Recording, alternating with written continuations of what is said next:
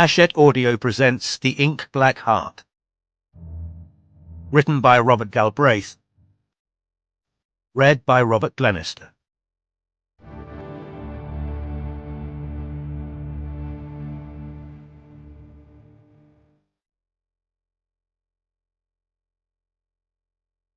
To Stephen Lorna, my family, my friends, and two bulwarks against enemy, with love. Two forms of darkness are there. One is night, and one is blindness. Mary Elizabeth Coleridge. Doubt. Prologue. Wounds of the heart are often fatal, but not necessarily so. Henry Gray, FRS, Gray's Anatomy. Chapter 1.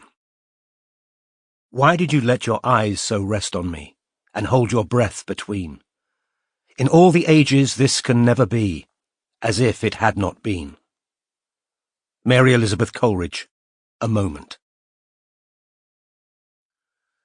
Of all the couples sitting in the Rivoli bar at the Ritz that Thursday evening, the pair that was having the most conspicuously good time was not, in fact, a couple. Cormoran Strike and Robin Ellicott, private detectives, business partners, and self-declared best friends, were celebrating Robin's 30th birthday. Both had been slightly self-conscious on first arriving in the bar, which resembled an Art Deco jewel box, with its walls of dark wood and gold and its frosted panels of Lalique glass, because each was aware that this outing was unique in the almost 5 years they'd known one another. Never before had they chosen to spend an evening in each other's company outside work, without the presence of other friends or colleagues, or the pretext of injury, because there'd been an occasion a few weeks previously when Strike had accidentally given his partner 2 black eyes and bought her a takeaway curry as recompense. Even more unusually, both had had enough sleep, and each was looking their best. Robin was wearing a figure-hugging blue dress, her long strawberry blonde hair clean and loose, and her partner had noticed the appreciative glances she'd drawn from male drinkers as she passed. He'd already complimented her on the opal lying in the hollow at the base of her throat, which had been a 30th birthday gift from her parents. The tiny diamonds surrounding it made a glittering halo in the bar's golden lights, and whenever Robin moved, sparks of scarlet fire twinkled in the opal's depths. Strike was wearing his favourite Italian suit, with a white shirt and dark tie. His resemblance to a broken-nosed, slightly overweight Beethoven had increased now that he'd shaved off his recently grown beard. But the waitress's warm smile as she handed Strike his first old-fashioned reminded Robin of what her ex-husband's new wife, Sarah Shadlock, had once said of the detective. "He is strangely attractive, isn't he? Bit beaten up looking, but I've never minded that." What a liar she'd been. Sarah had liked her men smoothly handsome, as proven by her relentless and ultimately successful pursuit of Matthew.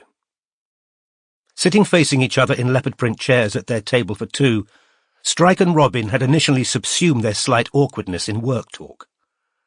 Discussion of the cases currently on the detective agency's books carried them through a powerful cocktail apiece, by which time their increasingly loud laughter had started drawing glances from both barmen and customers.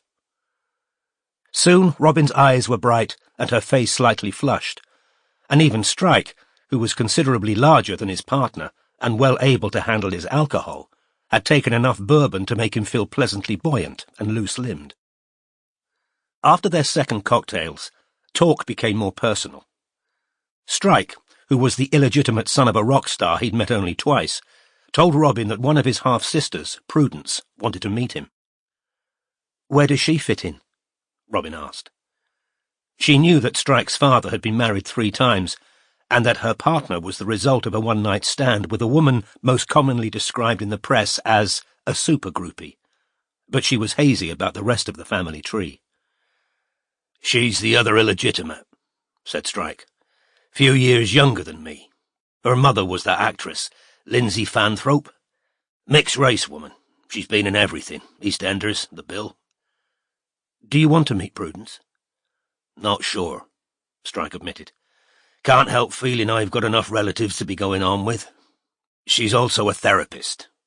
What kind? Jungian. His expression, which compounded wariness and distaste, made Robin laugh. What's wrong with being a Jungian therapist? I dunno. I quite liked her from her texts, but... Trying to find the right words, Strike's eyes found the bronze panel on the wall behind Robin's head, which showed a naked Leda being impregnated by Zeus in the form of a swan. Well, she said she hasn't had an easy time of it either, having him as a father. But when I found out what she does for a living... His voice trailed away. He drank more bourbon. You thought she was being insincere? Not exactly insincere. Strike heaved a sigh. I've had enough matchbox psychologists telling me why I live the way I do, and tracing it all back to my family, so-called. Prudence said in one of her texts that she'd found forgiving Rokeby healing. Sod this, said Strike abruptly. It's your birthday. Let's talk about your family. What does your dad do for a living? You've never told me. Oh, haven't I? Said Robin, with mild surprise. He's a professor of sheep medicine, production and reproduction. Strike choked on his cocktail. What's funny? Robin asked, eyebrows raised. Sorry, said Strike, coughing and laughing simultaneously. Wasn't expecting it, that's all. He's quite an authority, I'll have you know, said Robin, mock offended. Professor of sheep? What was the rest of it again? Medicine, production, and Why's that so funny? Robin said, as Strike guffawed a second time. Dunno, maybe the production and reproduction thing, said Strike. And also the sheep. He's got 46 letters after his name. I counted when I was a kid. Very impressive, said Strike, taking another sip of bourbon and attempting to look serious. So when did he first become interested in sheep? Was this a lifelong thing, or did a particular sheep catch his eye when he was... He doesn't shag 'em, Strike. The detective's renewed laughter made heads turn. His older brother got the family farm, so Dad did veterinary science at Durham, and yeah, he specialised. Stop bloody laughing. He's also the editor of a magazine. Please tell me it's about sheep. Yes, it is. Sheep management, said Robin. And before you ask, no. They don't have a photo feature called Reader's Sheep. This time Strike's bellow of laughter was heard by the whole bar. Keep it down, said Robin, smiling, but aware of the many eyes now upon them. We don't want to be banned from another bar in London. We didn't get banned from the American bar, did we? Strike's memory of the aftermath of attempting to punch a suspect in the Stafford Hotel was hazy, not because he'd been drunk, but because he'd been lost to everything but his own rage. They might not have barred us explicitly, but try going back in there and see what kind of welcome you get, said Robin, fishing one of the last olives out of the dishes that had arrived with their first drink. Strike had already single-handedly finished the crisps. Charlotte's father kept sheep, Strike said, and Robin felt that small frisson of interest she always experienced when he mentioned his former fiancée, which was almost never. Really? Yeah, on Arran, said Strike. He had a massive house there with his third wife. Hobby farming, you know. Probably a tax write-off. They were evil-looking bastards. The sheep, that is. Can't remember the name of the breed. Black and white, huge horns and yellow eyes. They sound like Jacob's, said Robin. And responding to Strike's grin, she said, I grew up with massive piles of sheep management next to the loo. Obviously, I know sheep breeds. What's Aaron like? She really meant, what was Charlotte's family like? Pretty, from what I can remember, but I was only at the house once. Never got a return invitation. Charlotte's father hated the sight of me. Why? Strike downed the last of his cocktail before answering. Well, there were a few reasons, but I think top of the list was that his wife tried to seduce me. Robin's gasp was far louder than she'd intended. Yeah, I must have been about 22, 23. She was at least 40. Very good looking, if you like 'em coke thin. How? What? We'd gone to Arran for the weekend. Scheherazade, that was the stepmother, and Charlotte's father were very big drinkers. Half the family had drug problems as well, all the stepsisters and half-brothers. The four of us sat up boozing after dinner. Her father wasn't over keen on me in the first place, hoping for something a lot more blue-blooded. They put Charlotte and me in separate bedrooms on different floors. I went up to my attic room about 2 a.m, stripped off, fell into bed very pissed. Turned out the light and a couple of minutes later the door opened. I thought it was Charlotte, obviously. The room was pitch black. I moved over. She slid in beside me. Robin realised her mouth was agape and closed it. Stark naked. Still didn't twig. I had most of a bottle of whiskey inside me. She, reached for me, if you know what I'm saying. Robin clapped a hand over her mouth. And we kissed, and it was only when she whispered in my ear that she'd noticed me looking at her tits when she bent over the fire that I realised I was in bed with my hostess. Not that it matters, but I hadn't been looking at her tits. I'd been getting ready to catch her. She was so pissed. I thought she was going to topple into the fire when she threw a log on it. "What did you do?" Robin asked through her fingers. "Shot out of bed like I had a firework up my arse," said Strike, as Robin began to laugh again. Hit the washstand, knocked it over and smashed some giant Victorian jug. She just sniggered. I had the impression she thought I'd be straight back in bed with her once the shock wore off. I was trying to find my boxes in the dark when Charlotte opened the door for real. Oh, my God. Yeah. She didn't take too kindly to finding me and her stepmother naked in the same bedroom, said Strike. It was a toss-up which of us she wanted to kill most. The screaming woke Sir Anthony. He came charging upstairs in his brocade dressing gown, but he was so pissed he hadn't tied it properly. He turned the lights on and stood there holding a shooting stick, oblivious to the fact that his cock was hanging out until his wife pointed it out. "Anthony, we can see Johnny Winkle." Robin now laughed so hard that Strike had to wait for her to compose herself before continuing the story. At the bar a short distance from their table, a silver-haired man was watching Robin with a slight smirk on his face. "What then?" Robin asked breathlessly, mopping her eyes with the miniature napkin that had come with her drink. "Well, as far as I can remember, Scheherazade didn't bother to justify herself. If anything, she seemed to think it was all a bit of a laugh. Charlotte lunged at her and I held Charlotte back, and Sir Anthony basically seemed to take the view that it was all my fault for not locking my bedroom door. Charlotte was a bit inclined that way too. But life in squats with my mother hadn't really prepared me for what to expect from the aristocracy. On balance, I'd have to say people were a lot better behaved in the squats." He raised his hand to indicate to the smiling waitress that they were ready for more drinks, and Robin, whose ribs were sore from laughing, got to her feet. "Need the loo," she said breathlessly, and the eyes of the silver-haired man on the bar stool followed her as she walked away. The cocktails had been small, but very strong, and Robin, who spent so much of her life running surveillance in trainers, was out of the habit of wearing heels.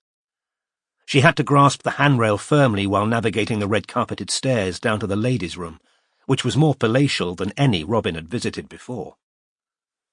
The soft pink of a strawberry macaron, it featured circular marble sinks, a velvet sofa and walls covered in murals of nymphs standing in water-lily-strewn lakes. Having peed, Robin straightened her dress and checked her mascara in the mirror, expecting it to have run with all the laughing. Washing her hands, she thought back over the story Strike had just told her. However funny she'd found it, it was also slightly intimidating. In spite of the vast array of human vagaries, many of them sexual, that Robin had encountered in her detective career, she sometimes felt herself to be inexperienced and unworldly compared to other women her age. Robin's personal experience of the wilder shores of sexual adventurousness was non-existent.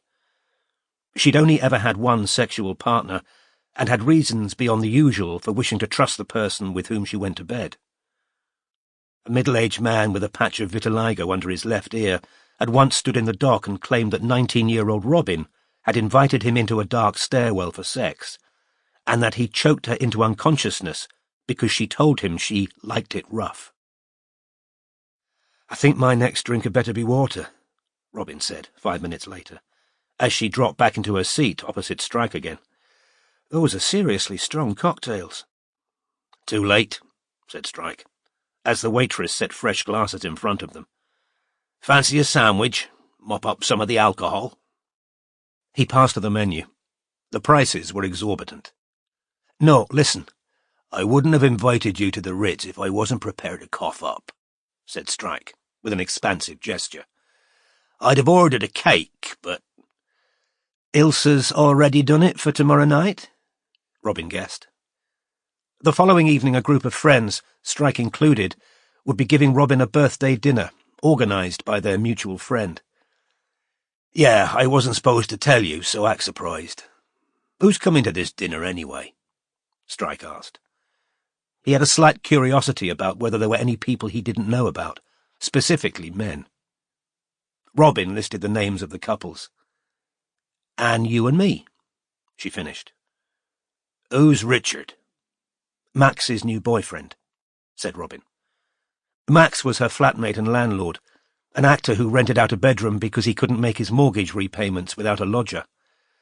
"I'm starting to wonder if it isn't time to move out of Max's," she added. The waitress appeared, and Strike ordered them both sandwiches before turning back to Robin. "Why are you thinking of moving out?" "Well, the TV show Max is in pays really well, and they've just commissioned a second series, and he and Richard seem very keen on each other. I don't want to wait until they ask me to leave. Anyway," Robin took a sip of her fresh cocktail, "I'm 30. It's about time I was out on my own, don't you think?" Strike shrugged. "I'm not big on having to do things by certain dates. That's more Lucy's department." Lucy was the sister with whom Strike had spent most of his childhood because they'd shared a mother. He and Lucy generally held opposing views on what constituted life's pleasures and priorities. It distressed Lucy that Strike, who was nearly 40, continued to live alone in 2 rented rooms over his office without any of the stabilising obligations: a spouse, children, a mortgage, parent-teacher associations, duty Christmas parties with neighbours, that their mother, too, had ruthlessly shirked. "Well, I think it's about time I had my own place," said Robin. "I'll miss Wolfgang, but—" "Who's Wolfgang?" "Max's dachshund," said Robin, surprised by the sharpness of Strike's tone. "Oh, thought it was some German bloke you'd taken a shine to." "Ha! No," said Robin. She really was feeling quite drunk now. Hopefully the sandwiches would help. "No," she repeated. "Max isn't the type to try and set me up with Germans. Makes quite a nice change, I must say."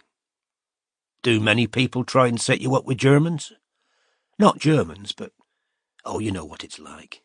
Vanessa keeps telling me to get myself on Tinder, and my cousin Katie wants me to meet some friend of hers who's just moved to London. They call him Axeman." "Axeman?" repeated Strike. "Yes, because his name's something that sounds like Axeman. I can't remember," said Robin, with a vague wave of the hand. "He's recently divorced, so Katie thinks we'd be perfect for each other. I don't really understand why it would make 2 people compatible just because they've screwed up a marriage each.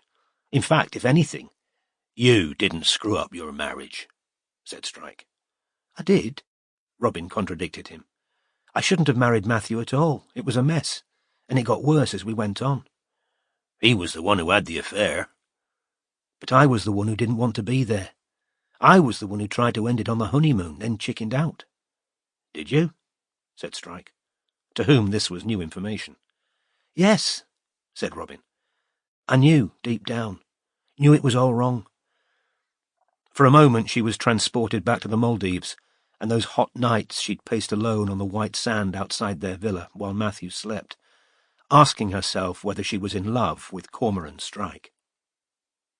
The sandwiches arrived, and Robin requested a glass of water. For a minute or so they ate in silence, until Strike said, "I wouldn't go on Tinder." "You wouldn't, or I shouldn't?" "Both," said Strike. He'd managed to finish 1 sandwich and start on his second before Robin had taken 2 bites. In our line of work, it's not smart to put yourself online too much. That's what I told Vanessa, said Robin. But she said I could use a fake name until I got keen on someone. Nothing like lying about your own name to build a firm foundation of trust, said Strike. And Robin laughed again. Strike ordered more cocktails, and Robin didn't protest. The bar was more crowded now than when they'd first sat down, the hum of conversation louder, and the crystals hanging from the chandeliers were each surrounded by a misty aureole.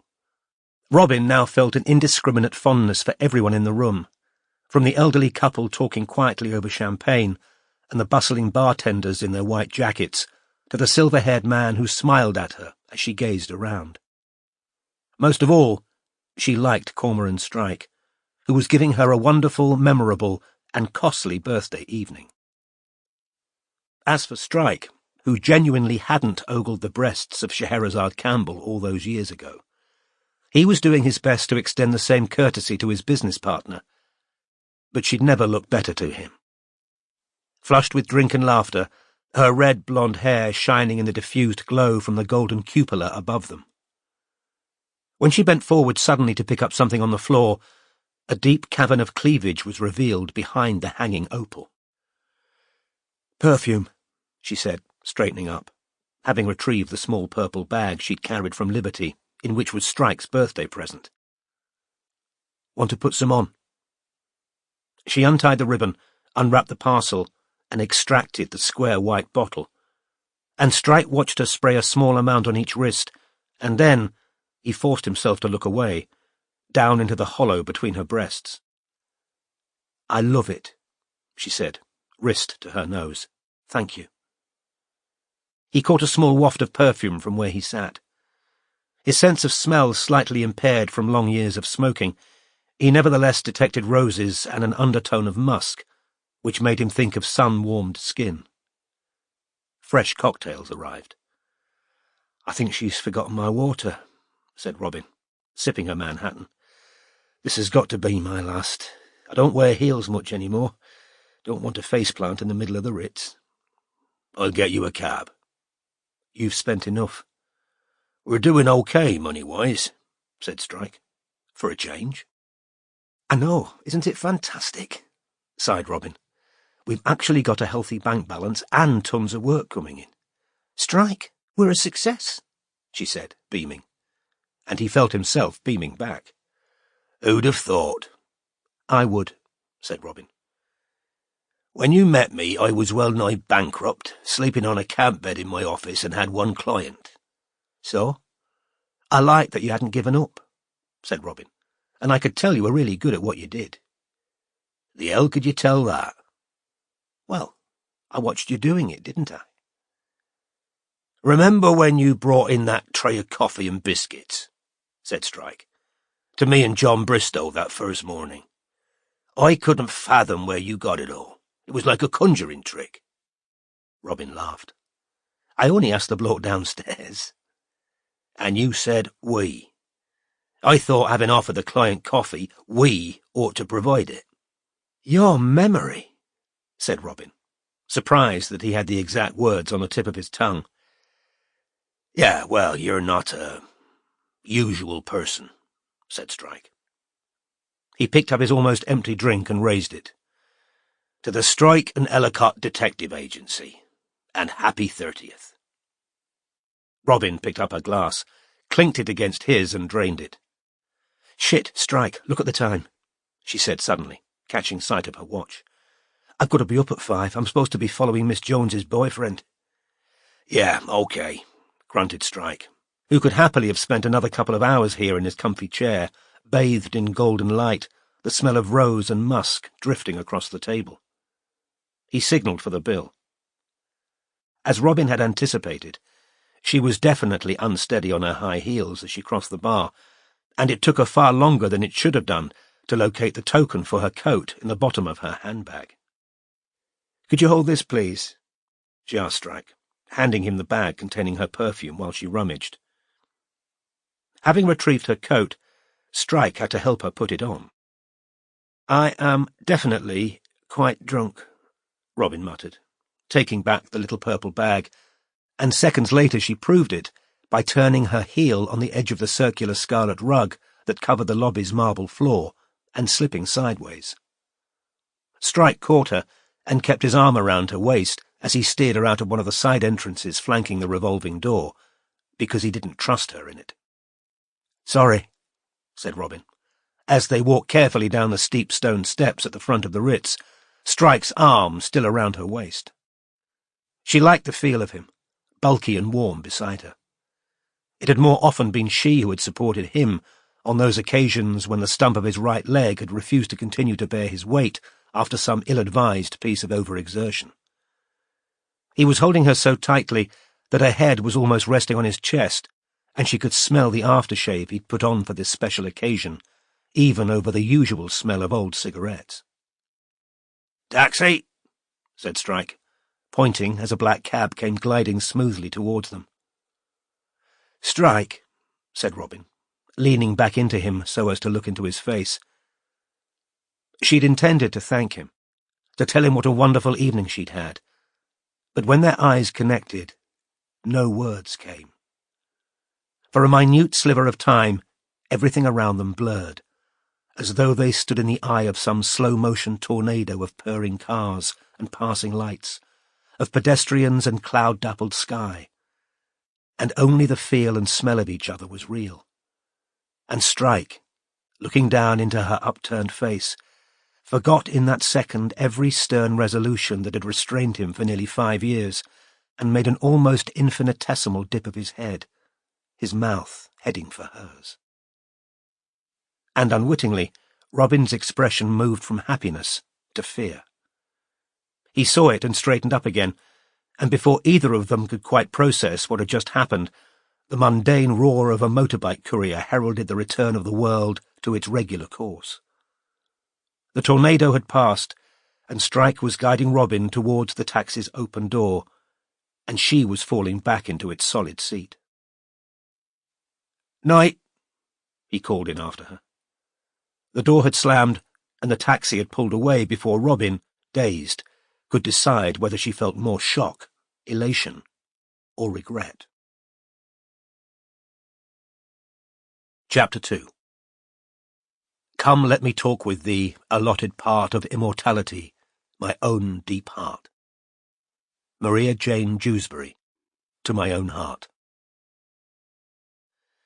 The days following their night at the Ritz were, for Robin, full of agitation and suspense. She was well aware that Strike had posed a wordless question, and that she'd silently returned a no, far more forcefully than if she hadn't been full of bourbon and vermouth and caught off guard. Now there was an increase of reserve in Strike's manner, a slightly forced briskness, and a determined avoidance of all personal subjects. Barriers that had come down over their 5 years working together seemed to have been re-erected. Robin was afraid she'd hurt Strike, and she didn't underestimate what it took to hurt a man as quietly confident and resilient as her partner. Meanwhile, Strike was full of self-recrimination. He shouldn't have made that foolish, unconsummated move. Hadn't he concluded months previously that a relationship with his partner was impossible? They spent too much time together. They were legally bound to each other by the business. The friendship was too valuable to him to jeopardize. So why, in the golden glow of those exorbitantly priced cocktails, had he jettisoned every good resolution and yielded to powerful impulse? Self-reproach mingled with feelings still less pleasant. The fact was that Strike had very rarely suffered rebuffs from women because he was unusually good at reading people. Never before had he made a move without being certain that his advance would be welcome, and he'd certainly never had any woman react the way Robin had, with alarm that, in his worst moments, Strike thought could have been discussed. He might be broken-nosed, overweight and one-legged, with dense, dark, curly hair that school friends had dubbed pube-like, but that hadn't ever stopped him pulling gorgeous women before. Indeed, male friends to whose eyes the detective's sexual appeal was largely invisible had often expressed resentment and amazement that he had such a successful sex life. But perhaps it was insufferable vanity to think that the attraction he'd held for previous girlfriends lingered, even as his morning cough worsened and grey hairs started to appear among the dark brown. Worse still was the idea that he'd totally misinterpreted Robin's feelings over a period of years. He'd assumed her slight awkwardness at times when they were forced into physical or emotional proximity had the same root as his own, a determination not to succumb to temptation. In the days following her silent rejection of his kiss, he kept going over incidents he'd thought proved the attraction was mutual, returning again and again to the fact that she'd broken off her first dance at her wedding to follow him, leaving Matthew abandoned on the dance floor. She and Strike had hugged at the top of the hotel stairs, and as he'd held her in her wedding dress, he could have sworn he'd heard the same dangerous thought in her mind as filled his. Let's run away and to hell with the consequences. Had he imagined it all? Perhaps he had. Perhaps Robin had wanted to run, but merely back to London and the job. Maybe she saw him as a mentor and a friend, but nothing more. It was in this unsettled and depressed mood that Strike greeted his 40th birthday, which was marked by a restaurant dinner organised, as Robin's had been, by their mutual friends Nick and Ilsa. Here, for the first time, Robin met Strike's oldest friend from Cornwall, Dave Polwarth, who, as Strike had once predicted, Robin didn't much like. Polwarth was small and garrulous, commented negatively on every aspect of London life, and referred to women, including the waitress who served them, as tarts. Robin, who was at the opposite end of the table from Strike, spent much of the evening making laboured small talk with Polwarth's wife, Penny, whose main topics of conversation were her 2 children, how expensive everything in London was, and what a twat her husband was. Robin had bought Strike a rare test pressing of Tom Waits's first album, Closing Time, for his birthday. She knew Waits was his favourite artist, and her best memory of the evening was the look of unfeigned surprise and pleasure on Strike's face when he unwrapped it. She thought she sensed some return of his usual warmth when he thanked her, and she hoped the gift would convey the message that a woman who found him repugnant wouldn't have gone to so much effort to buy him something she knew he'd really want. She wasn't to know that Strike was asking himself whether Robin considered him and the 65-year-old Waits contemporaries. A week after Strike's birthday, the agency's longest-serving subcontractor, Andy Hutchins, handed in his notice. It wasn't entirely a surprise. Although his MS was in remission, the job was taking its toll. They gave Andy a farewell drinks party, which everyone except the other subcontractor, Sam Barkley, attended, because he'd drawn the short straw and was currently following a target through the West End. While Strike and Hutchins talked shop on the other side of the pub table, Robin talked to their newest hire, Michelle Greenstreet, known to her new colleagues, at her own request, as Midge. She was a Mancunian ex-policewoman, tall, lean, and very fit, a gym fanatic, with short, slicked-back dark hair and clear grey eyes. Robin had already been made to feel slightly inadequate by the sight of Midge's six-pack, as she stretched to reach the topmost file balanced on a cabinet, but she liked her directness, and the fact that she didn't seem to hold herself superior to Robin, who, alone at the agency, wasn't ex-police or military. Tonight, Midge confided in Robin for the first time that a major reason for wishing to relocate to London had been a bad breakup. "Was your ex police as well?" asked Robin. "Nope. She never held a job for more than a couple of months," said Midge, with more than a trace of bitterness. "She's an undiscovered genius who's either going to write a best-selling novel or paint a picture that'll win the Turner Prize. I was out all day making money to pay the bills, and she was at home pissing around online. I ended it when I found her dating profile on Zoosk." "God, I'm sorry," said Robin. "My marriage ended when I found a diamond earring in our bed." "Yeah, Vanessa told me," said Midge, who'd been recommended to the agency by Robin's policewoman friend. "She said you didn't keep it either, you fucking mug." "I'd have flogged it," rasped Pat Chauncey, the office manager, breaking unexpectedly into the conversation. Pat was a gravel-voiced 57-year-old with boot-black hair and teeth the colour of old ivory, who chain-smoked outside the office and sucked constantly on an e-cigarette inside it. "I had a woman send me my first husband's wife fronts in the post. Cheeky cow." "Seriously?" asked Midge. "Oh, yeah," growled Pat. "What did you do?" Robin asked. "Pinned them to the front door so that they were the first thing he'd see when he come home from work," said Pat. She took a deep pull on her e-cigarette and said, "And I sent her something back she wouldn't forget." "What?" said Robin and Midge in unison. "Never you mind," said Pat, "but let's just say it wouldn't spread easy on toast." The three women's shouts of laughter drew Strike and Hutchinson's attention. Strike caught Robin's eye, and she held it, grinning. He looked away, feeling slightly more cheerful than he'd done in a while. The departure of Andy placed a not unfamiliar strain on the agency, because it currently had several time-consuming jobs on its books.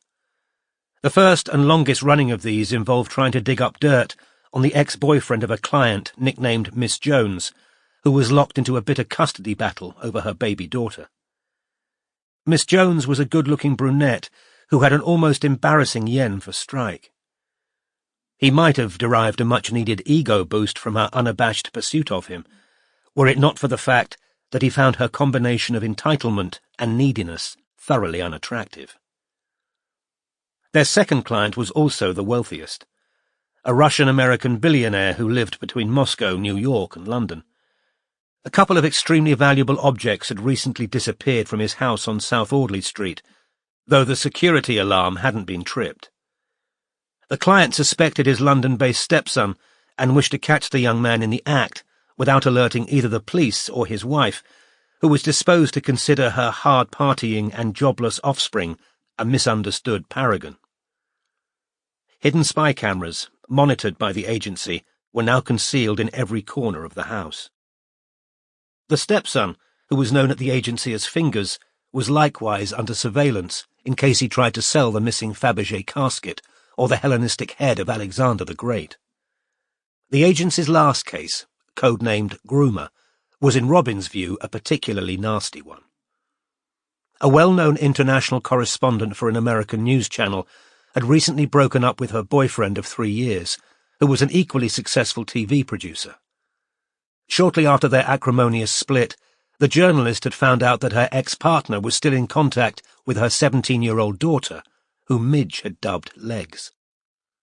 The 17-year-old, who was tall and slender with long blonde hair, was already featuring in gossip columns, partly because of her famous surname and partly because she'd already done some modelling.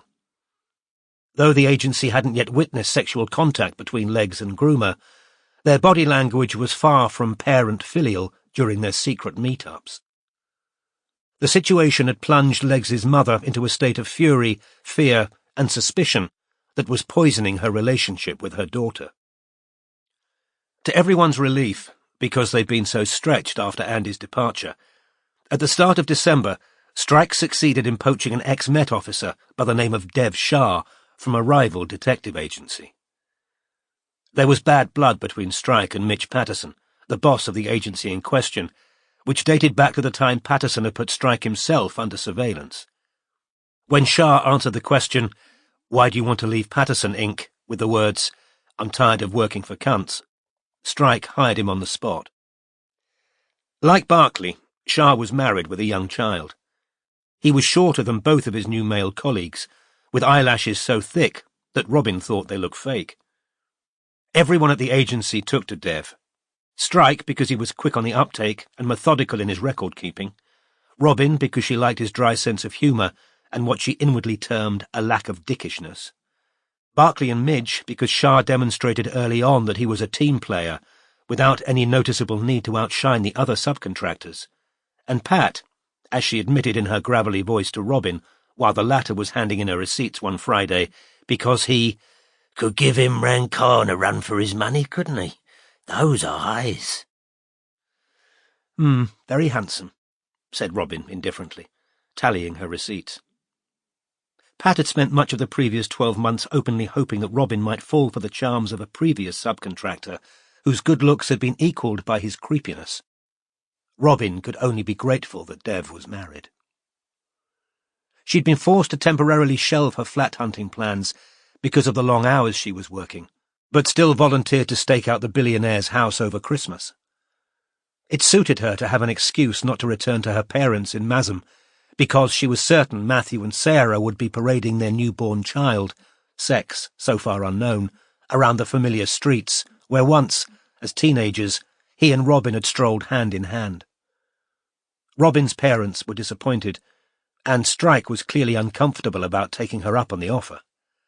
"It's fine," said Robin, disinclined to go into her reasons. "I'd rather stay in London. You missed Christmas last year."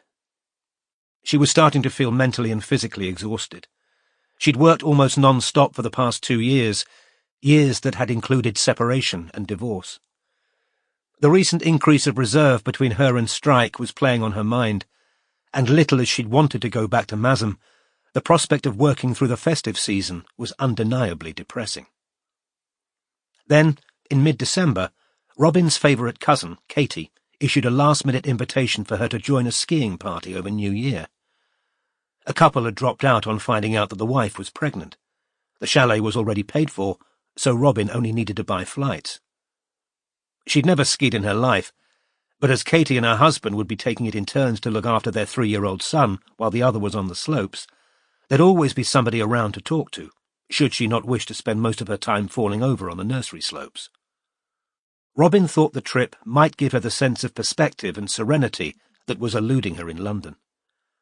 Only after she'd accepted did she learn that in addition to Katie and her husband, and a couple of mutual friends from Mazam, Hugh Axeman Jacks would be of the party.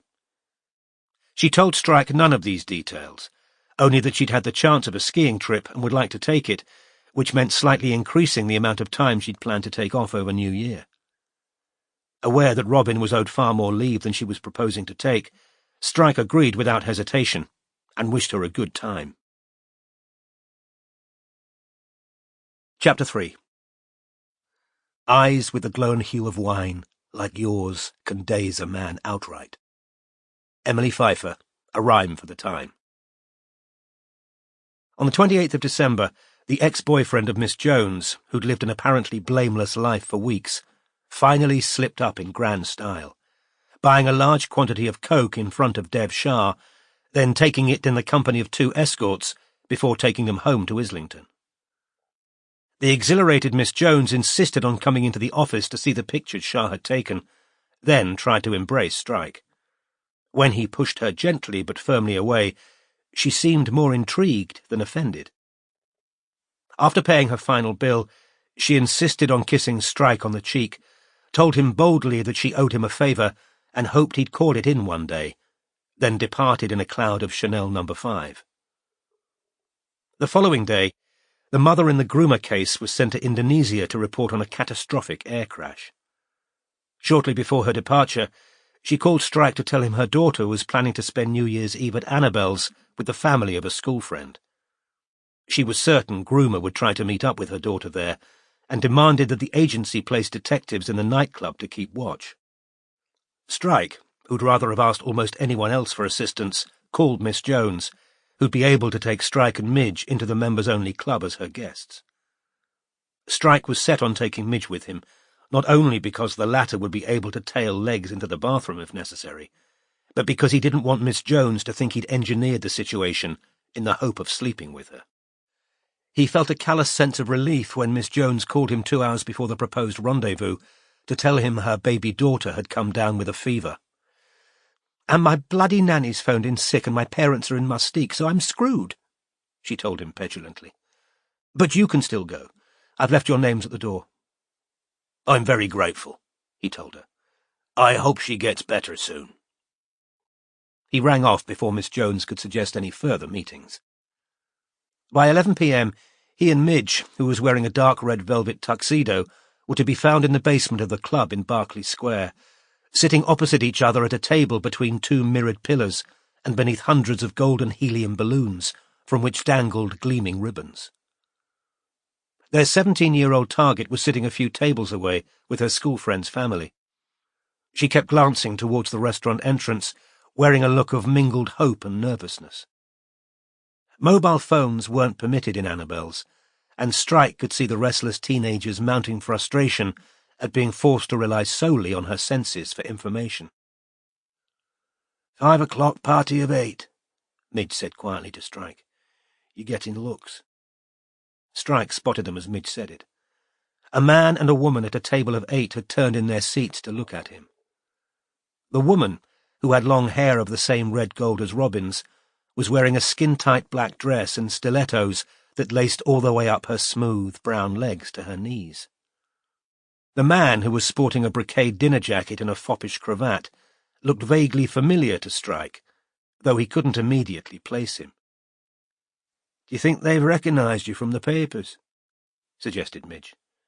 "Bloody well hope not," growled Strike, "or I'm out of business." The photo the press used most often dated from Strike's time in the military, and he was now older, longer-haired, and carried much more weight. On those occasions when he'd had to give evidence in court, he'd always done so wearing the heavy beard that grew conveniently quickly when he had need of it. Strike found his observer's reflections in a nearby pillar, and saw that they were now talking with their heads together. The woman was very good-looking, and, atypically in this room, she appeared not to have had anything obvious done to her face. Her forehead still wrinkled when she raised her eyebrows. Her lips weren't unnaturally plump, and she was too young, perhaps mid-30s, to have submitted to the surgery that had left the oldest woman at her table with an unnervingly mask-like appearance. Beside Strike and Midge, a portly Russian was explaining the plot of Tannhäuser to his much younger female companion. "But Mesdrich has updated it," he said, "and in this production Jesus now appears in the movie of an orgy in Venus's cave." "Jesus does?" "Da, and so the church is unhappy, and Mesdrich will be fired," finished the Russian gloomily, raising his glass of champagne to his lips. "He's standing his ground, but it will end badly for him. Mark my words." "Legs on the move," Strike informed Midge, as the teenager stood up with the rest of her party, the ostrich trim on her mini-dress wafting fluffily around her. "Dance floor," Midge guessed. She was right. 10 minutes later, Strike and Midge had secured a vantage point in a niche off the tiny dance floor, from where they had a clear view of their target dancing in shoes that appeared a little too high for her, her eyes still darting frequently towards the entrance. "Wonder how Robin's enjoying skiing," Midge shouted up to Strike, as Uptown Funk began pounding through the room. "Mate of mine broke his collarbone first time he tried it. Do you ski?" "No," said Strike. "Nice place, Zermatt," said Midge loudly. And then something Strike didn't catch. "What?" Strike said. "I said, wonder if she's pulled. Good opportunity, New Year's." Legs was gesturing to her school friend that she was going to sit the rest of the dance out. Leaving the dance floor, she snatched up her evening bag and wound her way out of the room. "She's going to use her mobile in the bogs," predicted Midge, taking off in pursuit. Strike remained in the alcove, his bottle of zero-alcohol beer already warm in his hand, his only companion an enormous stucco bodhisattva. Tipsy people were crammed on the sofas near him, shouting at each other over the music. Strike had just loosened his tie and undone the top button of his shirt when he saw the man in the brocade jacket walking towards him, stumbling over legs and handbags as he approached. Now, at last, Strike placed him. Valentine Longcaster, one of Charlotte's stepbrothers. "Long time no see," he yelled when he reached Strike. "Yeah," said Strike, shaking the proffered hand. "How's it going?" Valentine reached up and pushed back his long, sweaty fringe, revealing widely dilated pupils. "Not bad," he shouted over the pounding bass. "Can't complain." Strike could see a faint trace of white powder inside one nostril. "You here on business or pleasure?" "Pleasure," lied Strike. Valentine shouted something indecipherable in which Strike heard the name of Charlotte's husband, Jago Ross. "What?" he shouted back, unsmiling. "I said Jago wants to name you in the divorce." "He'll have a job," Strike said loudly back. I haven't seen her in years. Not what Jago says, shouted Valentine. He found a nude picture she sent you on her old phone. Fuck. Valentine reached out to steady himself on the bodhisattva. His female companion with the red-gold hair was watching them from the dance floor. That's Madeline, Valentine shouted in Strike's ear, following his eyeline. She thinks you're sexy. Valentine's laugh was high-pitched. Strike sipped his beer in silence. At last, the younger man seemed to feel no more was to be gained from proximity to Strike, so he pushed himself back upright, gave a mock salute, and stumbled out of sight again, just as legs reappeared on the edge of the dance floor and collapsed onto a velvet stool in a flutter of ostrich feathers and palpable misery. Ladies, Midge informed Strike, rejoining him a few minutes later. Don't think she could get phone reception. Good, said Strike brutally. Do you think he told her he was coming? Looks like it. Strike took another mouthful of warm beer and said loudly, So how many people are on this skiing trip with Robin? I think there's just 6 of them, Midge yelled back. 2 couples and a spare bloke. Ah, said Strike, nodding as though the information were of only casual significance. They've been trying to fix her up with him, said Midge. She was telling me before Christmas. Hugh Jacks, his name is. She looked at Strike expectantly. Huge axe. Ha, said Strike, with a forced smile. Ha, yeah. Why? Midge shouted in his ear. Don't parents say it out loud before they choose the name? Strike nodded, eyes on the teenager now wiping her nose on the back of her hand. It was midnight.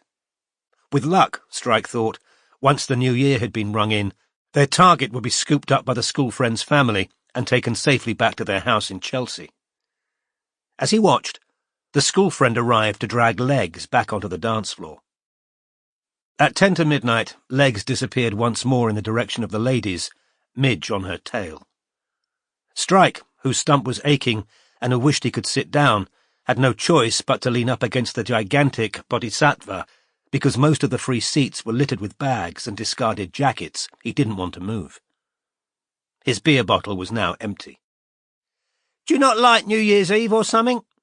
Said a working-class London voice beside him. It was the woman with red-gold hair, now pink-faced and dishevelled from dancing.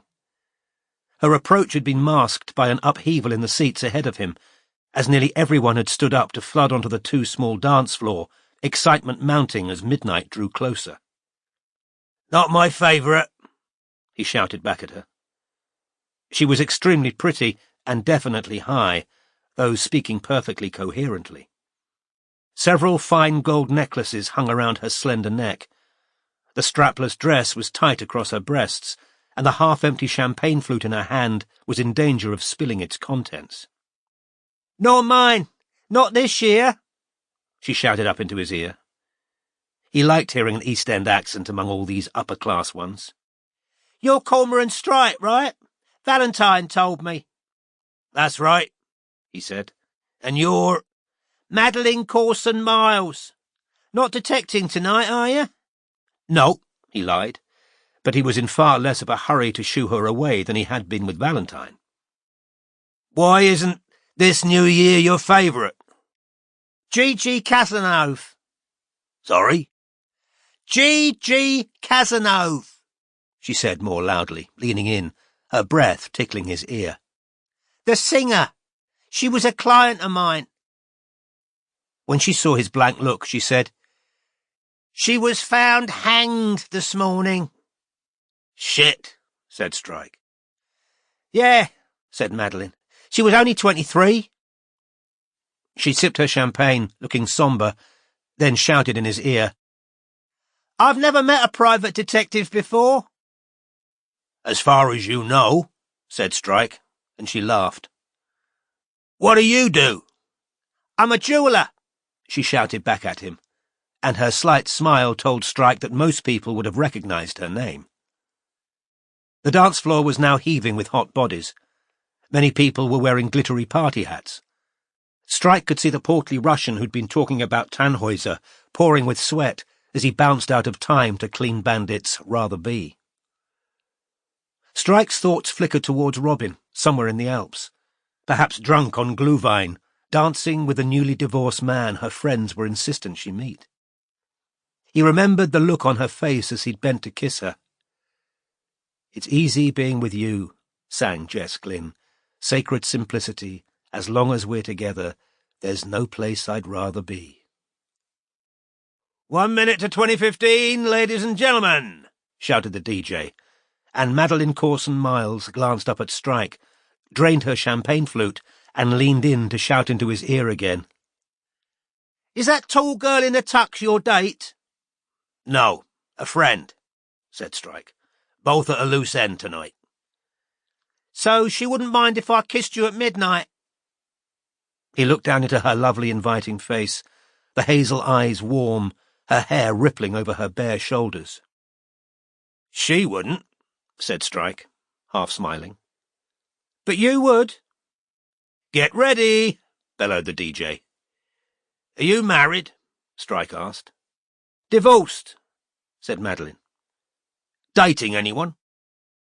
"No." 10. "In that case," said Cormoran Strike, setting down his empty beer bottle, 8. Madeline bent to put her glass down on a nearby table, but missed the edge. It fell onto the carpeted floor, and she shrugged as she straightened up. 6. 5. She wound her arms around his neck. He slid his arms around her waist. She was thinner than Robin. He could feel her ribs through the tight dress. The desire in her eyes was like a balm to him. It was New Year's Eve. Fuck everything. 3, 2, 1. She pressed herself into him, her hands now in his hair, her tongue in his mouth. The air around them was rent with screams and applause. They didn't release each other until the first raucous bars of Auld Lang Syne had been sung. Strike glanced around. There was no sign of either Midge or legs. "I'm going to have to leave soon," he shouted. "But I want your number." "Give me your phone, then." She typed a number in for him, then handed the phone back. With a wink, she turned and walked away, disappearing into the crowd. Midge didn't reappear for another quarter of an hour. Legs rejoined her school friend's party, her mascara smudged. "She kept trying to find somewhere she could get reception, but no luck," Midge bellowed in his ear. "So she went back to the bogs for a good sob." "Too bad," said Strike. "Have you got lipstick on you?" asked Midge, staring up at him. He wiped his mouth with the back of his hand. "Met an old friend of my mother's," he said. "Well, happy 2015. "Same to you," said Midge, extending a hand which he shook. As she looked out over the jubilant crowd, where balloons were being batted around and glitter was exploding from party poppers, Midge shouted into Strike's ear, "Never seen in the new year in the toilet before. Hope it's not an omen." Chapter 4. Sleep on content, as sleeps the patient rose. Walk boldly on the white untrodden snows. The winter is the winter's own release. Helen Jackson, January. On the whole, Robin had enjoyed her time in Zermatt. She'd forgotten what it felt like to have 8 hours sleep a night. She'd enjoyed the food, the skiing and the company of her friends, and suffered barely a tremor when Katie told her, with a look of concern that turned to relief when Robin responded calmly, that Matthew had indeed brought Sarah back to Mazam over Christmas, along with his newborn son. "They've called him William," said Katie. "We ran into them one night in the Bay Horse. Matthew's aunt was babysitting. I really don't like that Sarah. So smug." "Can't say I'm that keen on her either," said Robin. She was glad to know she'd avoided the almost inevitable meeting in their hometown, and with luck, next Christmas it would be Sarah's family's turn to host their grandson, so there'd be no danger of a chance encounter. The view from Robin's bedroom was of the snow-coated Matterhorn, which pierced the bright blue sky like a gigantic fang. The light on the pyramidal mountain changed from gold to peach, from ink blue to heather, depending on the angle of the sun. And alone in her room, staring at the mountain, Robin came closest to achieving the peace and perspective she'd sought in coming on the trip. The only part of the holiday with which Robin would gladly have dispensed was Hugh Jacks. He was a couple of years older and worked in pharmaceutical chemistry. She supposed he was quite nice-looking, with a neat sandy beard, broad shoulders and large blue eyes, and he wasn't precisely unlikable, but Robin couldn't help finding him slightly pathetic. No matter the subject under discussion, he somehow managed to bring it back to his divorce, which appeared to have blindsided him. After 6 years of marriage, his wife had announced that she wasn't happy, that she hadn't been happy for a long time, packed her bags, and departed. Hugh told Robin the whole story twice in the first few days of the holiday, and after the second, almost identical recital, she did her best to avoid sitting next to him at dinner. Unfortunately, he didn't take the hint, but kept targeting her, encouraging her to share details of her own failed marriage in a lugubrious tone that would have been appropriate had they both been suffering from the same terminal disease. Robin adopted a bracing attitude, telling him there were plenty more fish in the sea and that she was personally glad to be free again. Hugh told her how much he admired her feistiness, with a slightly more cheerful look in his watery blue eyes, and she was afraid he might have taken her declaration of happy independence as a tacit invitation. "He's lovely, isn't he?" Katie asked her hopefully, one evening in a bar, when Robin had just succeeded in shaking Hugh off after another hour of anecdotes about his ex-wife. "He's all right," said Robin, who didn't want to offend her cousin. "But he's really not my type, Katie." "He's usually quite funny," said Katie, disappointed. "You aren't seeing him at his best. Wait until he's had a drink or two." But on New Year's Eve, with a large amount of beer and schnapps inside him, Hugh became first boisterous, though not particularly amusing, then maudlin. At midnight, the two couples kissed their partners, and the bleary-eyed Hugh opened his arms to Robin, who let him kiss her on the cheek and then tried to free herself, while he breathed drunkenly in her ear, "You're so lovely." "Thanks," said Robin, and then, "Could you let go, please?" He did so, and Robin went to bed shortly afterwards, locking her door. Somebody knocked on it soon after she turned out the light. She lay in the darkness, pretending to be asleep, and heard footsteps walking slowly away. The other less-than-perfect aspect of her break had been her own tendency to brood about Strike and the incident outside the Ritz. It was easy enough not to think about her partner while trying to keep herself vertical on skis, but otherwise her disengaged mind kept returning to the question of what would have happened if she'd cast off her inhibitions and fears and let him kiss her. This led inexorably to another question, the same one she'd asked herself while pacing the warm white sand in the Maldives 3 years previously. Was she to spend every holiday, for the rest of her life, wondering whether she was in love with Cormoran Strike? "You're not," she told herself.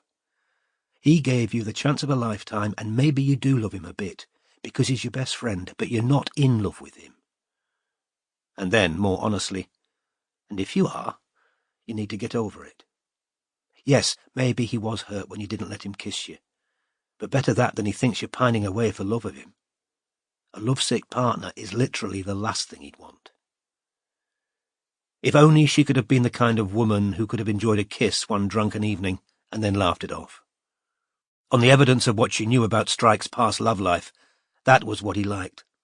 Women who played the game with an insouciance Robin had never learned. She returned to the office in the second week of January, bringing with her a large box of Swiss chocolates. To everyone who asked, Strike included, she said she'd had a wonderful time. Part 1. The heart is the central organ of the entire system and consists of a hollow muscle. By its contraction, the blood is pumped to all parts of the body through a complicated series of tubes.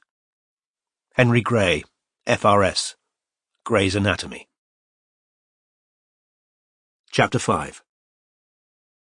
'Tis a strange mystery, the power of words. Life is in them, and death. A word can send the crimson colour hurrying to the cheek, hurrying with many meanings, or can turn the current cold and deadly to the heart. Letitia Elizabeth Landon, The Power of Words. 14th of September 2011. From The Buzz, a news and entertainment website. The Buzz talks to Josh Blay and Edie Ledwell, boyfriend-girlfriend creators of YouTube's smash hit cartoon, The Ink Black Heart. TB. So a cartoon about decomposing body parts, a couple of skeletons, a demon and a ghost. How do you explain its success? Edie. Wait, is Drek a demon? TB. You tell me. Edie. I genuinely don't know. Josh laughs. TB. I'm just saying, when you describe The Ink Black Heart to people who haven't watched it, they're kind of surprised it's a hit. Edie and Josh laugh. Did you expect the reaction to your, let's be honest, very weird animation? Edie. No, we definitely didn't. Josh. We were having a laugh. It's basically a bunch of in-jokes. Edie. But it turned out far more people got the joke than we expected. TB. When you say the joke, people read a lot of meaning into the story. Josh. Yeah, and we... Sometimes you think, oh yeah, I suppose that is what we were getting at. But at other times... Edie. Sometimes they see things that, well, not that aren't there, but that we never saw or intended. TB. Can you give an example? Josh. The talking worm. We just thought that was funny, because a worm in a graveyard, you know, it's eating decomposing bodies. So we liked the idea of it being pissed off about its job, and talking about it like it's boring hard graft, like working in a factory. It's just a jaded worm. Edie. But then we had people saying it's phallic or whatever, and a group of parents complaining. Josh. Complaining that we're making penis jokes for kids. Edie. And we're definitely not. The worm is not a penis. All laugh. TB. So why do you think The Ink Black Heart has taken off the way it has? Edie. We don't understand it any better than you do. We're inside it. We can't see it from the outside. Josh. We can only assume there are far more disturbed people out there than any of us realized. All laugh. TB. What do you think it is about Hearty, the disembodied heart/hero that people love so much? You voice Hearty, right, Josh? Josh.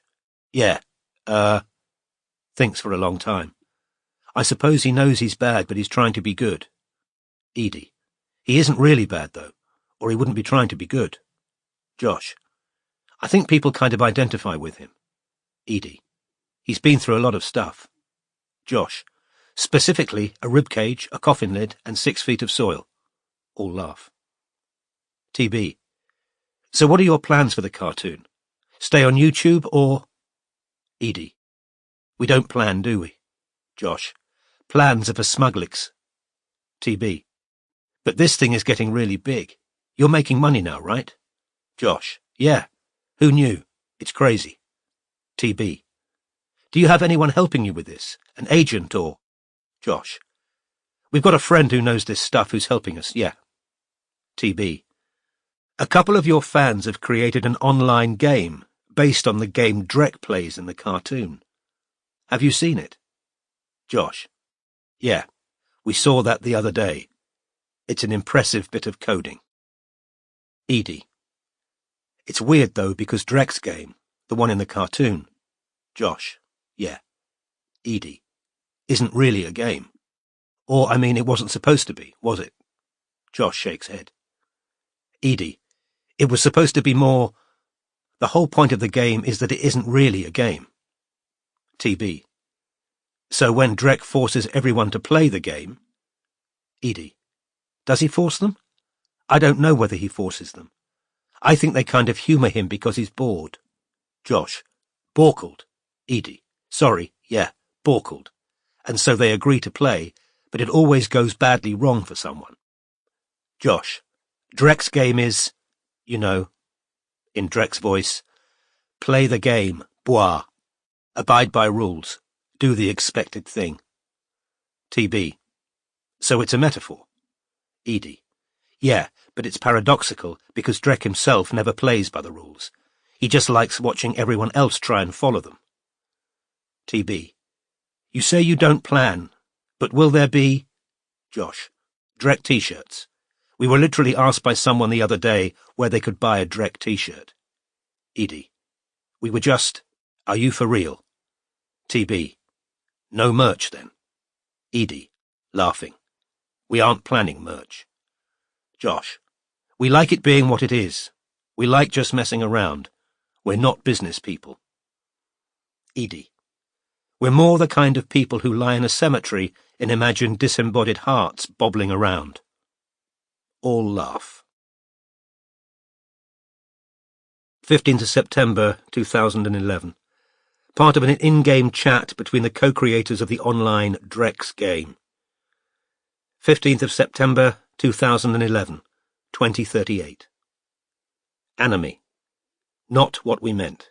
We took all the rules out of her fucking cartoon. Pretentious fucking bitch.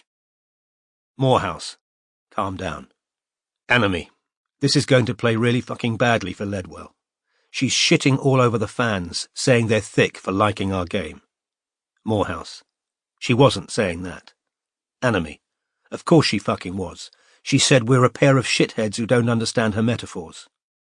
It's on her if the fandom turns on her after this. Morehouse. Yeah. Speaking of which, maybe tone it down a bit on Twitter. Anime. You know what this is really about? Our game's getting too popular. She doesn't like that the fandom's looking to us to entertain them between episodes. She's scared we're getting too much power. She'll try and shut us down next. Morehouse. Paranoid much? We're not a threat.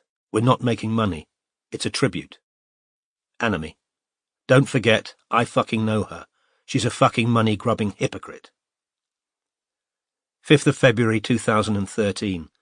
From The Buzz, a news and entertainment website.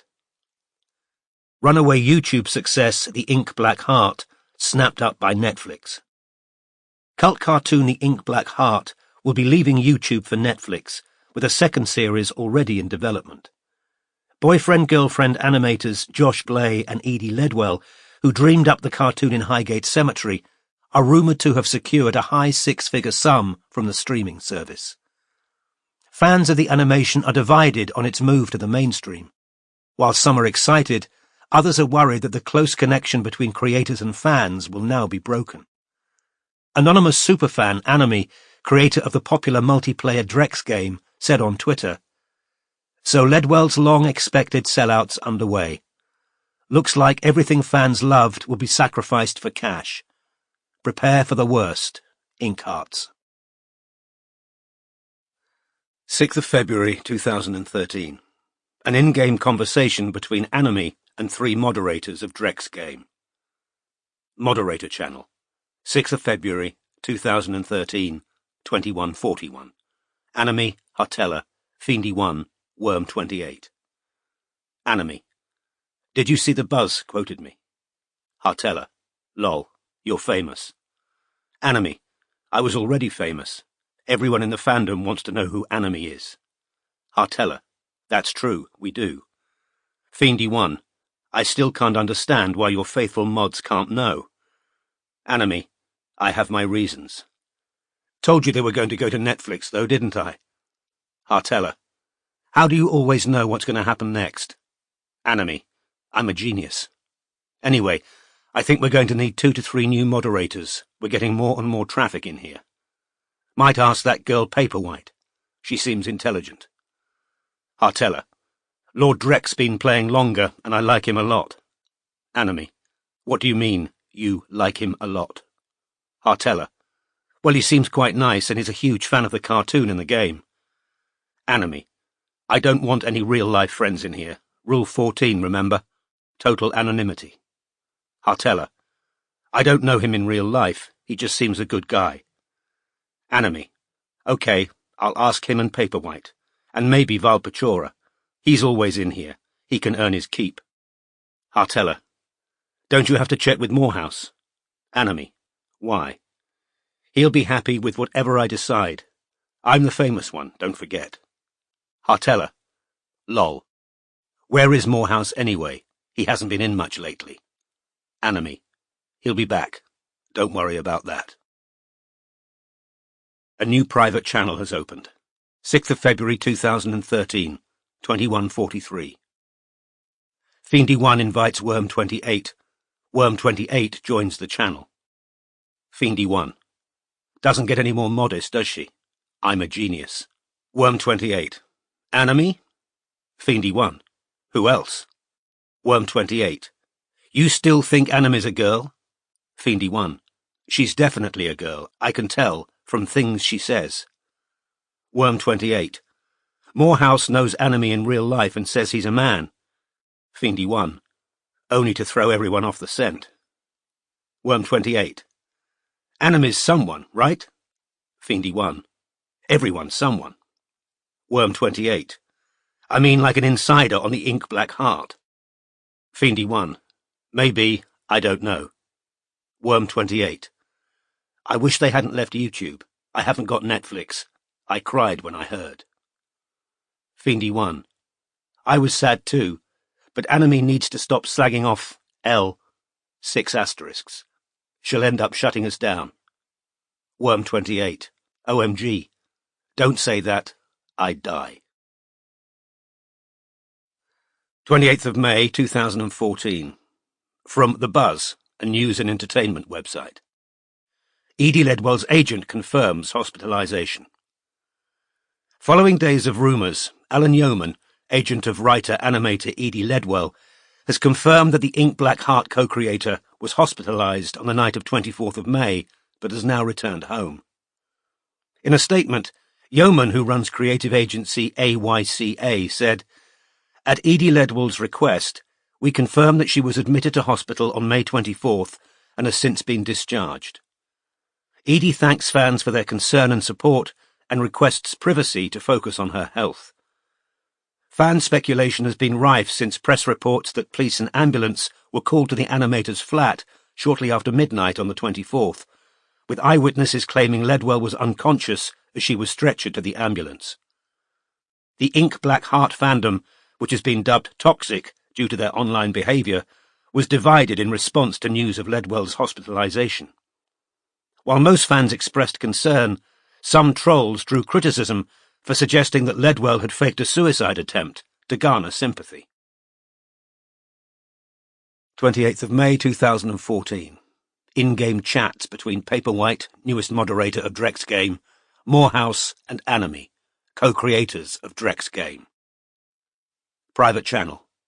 28th of May 2014, 23:03. Paperwhite. So L, 6 asterisks, really did try and kill herself. Morehouse. Looks like it. Paperwhite. Shit, that's so sad. Morehouse. Yeah. Paperwhite. Have you talked to Anime? Morehouse. Not yet. I think he's avoiding me. Paperwhite. Why? Morehouse. Because I told him to lay off L, 6 asterisks, on Twitter. Paperwhite. You don't seriously think that's why she did it? Twitter trolls? Morehouse. I don't know. But it can't have helped being constantly called a sellout and a traitor. Paperwhite. You're so sweet. Morehouse. Am I? Paperwhite. Decent, I mean. You're not even pissed off that Anime gets all the credit for the game. Morehouse. Let him have it. There's more to life than having a load of followers on fucking Twitter. Paperwhite. Lol, you're so mature. I mean for real, no snark, you are.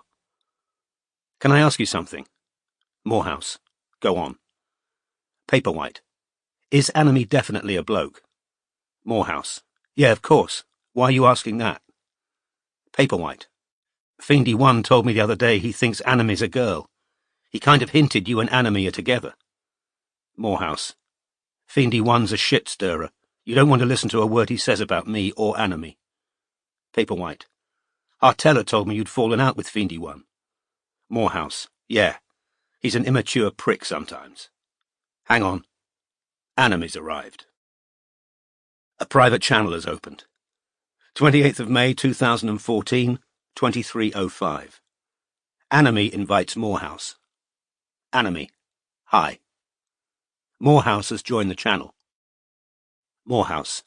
I've been texting you all day. Anime. I've been busy. I need you to moderate tomorrow morning. I can't do it. Morehouse. Nor can I. I've got a deadline on a paper. Anime. Why are you in here then?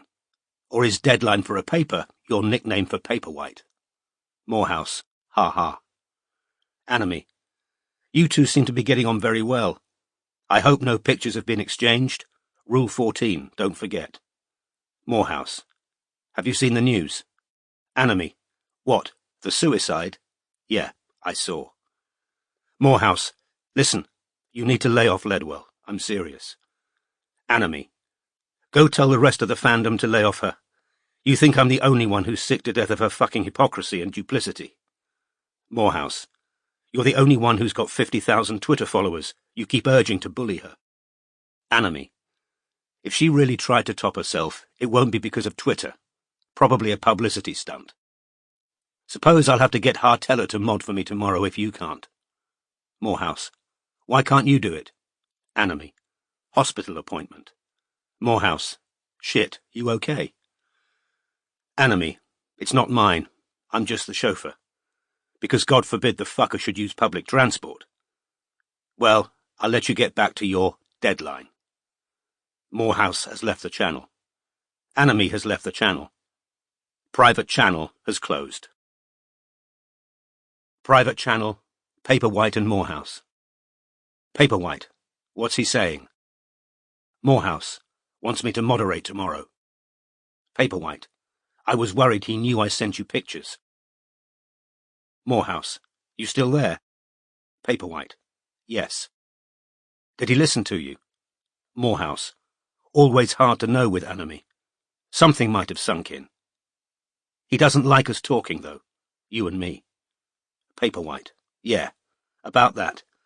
When are you going to send me a picture back? Morehouse. Can't. My camera phone's broken. Paperwhite. Fuck off, Morehouse. Morehouse. Lol. Okay, I don't like having my photo taken. Paperwhite. I wouldn't have sent you what I sent last night if I didn't think you'd reciprocate. Morehouse. You are gorgeous. Paperwhite. Thanks. Morehouse. I'm not. Paperwhite. Who cares? I just want a pic of you. I love talking to you. I just want to know what you look like. Morehouse. Just picture a standard geek. Paperwhite. I like geeks. Send me a pic. Morehouse.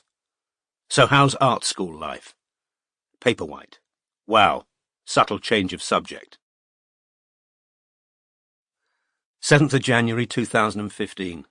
From The Buzz, a news and entertainment website. Attention, Ink Black Heart fans. According to insiders, Maverick Film Studios are serious about turning your fave into a full-length feature film. Talks between Maverick, Josh Play and Edie Ledwell are said to be at an advanced stage, with a deal expected any day now. How do you feel about the leap from small screen to big? Let us know in the comments. Comments are moderated. The Buzz reserves the right to remove comments that contravene guidelines. Carla Mappin. The Ink Black Heart is so fucking over, it's become one big fat cash cow. 402 likes, 52 dislikes. Sharon Lehman. Can't wait. I think it'll make an amazing movie. 49 likes, 131 dislikes. Anime. After all her no merch talk, Greedy Ledwell now wringing all she can out of it. 984 likes, 12 dislikes. Brian Daniels. Why shouldn't she reap the financial rewards? 28 likes, 49 dislikes. Anime. Because she's screwing over fans who put her where she is. 889 likes, 20 dislikes. Brian Daniels. So don't watch the movie. 19 likes, 34 dislikes. Anime. Maverick needs us more than they need Ledwell. If they sacked her, the fandom might give the movie a chance. 996 likes, 61 dislikes. 7th of January 2015. In-game chats between 6 of the 8 moderators of Drek's game. A new private channel has opened. 7th of January 2015, 16:01. Lord Drek invites Valpachora, Paperwhite, Hartella, Fiendy 1, Worm 28. Lord Drek. This is urgent. Paperwhite has joined the channel. Paperwhite. Is this about the movie? Lord Drek. Much bigger than that. Hartella has joined the channel. Hartella. OMG. Have you seen the news? Paperwhite. About the movie? Hartella. No. Those gunmen who shot up the cartoonists in Paris. Worm 28 has joined the channel. Valpachora has joined the channel. Paperwhite. Charlie something, yeah? Lord Drek. Charlie Hebdo. That's what we should do to Ledwell. Go in there and shoot her and all the fuckers she's got working on the movie and start again. Valpachora. Lol. Worm 28. Drek.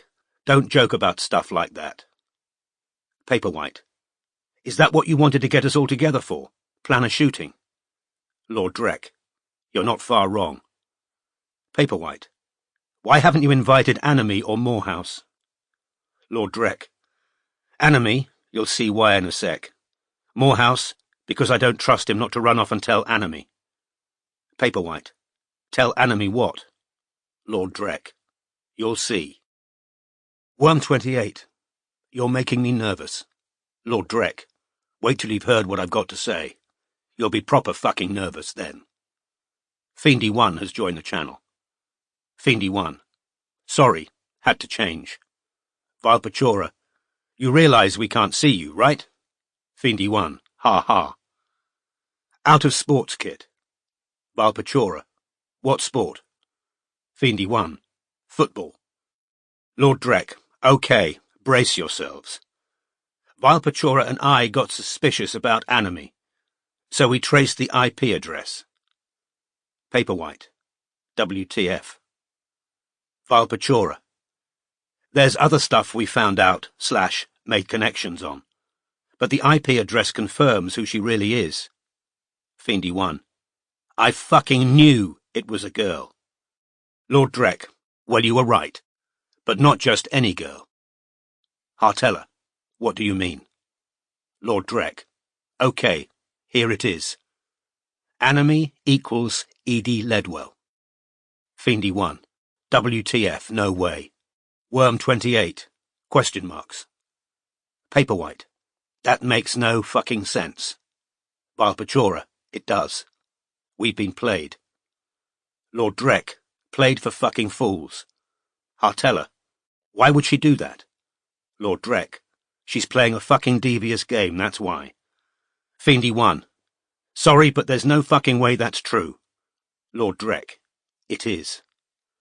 She's gonna cut a deal with Anime to make the game official and start charging. Valpachora. Except there is no Anime. It's Ledwell's game. It was all along. Fiendy 1. I don't believe it. Paperwhite. Nor do I. Morehouse would never go along with that. Lord Drek. Have you met Morehouse face to face? Paperwhite. No. Valpachora. Not watched him wanking to you on your webcam. Paperwhite. Go fuck yourself, Valpachora. I just don't believe Morehouse would be okay with Ledwell fooling us all like that. Fiendy 1. What would she gain, pretending to be Anime and trolling herself? Lord Drek. Easy. Meet Anime and decide he's a good guy after all. He's got valid concerns about over-commercialization and all that shit. Let's monetize the game. Anime can take the profits. He deserves it. She'll probably have some crippled kid playing Anime for extra feels. Then cripple Anime tells fans now he's met her, he realizes he got her all wrong. She's great. Blay gets sidelined / bullied by fandom who want the game. Valpachora. Fandom loves Ledwell. She gets all the good press and profits. Lord Drek. And fans cough up thinking Anime's gonna get the money. Only problem. Ledwell's gonna need a fall guy to take the rap for hacking Anime, or whatever the excuse is going to be for him slagging her off. And she's got money and skills to frame one of us. Worm 28. I don't get it. She hates Anime. Valpachora. It's all been fake, moron. Her way of playing the victim to the press and the fans. Lord Drek. You want proof? I'll send it to you now. Lord Drek wants to send you a file. Click Alt+Y to accept the file. Worm 28. Shit, there's loads. Hartella. OMG, how long have you guys been working on this? Lord Drek. Months. Hartella. Whoa. When the game went offline that time was when Ledwell was in hospital? ? I never made that connection. Paperwhite. Are you sure the dates tally? Hartella. OMG, I always knew she was a liar, but this is insane. Fiendy 1. How did you guys get her emails to her agent? Lord Drek. From a friendly source inside her agent's office who thinks she's a total bitch. Hartella. OMG, yes. Remember when she said she'd only talk to Anime if he met her face to face? Valpachora. Yeah. All laying the ground. Hartella. I thought that was so fucking weird at the time. Why would she even think of meeting him if she hated him so much? Valpachora. Exactly. Lord Drek. And read the deleted tweets. She slipped up more than once, accidentally tweeting Anime messages from her own account. Hartella. I feel physically sick. Valpachora. And don't forget, we've been bitching about Ledwell in front of her all this time. Worm 28. So this is the end of the game? We can't play any more? Paperwhite. No, it isn't. Don't be stupid. The game's ours. It isn't hers. The game's bigger than Blay/Ledwell. Worm 28. Stop using their full names. We're not allowed. Rule 14. Lord Drek. If you ask me, B, 3 asterisks, needs to know the depths of her fucking treachery. She's trying to fuck him over just as much as us. Valpachora. So how do we let him know? Hartella. I could go and see him if you want. Worm 28. You don't know where he lives. Hartella. I do, actually. He'll see me. I'm sure he will. Paperwhite. You know J, 3 asterisks, B, 3 asterisks, for real? Hartella. Yes. I forgot. You probably joined after I told the others. I used to be L, 6 asterisks, and B, 3 asterisks, personal assistant. Paperwhite. WTF? ? Hartella. Drek. We could go and talk to J, 3 asterisks, together. Lord Drek. Can't, hun. Sorry. I'm busy with you-know-what. Worm 28. What? Lord Drek. Never you mind. Worm 28. Am I the only one who never breaks Rule 14? Hartella. OK then, I'll go alone and show him this dossier. Lord Drek. You serious? Hartella. Of course.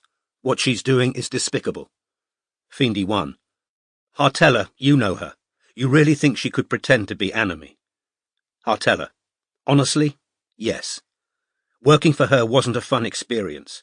She's hard as nails and in it for all she can get. Lord Drek. You sure you're OK to go alone? Hartella. Yeah, of course. Lord Drek. Wish I could come. Valpachora. This is awesome of you, Hartella. Hartella. Anything for the fandom. Valpachora. OK, remember, not a word on the mods channel or in front of Anime or Morehouse. We can't be too careful. And don't act any different. No digs, no hints, nothing. Because she'll be looking for a fall guy, remember? Worm 28. Shit. I've got to go. I'm late for work. Worm 28 has left the channel. Paperwhite. I'm supposed to be moderating. See you later. Paperwhite has left the channel. Fiendy 1. I'm still not sure, you guys. Valpachora. Read the whole file, and you'll change your mind. Fiendy 1 has left the channel. Hartella has left the channel. A new private channel has opened. 7th of January 2015, 16:25. Lord Drek invites Hartella. Hartella joins the channel. Hartella. Hi. How are rehearsals going? Lord Drek. Hard work, but that's Chekhov for you. Listen, will you do me a favour, babe? Don't tell Josh where you got the file. If he thinks a pair of mods in Drek's game put it together, he might not trust it. Hartella. OK, but where do I say I got it then? Lord Drek. Say concerned fans/sources sent the stuff to you. That's credible. You're a leader in the fandom. Hartella. OK, makes sense.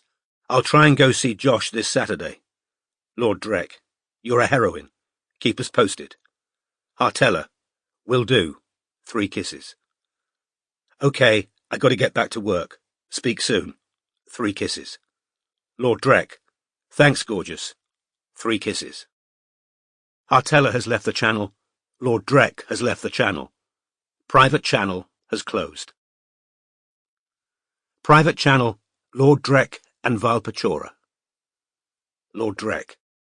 Is that all of them gone? Valpachora. ROF LMAO. Fuck me, they're thick. Not sure Fiendy 1 totally went for it. Lord Drek. Who cares what that little fag thinks? All we need is for Blay to believe it. Valpachora. True. Lord Drek. I just called that fat pig Hartella gorgeous. Valpachora. ROF LMAO, you cuck. Lord Drek. But she agreed not to say where she got the stuff. Valpachora. Fucking amazing. Think Paperwhite'll tell Morehouse. Lord Drek. Not if she's got any sense. Touch paper lit. Boah. Valpachora. Lol if this works. Chapter 6. Thou shalt have fame.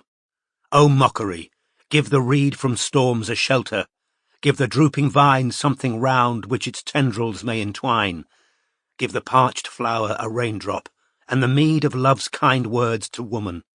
Worthless fame. Felicia Hammonds. Properzio Rossi. The last Friday afternoon in January found Robin sitting alone at the partner's desk in the agency's small office in Denmark Street, killing time before setting out to view a flat in Acton by reviewing the groomer file. There was a lot of noise in the street outside.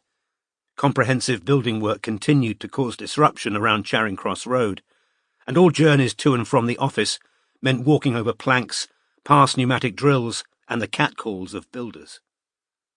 In consequence of the racket outside, the first intimation Robin had that a prospective client had just walked in off the street wasn't the sound of the glass outer door opening, but the phone on the desk ringing.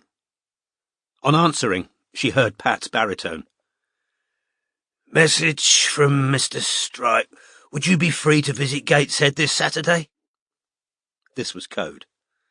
Since last year's successful resolution of a cold case, which had earned the agency another flurry of flattering press coverage, 2 would-be clients of pronounced eccentricity had walked in off the street.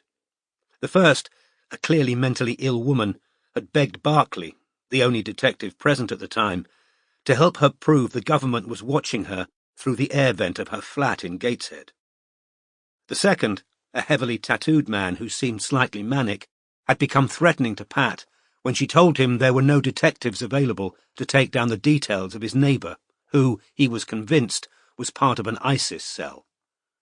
Fortunately, Strike had walked in just as the man had picked up Pat's stapler, with the apparent aim of throwing it at her. Since then, Strike had insisted that Pat keep the outside door locked when she was alone in the office, and they'd all agreed on a code, which meant, in essence, "I've got a nutter here." "Threatening?" said Robin quietly, flicking the groomer file closed. "Oh, no," said Pat calmly. "Mentally ill?" "Maybe a bit." "Male?" "No." "Have you asked her to leave?" "Yes." "Does she want to talk to Strike?" "Not necessarily." "All right, Pat. I'll have a word with her. Coming out now." Robin hung up the phone, put the groomer file back in the drawer, and headed for the outer office. A young woman with untidy brown shoulder-length hair was sitting on the sofa opposite Pat's desk. Robin was immediately struck by several oddities in the woman's appearance. The overall impression she gave was of scruffiness, even grubbiness. She was wearing old ankle boots that needed rehealing, slapdash eyeliner, which looked as though it might have been applied the day before, and a shirt so deeply creased it could have been slept in. However, unless it was a fake, the Yves Saint Laurent handbag sitting on the sofa beside her would have cost over £1,000, and her long black wool coat looked brand new and of high quality. When she saw Robin, the woman caught her breath in a little gasp, and before Robin could say anything said, "Please don't chuck me out. Please. I really, really need to talk to you. Please." Robin hesitated, then said, "OK, come through. Pat, could you tell Strike I'm fine to go to Gateshead?" Said Pat. "I'd have refused, personally." Robin stood back to let the young woman pass into the inner office, then mouthed at Pat, 20 minutes. As Robin closed the inner office door, she noticed that the back of the woman's hair was a little matted, as if it hadn't been brushed in days. But the label standing up out of the back of her coat declared it to have come from Alexander McQueen. "Was that some sort of code?" she said, turning to face Robin. "That stuff about Gateshead?" "No, of course not," lied Robin, with a reassuring smile. "Have a seat." Robin sat down behind the desk, and the woman, who looked around her own age, took the chair facing her. In spite of the unbrushed hair, the badly applied makeup, and the pinched expression, she was attractive in an offbeat way. Her square face was pale, her mouth generous, and her eyes a striking shade of amber.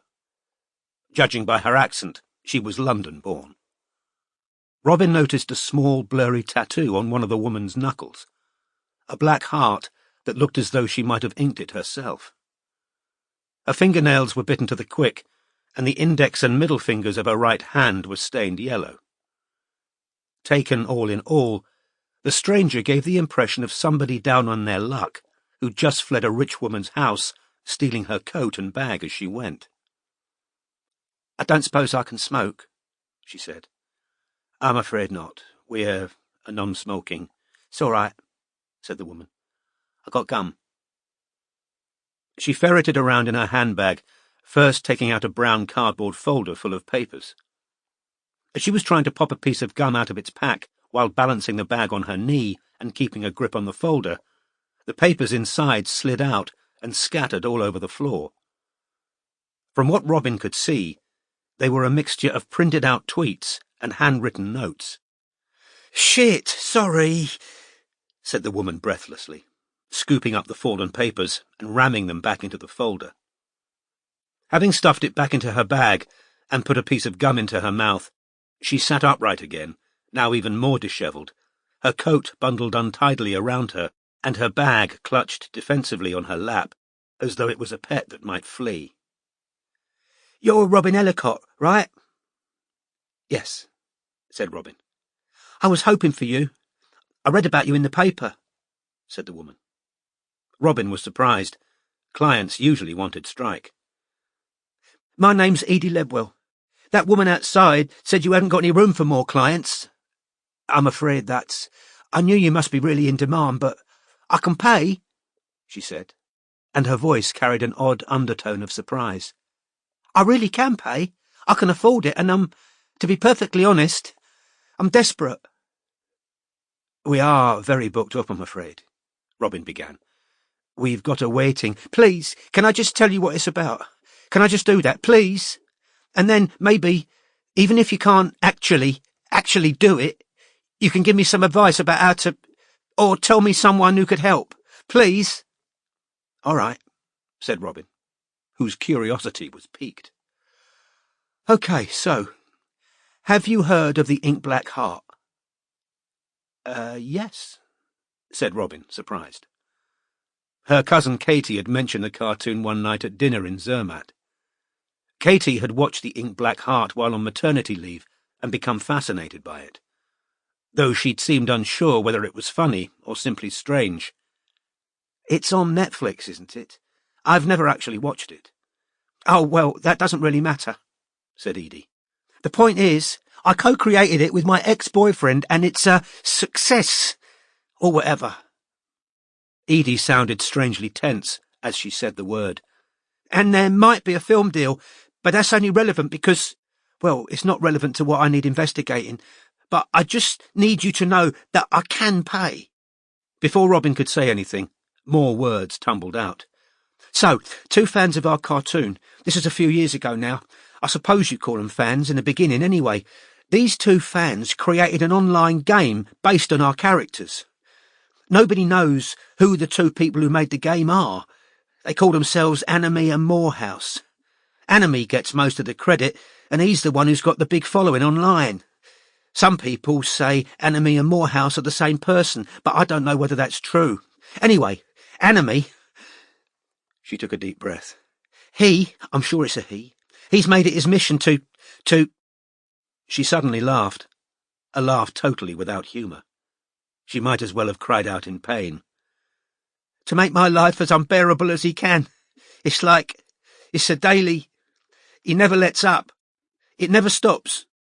It started when Josh and I gave an interview and they asked us whether we'd seen Anime's game and whether we liked it. And... This is hard to explain. There's a character called Drek in the cartoon, right?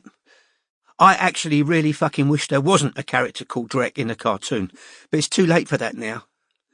Anyway, in our cartoon, Drek makes the other characters play a game, and he's always inventing new rules, and it always ends badly for everyone except Drek. His game isn't really a game at all. There's no logic to it, it's just him messing around with the other characters. So, we were asked in this interview whether we'd seen Anime and Morehouse's game, and I said yes, but that the game in our cartoon isn't really a game at all. It's more of a metaphor. I'm sorry, this must all sound so stupid, but that's where it started, right? With me saying Anime's game wasn't really the same as Drek's game in the cartoon. Anyway, Anime went ballistic when the interview went online. He started attacking me non-stop. He said they'd taken all the rules of their game directly from Drek's rules, so what the fuck was I doing, claiming it wasn't accurate? And tons of the fans agreed with him, saying I was throwing shade on the game because it was free and I wanted to shut it down so I could make an official Drek game and profit off it. I thought it would blow over, but it's just got worse and worse. You can't. It's escalated beyond... Anime posted a picture of my flat online. He's convinced people I worked as a prostitute when I was broke. He sent me pictures of my dead mother, claiming I told lies about her death. And the fandom believes all of it. And they attack me for stuff I've never done, never said, things I don't believe. But he also knows true things about me. Things he shouldn't. Last year, said Edie, and Robin could see her fingers trembling on the handles of the expensive bag, I tried to kill myself. Robin began. But Edie made a gesture of impatience. She evidently didn't want sympathy.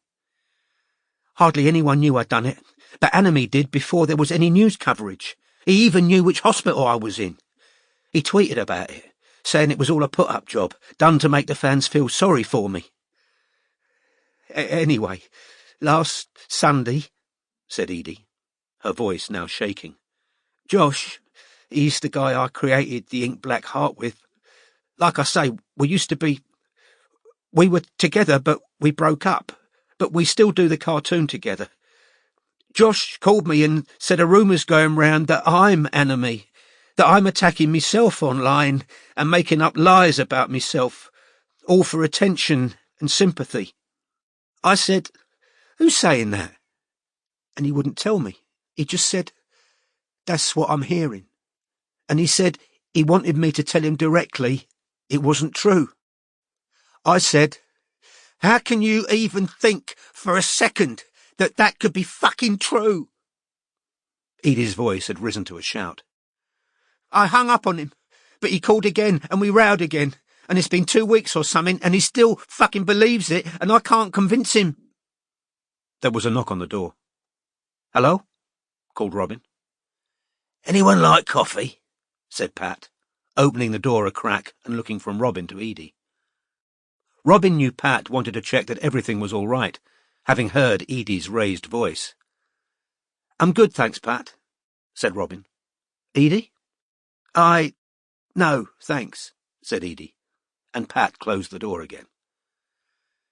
"So, the day before yesterday," Edie resumed, "Josh and I spoke on the phone again, and this time he said he's got a dossier of evidence." Edie sketched quotation marks in mid-air. "Proving I'm really Anime." "Is that the—" began Robin, pointing at the bag on Edie's lap containing the cardboard folder. "No, this is just the stuff Anime's tweeted at me. I don't think this supposed fucking dossier of Josh's even exists. I said to him, 'Where did it come from?' And he wouldn't tell me. He was stoned," said Edie. "He smokes a lot of weed." I hung up again. I spent all day yesterday just, pacing up and down, and what fucking proof can he have that proves I'm Anime? It's just fucking ridiculous." Her voice rose again and cracked. Tears now spilled out from the amber eyes. In wiping them away, Edie smeared her eyeliner into broad grey streaks across her cheeks and temples. "My boyfriend was at work and I was feeling so fucking desperate. And then I thought, there's only one way I can stop this. I've got to prove who Anime is. Because I think I know. His name's Seb Montgomery. He was at art school with Josh. Josh got chucked out, but he and Seb stayed friends. Seb helped us animate the first couple of episodes of The Ink Black Heart. He's a good animator, but we didn't need him as we went on, and I know he resented it once we started getting a big following, and he blamed me. It's true, I never liked him much, but I didn't pressure Josh into dropping him. We just didn't need him anymore. Seb and Josh are still friends, and Josh will tell anyone anything. He hasn't got any kind of filter, especially when he's pissed or stoned, which he mostly is, which is how Seb would know all the personal stuff Anime knows about me. But what proves it's Seb," said Edie, her knuckles now white on the handle of her bag, "is that Anime knows something I only ever told Seb. You see, there's this other character in the cartoon." Even though Robin felt genuinely sympathetic towards her uninvited guest, she glanced discreetly at her watch. The minutes were sliding by, and Robin had a flat in Acton to see. "Called Paperwhite. She's a ghost, and she's caused a whole lot of fucking trouble too, but that's beside the... What's relevant is, I told Seb in the pub one night that I based bits of Paperwhite's character on my ex-flatmate. And a month ago, Anime tweeted that, naming the flatmate. I called Seb. I said to him, 'Who have you told about Paperwhite and Shreese?' And he pretended he couldn't even remember me telling him. He's lying. I know Seb's Anime. I know he is. And I need to prove it. I've got to. I can't keep on like this. 6 months ago," Edie pressed on, as Robin opened her mouth to interrupt again, "I joined the game myself, to look at it from the inside. It does look beautiful. Whoever animated it is definitely talented. But it isn't that good as an actual game. It's really more of an animated chat room. Loads of fans go in there just to slag me off from what I can see. I tried asking the other players who Anime was and if they knew anything about him. But somebody must have told him I was asking too many questions, because I got banned. I hardly slept last night, and I woke up this morning and just thought, I've got to do something about it because I can't carry on like this. I need a professional investigator, which is why—" "Edie," said Robin, breaking across her at last, "I totally understand why you want to find out who Anime is, and I sympathise, but—" "Please," said Edie, who seemed to shrink inside her bulky coat at Robin's tone. "Please help me. I'll pay anything at this point." "We don't do work of the kind that might be needed here," Robin finished, truthfully. "I think you need somebody who specialises in cyber investigation, which we've never really done. And we haven't got... You can't imagine what it's like, wondering who it is, wondering who hates me this much. The way he talks. He likes Josh, but he hates me. I think he sees himself as the true... I don't know. I think he believes he should be in total control of the Ink Black Heart. to decide the storylines and make stipulations to the film company and cast all the voice actors. That's how he goes on, as though he should be in charge, and I'm just some inconvenient parasite that got accidentally attached to the thing he loves. Listen, said Robin gently. I'm going to give you the names of 2 other agencies that might be able to help, because I don't think we're the right fit for you. Robin wrote the names down for Edie and passed her the note. Thank you, said Edie in a small voice, the paper trembling as she looked down at the names of the agencies Robin had given her. I kind of wanted it to be you, but I suppose if you can't. She thrust the piece of paper into her bag, and Robin resisted the urge to tell her not to lose it, which seemed only too likely. Noticing Robin looking at the bag, Edie raised it off her lap slightly. I've only had it a month, she said, and turning it around, she showed Robin several black stains across the dark red leather. My pen exploded. I'm shit at keeping things nice. I bought it because I told myself I deserved it because we're a success. Ha, ha, ha, she said bitterly. Big fat success. She got to her feet, clutching her bag, and Robin rose too. The harsh office light emphasized Edie's pallor, and as Robin moved towards her to open the door, she realized that what she'd thought was dirt or makeup on Edie's neck was in fact bruising. What happened to your neck? What? Said Edie. Your neck, said Robin, pointing. It's bruised. Oh. Edie raised a hand to where Robin had noticed the bruising.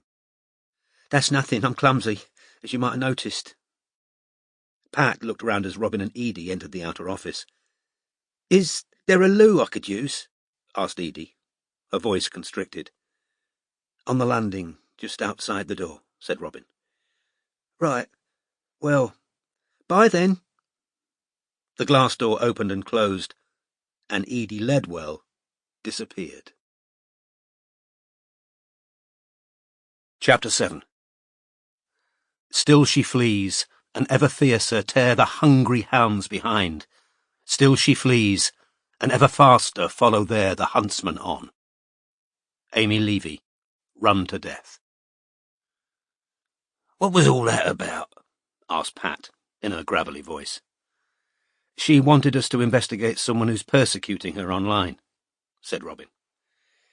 Even though it was true that they had no room for another client, and that the agency didn't specialize in cyber investigations, Robin wished she could have taken Edie Ledwell's case. The more successful the agency had become, the higher the proportion of unlikable individuals who gravitated towards it. Of course, those seeking to prove infidelity or treachery were, by definition, under a certain amount of strain. But some of their recent clients, most notably the billionaire of South Audley Street, had showed a definite tendency to treat Robin as a skivvy, and Edie Ledwell's ingenuous, "I was hoping for you," had touched Robin. Through the glass door came the sound of the noisy flush of the toilet off the landing, and Robin saw the dark shadow of Edie's black coat pass the door, then heard her footsteps clanging away down the metal stairs. "You turned her down?" rasped Pat, after taking a long drag on her e-cigarette. "Had to," said Robin, moving towards the kitchen area. She just had time for a cup of tea before leaving for Acton. "Good," said Pat bluntly, returning to her typing. "I didn't take to her." "Why not?" said Robin, turning to look at the office manager. "Drama queen, if you ask me. Her hair could do with a good brush, too." Used to Pat's uncompromising snap judgments, which were rooted largely in people's appearance and occasionally on their superficial resemblance to people she'd previously known, Robin didn't bother contradicting her. "Want a tea?" she asked as the kettle boiled. "Lovely, thanks," said Pat, e-cigarette waggling as she continued typing. Robin made both of them drinks, then returned to the inner office, closed the door, and resumed her seat at the partner's desk. After staring abstractedly at the groomer file for a few seconds, Robin pushed it aside, turned on the PC, and typed ink black heart animation into Google. Indie cartoon attracts cult following. Breakout success. From YouTube to Hollywood. Will the ink black heart find big screen favour? Robin opened YouTube, found episode 1 of the cartoon, and pressed play. An eerie, tinkling piano played over swirling animated mist, which slowly cleared to reveal tombstones by moonlight. The shot tracked through stone angels overgrown with ivy until a translucent female figure was revealed, standing alone, pearly white among the graves. "Sad, so very sad," sighed the ghost. And although her face was rendered simply, it was odd how sinister her little smile was. She turned and drifted off through the graves, dissolving into the darkness. In the foreground, with an unpleasant squelch, something shiny and black appeared to burst out of the ground. It turned to face the viewer, and Robin saw that it was a jet-black human heart, with a smiling innocent face, completely at odds with its otherwise grotesque appearance. Robin vaguely registered the sound of the glass door outside opening again, as the heart waved a severed artery and said, in the jaunty timbre of a children's television presenter, "Hello, I'm Hearty. I live here in Highgate Cemetery with my friends. You might be wondering why I didn't decay." There was a knock on the inner door, and Midge walked in without waiting for a response. "Well, that's because I'm evil." "Oh, sorry," said Midge. "I thought it was your afternoon off. I need the—" She broke off, looking disconcerted, and moved around behind Robin to look at the screen, where Hearty was now bounding between graves, introducing a variety of characters crawling out of the ground to join him. "You've got to be kidding me," said Midge, looking appalled. "You and all?" Robin muted the cartoon. "What do you mean, me and all?" "My ex was fucking obsessed with that bloody cartoon. It's shit. Like something you made up when you were tripping." "I've never seen it before today," said Robin. "One of the creators was just in here, wanting us to do a job for her." "Who? What's her name? Ledwell?" "Yes," said Robin, surprised that Midge had the name on the tip of her tongue. Correctly reading Robin's expression, Midge said, "Beth hated her." "Really? Why?" "No idea," said Midge. "That fandom's toxic." "Play the game! Bwah!" she added in a squeaky voice. "What?" said Robin, half laughing. "It's one of the catchphrases in the cartoon. Beth was always saying it if I didn't want to do something. Play the game! Bwah! Fucking ridiculous. She used to play the fucking game too, online." "The one made by Anime," said Robin, interested. "No idea who made it. Childish bollocks," said Midge, picking the groomer file off the desk. "Mind if I take this? Got notes to add." "Carry on." As Midge left the room, Robin's mobile rang. It was Strike. She pressed pause on the muted cartoon. "Hi." "Hi," said Strike, who sounded as though he was somewhere busy. She could hear traffic. "Sorry, I know it's your afternoon off." "No problem," said Robin. "I'm still at the office. I've got a flat viewing in Acton at 6. There didn't seem much point going home first." "Ah, okay," said Strike. "I wondered how you'd feel about swapping jobs tomorrow. It'd be more convenient for me to do Sloane Square instead of Camden." "Yeah, that's fine," said Robin. On the computer screen in front of her, the black heart stood frozen, pointing into the dark doorway of a mausoleum. "Thanks, appreciate it," said Strike. "Everything all right?" he added, because he detected an odd note in Robin's voice. "Fine, it's just... we had a Gateshead in just now. Well, Pat thought she was a Gateshead. She wasn't really. Have you ever heard of the Ink Black Heart?" "No. What is it, a pub?" "A cartoon," said Robin, pressing play again. The animation was still muted. Hearty backed fearfully away from a figure emerging slowly from the tomb's doorway. It was large, hunched, and cloaked in black, with an exaggerated beak-like face. "One of the creators wanted us to investigate a fan who's given her grief online." "Huh?" said Strike. "What did you say?" "That we had no room. But I told her Patterson, Inc. and McCabe's both do cyber investigation. I don't love giving Patterson work. I wanted to help her, said Robin, with a trace of defensiveness. She was in a bit of a state. Fair enough, said Strike. Well, thanks for the swap. I owe you one. After Strike had rung off, Robin unmuted the cartoon. She watched for another minute or so, but couldn't make much sense of it. Perhaps she'd missed key plot points while it was on mute, but on balance, she had to agree with Midge. Except that it was beautifully animated. It had the air of a stoner's macabre fantasy. She was just about to turn off the PC when Pat knocked and entered the room again. This was in the bathroom, said Pat, brandishing the cardboard folder. That scruffy girl must have left it. It was on the top of the cistern. Oh, said Robin, taking it. Right, well, she might come back for it. If not, we should find an address to send it on to. You couldn't have a quick look and see whether she's got an agent or something, could you, Pat? Her name's Edie Ledwell. Pat gave a sniff that clearly implied she liked Edie Ledwell no better for having forgotten her folder and left the room. Robin waited for the door to close before opening the folder.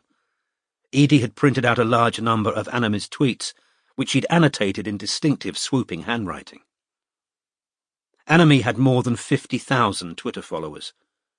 Robin started flicking through the tweets, which were now out of date order, having fallen to the floor. Anamy, at Anamy Game Master.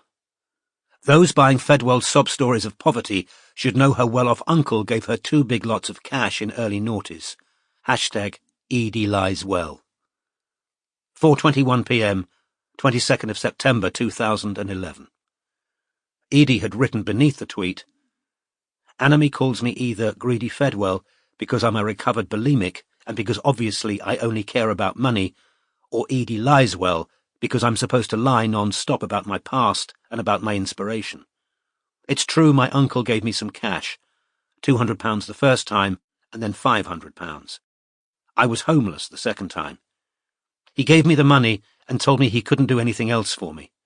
Josh knows this and could easily have told Seb. Robin turned to the next page. Anamy at Anamy Game Master.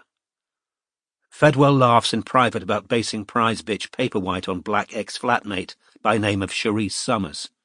Keep punching down, Greedy. 3:45 a.m, 24th of January, 2015. I told Seb I'd sort of borrowed bits of Cherise when we fleshed out the character of Paperwhite the Ghost, but I never told anyone else she was part of the inspiration. Robin looked at the next tweet. Anamy at Anamy Game Master. Interesting news, game fans. Hashtag Greedy Fedwell might despise our game, but turns out she's expert at another kind. Hashtag On the Game. Max R at MRega5. Not proud of it, but I paid at Ed Led Draws for a blowjob back in 2002. 4:21 p.m, 13th of April, 2012. This, Edie had written, is one of his favourite ploys. He gets other haters he's friendly with to do his dirty work for him, making up claims he can retweet so he can't be reported for coming up with the bullshit himself. Robin turned another page. Anamy at Anamy Game Master. Hearing Edie Ledwell has attempted suicide. No comment from agent. Anyone got more info? 10:59 p.m, 24th of May 2014. Anamy at Anamy Game Master. Source tells me she's in Kensington Hospital. Alleged overdose. 11:26 p.m, 24th of May 2014. Beneath this, Edie had written, Anamy knew this had happened within hours. I thought Josh was the only person who knew. Anamy at Anamy Game Master. Johnny B at J Baldwin 1. Replying to at Anamy Game Master. Well, that's strange because my sister works at that hospital and saw her walking in unaided and laughing. 12:16 p.m, 24th of May 2014. Bullshit. I didn't walk into the hospital. I can't remember anything about getting there. I was unconscious. This Johnny guy is another one of his little helper elves. feeding him lies. Anime at Anime Game Master? ? Sally Ann Jones at SAJ345, replying to at Anime Game Master. Not being funny, but that hospital does a lot of cosmetic procedures. Seems like there would have been a statement if she'd overdosed. 1:09 p.m, 24th of May 2014. This Sally Ann is a sock puppet account, created the same evening and never tweeted again. They've been saying I had a nose job ever since. Beneath this were a few responses to the news of Ledwell's attempted suicide. Max R. at mrega5, replying to at Anime Game Master. I call bullshit. She's gone to get her massive fucking nose done. #Nosegate. Lepine's Disciple at Lepine's Disciple, replying to at Anime Game Master. Anyone live close to hospital? Should be easy to photograph her coming out. #Nosegate. Algernon Gizzard Esquire, at Gizzard, Al, replying to at Anime Game Master. Death by botched nose job would be fucking hysterical. 3 laughing emojis. Drek is my spirit animal, at Play Drek's Game, replying to at Gizzard, Al, at Lepine's Disciple, at Anime Game Master. 9 laughing emojis. Zozo at Inky Heart 28, replying to at Anime Game Master. Stop laughing at this. What if it's real? Laura May at Mayflower, replying to at Anime Game Master. If she's genuinely tried to kill herself, what you're doing is not okay. Andy Reddy at Idaridna, replying to at Mayflower, at Anime Game Master. There would have been a statement if she'd really done it. #Trolling for sympathy. Robin checked her watch. It was time to leave if she wanted to see the Acton flat. Closing the folder, she carried it back outside with her empty mug. Midge was sitting on the sofa, busy adding her notes to the groomer file. Got any plans for this evening? Asked Pat, as Robin took down her coat from the peg beside the door. Viewing a flat in Acton, said Robin. I hope to God it's better than the last place I saw. There was mould all over the bathroom ceiling and the basin was coming away from the wall. The estate agent said it was a fixer-upper. London fucking property, mumbled Midge, without looking up. I'm living in a virtual fucking egg box. Robin bade the 2 other women goodbye, then left. It was chilly down on Denmark Street. As she walked towards the tube station, she found herself scanning passers-by for Edie Ledwell, who might by now have noticed that she'd left her folder behind, but there was no sign of her. It was nearly rush hour. Something she couldn't put her finger on was nagging at Robin. She'd reached the top of the escalator before she realised it had nothing to do with Edie Ledwell or her cartoon. Strike wasn't scheduled to work this evening, so where exactly was he spending the night that made it more convenient for him to stake out Finger's flat in Sloane Square the following morning, rather than Leggs's school in Camden? Chapter 8. She was a careless, fearless girl, kind-hearted in the main, but somewhat heedless with her tongue and apt at causing pain. Christina Rossetti, Jesse Cameron. The entrance to Nightjar, the speakeasy bar to which Strike was headed that evening, wasn't easy to find. He initially walked straight past the discreet wooden door on City Road and had to double back. On ringing the bell and giving his name, he was admitted and proceeded downstairs into a dimly lit basement bar of dark wood and exposed brick. This would be Strike's 6th date with Madeline Curson-Miles. Each of their previous evenings together had started in a different bar or restaurant picked by Madeline, and ended in her Muse house in Pimlico, which she shared with a son, Henry, to whom she'd given birth at 19. Henry's father, whom Madeline hadn't married, had also been 19 when Madeline fell pregnant. He'd gone on to become a successful interior designer, and Strike was impressed by how amicable their relationship seemed to be. Since splitting from Henry's father, Madeline had wed and divorced an actor who'd left her for the leading lady in his first ever film. Strike was certainly a very different proposition from the arty men Madeline had previously dated, but fortunately for the detective, she seemed to be enjoying the contrast. As for 16-year-old Henry, he was monosyllabic and barely polite to Strike whenever they came into contact at Madeline's house. Strike didn't take it personally. He could remember his own feelings towards the men his mother had brought home. The detective was perfectly happy to let his new girlfriend choose the places they went on dates. Because work had dominated his life for so long, he had very little knowledge of London's best night spots. A couple of his exes, including his sometime fiancée Charlotte, had been perennially dissatisfied with the kind of places he could afford to take them, but these days he had enough money not to have to worry about bar or restaurant bills.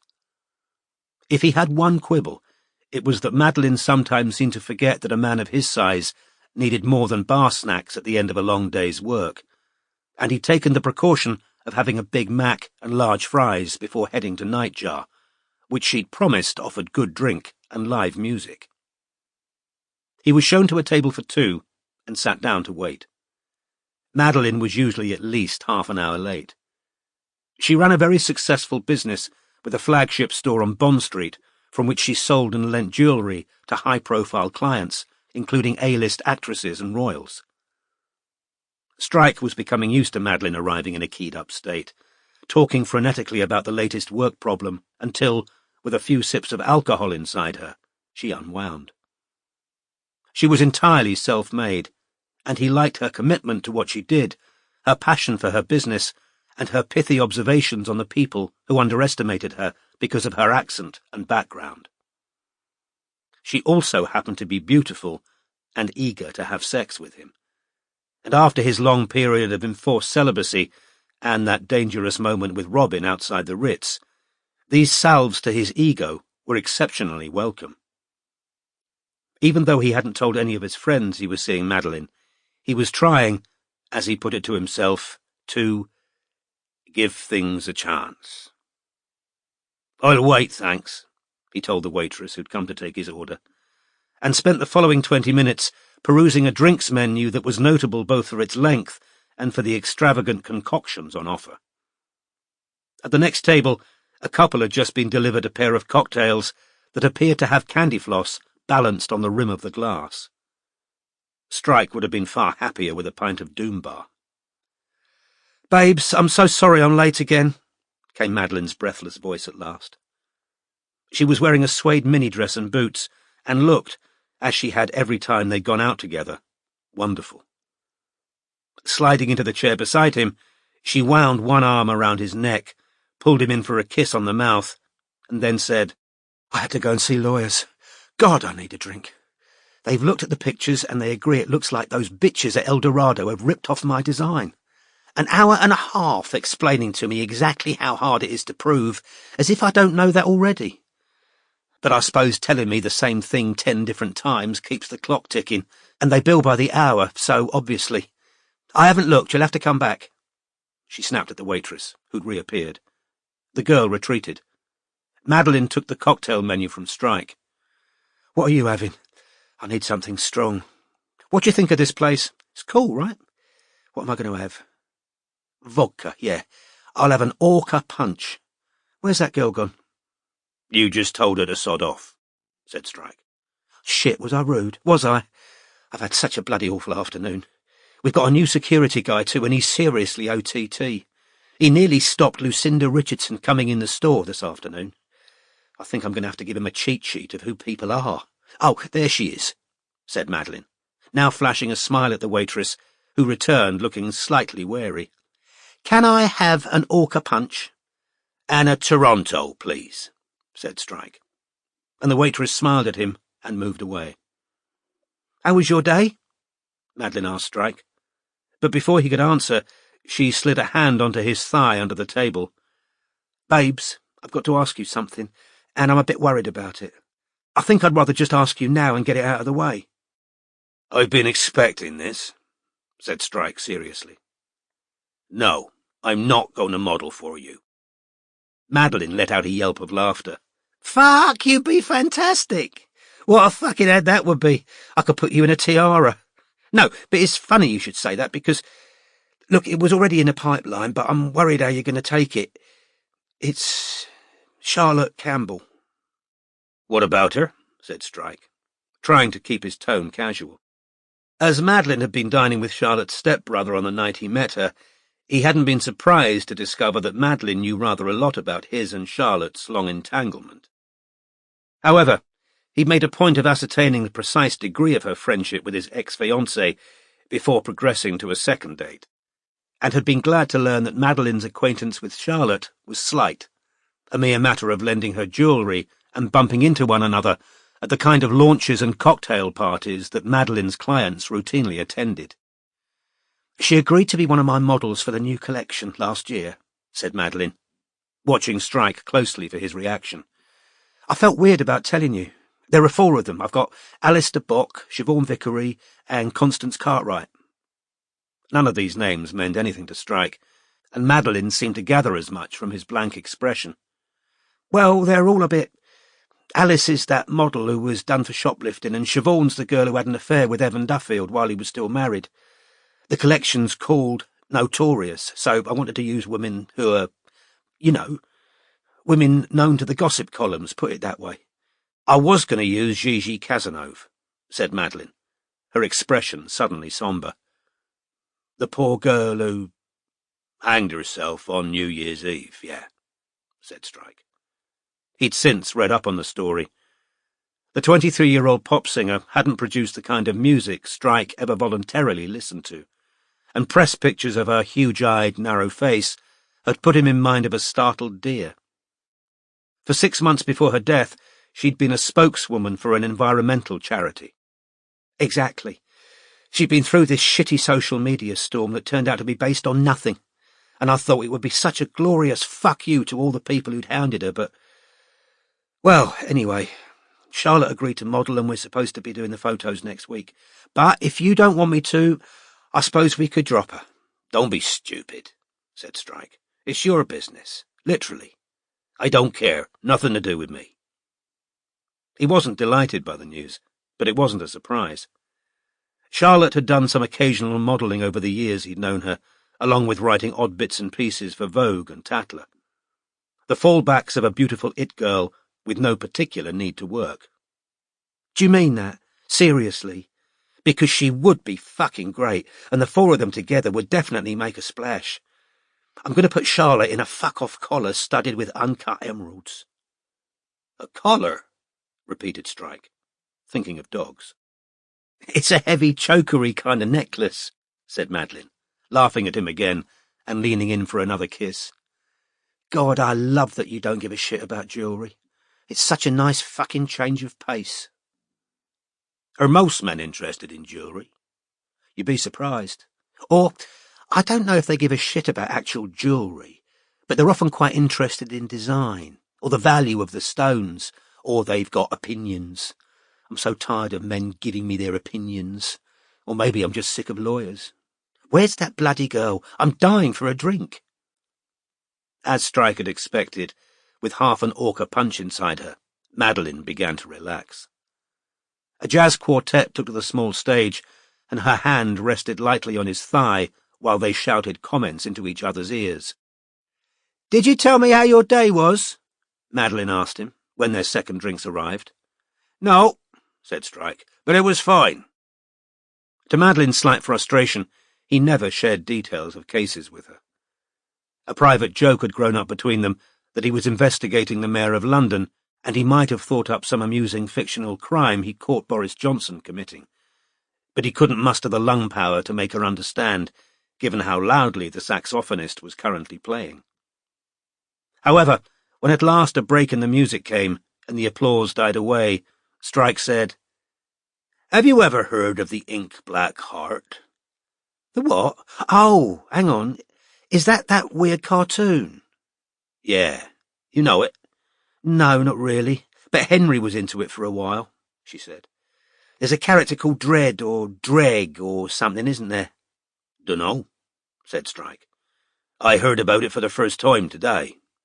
"Yeah, Henry liked Dreg. But didn't they sack the guy who used to do his voice or something? I remember Henry and his mates talking about it. Henry lost interest after that. It all slightly goes over my head, all the YouTube stuff. That's not where you make jewellery sales. Where's best for jewellery? Instagram, said Madeline promptly. Haven't you seen my Instagram page? Bloody hell, call yourself a boyfriend. She pulled her iPhone out of her bag and brought it up to show him, her booted foot tapping impatiently because the Wi-Fi was slow. There, she said, showing him.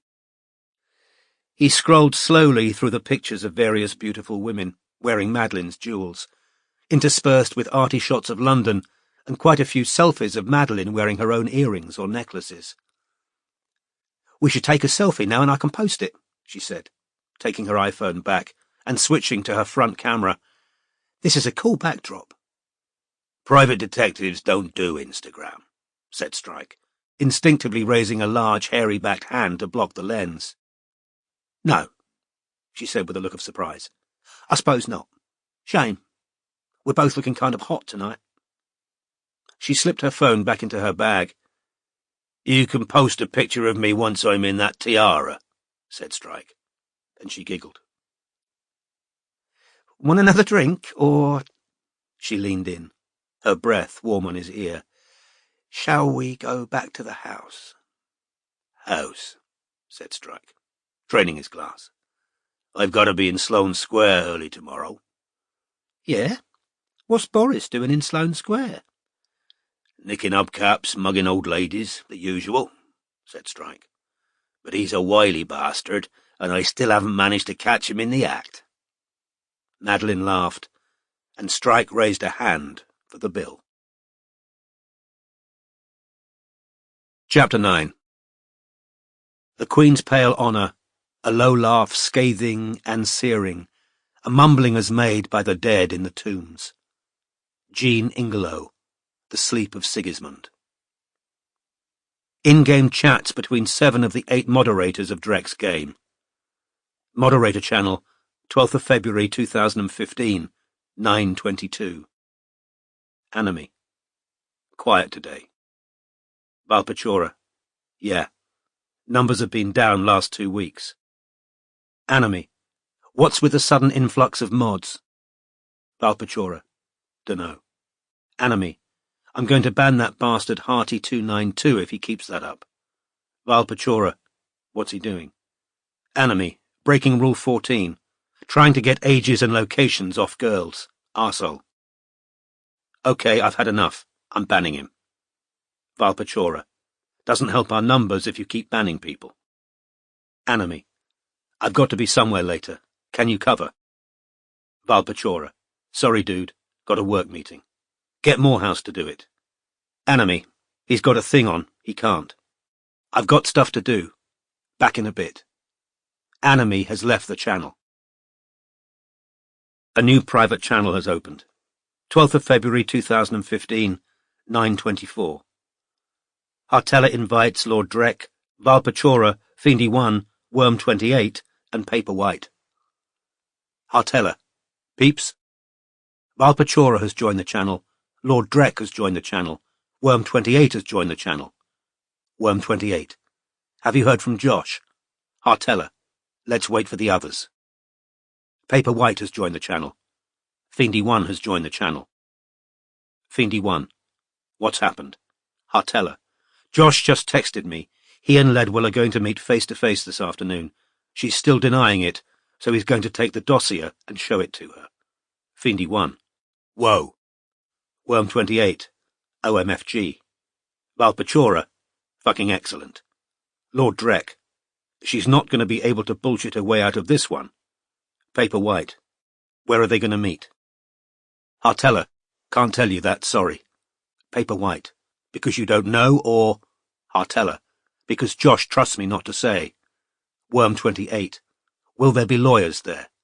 Valpachora. What the fuck's a lawyer? Lord Drek. ROFL. Fiendy 1. Fuck off, she's dyslexic. Hartella. No, Worm. It'll just be the two of them. Valpachora. She's in a shit mood on the moderator channel because the numbers have been down lately. Wait till Blaze shows her our dossier. Ha ha ha. Paper White. Why can't you tell us where they're meeting? Hartella. I've just told you. Josh trusts me not to tell anyone. Obviously he doesn't want to be interrupted by autograph hunters. Paperwhite, FFS.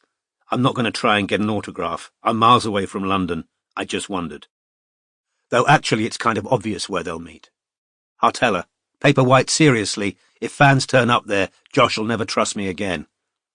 Paperwhite, I've just told you I couldn't turn up if I wanted to. I'm miles away. Hartella, Josh trusts me, okay? Paperwhite, FFS. Hartella, we get it. Josh Blaze got your phone number. Get over yourself. Paperwhite, GTG. Paperwhite has left the channel. Hartella, what the hell's her problem? Fiendy 1. She's used to being Anime and Morehouse's fave. She doesn't like you getting attention instead. Lord Drek, I knew Morehouse fancied her, but Anime as well? Fiendy 1. IDK for sure, but he lets her off with more than anyone else, haven't you noticed? Wild Pachora, guess who's left the mod channel because they need to be somewhere later? Hartella, well, there you are, as if we needed more proof. Lord Drek, she'll be trying to make herself look less of a skank before she meets him. Hartella, lol. Lord Drek, only you could have done this, Hartella. Hartella, blushes. Lord Drek, Blaze should go armed. I'm starting to think she's psychotic. Val Pachora, can one of you come and help me on the mod channel? Worm 28, I will. Hartella, when this gets out, the fandoms explode. Lord Drek, yeah. Is JB going to let you know how it goes? Hartella, yes. He said he would. Lord Drek, fuck. This feels like Christmas Eve. Private channel, Worm 28 and Vile Pachora. Worm 28 has joined the channel. Vile Pachora, cheers. Suppose it might not matter soon if we slack off. Lol. Chapter 10. The ground is hollow in the path of mirth. Felicia Hemmons, the festal hour. The agency's next full team meeting took place at the office on the second Friday in February. It was a dark, wet London day. Heavy rain pattered on the window panes, and the office's artificial light made everyone but Dev look unhealthily pale. Right, said Strike, having dealt with a few loose ends and administrative details. On to Groomer. As you know, we thought he was too smart to hang around Leggs's school, but that changed yesterday lunchtime. Midge? Yeah, she said, taking the biscuit tin from Barclay and passing it to Strike without taking anything herself. He turned up in his BMW at 12:30, window wound down, scanning all the girls who were coming out for lunch. I took pictures. Pat's printed them out. Pat stuck her e-cigarette between her teeth, opened the folder on her lap, and passed the wad of pictures around. And as you can see, he texted her rather than flag her down in front of her mates. Once the friends were out of sight, she doubled back and got into the car with him. I was worried they were going to drive off somewhere, but he only went round the corner so they'd be out of sight of the school gates. The photos had reached Robin. She examined them one by one. In the last, which had been taken through the windscreen of the BMW, Groomer, a handsome man of around 40, with a full head of dirty blonde hair and an attractively crooked smile, was kissing the back of the 17-year-old's hand as she sat in the passenger seat beside him. The hand-kissing happened right before the school bell rang, said Midge. She checked her phone right after it, realised she was due back in class and legged it. He drove off. He didn't come back, and she took the bus home as usual. But there have been developments since, said Strike. When Midge showed me these photos, I sent them straight to the mother, who called me this morning. She confronted Leggs, pretended another mother had spotted her getting into Groomer's car. Leggs claimed he had just happened to be passing the school and waved at her. The mother demanded to see her mobile. Leggs refused. It degenerated into a physical fight. Oh no, groaned Robin. Leggs managed to keep the mobile out of her mother's clutches, so her mother, who pays the bill, locked and wiped it remotely. Nice one, said Barclay and Midge in unison. But Dev shook his head. He'll exploit it. Buy her a new phone. The worst thing that woman can do right now is make herself the bad guy. I agree, said Strike. The client's already panicking about what's going to happen when she goes abroad again. Legs will be staying with a school friend whose family took her to Annabelle's at New Year, and, having seen them, they don't look like strict disciplinarians. Anyway, mother and daughter are currently driving to Hereford for Granny's 90th birthday. The atmosphere in that car must be fantastic, said Dev. Bottom line, said Strike, the groomer case continues, although my gut says we're not going to be able to give the client what she wants. Her daughter's of age. What groomer's doing might be morally off, but it isn't illegal. Mind you, if he keeps hanging around the school gates, we might have something to work with. He's too canny to do that on a regular basis, said Dev. A baseball bat to the nuts might sort him out, suggested Barclay. What we need is to prove to the girl he's a creep, said Robin. That would end it. The problem is, she currently thinks he's wonderful. Does she? Mused Midge. Or is she getting a kick out of stealing her mother's boyfriend? Maybe both. I agree, said Strike. Psychologically, turning the girl off him's one surefire way to end it, but putting full-time surveillance on Groomer himself is going to double the bills, and I don't think the client will go for it. She's taken the view that she can put a stop to it all by threatening both of them and yelling. She comes across as a lot smarter than that on the telly, said Dev, through a mouthful of biscuit. Nobody's smart with her own family, said Barclay. I wouldn't be married if my mother-in-law hadn't kept telling my wife I was some worthless squaddy on the make. Didn't you just repaint your mother-in-law's kitchen? Asked Robin. I did, aye. She almost thanked me too, said Barclay. Magical moment. Robin and Dev laughed at his dour expression. You know, we've got a light weekend, said Strike thoughtfully, rubbing the chin that already looked grimy with stubble, though he'd shaved that morning. It mightn't be a bad idea to have a shufty at what Groomer gets up to when the girl's not around. Who fancies some overtime?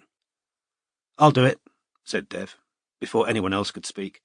I could use the money. Just found out the wife's expecting again, he clarified, and there was a round of congratulations. Okay, great, said Strike. You've got his address? Anything you can get that might make him look a bit less knight-erranty to a schoolgirl. So, on to fingers. We're expecting him back from the Maldives tomorrow lunchtime, so it'll be business as usual from his arrival at Heathrow at 12:40. And I've got a meeting with that guy with the mad hair and the patent-pending problem on Monday. I'll let you know how that goes. Anyone got any issues with the rest of this month's rota? Pat's drawing up March now, so talk dates with her if you... I wondered whether anyone could swap this Sunday with me, said Robin. I'm supposed to be tailing fingers. I wouldn't ask, but there's a viewing of a flat I really want to see. They're only showing it on Sundays. No problem, said Strike. I'll do your shift, if you don't mind doing my Monday. The swap was agreed, and the discussion descended into small talk. So Robin typed out a quick email on her phone to the estate agent. A notification from BBC News slid across her phone screen as she typed. Something about stabbing victims being named. She swiped it away. There was so much knife crime in London, it was hard to keep up. The 8-inch-long scar on Robin's forearm, still raised, faintly pink and shiny, was the relic of such an attack. The rest of the team was tidying away chairs or putting them back into their usual position. Rain continued to pound against the office windows. As Robin pressed send on her email, a second BBC notification slid across the screen. Ledwell and Blay, discovered in Highgate Cemetery. Robin stared at the screen for a few seconds, then tapped the notification with a finger. Somebody said goodbye to her, but she didn't answer because she was waiting for the full story of the stabbing in Highgate Cemetery to load. The glass door of the office opened and closed. Midge and Barclay had left, chatting to each other, their footsteps dying away down the metal staircase. Highgate stabbing victims were creators of cult cartoon. The victims of a twin stabbing yesterday evening in Highgate Cemetery have been named by Scotland Yard as Edie Ledwell, 30, and Josh Blay, 25, co-creators of Netflix hit animation The Ink Black Heart, which is set in the same London graveyard. Ledwell's body was discovered by a cemetery worker. Blay survived the attack and was taken to the Whittington Hospital, where he remains in a critical condition. Police have asked members of the public who noticed anyone behaving unusually in the vicinity of the cemetery between 4 p.m. and 6 p.m. on the 12th of February to call a dedicated hotline, number below. No description of an attacker has been released. Ledwell and Blay created the surprise hit after meeting at North Grove Art Collective. Through the loud thumping of blood in her ears, Robin registered that someone was talking to her. She looked up. "What's the matter?" said Strike sharply, because the colour had drained from Robin's face. "That girl, woman, who wanted us to investigate the internet troll. She's been murdered." Chapter 11. But should the play prove piercing earnest, should the glee glaze in death's stiff stare, would not the fun look too expensive? Would not the jest have crawled too far? Emily Dickinson, Roman numeral LV. In-game chats between all 8 moderators of Drek's game. Moderator channel, 13th of February 2015, 1734. Worm 28. Hartella? I can see you're in here. Hello? Someone talk. Please. Morehouse has joined the channel. Worm 28. Morehouse. Thank God, have you seen? Morehouse. Yeah. Worm 28. I can't. It can't be true, can it? Oh God, I can't stop crying. It can't be true. Morehouse. I think it must be Worm. They wouldn't give out names unless they were sure. Worm 28. Oh God. Fiendy 1 has joined the channel. Fiendy 1. Have you heard? Worm 28. Yes. Fiendy 1. Anyone know anything? Morehouse. No. Fiendy 1. I'm fucking shaking. Worm 28. I can't stop crying. Fiendy 1. Do you think Blay did it? Worm 28. What? / question mark. Fiendy 1. Do you think he stabbed her and then himself? Worm 28. Why are you saying that?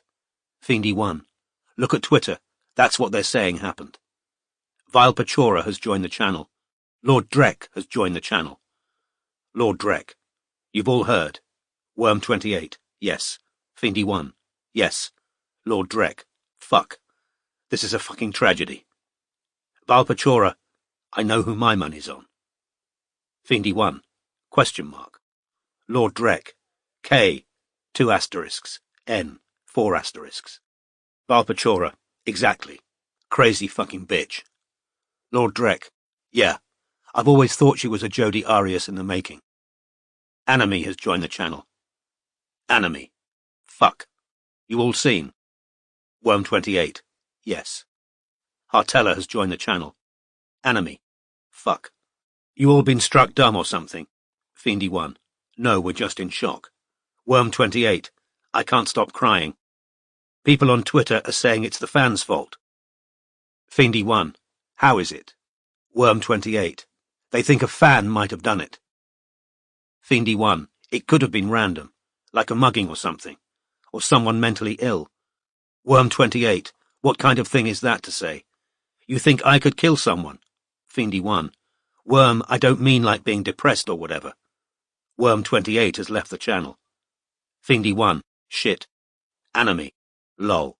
We're doing massive numbers right now. Fiendy 1. Are you for real?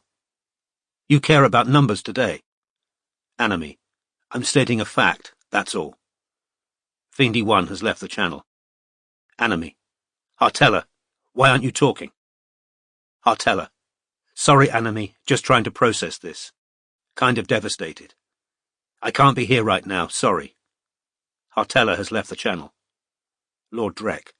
Fuck, this is terrible news. Vile Pachora. Yeah, it is. Lord Drek. We're doing massive numbers right now. Enemy. I know. Valpachora.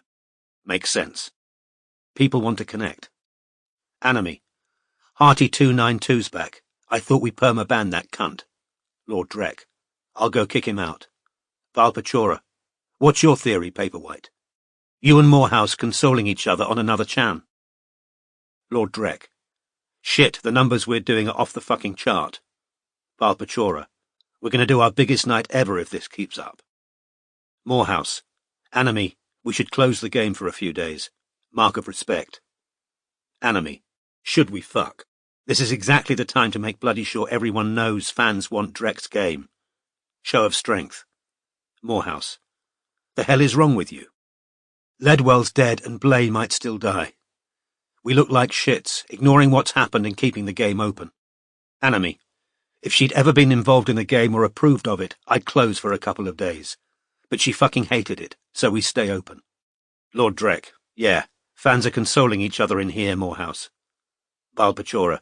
Yeah, they're pouring in here to grieve. Morehouse. Are they hell? Go look at the Circle of Lebanon. Lord Drek. Why, what's happening? Morehouse. They're having a fucking party. They're celebrating that she's dead. Valpachora. Don't think so, bois. Morehouse. They are. And you three don't seem too bloody sad about it either. Morehouse has left the channel. Enemy. Fuck off then, you little brown dwarf. Valpachora. Lol. Lord Drek. Lol. Enemy. So which of you stabbed Blay and which Ledwell? Valpachora. Lol. We thought you did them both, bois. Enemy. I did. Just testing. A new private channel has opened. 13th of February 2015, 1735. Morehouse invites Paperwhite. Morehouse. Paperwhite. Paperwhite has joined the channel. Paperwhite. Hey Mouse, sorry, I'm on the bus. Home in 20. Morehouse. Are you sitting down? Paperwhite. Yeah, I'm on the bus. Morehouse. You haven't seen the news? Paperwhite. What news? Morehouse. Ledwell's been murdered. Paperwhite. What? Morehouse. Stabbed yesterday in H Cemetery. Blay 2. He's critical in hospital. Paperwhite. Morehouse, if this is a joke, it's not funny. Morehouse. You think I'd joke about something like this? Are you still there? Paperwhite. Yes. Just Googled it. I think I'm going to throw up. Morehouse. I know. The hell were they doing in the cemetery together? I heard they weren't even speaking to each other. Paperwhite. Who told you that? Morehouse. Enemy. Paperwhite. Mouse, I've got to tell you something. Morehouse. What? Paperwhite. Lord Drek and Valpachora thought Ledwell was enemy. Morehouse. WTF. Paperwhite. They put together a whole dossier of proof. Morehouse. When was this? Paperwhite. Couple of weeks ago. I never believed it, but some of the others did. And Hartella volunteered to take the dossier to Blay. And Blay believed it, and that's why he was meeting Ledwell, to tell her he knew she was enemy. Morehouse. Why the F didn't you tell me? Paperwhite. They told me not to because you were in on it. Morehouse. You just said you didn't believe it. Paperwhite. I didn't know what to think. I wish I'd told you, but the dossier was really convincing, and so were Drek and Vile. I'm sorry, but I don't know who you are, do I? You won't even send me a pic. Morehouse, talk to me.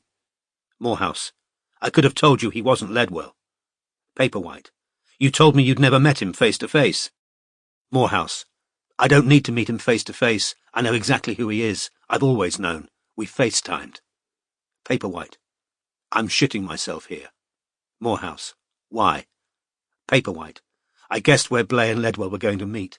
I told the others it was obvious. Morehouse. So?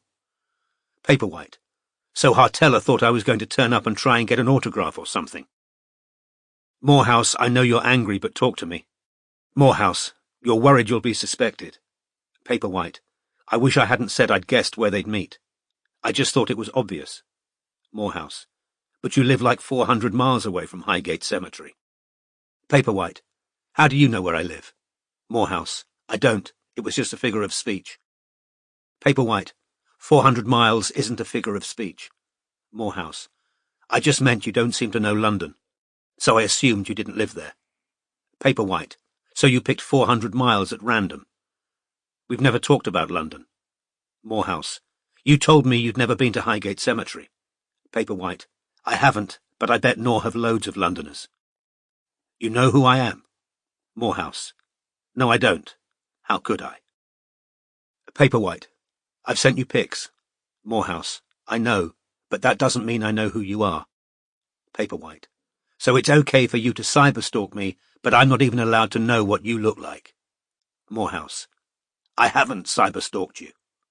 Paperwhite. I don't believe you. Paperwhite has left the channel. Morehouse has left the channel. Private channel has closed.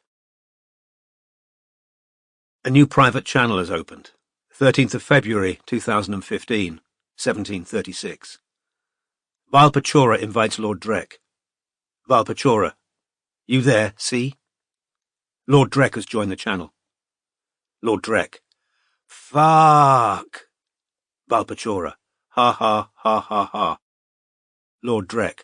Fuck! Valpachora. Can you fucking believe it? Lord Drek. Burn this and go to Mod-Chan. Let's see how they're taking it. Valpachora has left the channel. Lord Drek has left the channel. Private channel has closed. A new private channel has opened. 13th of February 2015, 1747. Hartella invites Lord Drek and Valpachora. Hartella. Drek, talk to me. Vile, you there? Lord Drek has joined the channel. Valpachora has joined the channel. Lord Drek. How you doing, hun? Hartella. You know what's happened? Lord Drek. Yeah. Valpachora. Fucking terrible. Hartella. I'm so scared. Lord Drek. Question mark. Hartella. They're saying on Twitter Blay did it. Valpachora. If he did, he overdid it. Lord Drek. News says he's critical. Hartella. I persuaded him to meet her, though. Lord Drek. So? Hartella. I knew they were going to meet in the cemetery. He told me in his text.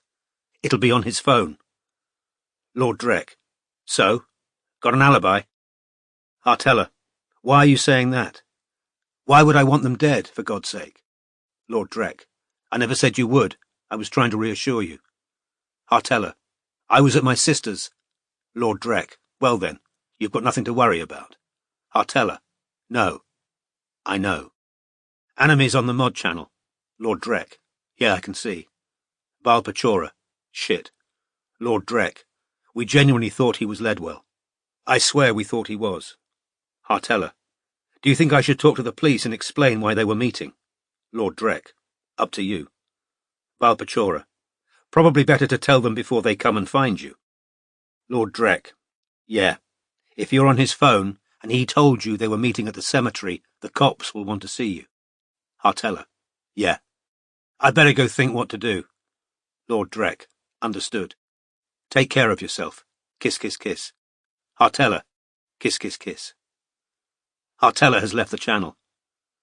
Valpachora. Lols. Lord Drek. Dumb fucking Foyd. Mod channel. Let's stir the shit some more. Bet you £500 Paperwhite's telling Morehouse all about our dossier. Valpachora. Ha ha ha. Lord Drek. Go and look at what's happening in the Circle of Lebanon. Valpachora. Why? Lord Drek. Just go and look, it's fucking hilarious. Valpachora. Ha ha ha. Lord Drek. Fucking excellent, isn't it? Valpachora. Ha ha ha. Morehouse is noticed. Lord Drek. Wait. Is Morehouse? Valpachora. Sounds like it. Lord Drek. Worth knowing. Valpachora. Want to go join the party? Lord Drek. Nah. We should go talk to the boys. Valpachora. We got ourselves a kill. Bois. Chapter 12. I, who should have known, forereckoned mischief. Elizabeth Barrett Browning, Aurora Lee. The team meeting had ended over an hour ago. Rain continued to pour down onto Denmark Street. The sky beyond the office windows was stormy dark, and the reflections of Strike and Robin, the only two people who remained at the office, were ghostly in the glass. Pat had lingered beyond her usual going-home time, not because she particularly wanted to meet the CID officer who told Robin he'd be with her shortly, but because she seemed to feel that Strike was being insufficiently solicitous towards his partner. "She still looks peaky," Pat told Strike, as he emerged from the inner office, where Robin had heard him cancelling dinner plans with someone unknown. "She should have a brandy. I'll go out and buy some." "I don't want to meet the police stinking of booze, Pat," said Robin, before Strike could respond. "And I only look horrible because of the light in here. I'm fine.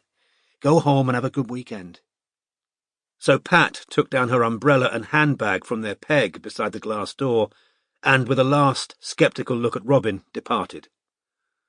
"What's wrong with the light in here?" Strike asked, once the door had closed. "It makes everyone look like they're anemic," said Robin. "And you didn't have to cancel your dinner plans either. I'm fine to meet the police alone." "I'd rather stay," said Strike. "Want another tea?" "That would be great," said Robin. "Thanks." She was glad he hadn't left. She felt more shaken than she wanted to admit. Needing activity, she folded up the plastic chair on which she'd sat for the team meeting, stowed it away, and settled instead on the revolving chair behind Pat's desk, which was far more comfortable. "I put sugar in it," Strike told Robin, setting the mug down in front of her. "I'm fine, for God's sake," said Robin, now slightly exasperated. "If I keeled over every time someone got stabbed in London, I'd spend half my life unconscious." Strike sat down on the fake leather sofa with his own mug of tea and said, "Ledwell getting killed had nothing to do with you refusing to take her case. You know that, right?" "Yes," said Robin, preferring to sip tea than to meet his gaze. "Obviously I do." "We couldn't have taken the case ahead of the waiting list clients." "I know." "And even if that troll she was trying to unmask was the one who knifed her," Strike pressed on, "which I have to say is extremely unlikely, but even if the troll was the killer, we'd never have found out who they were in this shorter period of time." "I know," repeated Robin, but Edie Ledwell might have felt a bit happier during her last few weeks of life, thinking she was doing something about— "Oh, shit," she said angrily, turning away from Strike so she could wipe her eyes on her sleeve. A vivid image of Edie Ledwell had forced its way into her mind. The streaked eyeliner and the tattooed hand with its bitten fingernails, holding tight to the expensive ink-stained bag on her lap. The rain drummed on the windows. Robin really wanted CID to hurry up. She wanted to know exactly what had happened. The buzzer rang. Robin jumped up, but Strike had already heaved himself off the sofa. When he pressed the intercom button, a disembodied voice said, "DCI Ryan Murphy here for Robin Ellicott." "Great, come up," said Strike, pressing the button to open the door to the street. Strike walked out onto the landing and looked down at the metal staircase below. Two people were climbing the stairs towards their office. One was tall and male, the other a petite woman with jet black hair. Both wore civilian clothes. "Ryan Murphy," said the white officer, a pleasant-looking man with wavy light brown hair. "Cormoran Strike," said the detective, shaking hands. "This is Angela Darwish." The black-haired woman nodded silently to Strike as they passed into the office, where Robin now stood behind Pat's desk, ready to shake hands. This done, Strike took the plastic fold-up chairs out of the cupboard again. Once everyone was sitting down and tea and coffee had been declined, Ryan Murphy asked Robin to tell them exactly what had transpired between her and Edie Ledwell when the animator had come to the agency. Strike listened to Robin's account in silence while drinking his tea. He felt a certain pride in her powers of observation and in the methodical way she took the officer through the brief encounter. Murphy took notes and added the occasional question. Darwish, who Strike judged to be over 40, was watching Robin with a slight frown on her face. "How are we spelling enemy?" asked Murphy the first time Robin said the name. She spelled it out for him. Is that supposed to be a play on anonymous, or... Strike, who hadn't heard the name of Ledwell's internet persecutor until this moment, opened his mouth to speak, but Darwish got there before he did. Enemy, she said in a high, clear voice, means a lack of the usual ethical or social standards. Really? Said Murphy. New one on me. Carry on, he added to Robin. You were saying she had a folder with her. What was in it? Printed out copies of tweets by Enemy with her own annotations. I didn't look through the whole thing, said Robin. She actually left it behind by mistake. You haven't still... No, said Robin. I asked our office manager to return it via her agent. I can check with Pat if she did. I'll do that, offered Strike, getting up and moving into the inner office again, so as not to interrupt the interview. The dividing door swung shut behind him. So this Enemy, said Murphy, knew a lot of personal stuff about her. Yes, said Robin. I skimmed through the file before I gave it to Pat to send back. He knew she'd been given money by a relative and that she tried to commit suicide and where she was hospitalized afterwards. As Robin said the word suicide, she noticed Darwish's gaze flicker towards Murphy and away again. The latter's unblinking gaze remained fixed on Robin, who went on. Enemy also knew the identity of a girl who'd been the inspiration for one of the cartoon characters. It was that made Edie think she knew who Enemy really was. And who did she think it was? Asked Murphy. A man called Seb Montgomery. As she said the name, Robin thought she saw an almost imperceptible lowering of shoulders and slackening of faces. She had the strange feeling that she'd disappointed Murphy and Darwish. Did she give you any details about this Montgomery? Asked Murphy. Yes, he's an animator or an artist who helped her and Blay when they first started making the Ink Black Heart, said Robin. I think she said Montgomery was at the same art school as Blay.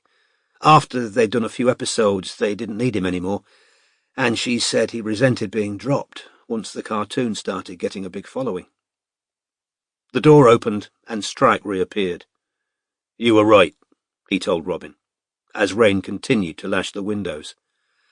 Pat sent that folder back to Ledwell's agent. His name's Alan Yeoman. He runs an agency for creatives in the West End, AYCA. Great, thanks, said Murphy, making another note, as Strike dropped back onto the sofa with a grunt. So did Ledwell mention anyone else as a possible enemy? Murphy asked. No, said Robin, only Montgomery. What was her state of mind during your meeting with her, in your judgment?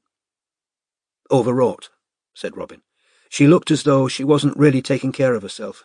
Bitten fingernails, creased clothes. Her boots needed rehealing. You noticed her boots needed rehealing? Asked Murphy.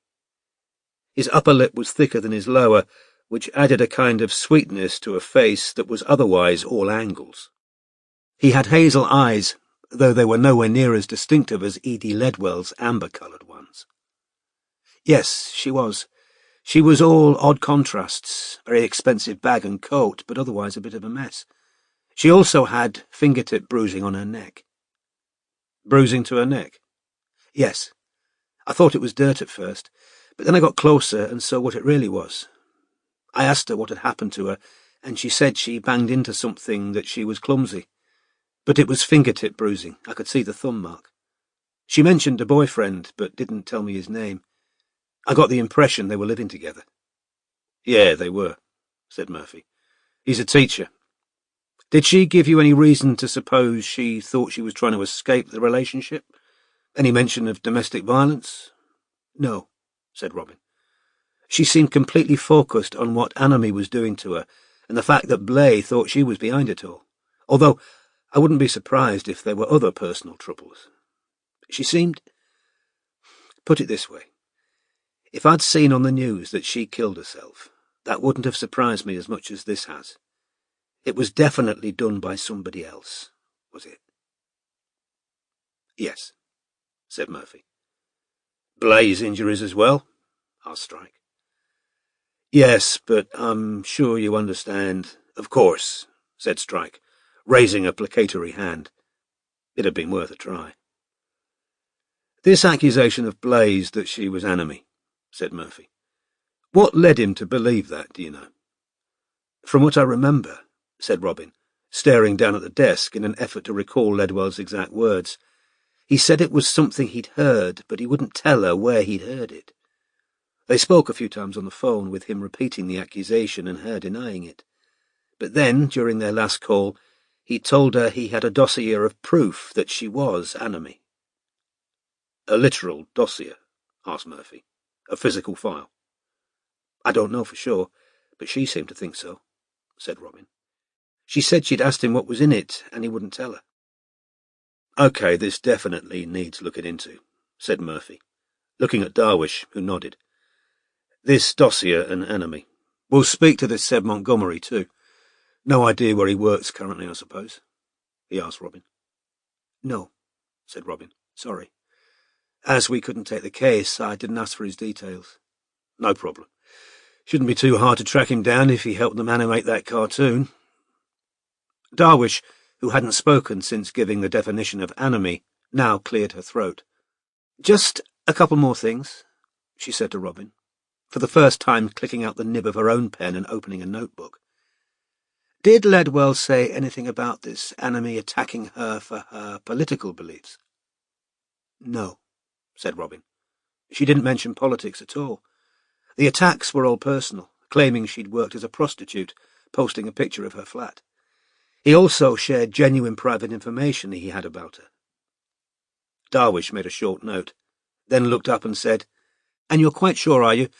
She didn't mention anyone else as a possible persecutor. I'm sure she didn't, said Robin. Did she happen to mention the actor who used to voice her character Drek? No, said Robin, brow furrowed. But she did say something about that character, that she really wished they hadn't created him. She didn't say why, unless it was because in the cartoon, Drek's the one who makes the other characters play the game. She might have meant that if there hadn't been any Drek, Anime would never have made the game. You've watched this cartoon, have you? Murphy asked Robin. Only a tiny bit, said Robin. It's nuts. Robin forced a smile and said, A bit, yes. Darwish, who'd made another brief note, now closed her notebook and then cast a look at DCI Murphy that plainly said, I've got everything I need. Right, well, you've been very helpful, Miss Ellicott, said Murphy as he and Darwish stood up. I'm going to give you my direct number in case you remember anything else. He handed her his card. His hand was large, warm and dry as he shook hers. He was as tall as Strike, though rather slimmer. Strike showed the visitors out. Robin was putting Murphy's card into her purse when her partner reappeared. You okay? He asked, closing the glass door on the sound of the retreating footsteps. Fine, said Robin, for what felt like the umpteenth time. She took the dregs of her sugary tea over to the sink and washed up the mug. There's something up, said Strike, as the sound of the door to the street slamming echoed up the stairwell. Robin turned to look at him. Strike had just taken down his overcoat from beside the door. The rain was still pounding against the windows. What do you mean? Asked Robin. That question about politics. Well, I suppose people argue about politics all the time on Twitter. Yeah, said Strike, who was holding his mobile in his right hand. But while Murphy was asking you your opinion of the cartoon, I looked up the voice actor who played Drek. And? He was fired because of what many took to be his far-right political position. He claimed he was being satirical, but Ledwell and Blay weren't having it and sacked him. Oh, said Robin. Strike scratched his chin, eyes on the glass door. Don't know if you noticed, but they never told us what that Angela Darwish does either. She didn't leave a card. I assume she was CID as well. Maybe. What else could she be? I wondered, said Strike slowly, Whether she was counter-terrorism, maybe MI5. Robin stared at Strike until she realized warm water from the mug she was still holding was dripping onto her feet. She set it down on the draining board. MI5? Just a thought. What kind of terrorist would target a pair of animate... She caught herself as Strike raised his eyebrows at her. The faint echo of bullets ripping through a Parisian publisher's office seemed to fill the space between them. But Charlie Hebdo, that was entirely different. The Ink Black Heart isn't a political cartoon. There was nothing about religion.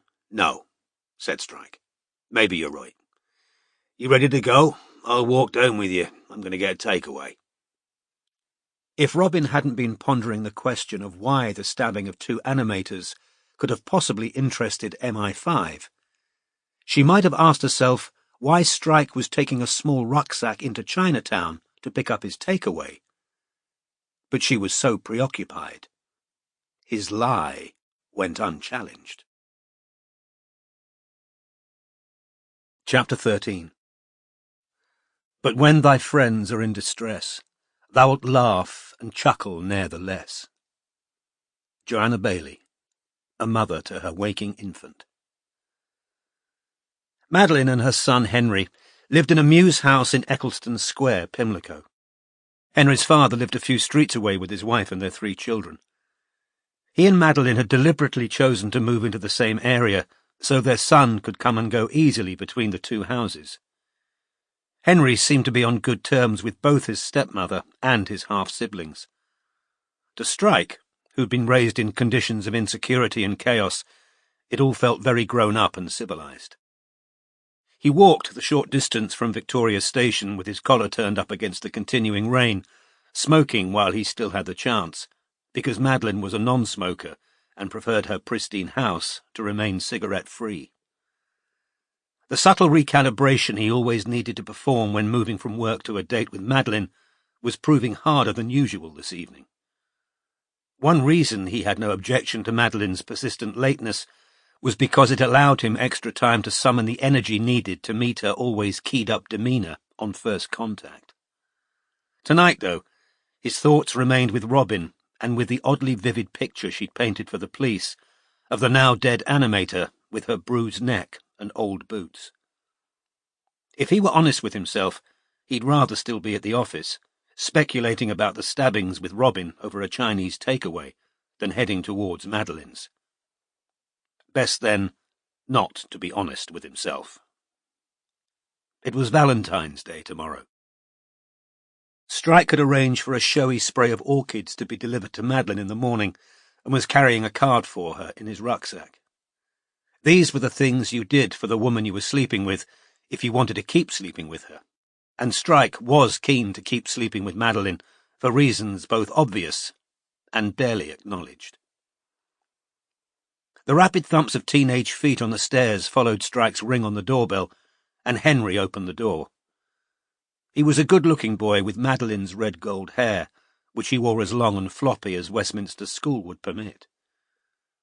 Strike remembered being the age Henry was now, the indignity of angry pimples burgeoning on his hairless chin, being unable to find trousers long enough in the leg but small enough in the waist, a problem that, for Strike, had long since vanished, feeling uncoordinated and clumsy, and full of a range of desperate and unfulfilled desires that the teenaged Strike had partly sublimated in the boxing ring.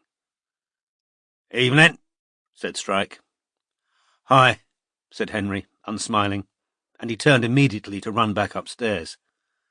Strike surmised that he'd been told to answer the door rather than done it of his own accord. The detective stepped inside, wiped his feet, took off his overcoat and hung it up beside the front door, then proceeded upstairs at a far slower pace than Henry, making liberal use of the banister. He arrived in the open-plan living area to find Madeline sitting on the sofa, pencil in hand, head bowed over an assortment of gemstones that were lying on a large piece of white paper spread out on the coffee table. A half-empty bottle of wine stood next to the paper, the glass beside it full. "Sorry, babes, do you mind if I just finish this?"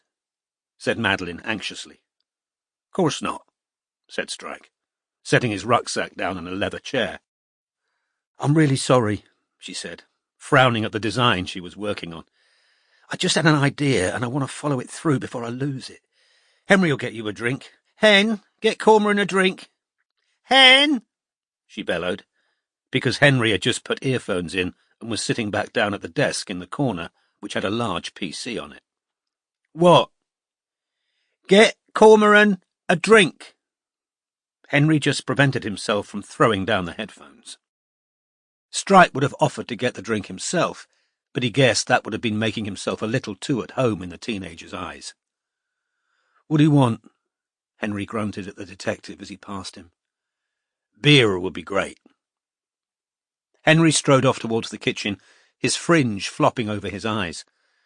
Wanting to give Madeline peace and space, Strike followed her son. The house was largely white. White walls, white ceilings, a white carpet in Madeline's bedroom, strip floorboards everywhere else, the other furnishings almost all silvery grey. Madeline had told Strike she found it restful, after hours staring at vibrant gemstones in the workshop, or else presiding over her eclectically decorated Bond Street shop, to spend evenings in a serene, monochrome space. Her house in the country, she told him, was far busier and more colourful in style. They should go there one weekend, and Strike, in the spirit of giving a real relationship a chance, had agreed. Henry had already opened the enormous Smeg fridge freezer when Strike arrived in the minimalist kitchen. "There's Heineken or Peroni."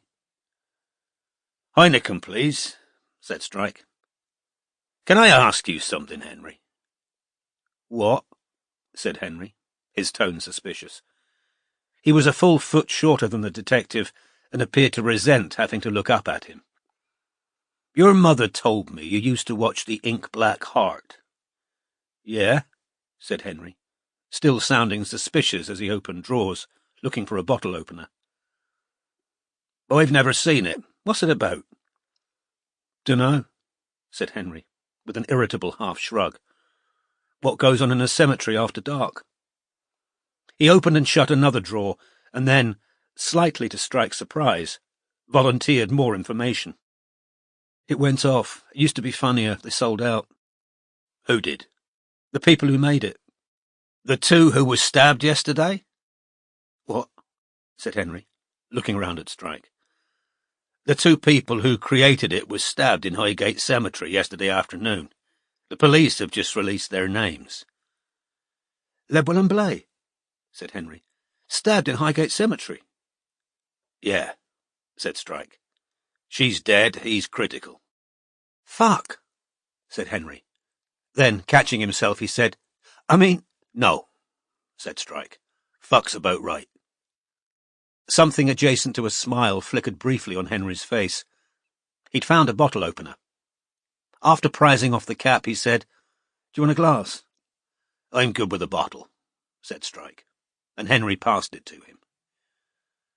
"Are you investigating it?" asked Henry, looking sideways at Strike. "The stabbings? No." "Who do they think did it?" "Don't think they know yet." Strike took a swig of beer. "There's a character called Drek in the cartoon, isn't there?" "Yeah," said Henry. "That was what went downhill. He was the main reason I watched it. He used to be really funny." "Is she seriously dead? Lebwell?" Strike resisted the urge to reply, "Not seriously, only a bit." "She is, yeah." "Wow," said Henry. He looked more puzzled than sad. Strike remembered being 16. Death, unless of your very nearest or dearest, was a distant and almost incomprehensible abstraction. "I heard the voice actor who played Drek was sacked," Strike said. "Yeah," said Henry. "It was after they sacked Wally it all turned to shit. Got too PC." "What's Wally's full name?" "Wally Cardew," said Henry, now with a little renewed suspicion. "Why?" "Did he manage to get another job, do you know?" "Yeah, he's a YouTuber now." "Ah," said Strike. "And what does that entail?" What does he do on YouTube?" makes gaming videos and stuff," said Henry, his tone comparable to an adult explaining what the Prime Minister does to a toddler. "Right."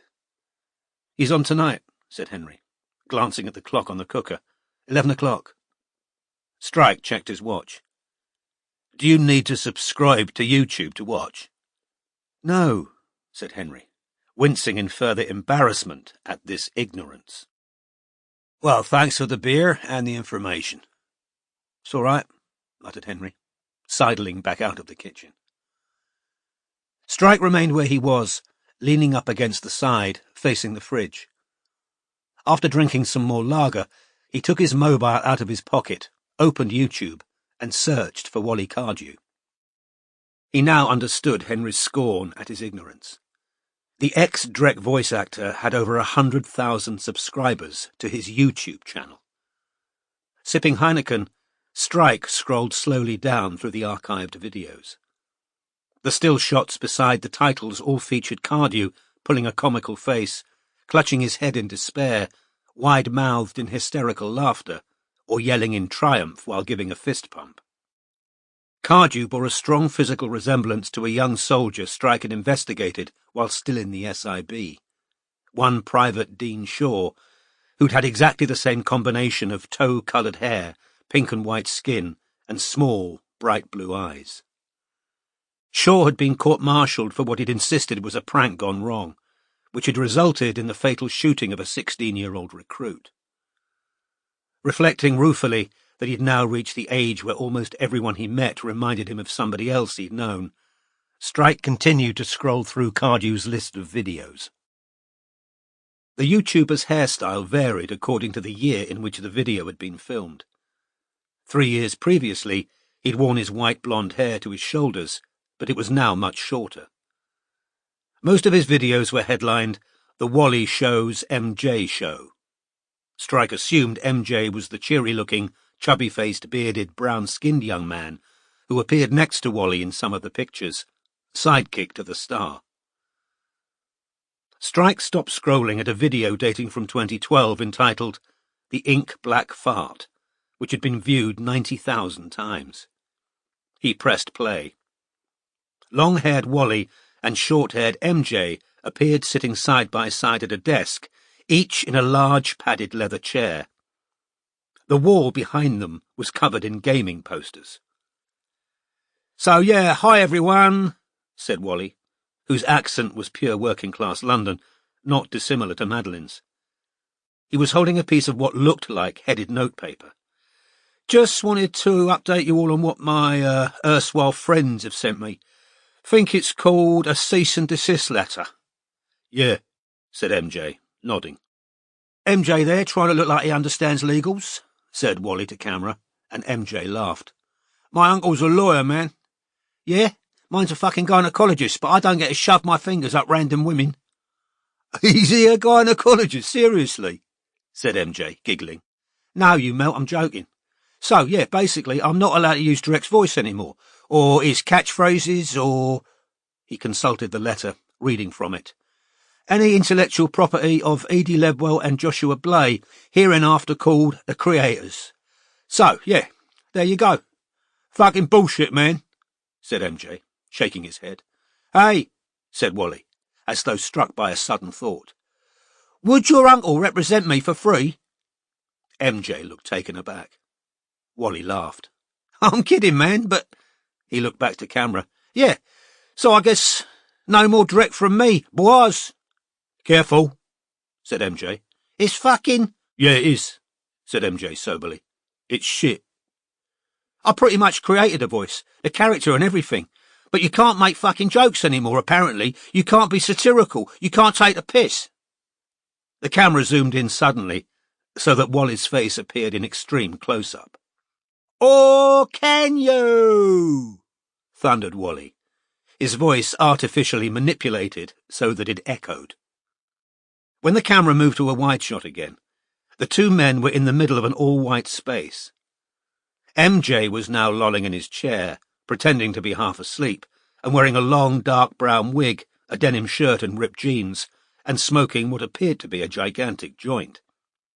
Wally had donned a light brown straggly wig, some badly applied lipstick and eyeliner, a T-shirt reading, "The Ink Black Fart," and a long floral skirt. Speaking in a high-pitched Essex accent, he said, "So yeah, we was lying in the cemetery. You just copped a feel, hadn't you, Josh?" "Yeah," said MJ, sounding sleepy. "And we was smoking, wasn't we?" "Yeah." "And then all this brilliance came flooding out of my brain, and that's how we created the ink black fart. Because when you fart, right, it's like a bit of the inner you is struggling to free itself. So it's a metaphor, and it's kind of beautiful and deep, innit?"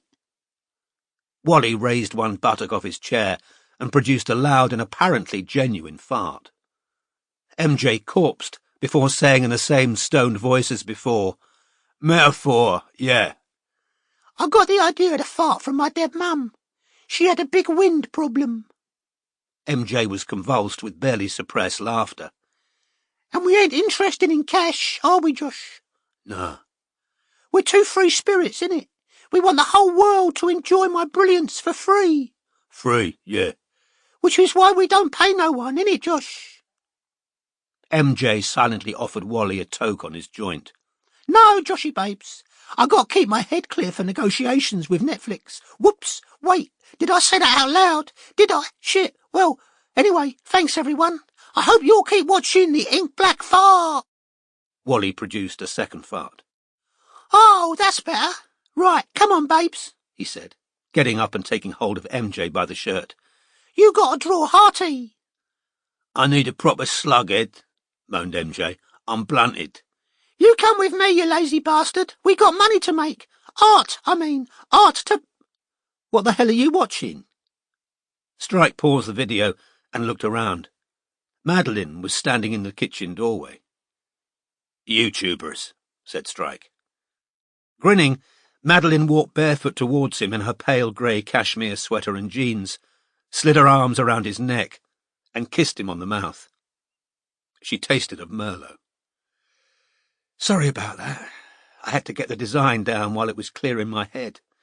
Sometimes you get an idea and you've just got to go with it." "No problem. Those were some pretty big rubies or whatever. They're glass. I don't keep any real gems at home.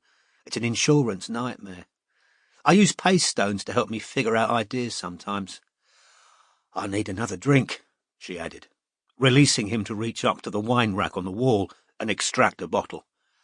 "I've had a nightmare of a day. I forgot I'd agreed to give an interview to some jewellery blogger who's barely out of her teens. I don't want to generalise, but some of them really are little shits. All she wanted to know was whether everything's ethically sourced. Where's the fucking corkscrew gone?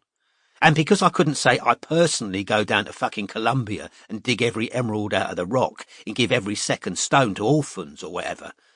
I mean, I make every effort to buy ethically, but you should have heard her on the... Madeline was struggling to open the bottle.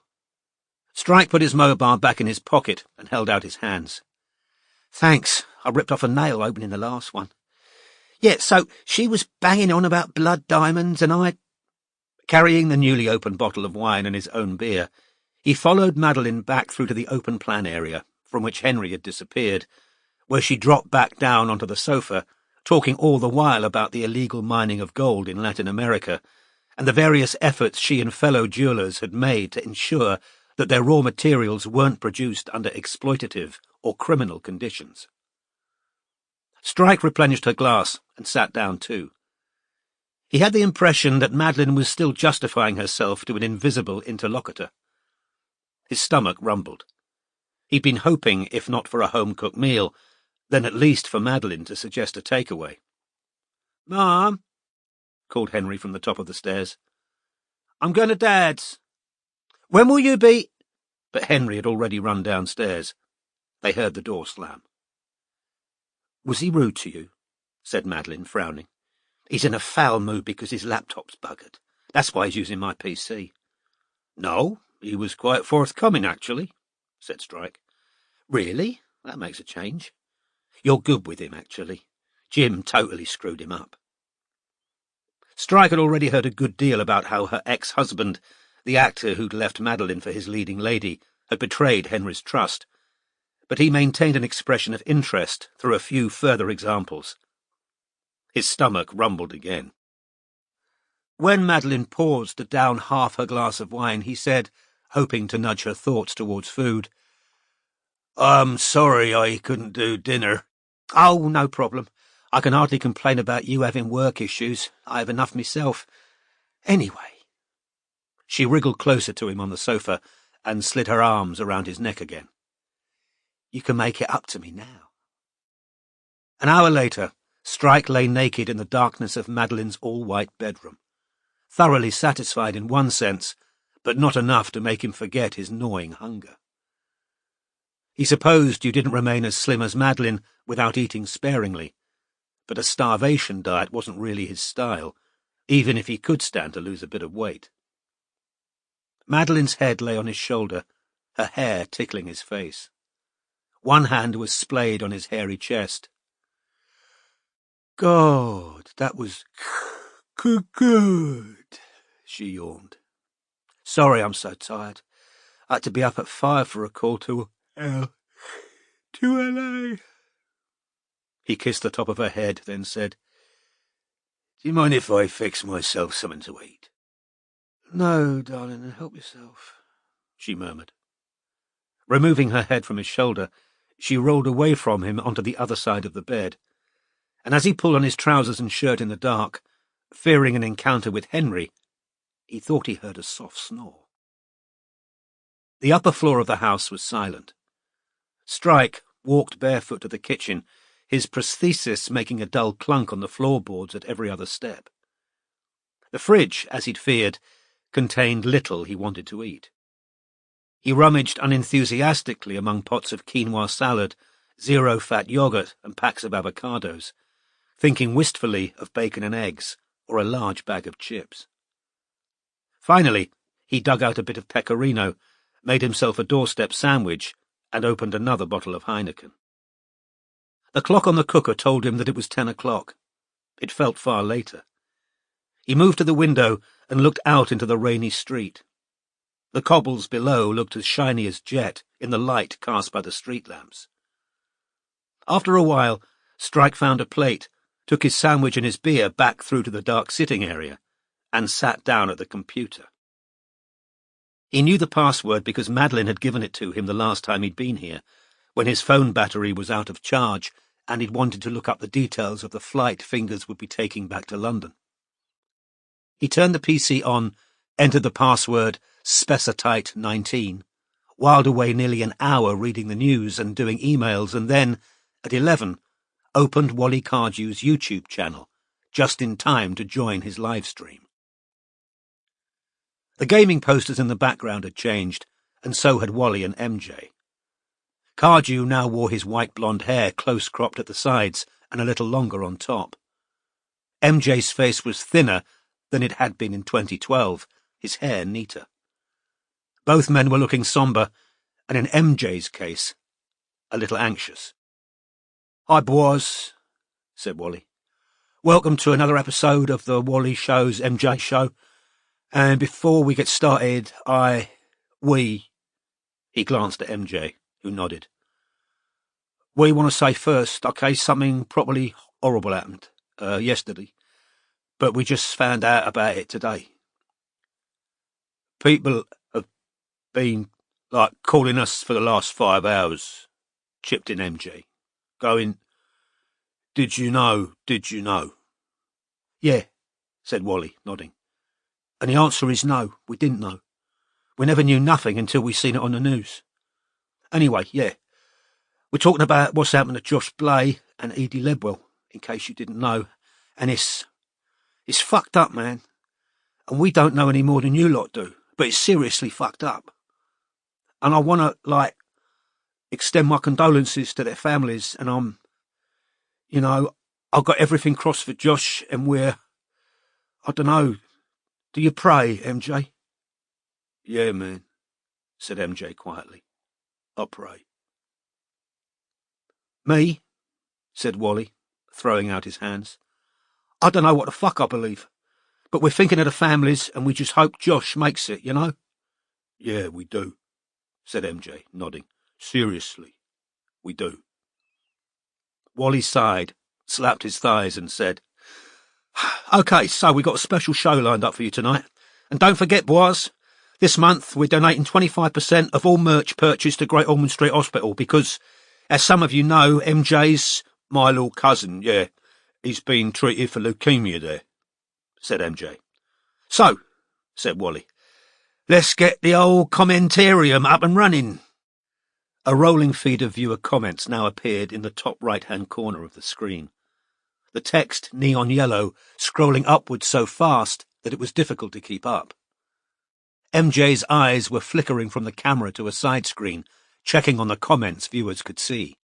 Drek Fan 10, I love you, Wally and MJ! Exclamation marks. Kira S, do Drek's voice, Wall. Durkee 96, nice tribute. Crayfish, you guys are class. BD Joker, I knew Ledwell and Blay. Higgard, don't pretend you're sad, lol. Chozelle, Wally say hi to Shona and Deb. Red Pill 7, the only good SJW is a dead SJW. Chiggins, I bought 3 t-shirts. Give me a shout out. So, said Wally, on with the show. First, need a few things out from under here. He reached beneath the desk. Hold that for me, MJ.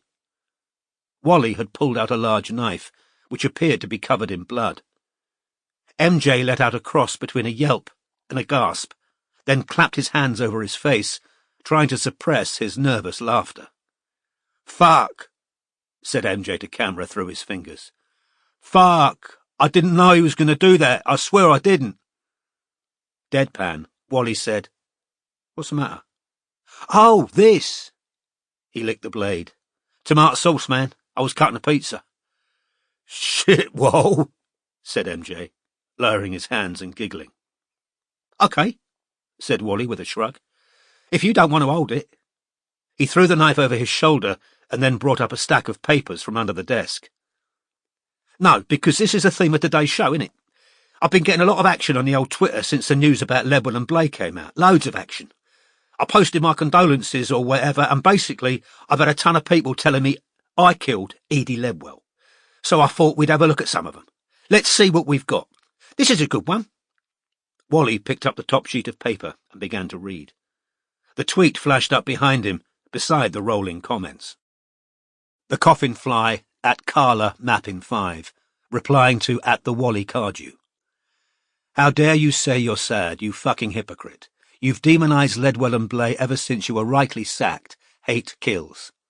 3:15 p.m, 13th of February, 2015. Hate kills, repeated Wally, looking seriously into the camera. Wow, said MJ, shaking his head. You feel rebuked, man. I'll be honest, mate. It's made me rethink my whole, ethical system, said Wally. I mean, turns out I'm an accomplice to murder because I took the piss out of the ink black heart. So, he said to camera, I had a little look at how Carla Mappin wants us all to behave online so I can, learn from my betters. Use her as a role model, said MJ, nodding. Exactly, said Wally. So this is one of Carla's from late last year. A new tweet appeared behind Wally as he read it aloud. The coffin fly at Carla Mappin 5, replying to at Anime Game Master. Honestly, at this point the bitch can choke. All that BS about doing it for love, not money. Hashtag stop feeding Febwell. Hashtag I stand with Josh. 9:02 p.m, 2nd of November, 2014. The bitch can choke, ladies and gentlemen, repeated Wally. What bitch is this? Asked MJ. Strike could tell they'd rehearsed this bit. Only the knife had been a surprise. Is it like a dog she's trying to rescue? Got too big a bone or... Wally gave a little snort of laughter. No, funny enough, MJ, Carla was talking about Edie Ledwell. The bitch can choke, he said again, staring down the camera lens with his small blue eyes. Whoa, said MJ, whose gaze was temporarily fixed on something off camera. Got a few shout-outs here. We've been shifting some merch. Chiggins, you bought 3 t-shirts. Nice one, mate. BD Joker. I'm guessing these ain't real names. Thanks, BD, said Wally. Enjoy your Wally and MJ baseball cap. And Susan Lily, pair of sweatshirts. Thanks, ladies. OK, so back to the old Twitter, said Wally, returning to his stack of papers. Let's see what else we got here. Yeah, this is a good one. The comments continued to roll past almost faster than Strike could read them. Mother of Drags. SJWS, when I said trash, I meant it in a good way, lol. Lost in Spunk. SJWS, such fucking hypocrites. Lols. At Heimdall 88. Fucking loving this. Hot Rod 209. Living for you, sticking it to the SJWs, bro. Ruby Lube. Ledwell was the epitome of white privilege. Arnie P. Suck my cock. Lila P. I love you, Wally. Kisses. Ark of the Shadow. It's okay to celebrate when bad people die. The Fiend. What won't you do for views, you piece of shit? Tommy England 14. Wally. Check out brotherhoodofultimathule.com. OK, said Wally, shuffling the papers. And now we've got... Oh, this is my personal favourite. I fucking love this one. Andy Reddy. Real name. Look, there it is. Andy Reddy at Irididna, replying to the Wally Cardew. You might not have held the knife, but you fanned the flames, and if it turns out some far-right troll did this, you should be prosecuted. 6:52 p.m, 13th February 2015. Andy certainly seems to know the law, eh? Said Wally. Probably a judge, said MJ.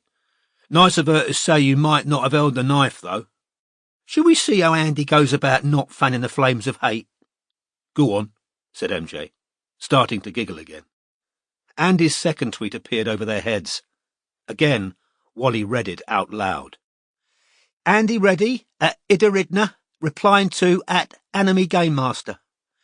Can somebody tell that vile mercenary bitch to take a dirt nap? Hashtag stop feeding Febwell. Hashtag I stand with Josh. 11:45 a.m, 29th July 2014. Both Wally and MJ roared with laughter. But it gets better, said Wally through his guffaws. Wait, there's another one. It really shows her fucking non-flame fanning nature. A new tweet appeared. Andy Reddy at Idaridna. The only thing that would console me for the shitstorm my favours become is hashtag Febwell shut up inside a big plastic dreck and seeing it lit on fire. 10:34 p.m, 16th of September 2014. As Wally and MJ broke into a fresh storm of thigh-slapping laughter, Strike heard a movement behind him and swiftly muted the live stream. Henry had returned. He looked disconcerted to see what Strike was watching. You got me interested, said Strike. Oh, said Henry. They looked at each other, their faces in semi-darkness, the only light issuing from the computer screen. Going to bed, muttered Henry, and he retreated downstairs. Strike unmuted the computer and turned back to the live stream. Wally and MJ were still doubled up with laughter at the last tweet Wally had read out. The comments continued to roll rapidly upwards. Al Gizzard. Wall, check out the brotherhoodofultimathule.com. Jilly Inkart. Wally, say hi to your gran for me. Ark of the Shadow. Ledwell was a thief and a liar. Saxon Axe 14. All the lib tears when yesterday they were calling her a cunt. Dimitri plays sax. Wally, say hi to me, Dimitri. Pokerface. Wally, are you fucking Kaya Niven? Lepine's disciple. I killed Ledwell. Tatty B. Yeah, not actually sad, an ableist racist died. MGTO Wise. Show those receipts, boy. This is class. Sophie B. I bought a t-shirt. Say hello to Soph Brown. Bois Boy 88. Wally, ditch the sand and asterisk. Aoife O'Connor. People were angry about Netflix, that's all. Sam Mitchell. People say things in heat of moment. Ultima Bro 88. All the little SJW foids trying to cover their tracks. Lols. Chapter 14. Low lies she in her grave. Speak not to me of pleasure. For her I could not save. Christina Rossetti. Despair. The one-bedroom flat in Walthamstow that Robin viewed on Sunday afternoon was the first she'd seen in which she could imagine herself happily living. It was situated on the second floor of a recently developed block. Clean and light, it had space for a sofa bed in the living area, should a friend wish to stay over, and was close to Blackhorse Road tube station. "I'll let you know," she told the estate agent. "Has there been a lot of interest?" "Quite a bit," said the young man in the kipper tie, whose relentless banter Robin could gladly have done without. He'd asked her twice whether she'd been living alone. Robin wondered what he'd have said if she'd asked him tearfully to move in with her, so she didn't have to endure the agony of singledom any longer. After bidding the estate agent goodbye, she walked to the tube station, timing the journey as she went. She'd have a longer commute than from her present flat, but not as lengthy as from some of the properties she'd seen. All things considered, she really thought the flat would do. Travelling home, she wondered who she'd be bidding against. She had a decent deposit, which she'd managed to wrest with difficulty from the marital joint account as part of her divorce settlement, and she was earning a far better salary than she'd started on. But you never knew in London. Robin's mood had been low all through the cold, wet weekend, and once she'd left Earl's Court Station into the rain, the lightening of spirit she'd experienced imagining herself living in that neat, bright little flat began to subside. Max was spending the weekend in the country, along with Wolfgang the dachshund. Once home, Robin stripped off her coat and gloves, fetched her laptop from her bedroom, and carried it upstairs into the living area, where her eye fell on the unwelcome Valentine's card she'd received the previous day from Hugh Axeman Jacks, which she'd left lying on the kitchen side. The front featured a St. Bernard with a heart-shaped cask on its collar and the words, "You make me drool." Inside the card, Hugh had written, "If you're ever at a loose end," and his phone number. Robin supposed the St. Bernard was meant to evoke happy memories of Switzerland, but as Hugh had been her least favourite part of the holiday, the only emotion was irritation that Katie had given Hugh her address. Still fighting a feeling of depression, she binned the card before making herself coffee, then sat down to peruse news sites for any fresh information about the stabbings in Highgate Cemetery. Josh Blay was still alive, though he remained in a critical condition, and the police had released a new detail. Both animators had been tasered before being stabbed. The public was still being encouraged to call the information hotline if they'd seen anybody acting suspiciously in a cemetery between 4 and 6 p.m. on the 12th of February. The possession and use of tasers by civilians was illegal, so Robin wondered where and how the killer had got their hands on one. Had it been smuggled in from the continent? Stolen? Surely its use suggested that this had been a premeditated crime, not a killing born of impulse. She wished Strike were here, to talk it all over. A fresh news alert from the BBC popped up on her laptop. There'd been 2 separate terrorist shootings in Copenhagen, the first at an exhibition called Art, Blasphemy and Freedom of Expression, the second at a synagogue. The hard lump of misery in Robin's chest seemed to grow heavier. Human beings slaughtered for writing words, for making drawings. Edie Ledwell couldn't, surely, be one of them. What was there in that peculiar little cartoon that could so offend and enrage that the creators would be deemed worthy of assassination? Articles about the ink-black heart had proliferated in the last 24 hours. Robin skimmed through recapitulations of its journey to unexpected success, analysis of its cultural significance and meaning, assessments of its appeal and flaws, and speculation as to its likely future. Nearly every one of these articles began by noting the strange irony of Ledwell meeting her death in the cemetery where she and Blay had set the cartoon. A grotesque symmetry, an almost unbelievable coincidence, a horrible end that had all the Gothic strangeness of her creation. Thousands of words had also been expended on the cartoon's fandom, who call themselves Inkhearts and are notorious for their internecine wars. These rows were evidently continuing to flourish in the wake of the attacks on the creators.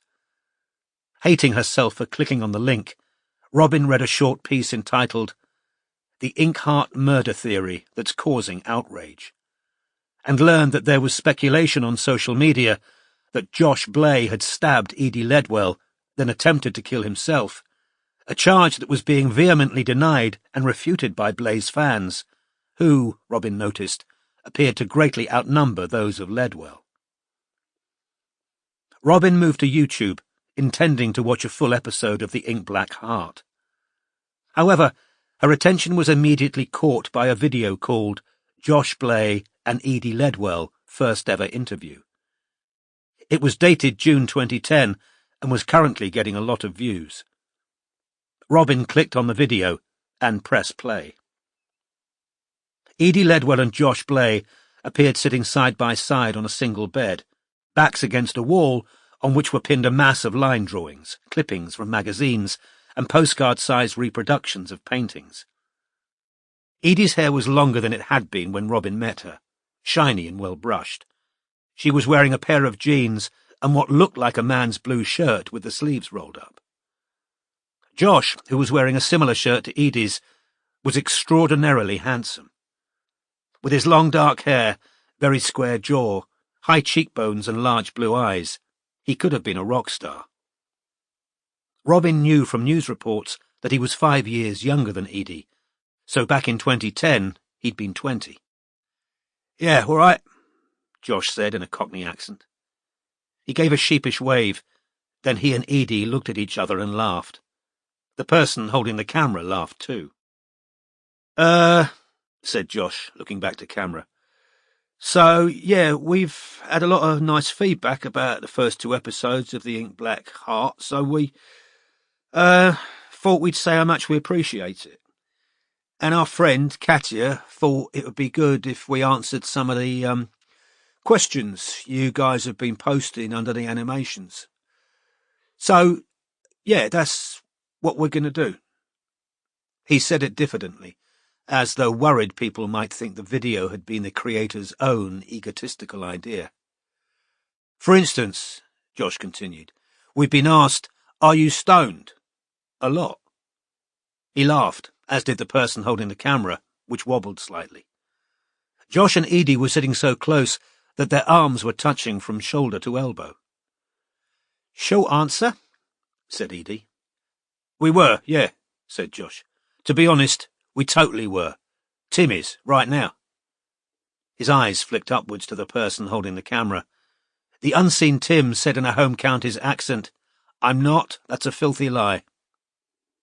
Josh now looked sideways at Edie, and they smiled at each other, the unmistakable smiles of 2 people who were completely smitten. "So, do we introduce ourselves or what?" "Well, there's nobody else here to do it," said Edie, "unless Tim wants to. Actually, let's introduce Tim." The camera swung upwards. A dizzying shot of the ceiling was succeeded by a blurry close-up of a young man with red hair. "Hi," he said. The camera moved back to Edie and Josh. "That was Tim," said Edie. "He does the voice of the worm. So, I'm Edie, yeah, and I'm Josh, and we, got the idea for the Ink Black Heart when we was in Highgate Cemetery one afternoon. Smoking," came Tim's voice. "Feeling creative," said Josh, mock dignified. "And we were talking," said Edie. "A load of shit." "You might have been," said Edie. "No, I was being insightful and profound," said Josh. And then, pointing sideways at Edie while leaning into her, he said to camera, "No, it's her. Really, it's all her fault this happened. We were talking about the people what are buried there." "Yeah," said Edie, "really thinking about the fact that we were lying like feet from actual corpses. Freaking ourselves out." "You were freaking out, I wasn't." "'Cause you're a freak." Edie laughed. "You are, Ed. I'm not saying you're a serial killer or whatever. You're just creepy." No, so she starts imagining what happens at night and all these fucking surreal ideas. Katya told you not to swear on this. Bit fucking late for that. Edie laughed. So yeah, all these ideas start coming out of Edie, and we was lying there like making all this stuff up. And then we got chucked out the cemetery because it was closing time, said Edie. So we went home. We should say we live at an art collective in a big old house. Why should we say that? I don't know. To explain our process. We haven't got a process, mate. Ours is not a process. Edie laughed again. OK, well, whatever. We went back to the house and Josh drew. Who did you draw first? Artie, and you drew Drek. We're both art students, he told the camera. I'm not, you are. You were a proper one. I got chucked out of St. Martin's, Josh informed the audience, for being a slacker. Yeah, said Edie. So we drew the characters for fun. Some of the ideas we had while we were, stoned, said Tim off screen. In the cemetery, said Edie, grinning. And yet, so it kind of escalated, said Josh. Developed, I was going to say. From there. And our friend Seb helped us animate the first one, Josh continued. Seb's proper, he's still at St. Martin's. And we got some mates to voice the characters, and then we had the first episode, and then Edie had more ideas, so yeah, we did another one. And, said Edie, we didn't expect, we were really, really surprised how much people liked it, which is why we wanted to say how much we appreciate your comments. So, we're going to answer the most frequently asked questions now. Josh reached out of shot for a piece of lined paper that had evidently been torn out of a notebook, glanced at it, then said to camera, Right, so here's one we've been asked a lot. Where did you get the idea for Artie? He looked sideways at Edie. You need to answer that because I've no idea what goes on in your head. OK. So I don't really know how I thought of Artie, except I think when I was a kid, my mum told me a fairy tale about a stone heart. Is that a real thing or have I imagined it? So I don't know. I got this memory of being told a story of somebody swapping their heart with a stone, and I had a mental image of a heart leaving a chest. So then, when we were in the cemetery, I had this idea of somebody evil, about their heart surviving and trying to do better after their death. Like, the owner turned it black through all the bad things they did, so the heart has sort of survived when the rest of the body's rotted because it's pickled in evil, said Josh with relish. Kind of, but no, because isn't Hearty like the nicest character in the whole thing? Yeah, he is, I suppose, said Josh slowly. He's innocent, but he's not though, is he? Because he's turned black because of all the evil he did. But he didn't do it, said Edie. The two of them were absorbed in each other now, the camera temporarily forgotten. Hearty gets blamed for it, he gets stigmatised, but he was a victim of the brain and the will or whatever. He's trying to do better, but he's grotesque, so nobody believes he's good. She turned to look at the camera again. Did any of that make sense? No? Next question. Is Paperwhite supposed to be a bitch? Josh read from his piece of paper. He looked up at the camera. Yeah. No, said Edie, half indignant, half amused. She is, though. She won't ever give Artie a chance. She's just a bit, we've never analysed any of this. That, said Josh, will be pretty fucking clear to anyone who's watched the cartoon. All laughed, including Tim. A beeping sounded. Shit, that's mine, said Josh. Forgot to turn it off. We're so professional, said Edie to the audience. It's from Katya, said Josh, reading a message on his phone. Did you get round to making a video answering fans' questions because I think it would be doing... He read aloud as he typed, and Tim laughed again. It right now. And mute. He tossed the phone under the bed.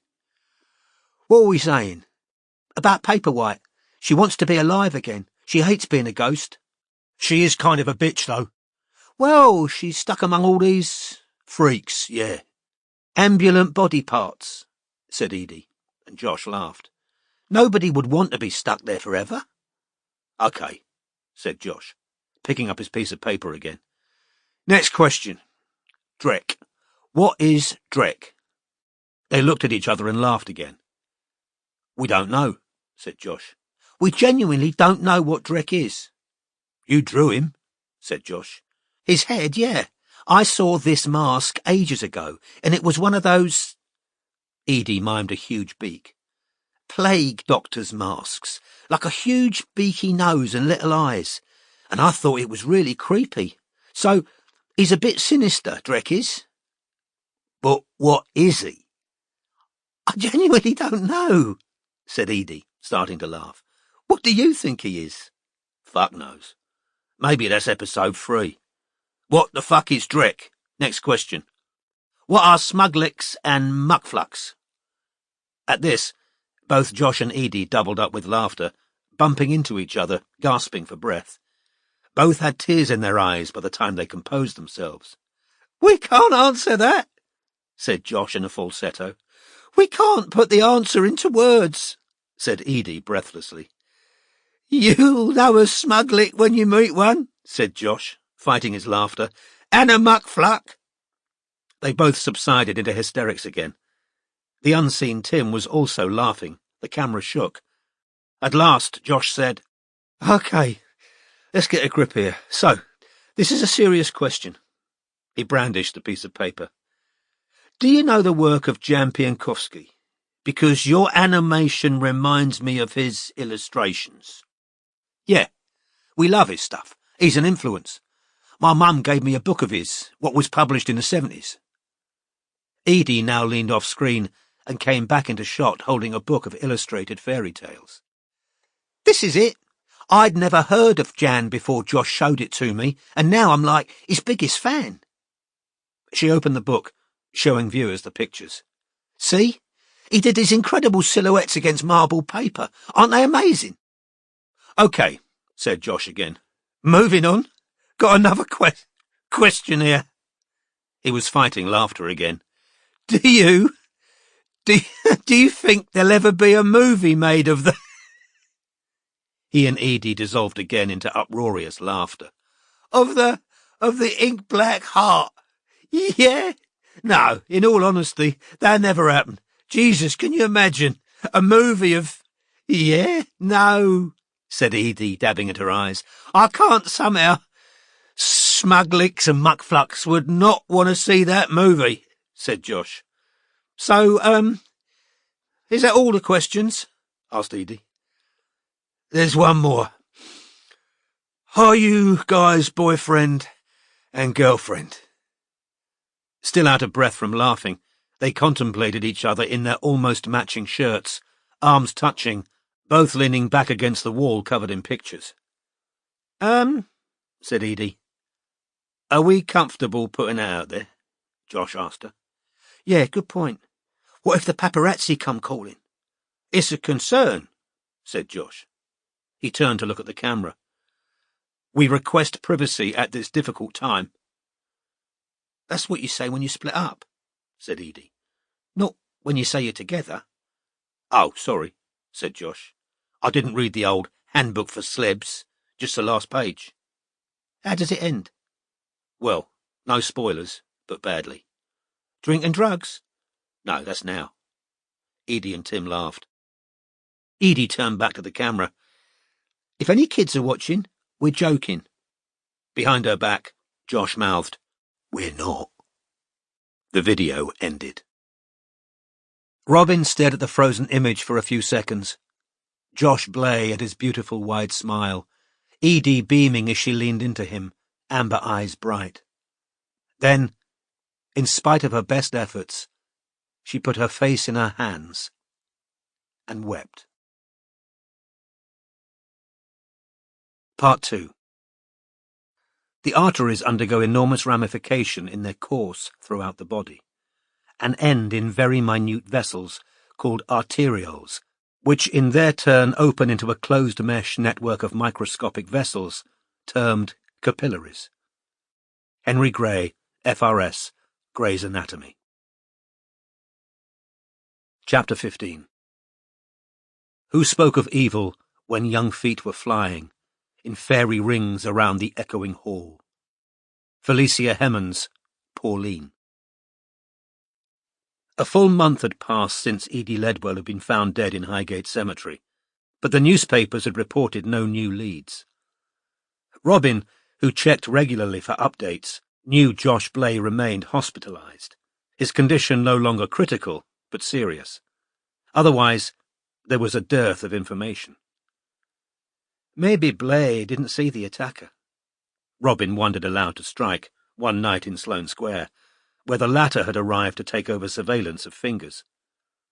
Their target, who lived on the third floor of a large building with the department store at its base, still hadn't gone anywhere near South Audley Street, or shown any sign of trying to dispose of the casket or the sculpture that had vanished from his stepfather's house. To Robin, it beggared belief that a young man who could afford to live in the heart of Belgravia would have felt the need to steal from his stepfather. But a few years tracking the lives of the super-rich had taught her that these things were all relative. Perhaps, to Fingers, this was the equivalent of sneaking a tenner out of a parent's wallet. If Blay was tasered first, then attacked from behind, I doubt he saw much at all, said Strike. Has our friend been outside at all today? He added, looking up at the balconied windows behind which Fingers lived. No, said Robin, but he had a heavy night last night. Barclay says he didn't get home till 4. Any news on your flat? Asked Strike, lighting a cigarette. I'm still trying to make up my mind how much it's worth to me, said Robin, whose first offer had been rejected. I went to see a place in Tower Hamlets last night. It was the kind of place Dr. Crippen would have felt at home in. Her feet were numb with cold, so she bade Strike good night shortly afterwards, leaving him to lean up against a conveniently positioned tree, the chilly air pinching his fingers as he smoked. Resigned to remaining in Sloane Square until at least 2 a.m., when it was usually safe to assume the young man was asleep, Strike's thoughts lingered briefly on Robin, then drifted to another couple of niggling personal dilemmas. The first concerned Madeline, who'd called the previous evening to invite him to accompany her to the book launch of a well-known novelist friend. Strike could have pretended that he had to work that night, but instead had chosen to be honest and say that he had no desire to go anywhere, ever, that might result in his picture being in the paper. Though there'd been no argument, he could tell from Madeline's tone that his refusal had gone down poorly, and the subsequent discussion had led to Strike laying out what he saw as rules of engagement in fairly stark terms. He couldn't, he told her, work as a private detective while also appearing in the society pages of Tatler, drinking champagne with the literati of London. You've already been in Tatler, said Madeline. Your agency was listed in their 25 numbers you never knew you needed. Strike hadn't been aware of this, though he supposed it might account for a slight recent increase in calls to the agency concerning the tracking of well-heeled spouses. I can't afford to become recognisable, said Strike. Your picture's already been in the papers, though. Always bearded and never by choice. Why can't you come to the launch but tell them you don't want to be photographed? I'd rather make sure of it by not turning up at the kinds of events where people go to be seen. So what were you doing at Annabel's? I was working, said Strike, who hadn't previously admitted that he'd lied on the night they met. Were you? Said Madeline, distracted. Oh my God, who were you investigating? That's confidential. Look, I can't squire you to events where there are press. It'll ruin my business. I'm sorry, but there it is. Okay, fine, she said. But there was a note in her voice that told him it wasn't fine. Not really. The phone call had left Strike with an unpleasant sense of déjà vu. His relationship with Charlotte seemed to have been a protracted battle over what kind of joint life they wanted to lead. Ultimately, there'd been no reconciling Strike's preference for a vocation that meant long hours and, at least in the beginning, very little money, with Charlotte's desire to continue enjoying the milieu into which, after all, she'd been born, one of ease, celebrity, and wealth. With the possible exception of his friends Nick and Ilsa, Strike had never witnessed a relationship that didn't involve compromises he personally would have resisted. This, he supposed, was the selfishness of which Charlotte had constantly accused him. Night buses rattled past, and Strike's cigarette smoke hung heavily in the chilly air as he cast his mind back to the time in Nightjar, when Madeline had tried to turn her camera on both of them, and wondered for the first time whether, for her, part of his attraction was his newsworthiness. It was an unpleasant thought. There being nothing to be gained from this unsatisfactory line of speculation, he turned his thoughts instead to the second of his personal dilemmas. His half-sister Prudence, Jungian therapist and fellow illegitimate child of Johnny Rokeby, had been in touch again by email, asking whether he was free for a drink or dinner on 3 specific dates. He still hadn't answered her, largely because he hadn't decided whether he actually wanted to meet her.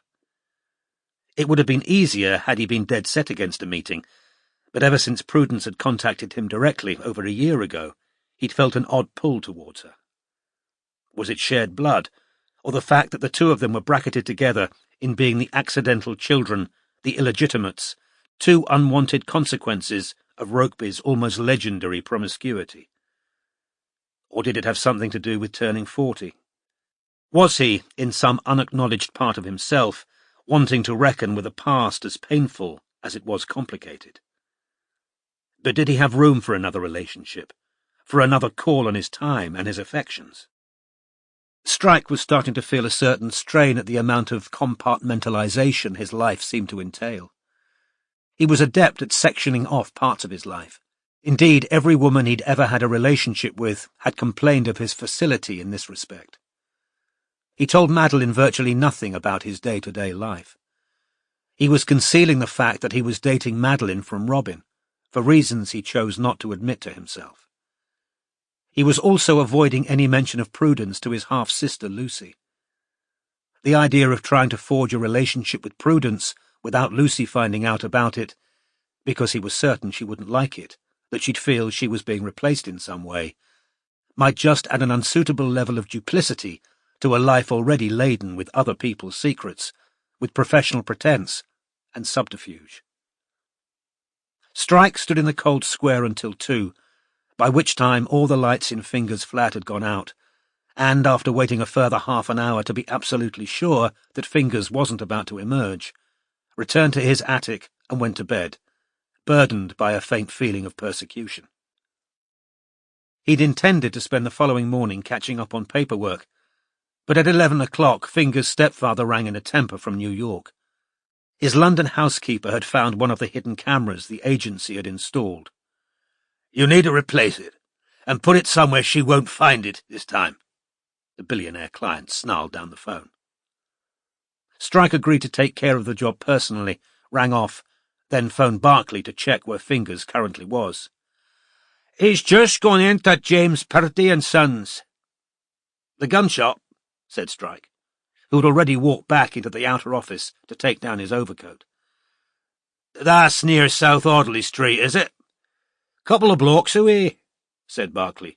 "He's with a pal, that greasy-looking ponce with a beard." "Well, keep an eye on him, and if he looks like he's heading for the house, let me know," said Strike. "I've just agreed to replace the camera immediately." "And what if they bust in on ye with a shotgun?" "I'll have advance warning, won't I? Unless you're planning to take the rest of the afternoon off. But murder's a big step up from petty larceny," said Strike. "Nothing petty about his larceny," said Barclay. "Didn't you say that box thing he nicked was worth $250,000? "Small change to this lot," said Strike. "Just keep me posted on his movements." The day was cloudy and cold. By the time Strike reached Mayfair, Barclay had texted that Fingers and friend had left the gun shop and were heading away from South Audley Street. Out of cigarettes, and relieved of the worry that he was about to walk into Fingers, Strike went into a newsagent's and joined a short queue. Pondering the best place to hide the new security camera so that the housekeeper wouldn't find it, Strike didn't immediately register that he was looking at the words "stabbing of animators" in a subheading on the front page of the Times, lying on the counter. 20 B&H, box of matches and this, please, said Strike, holding up a copy of the newspaper, which he tucked under his arm before setting off again. Their client had provided the agency with a set of keys to his house. Strike glanced up and down the road before letting himself in, then switched off the security alarm and proceeded into the echoing marble and gilded space, where art worth hundreds of thousands of pounds hung on the walls, and sculptures just as valuable stood on artfully spot-lit plinths. The security camera discovered by the housekeeper had been hidden in a false book on the shelves in the drawing room. After contemplating his options for a few minutes, Strike placed the new camera on top of a tall cabinet on the other side of the room. As it was concealed in a small black plastic box, hopefully it would be passed over by the housekeeper as having something to do with the internet or the existing security system. Having shoved the box into place, Strike asked himself, not for the first time, whether the housekeeper could be as innocent as she seemed.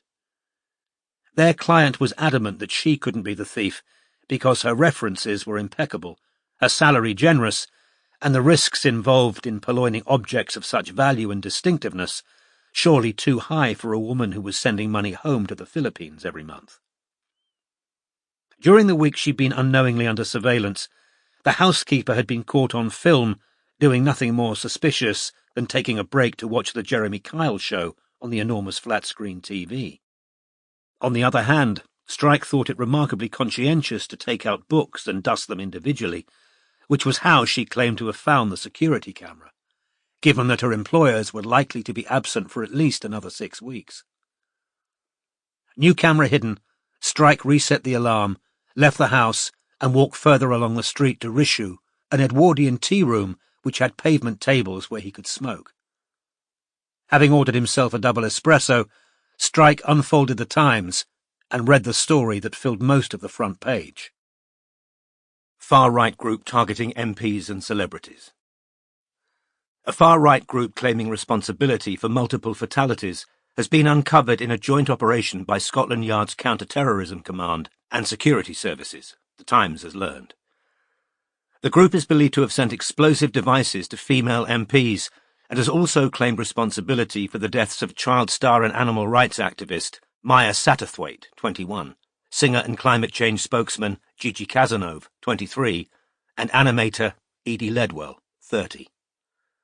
According to a source close to the investigation, the far-right group, which calls itself the Harvening, has modelled itself on paramilitaries and religious terror organisations. Communicating with members on the dark web, it is organised into cells, which are given responsibility for specific jobs and targets.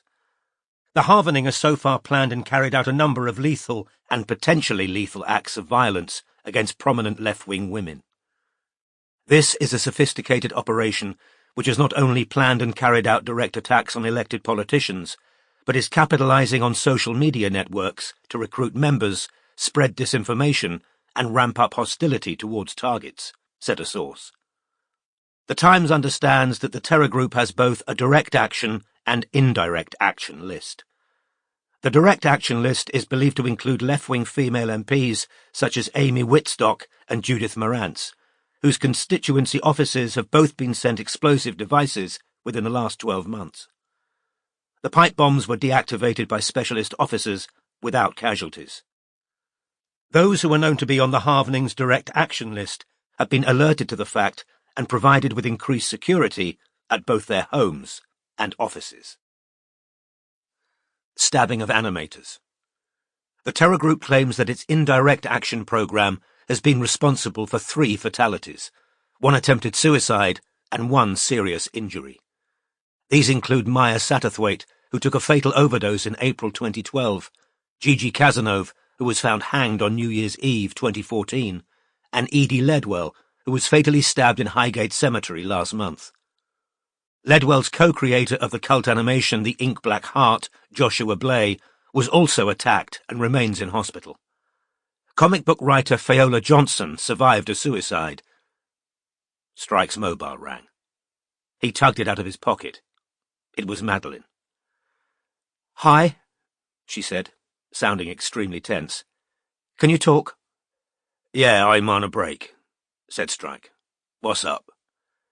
"Have you seen the Times? Gigi Casanova, Yeah," said Strike. "I've just been reading that. It's fucking alt-right group of trolls made her kill herself," said Madeline, who was clearly on the verge of tears. I can't get my head around it. She was 23. What fucking threat was she to a bunch of fascists?" "Don't think you're going to find any reasonable answer to that," said Strike. "But it's horrible, I agree." "I'm not pretending she was my best friend," said Madeline, "but she was a really sweet girl. She was always popping into the shop for a chat and... Sorry, I can't... her crime was talking about fucking climate change." "Yeah," said Strike. "I know. It's... Fuck! I'm going to have to go. I've got another bloody lawyers' meeting. Talk later?" "Yeah, I'll call you." Madeline rang off. Strike put his phone back in his pocket, picked up the paper again, and read on. Comic book writer Fiola Johnson has also been targeted by the group, but survived a suicide attempt in October 2013. Prior to their deaths, all three women were subject to trolling campaigns over social media that appear to have been planned and coordinated by the Halvening, with the aim of forcing their targets out of public life or into taking their own lives. What we're seeing here are sophisticated campaigns of misinformation and harassment, which aim in part to turn progressives against their own, said the Times' source. While we've previously seen trolling of liberals originating in spaces like 4chan, the terror group is using social media in a more organised and sophisticated way to incite harassment and campaigns of intimidation. Singer Gigi Casanova was subjected to sustained abuse on social media after emails in which she had allegedly used racist language to describe a former backing singer were leaked online. The emails were subsequently found to have been faked. Maya Satterthwaite was revealed to have misgendered a prominent trans woman in private text messages, which were also leaked online, while Edie Ledwell was subject to a prolonged hate campaign for multiple alleged transgressions, particularly against the disabled, and survived a suicide attempt in 2014, before being fatally stabbed in February. Hate symbols. The terror group's name is taken from a term used in cryptocurrency, where a halvening refers to the deliberate halving of the amount of Bitcoin that can be mined. The halvening's stated aim is to reduce the number of so-called social justice warriors in public life, and to diminish the value of holding progressive views, said the Times source. The term social justice warrior is used pejoratively by right-wingers to describe those who advocate and disseminate socially progressive agendas, although it is used as a badge of pride by many on the left. While the halvening... Strike's mobile rang for a second time. Wresting it out of his pocket, he saw Lucy's number. He hesitated before answering, but decided it was better to get the conversation out of the way now, while he was free to talk, rather than postpone it and pay an additional surcharge of resentment. "Stick?" "Hey, Luce. What's up?" "I've just been talking to Ted. He sounds really low." Ted was Strike's recently widowed uncle, a man he'd always considered his surrogate father. "So I've asked him up to stay with us on the weekend of the 17th of April, said Lucy. "Could you come over and join us?" I haven't got the work rota in front of me," said Strike, truthfully.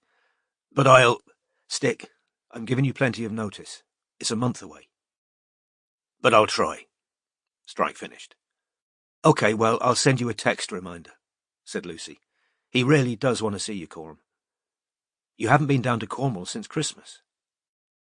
5 minutes of intensive guilt-tripping later, Lucy hung up.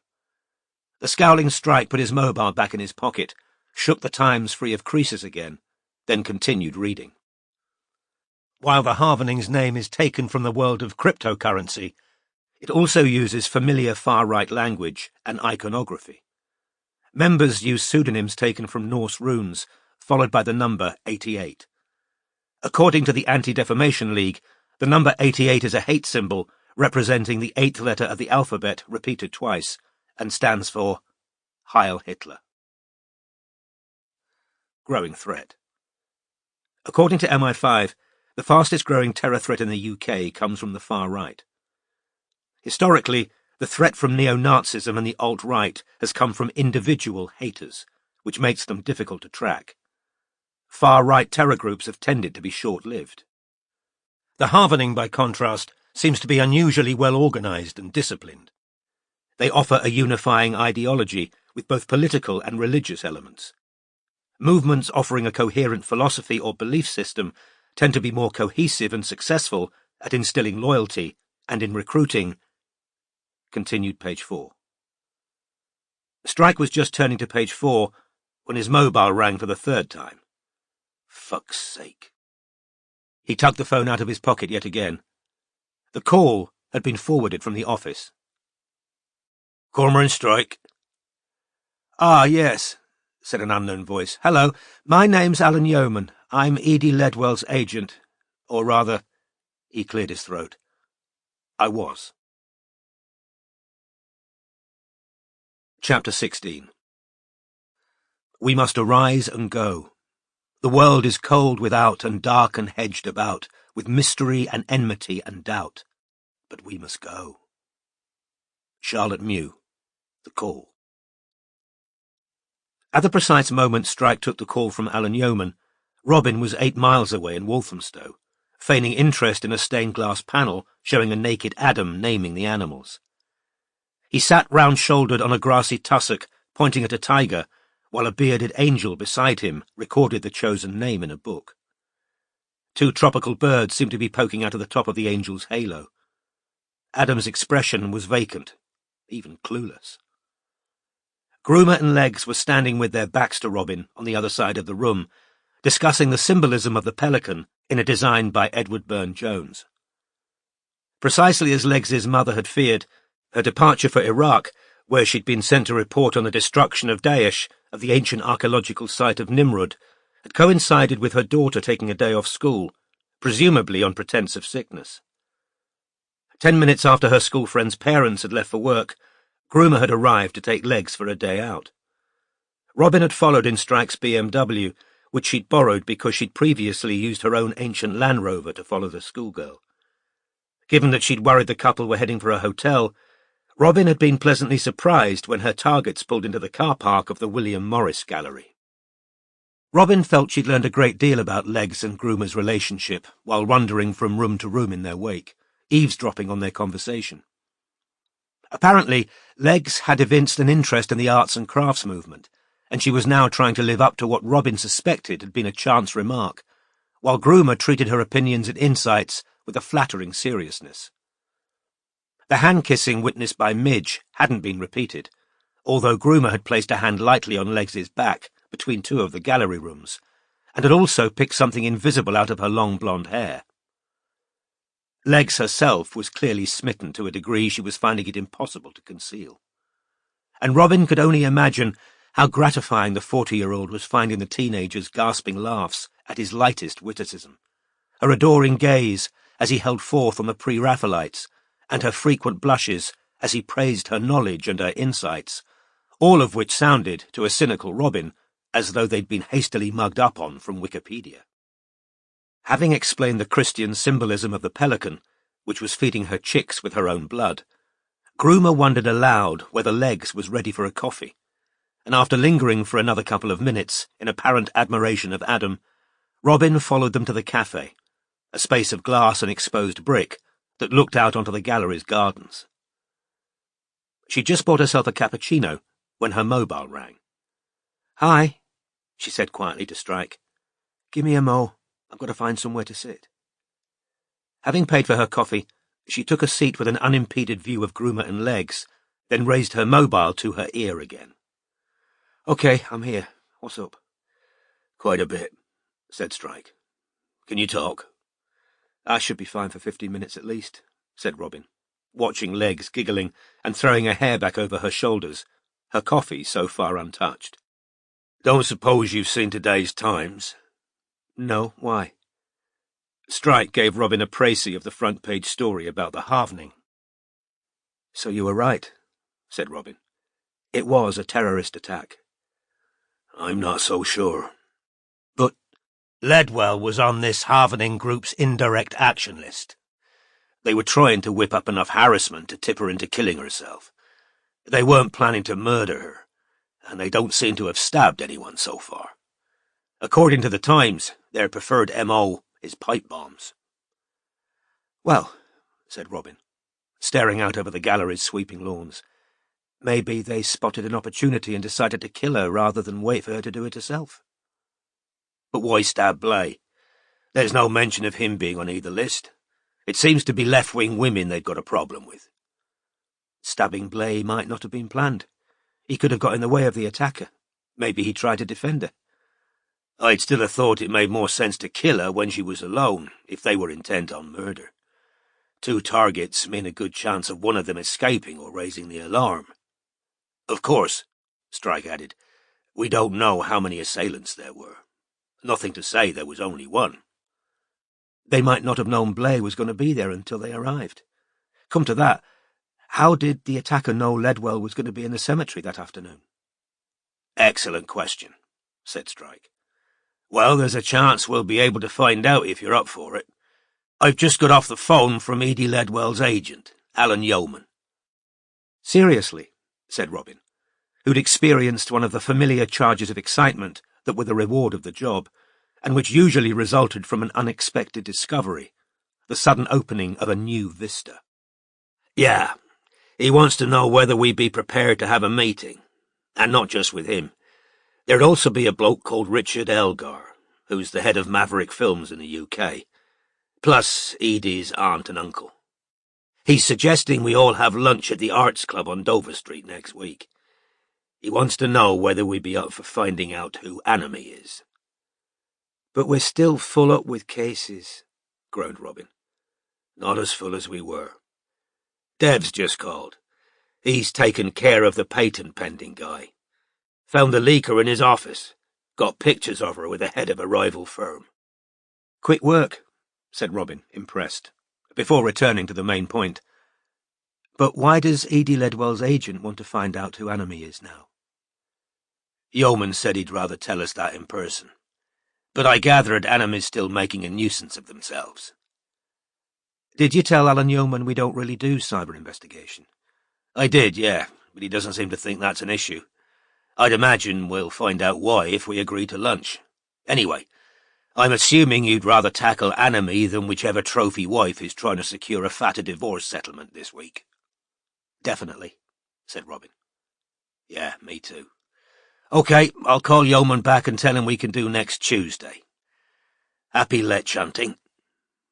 He hung up, and Robin, though excited by the prospect of the new case, returned her attention to Groomer and Legs, who were now nose to nose, whispering to each other.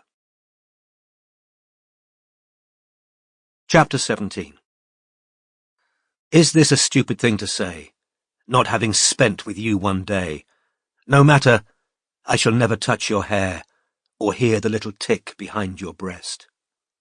Charlotte Mew, On the Road to the Sea. An in-game chat between moderators of Drek's game, Paperwhite and Morehouse. A new private channel has opened. 13th of March 2015, 14:31. Paperwhite invites Morehouse. Morehouse joins the channel. Paperwhite. I've been in here for ages waiting for you to show up. Where have you been? Morehouse. Talking to Enemy. Paperwhite. Did you see? In the news. Morehouse. The halvening stuff, yes. Paperwhite. And? Morehouse. And what? Paperwhite. Are you angry at me or something? Morehouse. Why would I be angry? Paperwhite. Morehouse, talk to me. Morehouse. Have you still got that proof Lord Drek and Vile Pachora gave you, that Enemy was Ledwell? Paperwhite. Yes. Why? Morehouse. Why do you think? Paperwhite. You think Lord Drek and Vile Pachora are halvening? Morehouse. Look at the halvening MO in the Times. It's exactly what Lord Drek and Vile did to you lot. They created a false narrative designed to turn you on Ledwell. Paperwhite. They didn't start the rumour she was enemy. Tons of fans thought she might be. Morehouse. Like who? Paperwhite. I don't know their names off the top of my head, but it was all in the dossier. Morehouse. Sock puppet accounts. All designed to keep people riled up and hounding her. Paperwhite. I never hounded her. Morehouse. I never said you did. Paperwhite. Hartella thinks it was a random attack. Morehouse. Yeah, I'll bet she does. Paperwhite. What's that supposed to mean? Morehouse. Lets her off the hook. Has she spoken to police? Paperwhite. I think so, yes. Morehouse. Did she tell them where she got that dossier? Paperwhite. I don't know. Morehouse. Well, I think one of you needs to take that dossier to the police if Hartella hasn't. Paperwhite. Morehouse. There was a guy in the year above me who retweeted some alt-right American guy, and they chucked him out of college. I never thought Ledwell was enemy. I never asked for that dossier. I never wished any harm on her at all, but that won't matter to the press. They'll go for all of us if they think we were mixed up with the alt-right and murder. And how do you think C, 8 asterisks, would like it? Morehouse. You sound exactly like enemy. Paperwhite. What does that mean? Morehouse. We just ignore the fact that neo-Nazis have infiltrated us, do we? Paperwhite. No. If it's proven that's what Lord Drek and Vile are, then obviously enemy should kick them out. But explain to me, how can that dossier have anything to do with Ledwell and Blay being stabbed? Morehouse. It's the reason they met, isn't it? It's why they went to the cemetery in the first place. Lord Drek and Vile Pechora set up the situation which resulted in 2 stabbings. The Harvening wanted her dead, and she's dead. Paperwhite. And if they genuinely believed she was enemy... Morehouse. I don't think they ever believed it, and you said yourself you didn't. And if you guess where they were meeting, anyone could have done. Paperwhite. Thanks. I'm that stupid, am I? Morehouse. FFS. I didn't mean it like that. You sound like Worm 28. I'm saying people could have guessed and lain in wait, seized the opportunity to knife them. Or Hartella could have told Lord Drek and Vile where they were going to meet, on a private channel. Paperwhite. My mother's ill. I'm not putting her through a ton of shit from the press and the police. I've done nothing wrong. Morehouse. You didn't tell me your mother was ill. Paperwhite. Didn't think you'd care. Morehouse. Of course I care. Why are you saying that? Paperwhite. Paperwhite. U8N XETUBG. Shit. I'm crying. I can't see properly. Morehouse. What's wrong with your mum? Paperwhite. I don't want to talk about it. If I talk about it, it's real. Morehouse. Tell me. Paperwhite. Why? Morehouse. You know why. Because I care about you. Paperwhite. No, you fucking don't. You've been playing me all along. Getting nudes off me, never send a pic back. Playing Mr. Sensitive. How many other girls are you stringing along? Morehouse. WTF are you talking about? Nobody. I never asked you for those pics. Paperwhite. I'm a slut then, am I? Morehouse. FFS, did I say that? Paperwhite. Now I'm sobbing in the middle of the fucking library. Morehouse. Don't. I never wanted to hurt you. Tell me what's happened with your mum. Paperwhite. She found a lump. Biopsy results came back late yesterday. It's malignant. Morehouse. Oh shit. I'm so sorry. Paperwhite. I can't stand much more of this. You don't think I'm good enough for you. Morehouse. Question marks. Paperwhite. You know who I am. I know you do. That 400 miles comment. If you'd liked what you saw, you'd have tried to meet me. Morehouse. It isn't that simple. Paperwhite. I've got all these feelings for you, and you clearly don't feel the same way. Morehouse. That isn't true. Paperwhite. It's too much to cope with. I can't do it anymore. Not with Mum ill as well. I'm going to take Drek's game off my phone. Morehouse. Don't do that. Please don't. Paperwhite. Why not? Morehouse. Look, it's crazy to have such strong feelings for someone I've never met, but I do. I think about you all the time. Paperwhite, you might find this hard to believe, but I have other offers, you know. Morehouse, I don't find that hard to believe at all. Paperwhite, then prove you care. Send me a picture of yourself. Morehouse, I can't. Paperwhite has left the channel. Chapter 18. Well of blackness, all defiling, full of flattery and reviling. Ah, what mischief hast thou wrought, out of what was airy thought, what beginnings and what ends, making and dividing friends. Mary Elizabeth Coleridge, The Contents of an Ink Bottle. Strike and Robin shared a taxi from the office to the Arts Club the following Tuesday. She noticed, but didn't mention, that he was wearing the same Italian suit he'd worn to the Ritz on her birthday. Robin had chosen a smart but low-key black trouser suit. As they headed towards Mayfair, Strike turned off the passenger's intercom and said to Robin, "I've been thinking about it, and we can't tell them who Edie thought Anami was. It isn't a fair accusation to be bandying about if she was wrong." "No, I know," said Robin. "It'll be interesting to hear whether they agree with her, though." "I went looking for Montgomery online yesterday," said Strike, who, unlike Robin, had had Monday off. "Found him on LinkedIn and Instagram. He's working 10 minutes walk away from our office, at a digital effects company in Fitzrovia. He lives in Ladbroke Grove with his girlfriend. His Instagram page is full of pictures of them with their hipster friends." Robin looked sideways at Strike. "You don't think it's him?" she said, more statement than question. "Well, if it is, he must have a very tolerant boss who doesn't mind him tweeting regularly throughout the day. I had a quick look at Anami's account last night. He's on Twitter at all hours. Maybe I'm just working off a stereotype. When you think of internet trolls, you tend to assume they haven't got much of a life. Montgomery seems pretty good from what I can see." Given that it lay a mere 10 minutes away from the billionaire's house in South Audley Street, Robin had expected the Arts Club to be smart, but even so the degree of grandeur came as a surprise. From the white-jacketed waiters and the marble floors, to the oyster bar and extravagant modern chandeliers, the place gave the Ritz a run for its money. Scruffy, ink-stained Edie Ledwell would have been thoroughly out of place here. Indeed, the clientele seemed to consist exclusively of middle-aged and prosperous-looking men in suits. Robin's outfit was almost identical to the one worn by the pretty young woman who greeted them at the door, then led them upstairs to the private dining room, where, she told them, the rest of the party was already assembled. The small room had a trace of an opium den about it, with its dark red walls, vaguely Chinese-looking carved wooden screens, and subdued lighting. The 4 people waiting for them hadn't yet sat down. All turned, falling silent, when Strike and Robin entered. "Aha!" said the smiling, bespectacled, pink-faced man nearest the door. He looked younger than his untidy white hair might have suggested, and his slightly baggy suit looked as though it was worn for reasons of comfort rather than style.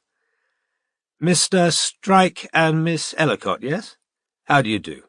I'm Alan Yeoman." He shook hands with both of them in turn, then introduced them to the dapper 40-something man beside him, whose tie was the same silvery colour of Madeline's bedroom curtains. His dark hair was as neat as Yeoman's was scruffy, and his well-tailored suit had very definitely been chosen for reasons of style. "This is Richard Elgar, Chief Executive of Maverick Films in the UK. "Hi," said Elgar, and his accent revealed him to be American. A glint of onyx and steel cufflink was revealed as he shook hands. "Good to meet you. You actually helped a friend of mine out with a personal matter a couple of years ago." He mentioned the name of a female client who'd divorced a philandering multimillionaire. "And this is Grant Ledwell," said Yeoman, indicating a man with heavy eyebrows and an underbite, which gave him more than a passing resemblance to a bulldog. Grant's thick hair was bristle-cut, his blue suit was double-breasted, and his shirt collar looked tight. "Edie's uncle, you know." Grant's strong jaw and bushy eyebrows didn't entirely account for the slightly pugnacious air he was giving off. "Very sorry for your loss," said Strike as they shook hands, and Grant made an ambiguous subterranean noise in his throat. "And his wife, Heather," concluded Yeoman. Heather, who was pregnant, looked at least 10 years younger than her husband.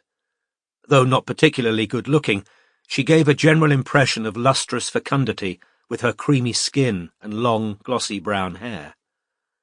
Her clinging low-cut purple wrap dress revealed at least half of her swollen breasts. Robin noticed how determinedly Strike kept his eyes firmly on Heather's face as he shook her hand. "I've read all about you," Heather said, beaming up at Strike. "Wow!" "Shall we sit down?" suggested Alan Yeoman. The 6 of them took their seats around the circular table, and Robin wondered whether anyone else was reminded, unavoidably, of a séance, with the light pulled over the table, but the corners of the room in shadow.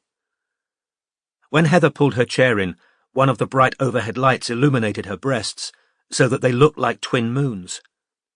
The waiter who'd arrived to hand out menus stared for a few seconds, as though dazed. Elgar made easy small talk about the Arts Club, of which he was a member, until the door closed behind the waiter, leaving the group alone. "Well," said Yeoman, turning to Strike and Robin, "it's very good of you to meet us." "We're happy to be here," said Strike. "I know Edie would be glad we're meeting too," Yeoman continued somberly. "As you can imagine, this has been an appalling shock for all of us, and for Grant and Heather, of course, a personal tragedy." "How's the police investigation going?" Strike asked Grant. "We haven't had an update for a week," said Edie's uncle, whose voice tended naturally to a growl. "But they seem pretty convinced it was someone from this far-right group, this halving, or whatever they're called." "Have they got a description of the attacker yet?" Strike asked. "No," said Grant. "Blay claims he was hit in the back with a taser. Says he fell down, was stabbed on the ground, and all he saw was a pair of black trainers running away." "Is there some doubt about this story?"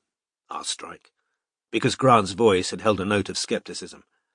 "Well, people online are saying he stabbed Edie," Heather said, before Grant could answer. "Aren't they, Grub? And face it, this has all worked out quite well for Blay, really, hasn't it? He's been left in charge of everything, hasn't he?" "No, he hasn't," said Grant shortly. "We'll see to that." There was a slightly uncomfortable pause. "The papers say he was stabbed in the neck," Strike said. "That's right," said Yeoman, before Grant could respond. "From what I gather, what saved him was the high collar on his leather jacket. If the knife had gone in any deeper, I believe it was a question of millimetres. Even so, he's been left with a significant spinal cord injury, and he's partially paralysed." "He and Edie had fallen out," began Grant. But 2 waiters now re-entered the room with bottles of water and a selection of bread rolls, and he fell silent. Nobody had ordered alcohol. When the man pouring water asked whether they decided what they were going to eat yet, Heather gave a little laugh. "Oh, I haven't chosen," she said, flipping open the menu and perusing it. Once she'd ordered, she turned to Robin and said, rubbing her belly, "This one's a boy, and can't I tell? I wasn't this hungry with either of our girls." "When are you due?" asked Robin politely. "Not till June. Have you got any?" "No," said Robin with a smile. "To be honest, this one wasn't planned," said Heather in a stage whisper. "But he's only got to look at me and I'm pregnant. But who knows? I might be able to afford some help if—" She left the sentence unfinished. As she sipped her water, Robin wondered how much Grant and Heather stood to gain from their unexpected inheritance. Food orders taken, the waiters left again. Once the door had closed, Yeoman said, "So, as I explained on the phone, we're hoping you might agree to undertake an investigation for us. We," he indicated himself and Elgar, "would be your clients and bear the costs, but we felt it right that Grant should be here today too, as Edie's next of kin. Richard, would you like to—" "Thanks, Alan," said the American. To give you some background, he said, putting his beautifully manicured fingertips together. When Edie died, she and Josh were on the verge of concluding a film deal with us. Josh had already signed, and Edie was due to do so at Alan's office the morning after she was attacked. A few days ago, Josh sent us a message via his agent that he doesn't want to proceed with the movie unless some way of shutting down Enemy is found. You aren't Josh's agent, then? Strike asked Yeoman. Only Edie's. Correct, said Yeoman. Josh is represented by a woman called Katya Upcott. We, should come back to her. Now, obviously, Josh has already signed the contract, so he can't legally stop the movie, said Elgar. But naturally nobody wants to go against his wishes, given what's just happened. We should say it's very much in Josh's best interests for the film to be made, added Yeoman. If his paralysis doesn't resolve, he's unlikely to be able to animate again. He doesn't come from a wealthy family. We want to set his mind at rest about Enemy so he can focus on his recovery. He's feeling a lot of guilt about accusing Edie of being Enemy. Torturing himself, Katya says. Well, imagine accusing her of that, interrupted Heather indignantly. As if anyone would do that to themselves, putting personal things about themselves online. We're having a taste of what she went through right now, aren't we, Grub? She said, glancing sideways at her husband. As soon as Edie was dead, this Enemy started churning out private things about me and Grant on Twitter. Really? Said Strike, pulling out a notebook. Would you mind if we take notes? No, of course not, said Heather, who seemed rather excited at the prospect. He's got some things wrong. He said Grant was out in Saudi, not Oman, and that I was Grant's secretary, which I wasn't. I was PA to another guy, and he's claimed Grubb and I had an affair while he was still married, but his first marriage was over in all but name, said Grant, more loudly than was necessary. He's been going for us non-stop for a month, because Grant's going to have a say now in what happens with the cartoon, continued Heather. I'm keeping track of all these so-called fans coming on our Facebook page and writing terrible things. I can give you the names if you like. Thank you, that'd be very helpful, said Strike, not particularly sincerely. Interesting that Enemy knows private details about you as well as Edie. Could he have got them online, from your Facebook page, for instance? Or does he know things that aren't in the public domain? Grant and Heather looked at each other. I suppose some of it's on our Facebook page, said Heather, as though this thought had only just occurred to her. But he knew Laura's got lupus. I don't see how he could have known that, do you, Grubb? Laura's my ex-wife, Grant explained. No, I can't see how he'd have known that. I was in Oman when Edie's mother, my younger sister, died, he continued. And Strike suspected they were about to hear a prepared speech. I was unmarried at the time and working all hours. There was no way I could have taken in a small child. By the time I met my first wife, Edie was settled with a good foster family. It would have done more harm than good, disrupting her life and her education to drag her abroad. Then, after we moved back to London, Laura got ill. It was all she could manage looking after Rachel, our own daughter. I mean, I checked in with Edie to see how she was doing.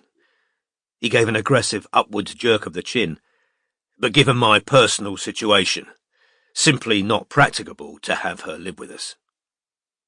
And she was doing drugs and all sorts later, said Heather. Wasn't she, Grubb? We wouldn't have wanted that around the kids. Elgar, who'd maintained an expression of mild interest while the conversation had entered this side route, now returned to what, for him, was clearly the main point of the meeting. As Alan says, we all want to do the right thing by Josh. But we've got sound business reasons for closing down Enemy as well. Enemy's very much against our movie, and he's whipping up the fandom against it. He's got a well-established track record of creating animosity towards any change in the franchise he doesn't approve of. Yeoman, whose mouth was full of bread roll, nodded and said thickly, When the show moved to Netflix, Anime orchestrated hate campaigns against the voice actors and animators. A couple of people resigned because of the harassment Anime was inciting against them online. In terms of the overall brand, the ink black heart is starting to be almost as well known for the aggression of the fandom as for the cartoon itself. Nobody wants the property to become a byword for online toxicity. But I'm afraid that's where we're headed, unless something changes. Which is a shame, said Elgar, because we've got high hopes for the movie adaptation. We're planning a mixture of live action and CGI, a gothic love story mixed with a dark comedy full of funny, appealing characters. Robin thought the last line sounded as though it had been lifted directly from a press release. Presumably, she said, Maverick would get the rights to produce digital games if this film deal's concluded. Hammer hit on head, Ms. Ellicott, said Elgar with a wry smile. Anime's game will have a lot of competition once we get gaming rights. We think that's the primary reason he's determined to stop the cartoon becoming a film. Where did Blay get this idea that Edie was Anime? Do any of you know? Asked Strike. Yeoman sighed. Somebody took him a dossier of supposed proof. I haven't been able to talk to Josh yet, so that's all I know, but... Well, he's quite a heavy consumer of cannabis and alcohol. Relations between him and Edie were very poor by the end. There was a lot of bitterness, paranoia, and acrimony. I don't think he'd have needed a lot of persuading that Edie was up to no good. Your agency turned Edie down because you don't do a lot of cyber investigation, is that right? Elgar asked Robin. And because our client list was full at the time, explained Robin. Well, you should know the interested parties represented at this table have probably exhausted the cyber investigation route, said Elgar. Really? Said Strike. Yes, we were all acting independently, said Yeoman. And it's only since Edie died that we've pulled information. Grant, yeah. I've had a good friend of mine looking into this Anime these last few weeks, said Grant, with another aggressive upward jerk of the chin. Len heads up a cyber-security firm. Met him out in Amman. Len says the security around this game of Animes is top-notch. He hasn't managed to dig up anything on who's behind it. Just to clarify a point, interjected Robin. There are 2 people credited with creating this game, aren't there? Not just Anime. That's right, said Yeoman. The other calls himself Morehouse, and they're the same person, said Heather with absolute confidence. I've been looking into it all online. They're the same person. Well, maybe. I don't know, said Yeoman tactfully.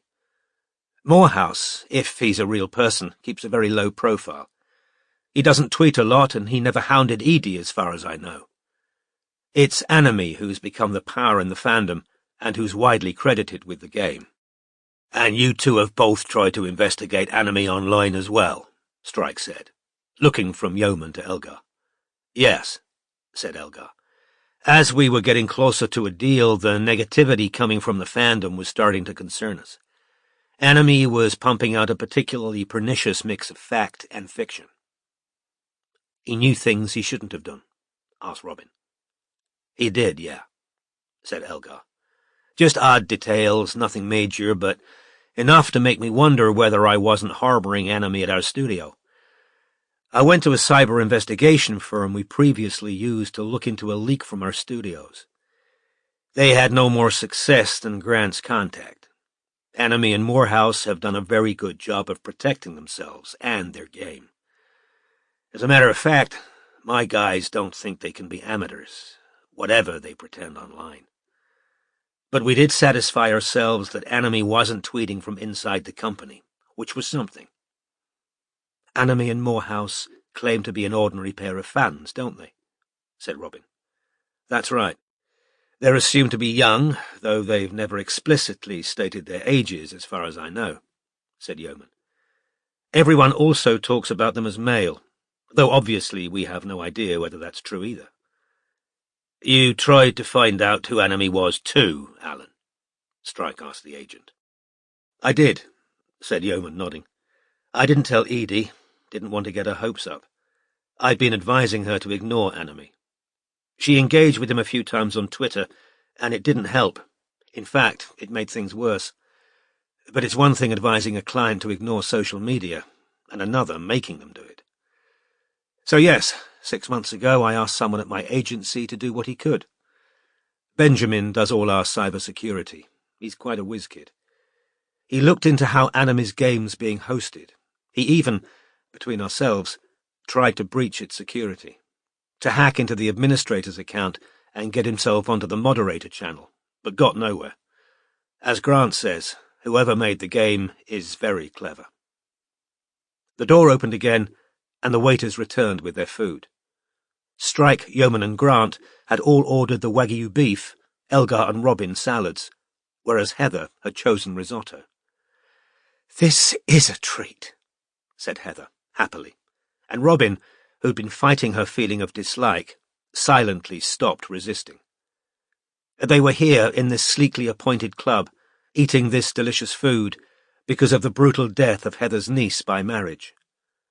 Even if Heather had barely known her, as seemed to be the case, her frank enjoyment of her fancy lunch and her persistent eyeing up of Strike seemed both inappropriate and distasteful to Robin. When the door had closed behind the waiters, Robin asked, "Did anyone ever try to reach out to Anamy? To reason with them or fix up a private meeting?" "Yes, Edie herself," said Yeoman, now vigorously cutting up his beef. "She asked Anamy over Twitter to meet her face-to-face. He never answered." "Couldn't you have done something with copyright law?" asked Strike. "What's the legal position if his game's using all Ledwell and Blaze characters?" "It's a grey area," said Yeoman, now through a mouthful of steak. "You could argue infringement, but as the fans liked it, and nobody was making any money, we thought it wisest not to be heavy-handed. If Anamy had started monetizing it, then yes, we'd have had a copyright violation. We imagined fans would eventually tire of it, thereby diminishing Anamy's influence, but that hasn't happened." "Ordinarily," said Elgar, "we'd be looking to bring him on side as an influencer, a superfan with a following within the community. Tickets to early screenings, face-to-face meetings with the writers and actors, that sort of thing. But it wouldn't be possible in this case, even if we were minded to be generous.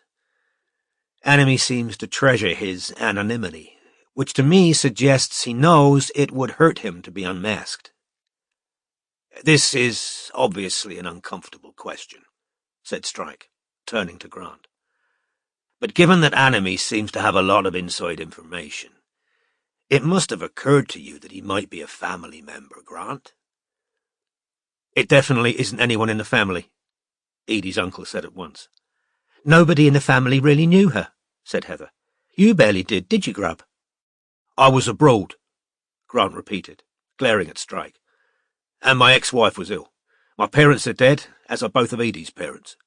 The only other relatives are my kids, and none of them ever met her. It's definitely not anyone in our family." "I made discreet inquiries at the agency," said Yeoman, "because it naturally occurred to me that I might be harbouring Anamy. But as far as I could find out, nobody there ever had so much as a coffee with Edie outside work. And while someone might have known about developments with the cartoon, they simply can't have known all those private details about Edie's past. In my view, Anamy has to be someone who's been in Edie's immediate circle at some point, or, more likely, in Josh's." "Why do you say it's more likely to be someone in Josh's?" asked Robin. Yeoman set down his knife and fork, swallowed a mouthful of food, and said, "Well, for one thing, Anamy's never targeted Josh," he said. "It was always Edie he fixated on, and abused and harassed.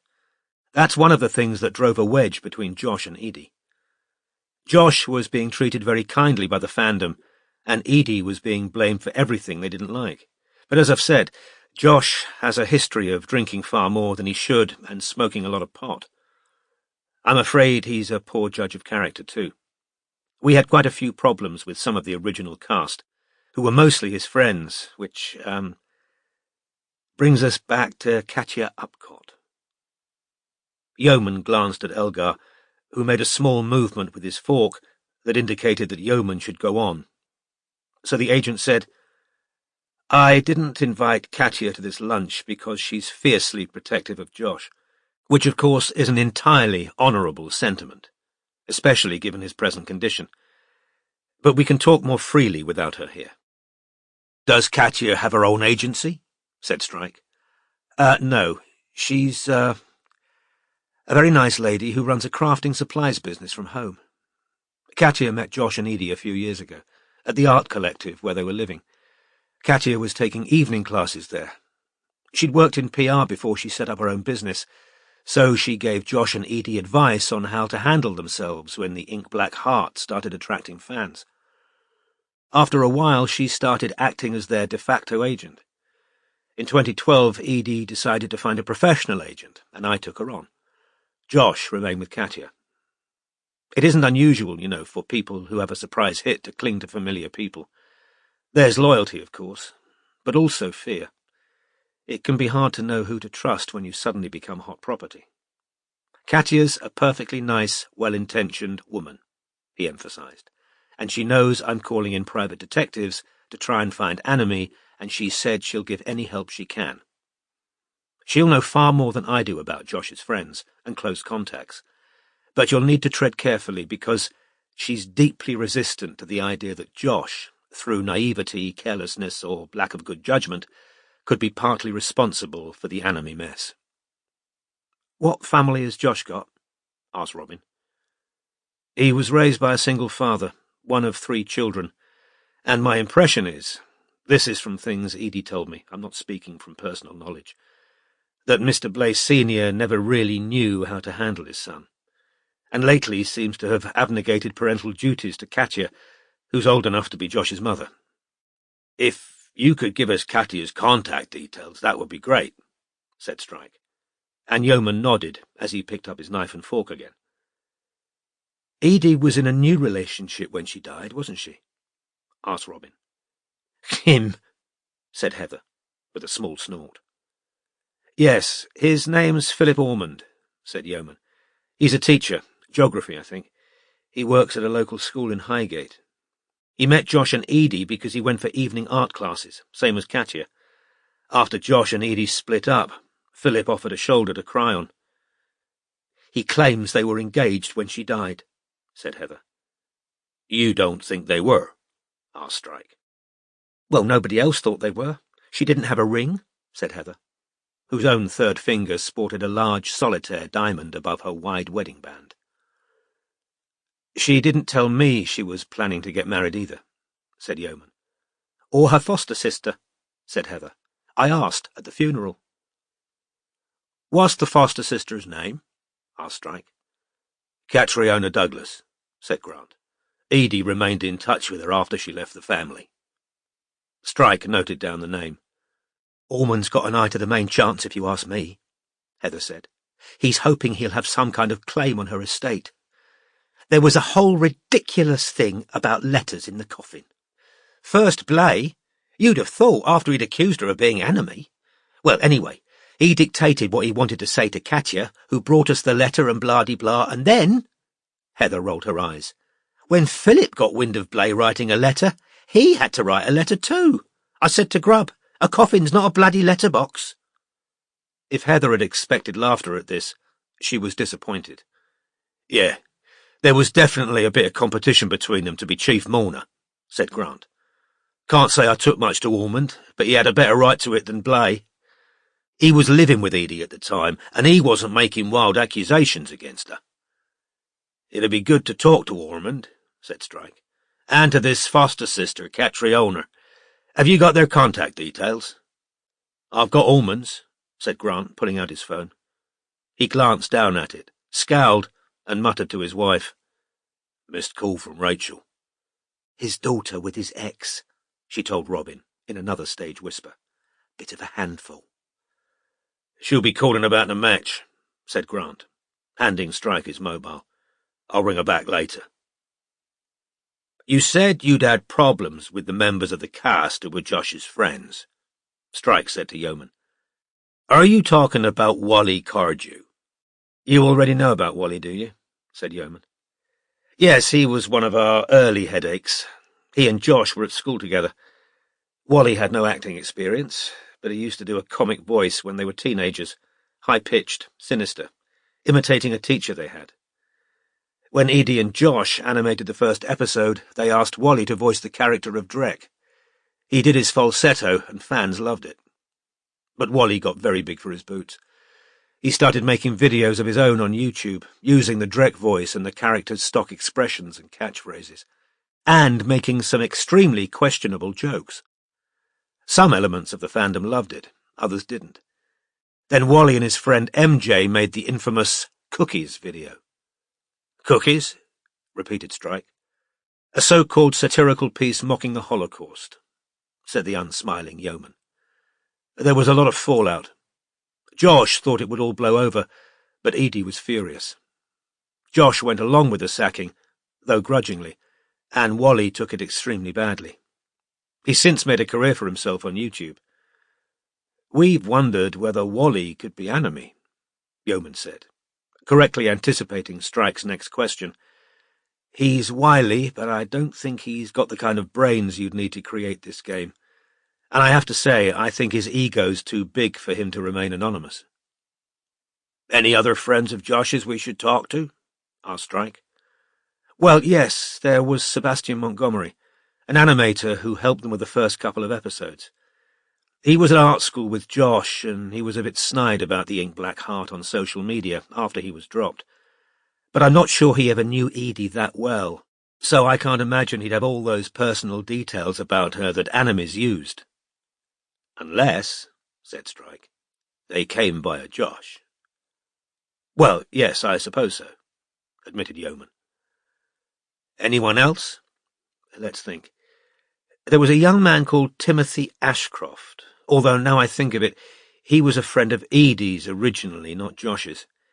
He voiced the worm, and I think he had acting ambitions, so he can't have liked being dropped. But he and Edie remain friends as far as I know. I haven't got any contact details for Tim, I'm afraid. Why did they let him go? Asked Robin. Candidly, said Yeoman, he wasn't very good. I've seen the early episodes. The worm's a good comic character, but Tim wasn't doing him justice. When they did the TV deal, it was a condition that Netflix would have a say over casting. I think it was a relief to Edie, honestly, to have somebody else make those decisions. Josh himself had voiced Harty in the beginning, and Catriona, Edie's foster sister, was Paperwhite at first. But from what she told me at Edie's wake, she couldn't wait to leave. She never enjoyed doing the voice, and was happy for a real actress to take over. But I wasn't involved back then, so there may be others who were left by the wayside that I don't know about. As I say, Katya's the one you should talk to about the old days. She was there from the beginning.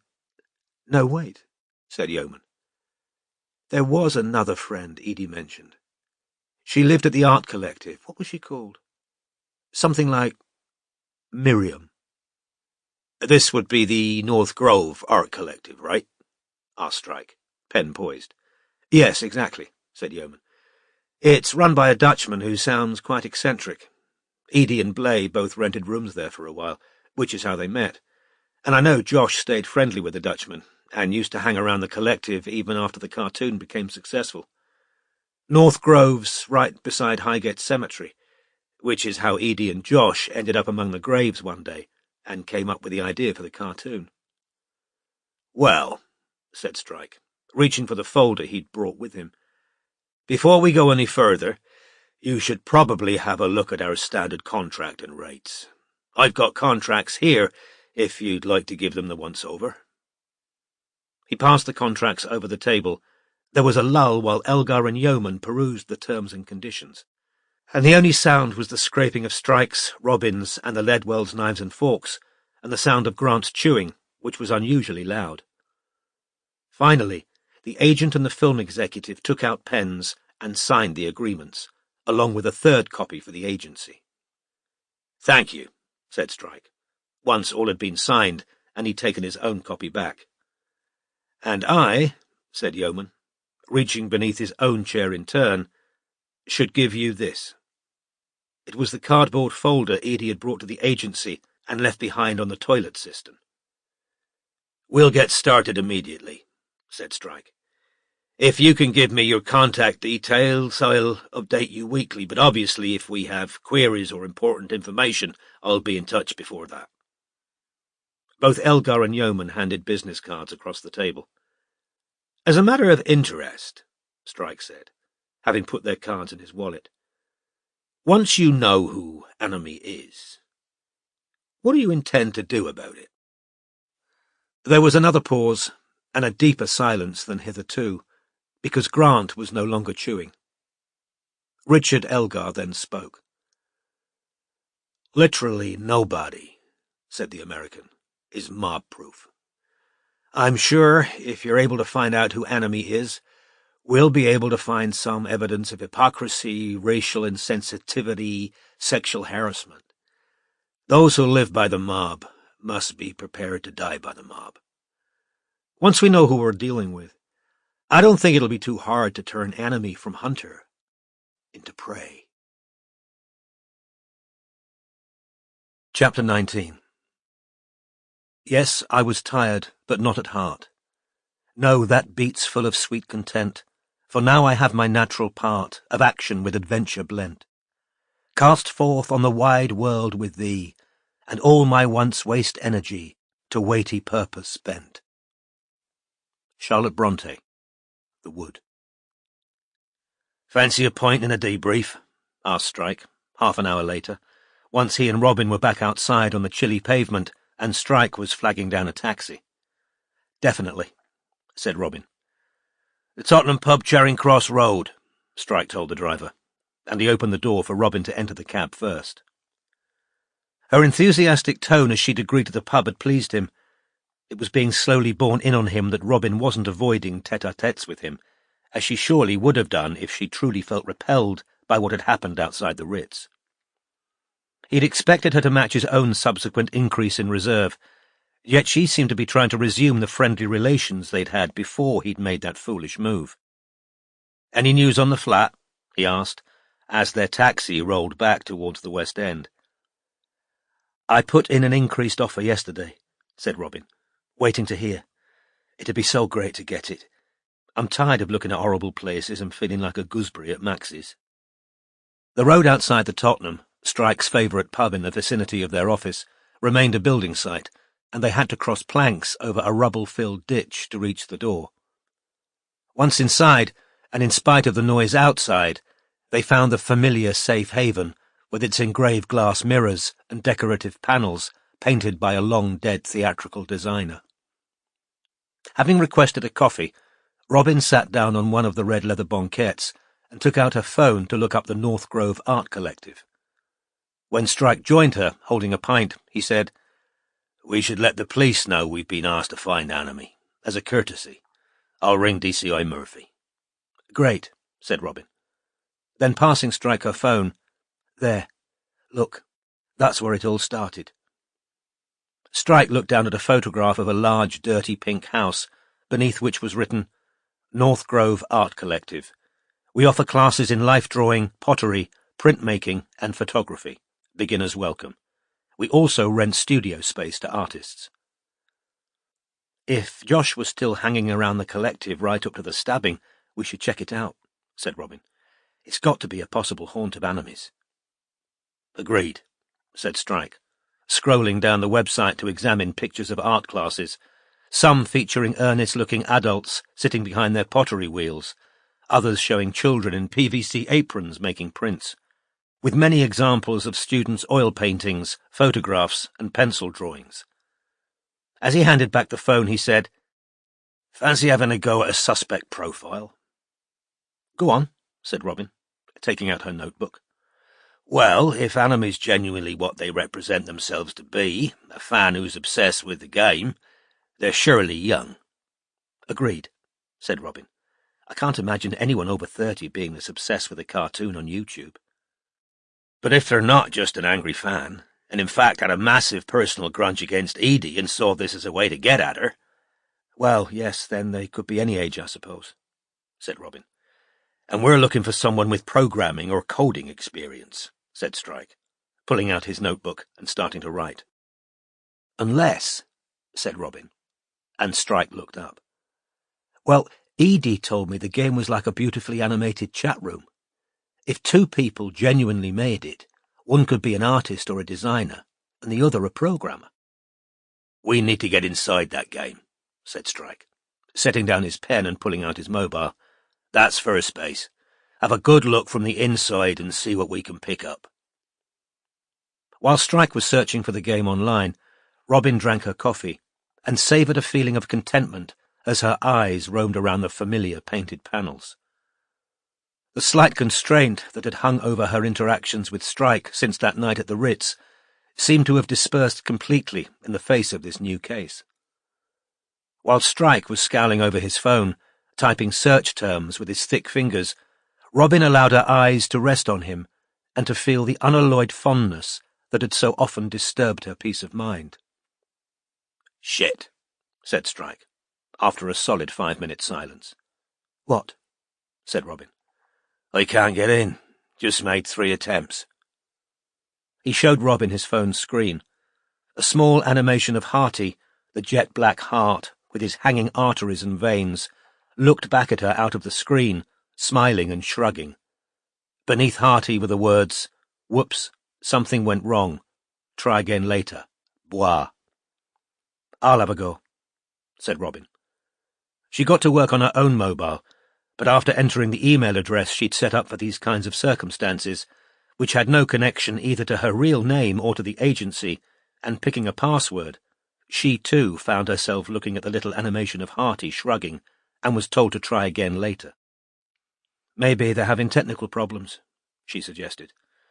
"Let's hope so, because the one surefire way of ruling out suspects is going to be observing them going about their daily business without recourse to a phone or a laptop, while enemies tweeting or active in the game."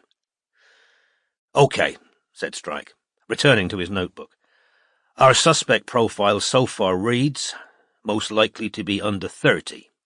He glanced up at Robin, who nodded. "Either adept at coding or artistic or both.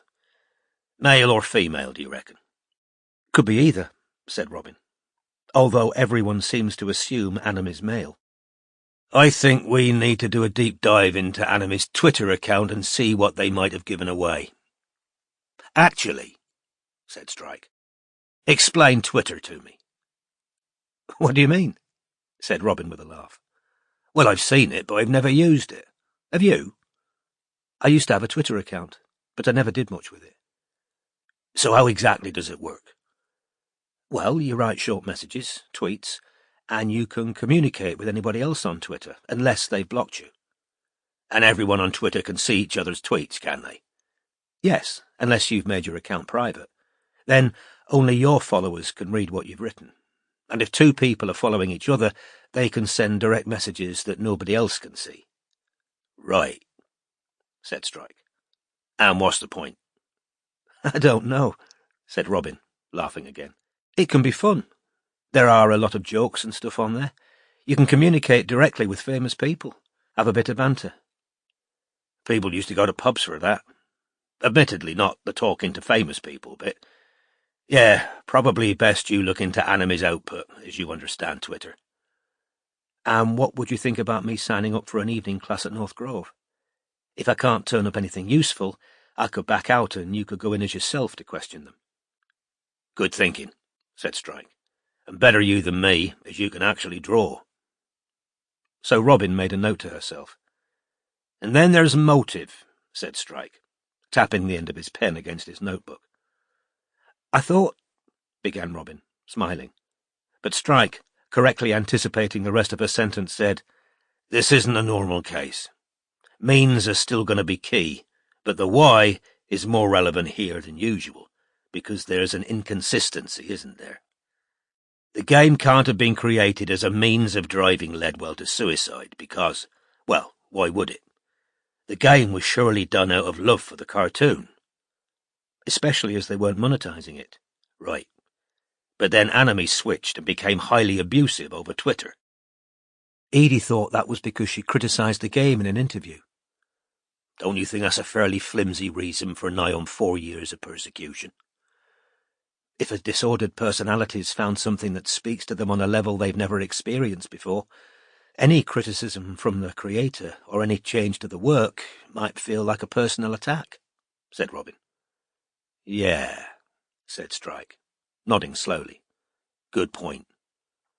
I watched a video of Edie and Josh discussing the cartoon, you know, Robin said. They were answering fans' questions and discussing Harty, who's the hero, that black heart you just saw.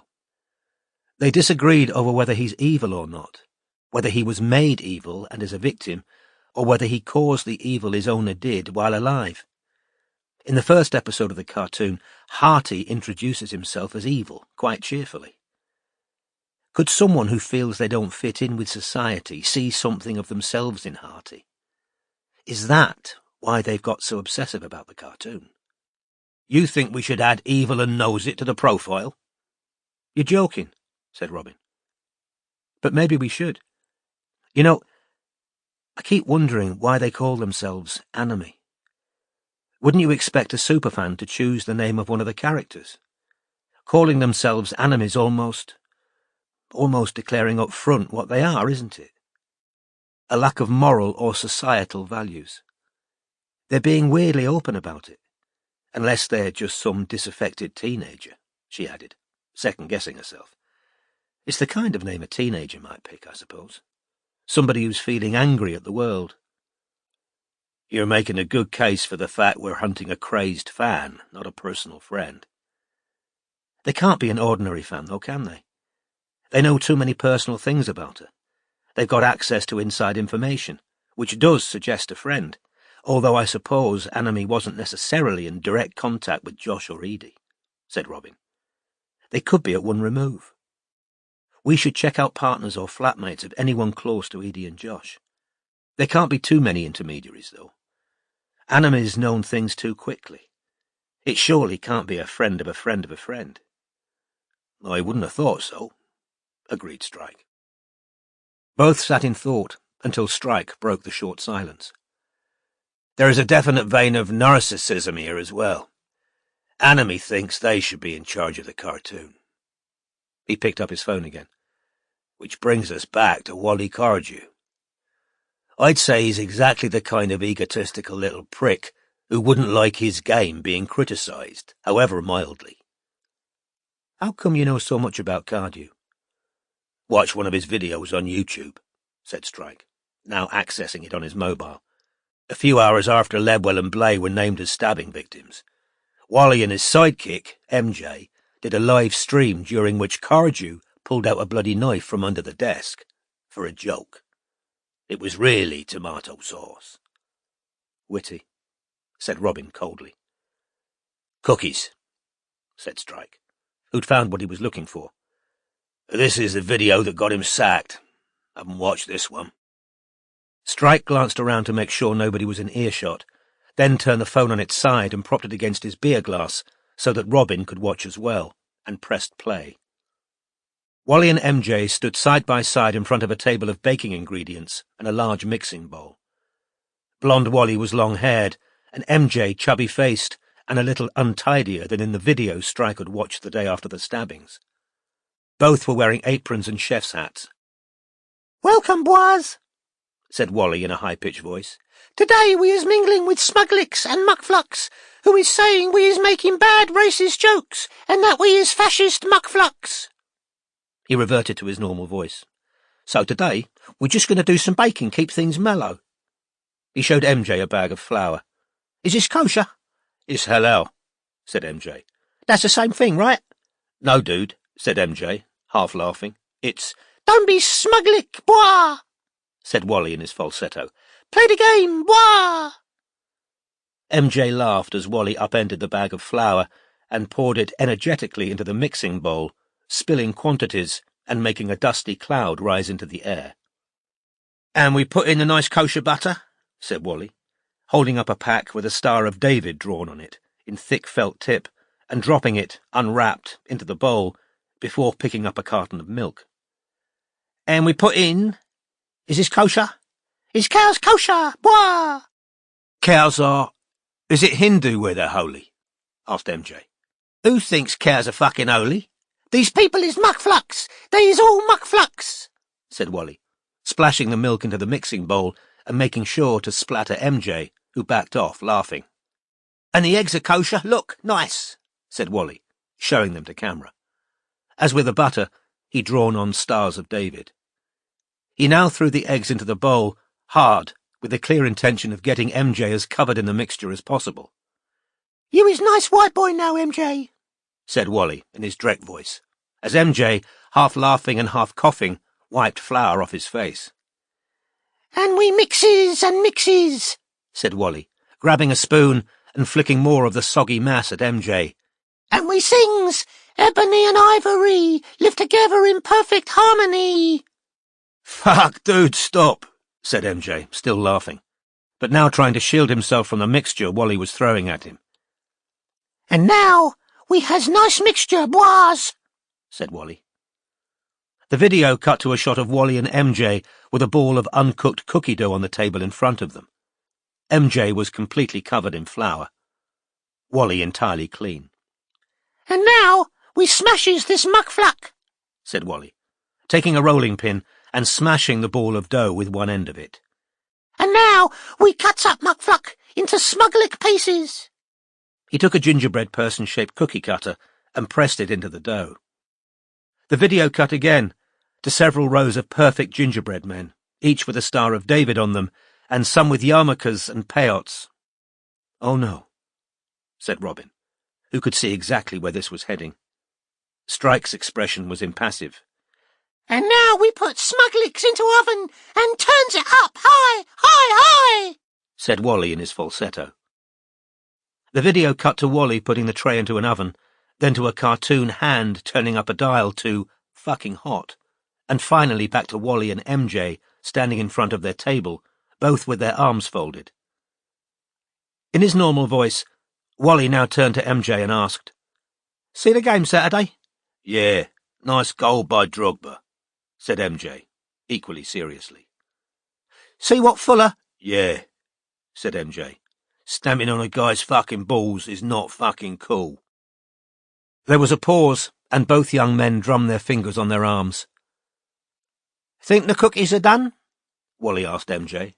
"Yeah, maybe," said MJ. Wally checked his watch. "Might give 'em a bit longer." The video cut to a black screen with the words 1 hour later written across it, then back to Wally and MJ, who were now standing in front of an oven billowing black smoke.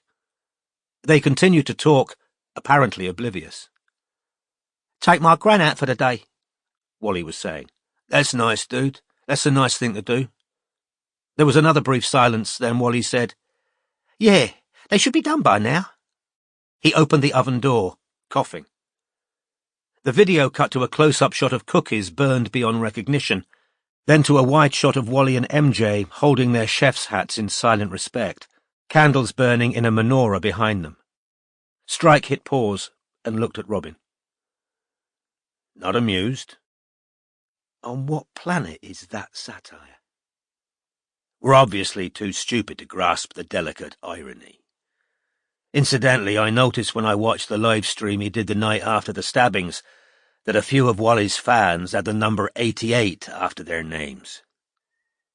You add together Holocaust jokes, far-right followers, and a connection to the ink black heart, and you can definitely see why MI5 might have questions," said Robin.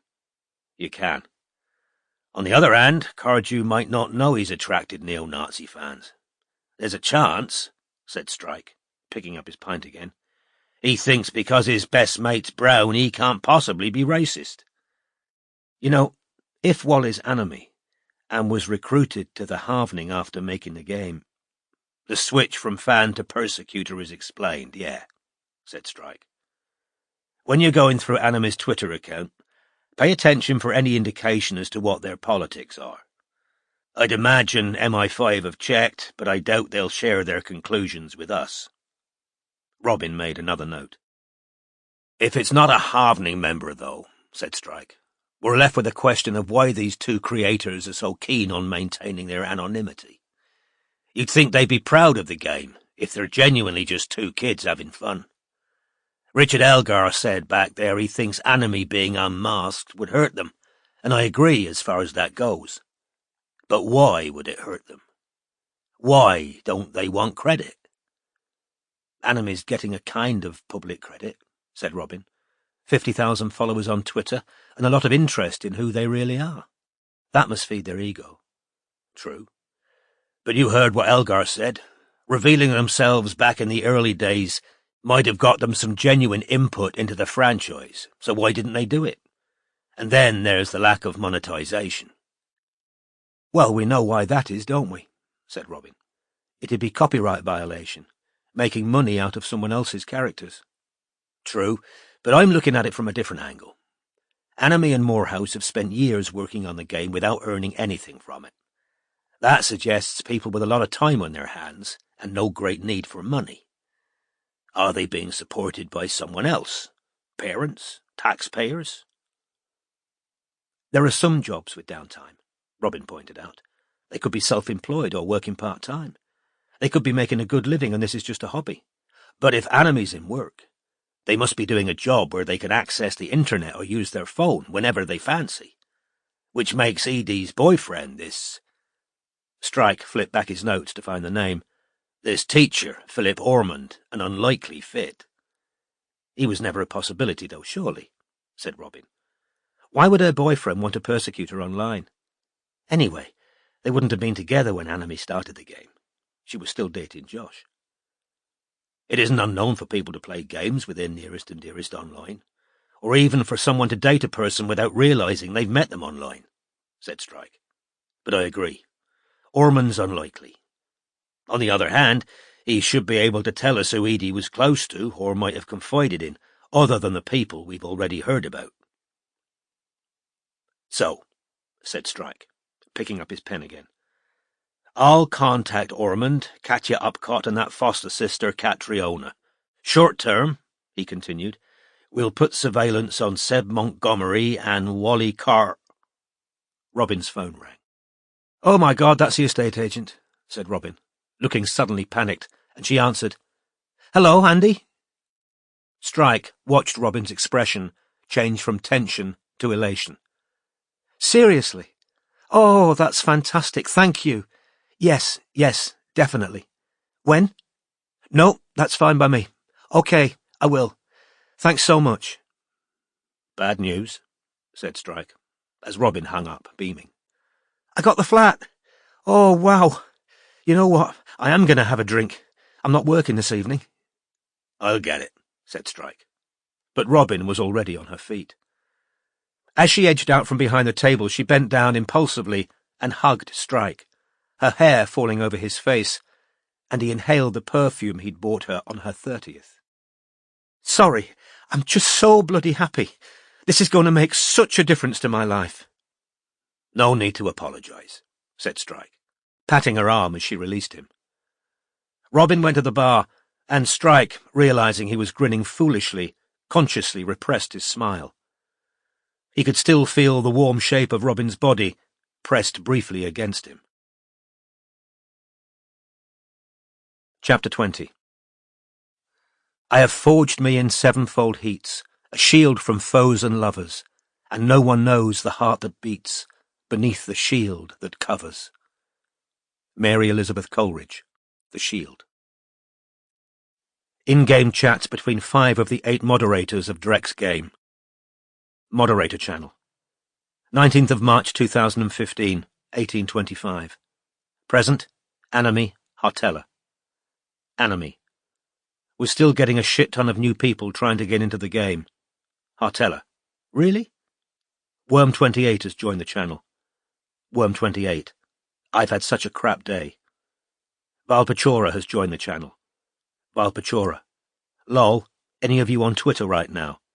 Hartella. No? Why? Valpachora. Hashtag exhume Ledwell's trending. Anime. Yeah, I saw that. It's not funny. Valpachora. I thought you'd find it fucking hysterical. Anime. I don't want her dug up. Valpachora. Not growing a conscience, are you? Bwah. Anime. I just wanted to stay where she is and rot. It's Uncle Grunt we need to concentrate on now. Fiendy1 joins the channel. Fiendy1. Are any of you on Twitter at the moment? Valpachora. We've just been talking about it. Fucking hilarious, But Anime doesn't think so. Fiendy 1. It's not hilarious, it's horrible. What if her family saw it? Anime. She was always telling us she didn't have any family. Hartella. I agree with Fiendy 1. It's horrible. Anime. I'm not accepting any new applications till numbers drop off. Let the pigs get bored. Fiendy 1. What are you on about? Anime. We're getting about 100 new applications a day at the moment. Police, probably. So I'm not accepting anyone new. Vile Pachora. Good for you, mate. Fiendy 1. If it's police, they could hack us.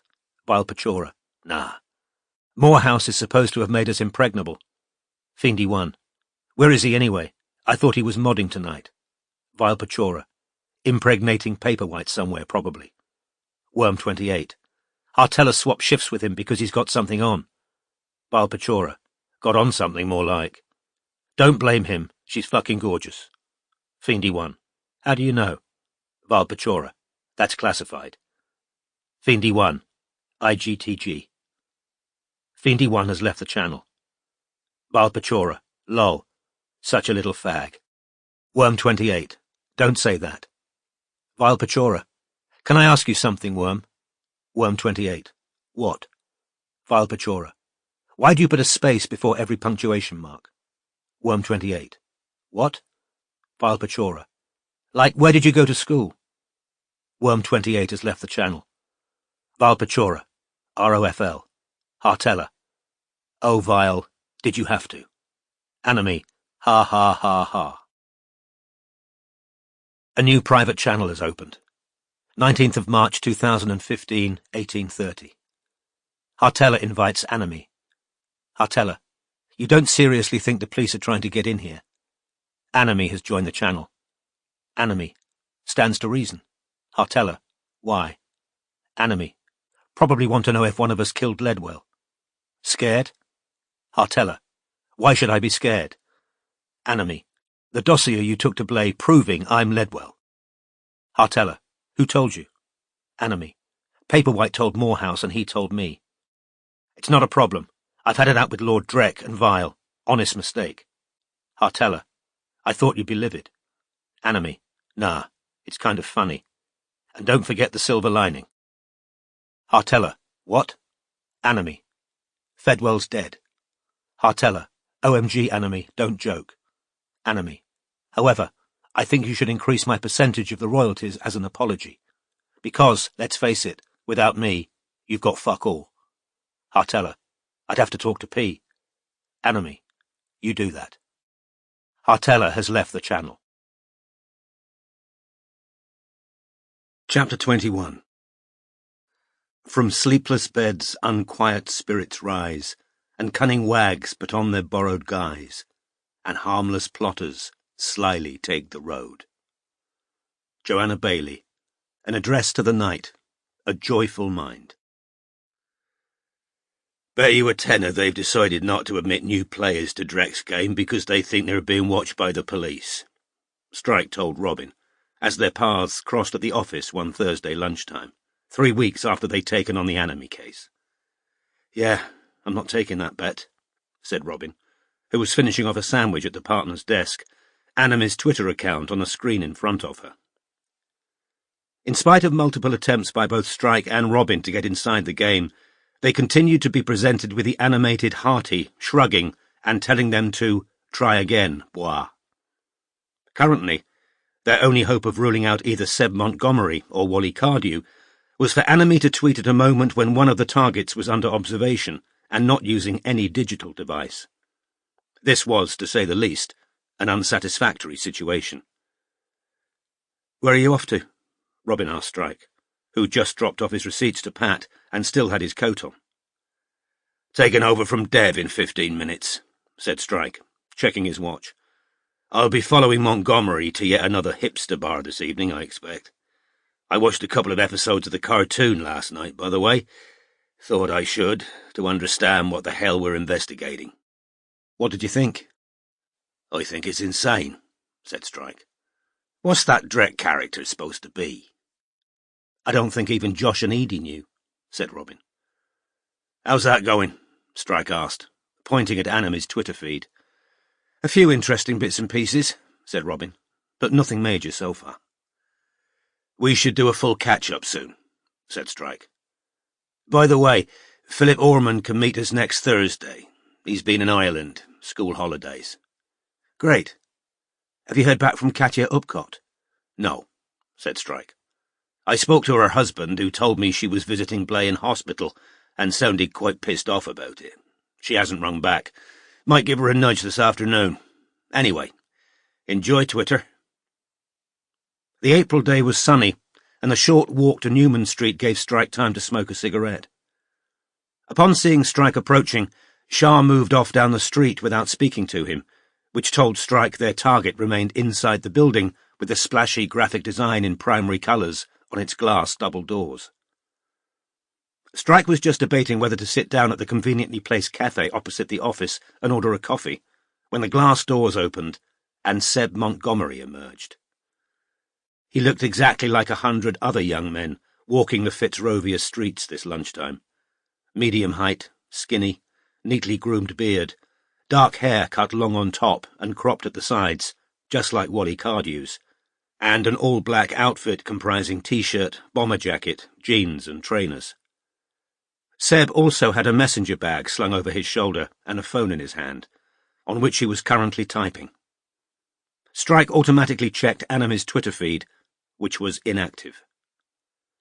Strike thought he detected a jaunty air about Montgomery, as though his working day was over, even though it was barely 2 o'clock.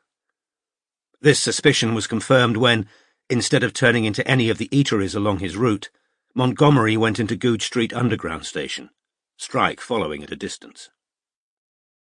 The detective soon realised Montgomery wasn't going home, because he boarded the Northern Line. Strike entered the same carriage, standing in the corner by choice, watching Montgomery's reflection in the dark window. The young man sat with his knees wide apart, effectively blocking the seats on either side of him, apparently playing some game on his phone and glancing up periodically. As they approached Highgate Station, Montgomery pocketed his phone, hitched his messenger bag back onto his shoulder, and headed for the doors. Strike allowed a group of 4 young women to pass ahead of him up the escalator so that he wasn't too close to his target. As he reached street level, his phone vibrated in his pocket. Barclay had sent a text. Cardew heading north, possibly Highgate. Montgomery had left the station, but advanced only as far as a tall, prematurely balding young man standing just outside it. The unknown man's jeans, shirt and jacket were nondescript, as suitable for a man of 50 as they were for a person in his late 20s, which Strike guessed him to be. Montgomery and the stranger shook hands, both looking slightly awkward, though evidently they knew each other, because Strike caught routine exchanges of "how's it going" and "long time no see." The detective lingered inside the station, because it was clear to him that Montgomery and the unknown young man were waiting for someone else to join them, and it didn't take great perspicacity to guess who the third person was. "Already at station," he texted Barclay. "SM here waiting for WC. Suggest we greet each other and follow them in tandem."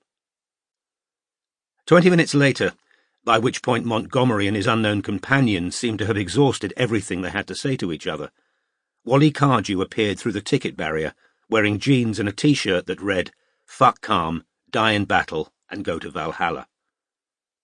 Upon seeing Montgomery and the second man, he said loudly, in his Drek falsetto, "You is a pair of muckflucks!" And the other two laughed, though Strike thought he saw a shade of apprehension in the taller man's expression. Montgomery reciprocated Wally's complicated hip-hop handshake, and the failure of the second man to do so correctly generated some ice-breaking laughter. The threesome had moved off up the street together, and Barclay emerged from the place where he'd been hovering out of sight. "Sherlock Bigcock, I presume," Barclay muttered to Strike. "And you must be tartan 12-inch," replied Strike. "Shall we?" They headed off after their targets, who were already 200 yards away, walking in an apparently pre-arranged direction. "What's Cardew been up to?" asked Strike. "Fuck knows. He's been inside all day," said Barclay. "Maybe they're going to visit the scene of the crime, Where's the cemetery from here? Not far, said Strike, checking his phone. And we're heading in the right direction. Who's the bald head? No idea, said Strike. As they followed the three younger men, Strike brought up Anami's Twitter account again. There was no new activity. The last time Anami had tweeted was shortly before 11 o'clock that morning, when he'd commented on the terrorist who'd bombed the Boston Marathon. Anami, at Anami Game Master. Ha! Dzhokhar Tsarnaev's mother says he's the best of the best. Yeah, you must be so proud, you stupid fucking bitch. 10:58 a.m., 9th of April, 2015.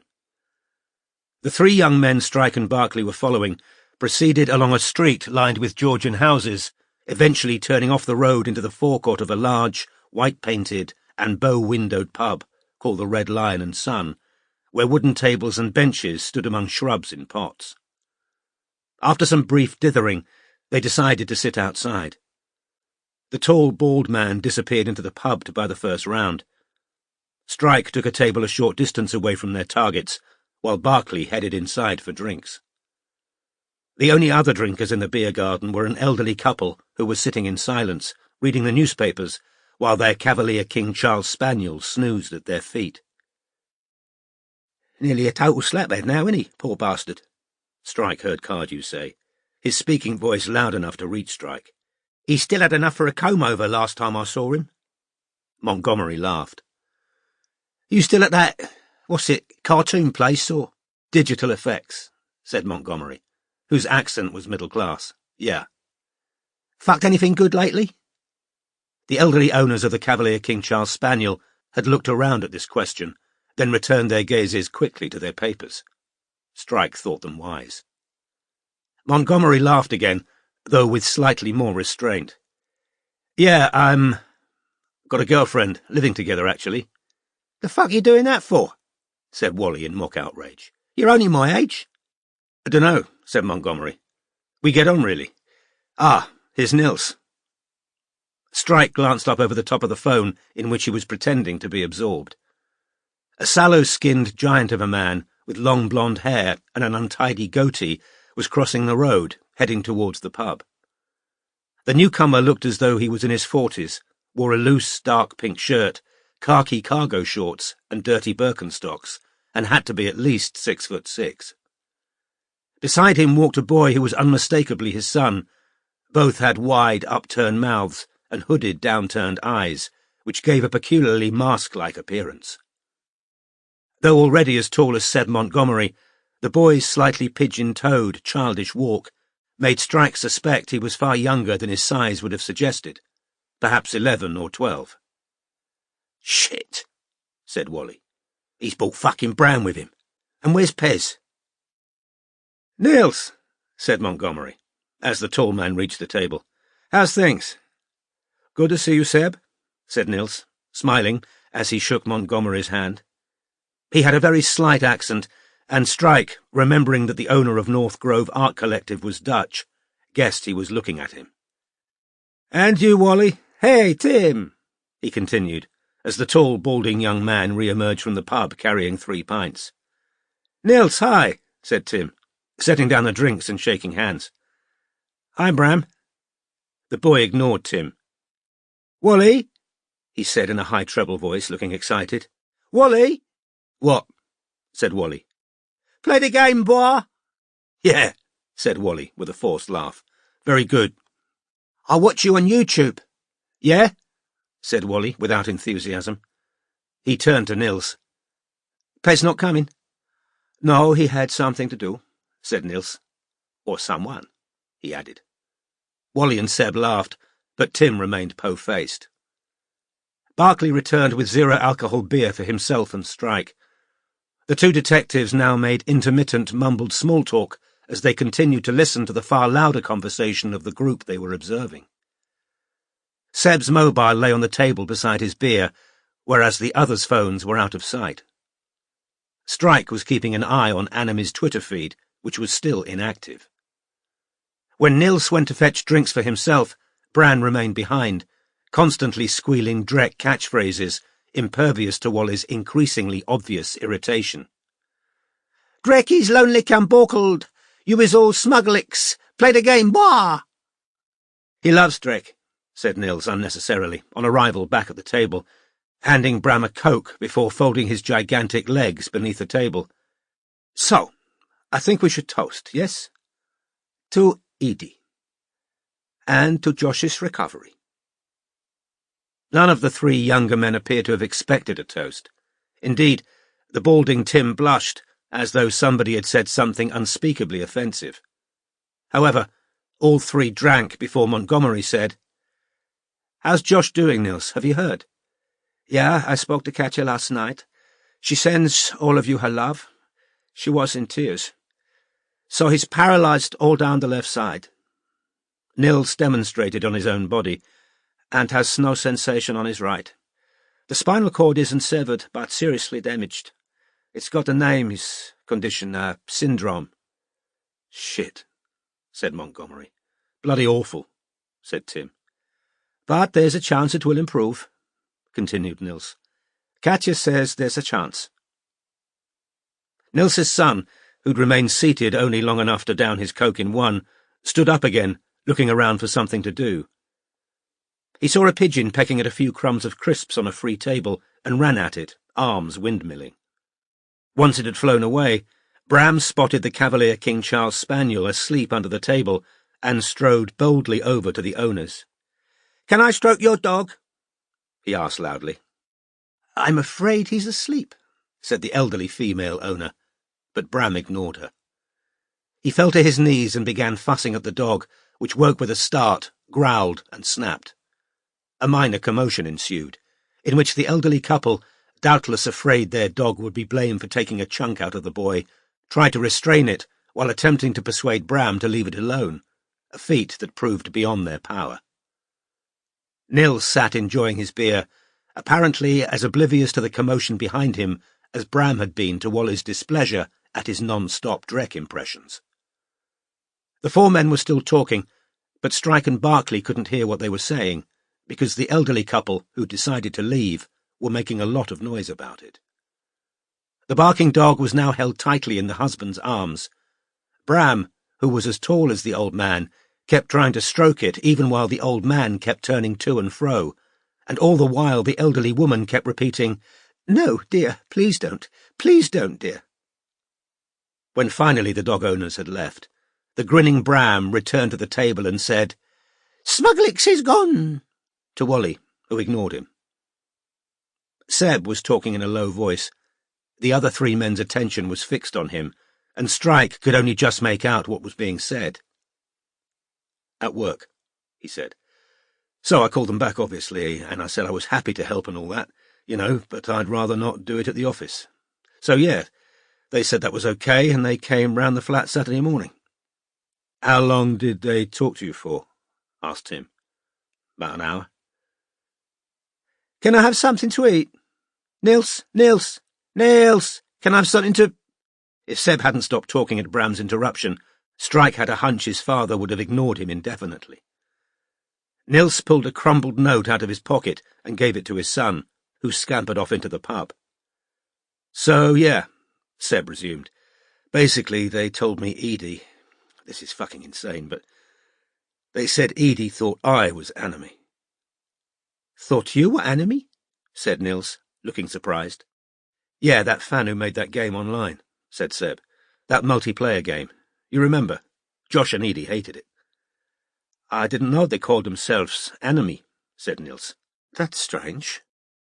"Who the hell did she tell that to, that you were enemy?" asked Tim. "They didn't say. So after that they asked me a ton of questions about my social media accounts." "She wasn't stabbed on social fucking media," said Wally. "I don't know why they're so fixated on that." "It's that neo-Nazi group, isn't it?" said Seb. "They probably think Anime's one of them." "So," said Tim, who looked anxious, "did they take away your phone or your hard drive or—" "No, thank Christ," said Seb. "Not that— you know what I mean. Nobody wants the police going through their hard drive, do they?" All three men shook their heads, and Tim laughed. "No, they asked a load of questions. I showed them my Twitter account and logged on in front of them to prove it was me. I showed them my Instagram page and I told them, that's it. That's all I do on social media. Didn't they ask you where you was when they were... began Wally. Yeah, said Seb, they did. Christ, did they? Said Tim. Bram now reappeared, accompanied by a barman who was holding a bag of crisps. Nils, said the latter, I've told you, we can't sell to under-18s in the pub. He only wants crisps, said Nils. An adult needs to buy them for him, said the barman, putting the crisps and change down on the table and walking away, his exasperation showing this was a conversation that had been had before. Bram wriggled back onto the bench, opened his crisps, and ate for a while in silence. So, did you give him, your alibi? Alibi, repeated Seb, with a little snort, as though he could diffuse the word by laughing at it. Yeah, I told them I was meeting some mates, but I got the pub wrong. Whoa, fishy bois, said Wally, and Bram laughed loudly. I realised I was in the wrong place and went and found them. It wasn't a big deal. Did they check up with your mates? Asked Wally. Yeah. Bloody hell, said Tim. They're being thorough. Is this the police? Asked Bram at the top of his voice. Everyone ignored him. What do they say to you, Wal? Asked Seb. I don't know, same sort of shit. I was with them longer than an hour, though. Did they ask you whether you were enemy? No, but they asked if I knew who enemy was, and then they just kept going on about some Brotherhood of Ultimate something. I thought the group's called the Harvening, said Seb. They didn't mention the Harvening, they just kept talking about this fucking Brotherhood, said Wally. I said, I'm not in no fucking Brotherhood. Do I look like a monk? And they asked me about being sacked as Drek and all that, and what I thought of Edie's politics. What did you say? Asked Tim. Said I thought her politics were a pile of shit. They knew that anyway, said Wally, whose voice now held an undertone of aggression. They'd watch my videos. I said, you want to go talk to some of the little SJWs? They wanted her dead, I didn't. Go find a cunt. He caught himself too late. But Bram simply laughed. He's heard it all before, said Niels airily. You is rude muckfluck, Bram told Wally in his Drek falsetto. Yeah, well, said Wally. I told him. Go find whoever writes that Pen of Justice thing. You seen that? He asked the others, who all shook their heads. You'd like the Pen of Justice, Wally told Tim, with a trace of malice. The worm's transphobic, apparently. Tim's smile looked forced. Yeah? Yeah. Hermaphrodite, innit? So he's taking the piss out of non-binary kids, obviously. And did they ask you where they were that afternoon? Asked Seb. Yeah, and I told them I was at home with me gran and me sister, and they talked to them and confirmed it, and that was that. Did they want to know when you last saw Edie? Yeah, said Wally. I told them I hadn't seen her since I got sacked, but I told them I still see Josh sometimes. Do you? Said Tim, who sounded surprised. Yeah, well, we were mates before that fucking cartoon, weren't we? Anyway, Josh didn't want me gone, did he? That was all her. And they asked when I last seen Josh, and I told them New Year. We were at the same party. Yeah? Said Tim. Yeah, he was off his fucking face, said Wally with a harsh laugh. Talking film deals and shit. Katya was talking about the movie last night, said Nils. It can't happen now, can it? Said Seb. If Josh is... No, I think it's still going to happen, said Nils. Tim now took out his mobile, looked at it, didn't seem to particularly like what he saw, and put it back in his pocket. Simultaneously, Seb picked up his own mobile and tapped something into it before putting it down again. Strike glanced down at Anami's Twitter feed. There were still no fresh tweets. The two detectives continued to make intermittent small talk, though the four men and the boy didn't seem interested in them, nor particularly worried that anyone might hear their conversation. What did they ask you, Nils? Asked Tim. Why did they want to see you, even? Well, they'd heard Josh was staying at North Grove for a month before they were attacked. Was he? Said Wally, looking as surprised as the other two young men. Yeah. He flooded his new flat and the one beneath. A lot of structural damage. Silly sod, said Seb, but not unkindly. So we said he could have his old room for a bit. The police wanted to know all about Yasmin visiting and— Who? Said Seb. Ah, that was after your time, perhaps, said Nils. She helped them out for a while, part-time, dealing with fan mail, scheduling, interviews, and so on. I remember her, said Wally. Fat bird, yeah? Edie sacked her and all. Yeah. Anyway, Yasmin went to Josh's new flat and he wasn't there, so she tracked him down to us. And they had a talk, and afterwards Josh had it in his head that Edie was— At this point, the bored Bram got up again and began spouting direct phrases at the top of his voice. His eyes slid over Strike and Barclay as he looked around for any kind of distraction. Drecky's lonely come bockled. Drecky's lonely come bockled. Drecky's lonely come bockled. The relentless squawking drowned out everything Nils was telling the three younger men. It was a couple of minutes, though felt much longer, before Nils broke off whatever he was saying, took his phone out of the pocket of his cargo shorts, and held it wordlessly out to Bram, who grabbed it, sat down again, and fell silent as he began to play a game on it. So, resumed Nils, Katya says Josh took the dossier with him. Didn't they find it in the graveyard? Asked Seb. No, said Nils. They think the attacker took it, and Josh's phone. Shit, said Seb. And have the police talked to Pez? Asked Wally. Nils shook his head. Tim now took his phone out of his jacket again and typed something into it. Strike checked Anime's Twitter feed. It was still inactive. I'm going to have to head off, said Tim. We haven't even got to you, said Wally. I told you they haven't been in touch, said Tim, now getting to his feet. I just thought if they'd gone to you, they must be working their way through everyone involved in the Ink-Black Heart, but it sounds like they had other reasons for speaking to you three. This idea seemed to have reassured Tim. Good to see you anyway, said Tim. Then, catching sight of a taxi, he said, Actually, I might grab that, and with a wave of his hand, jogged out of the beer garden to flag it down. Wally, Seb and Nils watched Tim go. Bram didn't look up from his game. After the taxi had pulled away, Wally said, I always thought he was a bit of a tosser. Seb chuckled. Wally now consulted his own phone and said, Yeah, I need a split too. Give my best to Miriam, Nils. Tell her at least I never set fire to nothing. This appeared to make sense to Nils, who smiled and shook hands with Wally. Seb, you going back to the tube? No, I might grab a cab as well. All right, well, see ya. Wally set off at a fast pace in the direction of the underground station. Barclay let him walk out of sight before holding out his hand to Strike, who shook it. Nice meeting you, Barclay said quietly. But you don't look anything like your photo. In fairness, it was of my arse, said Strike. And the grinning Scot departed, leaving Strike alone at the table. Seb was typing on his phone again. Strike checked his own. Anime still hadn't tweeted. Yeah, think I'll head off too, said Seb, draining the last of his pint, and now appearing anxious to be gone. Good to see you, Nils. We'll walk with you, said Nils, a suggestion the younger man didn't appear particularly to welcome.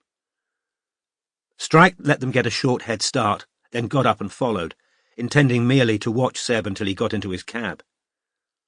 Seb hailed a taxi at the small roundabout, a short walk from the pub, leaving Nils and Bram to continue up Hampstead Lane, Bram still playing on his father's phone and regularly bumping into lampposts, walls and people. Strike now paused on the pavement and lit up a cigarette. It was still only mid-afternoon. He had plenty of time to kill before his date with Madeline later. Perhaps enough to get back to the flat, shower and change, which was a luxury he didn't often have. Intending only to finish his cigarette before flagging down a cab himself, he remained stationary, smoking, until his eye fell on a thin young woman, dressed all in black, who was hurrying along the pavement on the other side of the road, her phone pressed to her ear, scanning her surroundings in what looked like desperation. Chapter 22. A stunted child, her sunk eyes sharpened with precocious care. Christina Rossetti. Behold, I stand at the door and knock. The girl's distress was so evident that Strike's attention was caught. She was tiny, perhaps 5 feet tall, and thin to the point of emaciation, with protruding collarbones that were visible even from across the street. Her hair, which was almost waist-length, was dyed a bluish black, and her eyes were outlined with a lot of black coal, so that they stood out starkly against her very pale skin. Though her chest looked virtually flat, and in spite of her size, Strike assumed that she was at least 18, because she was sporting a half-sleeve of black tattoos on her left arm. Her thin black vest top, long skirt and flat ankle boots all looked old and cheap. Evidently the person she was trying to call wasn't picking up. Every minute or so, she'd stab at the phone with her finger and raise it to her ear again, still looking wildly up and down the street. Finally, she began to walk quickly in the direction from which Strike had just come.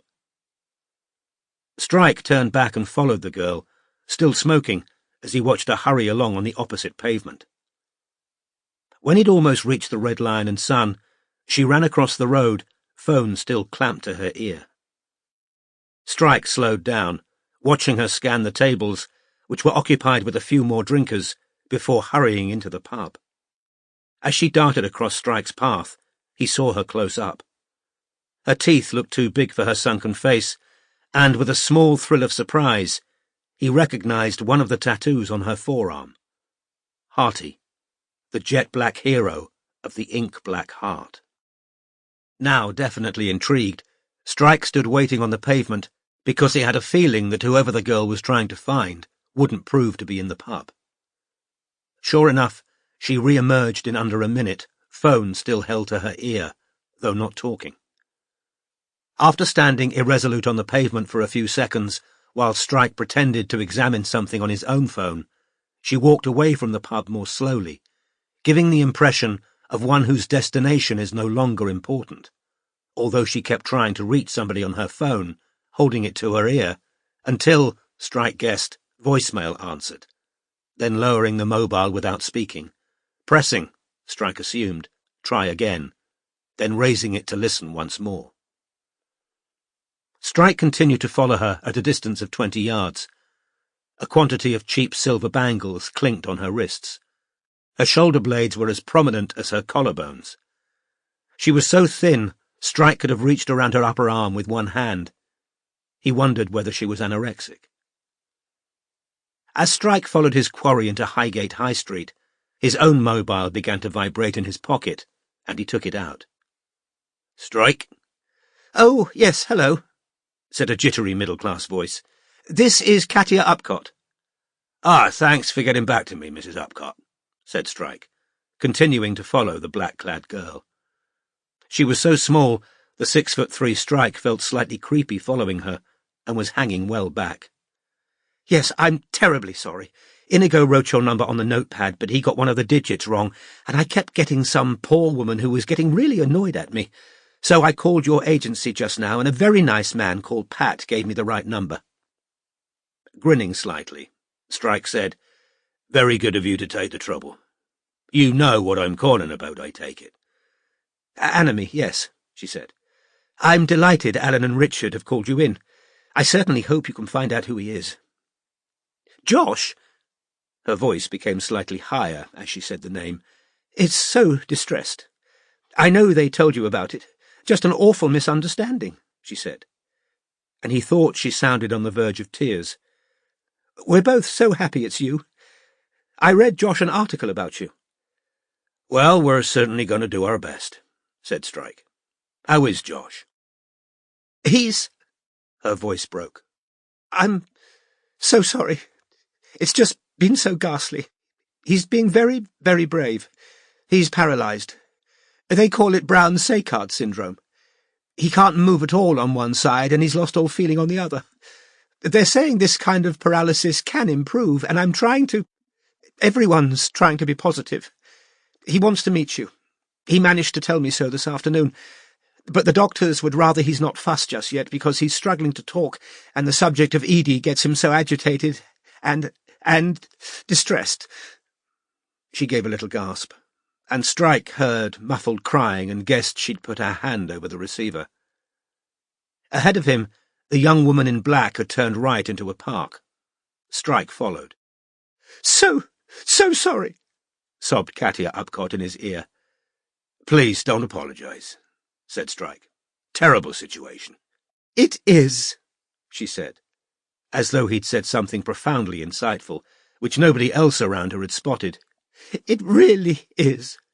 He feels so horrible about Edie, and about accusing her of being Anime. He dictated a letter to me to put in her coffin, saying how sorry he was and what she'd meant to him. He's 25, sobbed Katia, without explanation, but Strike knew what she meant. The man who'd had his body ripped in half in the explosion that had taken half of Strike's right leg had been the same age as Josh Blay. Sorry, repeated Katia, clearly fighting to get control of herself.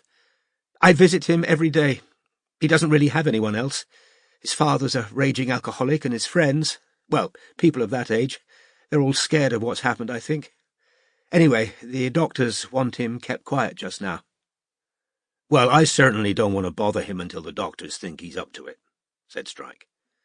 But I'd very much like to talk to you, given that you knew Josh and Edie right from the beginning of the Ink Black Heart. I'd like to know who's been close to them, because, as you know, Anime seems to have got hold of a lot of personal information about Edie. The girl he was following continued to walk along the paved path through the middle of the park, her phone pressed against her ear. Of course, yes, anything I can do to help, said Katia. Edie moved around a lot before she went to North Grove. She had a lot of ex-flatmates and people she'd worked with. I'll help in any way I can. I've promised Josh I will. How would you be fixed next week? Strike asked. Yes, next week should be fine, but I expect Alan told you I work from home, said Katia. Would it be convenient for you if we met in a cafe rather than at my house? Because my husband's ill, you see, and I'd rather not disturb him. No problem at all, said Strike. Whereabouts is good for you? Well, we're in Hampstead. Would that be too far? Not at all, said Strike. I'll be in your area on Thursday to speak to Philip Ormond. You know— Yes, I know who Philip is. I'm meeting him at 6 o'clock in a pub near the school where he teaches. Perhaps I could talk to you that afternoon before I see Philip. Thursday, she said, and he heard the turning of pages and assumed Katia was that increasingly rare beast, a person who kept a physical diary. Yes, Thursday should be fine. I usually visit Josh in the afternoons, but I know he'd rather I prioritise talking to you. They agreed on a time and a cafe in Hampstead. Then Katia thanked him again for taking the case in a now slightly husky voice and rang off. The girl ahead of Strike was still walking and trying to call somebody on her phone. Strike brought up Anime's Twitter feed again. There were no fresh tweets. The end of his amputated leg was starting to chafe, in spite of the gel pad between stump and prosthesis. There'd been a lot of unexpected walking this afternoon. Strike kept his eyes focused on the girl's left arm and those intricate tattoos. They must have cost a decent amount, he thought. But if she had hundreds of pounds to spend on tattoos, why were her clothes so worn and cheap? Quite suddenly, the girl stopped walking. She was talking into the phone at last, her manner extremely agitated as she moved out of the middle of the path and dropped down onto an empty bench, her head bowed, one hand shielding her eyes. Strike moved onto the grass, always a difficult surface to navigate with his prosthesis, and feigned absorption in his own phone. Apparently aimlessly, he approached the place where she was sitting until he was able to hear what she was saying. "But why couldn't you told me, just told me?" she was saying, in a thick Yorkshire accent, which came as a surprise. "How do you think I felt when she said you was meeting Nils?" A long silence ensued, during which the person on the other end of the phone was clearly talking. "But why, though?" said the girl from Yorkshire. Her voice broke, but unlike Katia, she made no attempt to hide from the person on the end of the phone that she was crying. "Why?" There was another long silence, while the girl's thin shoulders shook, and she made gurgling, gasping noises. A young man with the hood raised on his zip-up top passed, his eyes sliding over the sobbing girl without compassion. Yeah, but why couldn't I be there too, then? But they didn't have to know. Why did they? Another pause, and then she burst out. But you want me to say you was with me when it suits you, don't you? Jumping up from the bench, she started walking again, faster than before. Strike followed, losing ground because he had to move off the grass and back onto the paved path. She was talking vociferously now, gesticulating with her tattooed left arm, and he knew she must still be crying because of the curious stares she was attracting from those walking the other way. She was now approaching the exit of the park, and Strike realized for the first time how close they were to Highgate Cemetery. The park abutted it, and he could see glimpses of graves through the trees to his left. His target moved out of the park and turned left into the lane beyond, and as he gained on her, he could hear fragments of what she was saying, so distressed she appeared not to care who heard her. I didn't mean. I never threatened. Why, though? Just excuses. Working tonight. No, why, though? The person with whom she was talking had evidently hung up. She came to a halt, level with the imposing neo-Gothic gatehouse that formed the entrance to the cemetery, and Strike slowed down too, once again pretending interest in his phone.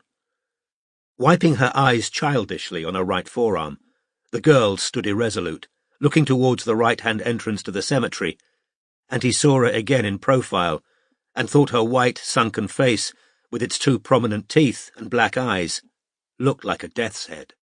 The long dyed hair, the tattooed arm and the cheap black clothing all lent her a curious sense of fitness with the scene. She was modern, but she was Gothic Victorian too. A child mourner in her long black skirt, staring towards the graves. Pretending to be texting, Strike snapped several photographs of her standing still, contemplating the graveyard, before she set off again. He followed her for another 25 minutes until she reached Junction Road, a long, busy street full of traffic. On she walked past shops and offices until at last she turned into Brookside Lane and disappeared through a side door that Strike could tell would lead to the upper rooms of an irregularly shaped corner shop. The windows looked dirty. A sign for a letting agent stood out between two of them. Strike took pictures of the place on his phone, then turned away to look for a taxi. The end of his stump was now extremely sore, and he thought he might prioritize getting a burger over going home to shower and change, in the only too likely event of Madeline's chosen bar not offering much beyond spiced nuts. It was 10 minutes before he found a fast food restaurant. Sitting down with a grunt of relief at getting the weight off his prosthesis, he took a large bite of cheeseburger, then tried for the umpteenth time to sign up for Dreck's game. Just as had happened on every previous occasion, the little black animated heart appeared, smiling and shrugging, and told him to try again. Strike took a second mouthful of cheeseburger, then switched to Twitter to see whether Anime had had anything more to say. The tweet appeared while Strike was eating his chips. Anime at Anime Game Master. If God meant us to feel sympathetic, why'd he make crying people look so fucking ugly? 5:14 p.m, 9th of April, 2015. Chapter 23. And there is neither false nor true, but in a hideous masquerade all things dance on. Amy Levy, Magdalene. In-game chats between 6 of the 8 moderators of Dreck's game. Moderator channel, 9th of April 2015, 1932. Present, Hartella, Fiendy 1, Worm 28. Hartella, has Lord Dreck been in? Fiendy 1, haven't seen him, why? Hartella, just wondered. Fiendy 1, Anime still not letting anyone new in? Hartella, no. Morehouse has joined the channel. Morehouse, no Anime. Hartella, He was here half an hour ago, then he disappeared. Morehouse. Yeah. He was taking a phone call from me. Findy 1. Wow. Must be like having God's phone number. Worm 28. Lol. Morehouse. Lord Drek and Vile Pachora been in? Hartella. I haven't seen either of them today. Why? Morehouse. Because I'm getting sick of waiting for Anime to kick them out. Hartella. Morehouse, they're not Harvening, I keep telling you. Worm 28. They could be. Hartella. Don't be stupid. Worm 28 has left the channel. Findy 1. Hartella, stop calling her stupid. She's really insecure about her spelling and all that. Paperwhite has joined the channel. Findy 1. About bloody time. I haven't been able to leave until you got here. Anime's orders. Just because you're Morehouse's fave doesn't mean you can swan in and out whenever you feel like it. Findy 1 has left the channel. Paperwhite. WTF. Hartella. Don't mind him. He's jealous. Paperwhite. Why? Hartella. Because you and Morehouse got close. He doesn't like it. I'm pretty sure he's gay. Paperwhite. Oh, I didn't know. Hartella. And Worm 28's just stormed off again. She's so bloody thin-skinned. Paperwhite. We've all got insecurities. Hartella. I know, but she's ridiculous. She'd better come back. I need to be out of here at 9. Actually, maybe you can talk some sense into Morehouse. Paperwhite. About what? Hartella. About Lord Drek and Vile Pachora. He thinks they're Nazi terrorists. Paperwhite. Are you sure they aren't? Hartella. I just happen to know they can't be, okay? Paperwhite. How? Hartella. Just from conversations I've had with them. Paperwhite. Wait. Do you know who they are? Hartella. No, of course not. Worm 28 has joined the channel. Paperwhite. Hey, Worm. Kiss. Worm 28. Hi, Paperwhite. Hartella. Worm. I didn't mean to upset you just then. Worm 28. Okay, but I'm tired of people calling me stupid and moron. Hartella. When have I ever called you a moron? Worm 28. Not you. Vile Pachoro. I can't spell it, and he always goes on about my punctuation too. Hartella. He doesn't mean it. It's just a joke. Paperwhite. Not a very funny one. Worm 28. No, it's not. Hartella. Okay, well, I've got to go. See you tomorrow. Hartella has left the channel. Paperwhite. You okay, Worm? Worm 28. Yes. Thanks for asking. Paperwhite. If it's any consolation, you're not the only one having problems with other mods. Findy 1 hates me. Worm 28. He doesn't, not really. He and Morehouse were really good friends, but they argued. Paperwhite. When was this? Worm 28. Right before you became a mod. I don't know what it was about. Paperwhite. I can't imagine Morehouse arguing with anyone. Worm 28. He can be tough when he needs to be. He's really angry about Lord Drek and Vile still being in here. Paperwhite. Yeah, I know. Anime. Not gossiping behind the leader's back, are we? Paperwhite. Not gossiping, just talking. Morehouse. Paperwhite, can I have a word? Paperwhite. Yes, of course. Anime. Lol. Worm 28. What's going on? Anime. Lover's tiff. Hartella has joined the channel. Anime. I was wondering where you were. Hartella. I'm sorry, I'm an idiot. I misread the clock. Thought it was later than it is. I've still got an hour in here before clocking off time. Anime. I thought Worm was the only special needs mod in here. Worm 28 has left the channel. Hartella. Oh God, Anime, she's only just come back after I accidentally upset her. Anime. Well, she'd better not stay away. She's supposed to be moderating. I'll be back in 10 to check, and if she's not here, there'll be trouble. Anime has left the channel. Hartella. Paperwhite. I can't moderate all on my own. We've got a logjam at Wombwell again. Paperwhite. I'll be there in a minute. Hartella. Paperwhite, I need you to help. Paperwhite. I told you. I'll be there in a minute. Where's Worm? Hartella, flounced out again. Anime upset her. Paperwhite, OK. Where do you want me? Hartella, logjam at Wombwell. Paperwhite, I see it. Worm 28 has joined the channel. Hartella, thank God. Anime's coming back soon to check you're in here, Worm. Worm 28, I'm tired of everyone taking the piss out of me. Hartella, nobody's taking the piss. Now come and help with Wombwell, or we'll all be in the shit. Morehouse, calm down. I can help as well. Anime has joined the channel. Anime, good. Everyone's present and correct. Shit would have hit the fan otherwise. Morehouse, we always enjoy your motivational speeches. Anime, odorant dum mentuant. Hartella, ban that fucker Inky 501. Hartella, why? Anime, he keeps asking people what they know about me. Hartella, oh, OK. That's him gone. Anime, good. Hartella, Anime, is there any news about Maverick and the film yet? Anime, what makes you think I know? Hartella, because you always know everything first. Anime, lol, true. Hartella, so are they still planning to make it or what? Anime, I'll be revealing what I know on Twitter in due course. So I'm afraid you won't be able to break the news ahead of me. Hartella, that's not why I'm asking. Anime, you'll forgive me if I don't entirely trust you after recent events, Hartella. I tend not to put my faith in people who hide things from me. And before anyone points out that I hide my own identity, that's a different matter. Splendide mendax is my motto. Worm 28. What does that mean?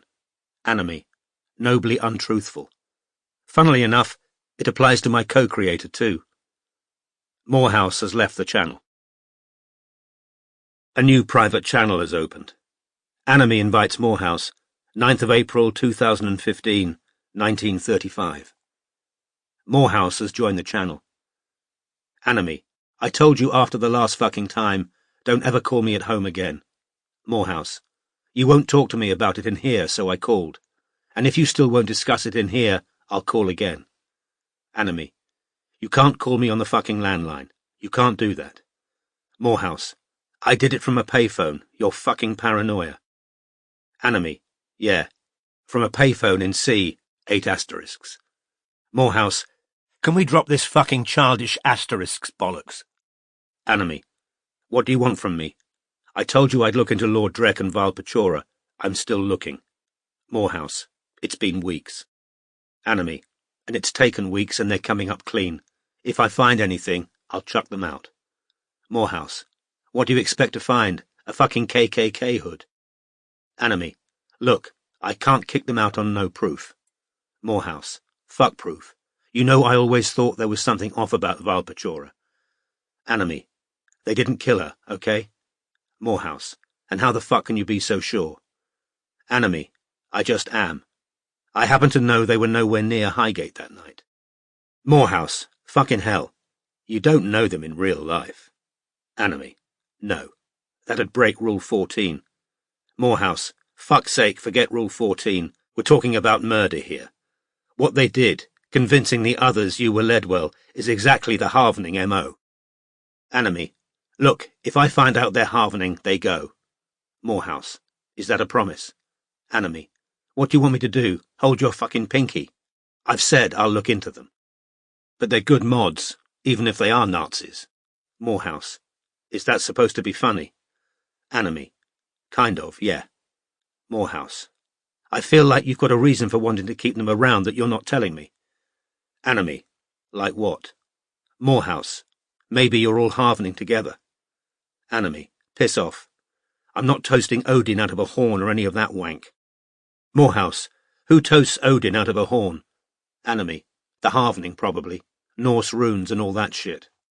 Morehouse, you're well informed. Anime, FFS, I read it in the Times like everyone else. Anyway, you're in no position to lecture me about morals. Morehouse, what's that supposed to mean? Anime, wanking yourself stupid over Paperwhite's nudes. We agreed when we set this up there'd be none of that. Morehouse, how the fuck do you know she sent me pics? Are you spying on private channels? Anime, no. She sent me a pic meant for you by mistake. Morehouse, I don't believe you. Anime, ask her. Morehouse, I fucking will. Morehouse has left the channel. Anime has left the channel. Private channel has closed. A new private channel has opened. 9th of April 2015, 2004. Morehouse invites Paperwhite. Morehouse, I need to ask you something. Paperwhite has joined the channel. Paperwhite, you're scaring me. What's wrong? Morehouse, Anime claims you sent him a picture meant for me by mistake. Paperwhite, oh God. Morehouse, you mean you did? Paperwhite, yes. I didn't tell you because I thought you'd be really angry. Morehouse, shit. Paperwhite, Morehouse, I'm so sorry, but it wasn't a bad one, not dirty or anything. I had to say I hadn't meant it for him. I know I should have been more careful. I'm really, really sorry. Morehouse, it's okay. Paperwhite, no it isn't. Now he knows we're breaking Rule 14. Do you think he'll ban me? Morehouse, he can't unilaterally ban you. I'm co-creator, remember? I just didn't want Anime knowing our business because he fucks with people's heads. He's a control freak. He doesn't like anyone having relationships that don't involve him. Either you're a suck-up like Hartella, or you end up getting kicked out. I've only lasted this long because he needs me. Paperwhite, I'm so sorry, Morehouse. Morehouse, no, it's okay. Which pic was it? Paperwhite, the one in the pink shirt. Morehouse, FFS, I thought you said it wasn't dirty. Paperwhite, you can't see nipples. Morehouse, lol, is that the definition? Paperwhite, yeah. Well, and pubes. Morehouse, lol. Paperwhite, babe, I'd better go and moderate, or Anime'll be on my case. Morehouse, yeah, okay. Kiss, kiss, kiss. Paperwhite, blows kisses. Morehouse has left the channel. Paperwhite has left the channel. Private channel has closed. A new private channel has opened. 9th of April 2015, 2008. Anime invites Morehouse. Anime, well? Morehouse joins the channel. Morehouse, well what? Anime, have you checked with Paperwhite whether I was lying about the pic? Morehouse, yes. Fine, you weren't lying. Anime, nice tits, I'll give you that. Morehouse, fuck off. Anime, are you sure it's really her in the pic? Morehouse, yes. Anime, how? Video chatting with her as well? Morehouse, none of your business. Anime, that's a no then. Morehouse, why do you care? Anime, I don't, bois. Just looking out for you. Do you trust her? Morehouse, why shouldn't I? Anime, just the game, isn't it? Nobody's who they say they are in the game. Morehouse, speak for yourself. Anime, I'm speaking for both of us. Or has she seen pics of you, too? Morehouse, fuck off. Morehouse has left the channel. Anime has left the channel. Private channel has closed. Chapter 24. A silent envy nursed within, a selfish, souring discontent, pride born, the devil's sin. Christina Rossetti, The Lowest Room. Robin spent the following morning watching Fingers' flat in Sloane Square, grateful for the mild sunny day, because she was wearing the blue dress she'd last donned for the Ritz. That night she was going out for dinner at an upmarket restaurant 10 minutes from the Denmark Street office with lawyer Ilse Herbert.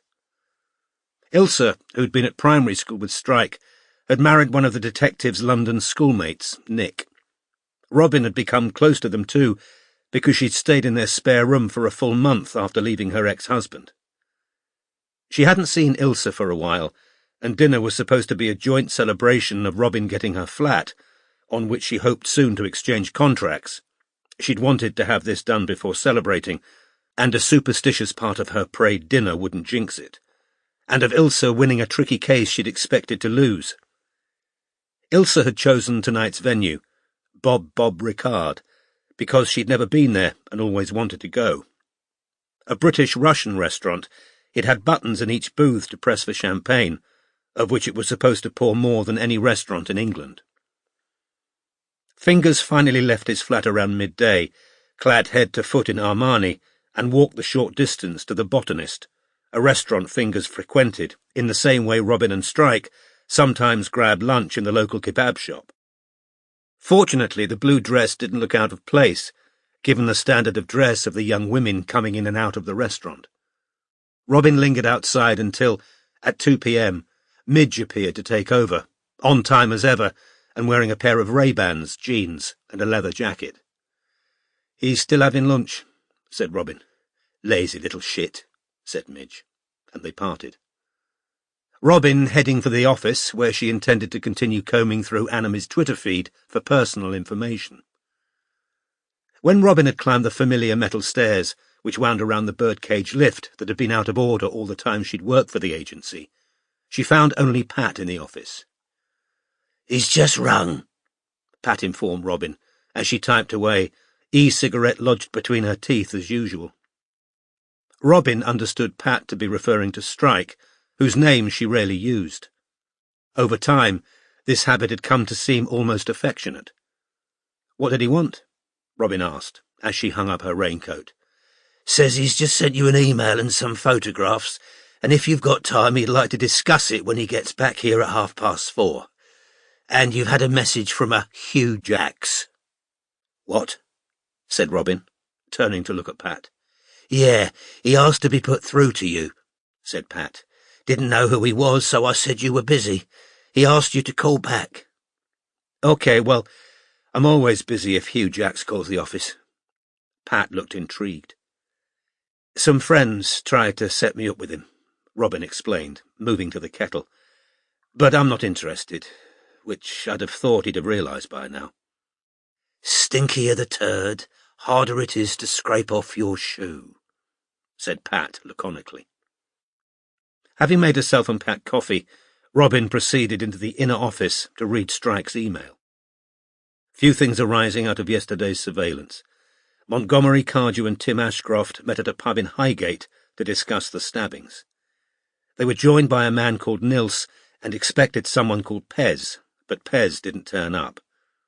"I've identified Nils online. He's Nils de Jong, Dutch owner of North Grove Art Collective. Tim Ashcroft used to have a full head of red hair, but is now almost entirely bald. He's the friend of Edie's who voiced the worm in the cartoon, and he's currently a member of a theatrical company that goes into schools to give performances and workshops. Group's called the Roving School Players. No idea who Pez is, still looking. Also present was Nils's enormous and obnoxious son, Bram. Points of interest. De Jong, Cardew and Montgomery have all been interviewed by the police. Cardew and Montgomery both gave alibis for the time of the killing. Montgomery was allegedly in the pub with friends, and Cardew at home with his sister and grandmother. According to online records, Ashcroft, who hasn't been interviewed by the police, is unmarried and lives with his parents in Colchester when he's not on tour with the company. No evidence of computer or design skills. Cardew was asked by police whether he belonged to a brotherhood of some kind. This was queried by Montgomery, who said he thought the far-right group was called the Harvening. "I've got an idea I've seen or heard something about a brotherhood recently, but can't remember where. Have you come across anything online connected to Cardew or the cartoon?" Blay went back to live at North Grove for a month before he was stabbed because he flooded his flat, location unknown. Blay was visited during his month at North Grove by a woman called Yasmin, no surname given, who used to work for Blay and Ledwell, handling fan mail. According to Cardew, she's fat, and Ledwell sacked her. Yasmin appears to have given Blay the idea that Ledwell was Anime, and it seems likely she's the source of the dossier of proof. Blay set out for the cemetery carrying this dossier, which hasn't been found.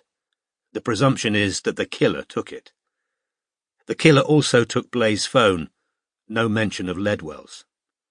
Cardew mentioned a blog called The Pen of Justice, which seems to have had it in for Ledwell/The Ink Black Heart. Could be worth checking out, in case it's an Anime side venture.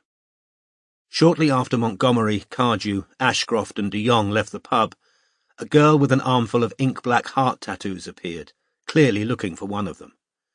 She phoned some person unknown and asked why they hadn't told her they were meeting Nils and why she hadn't seen them for a month. She's from Yorkshire. Her photo's attached, as is a photo of the place she's living. We should ID her and also find out who, if anyone, she lives with.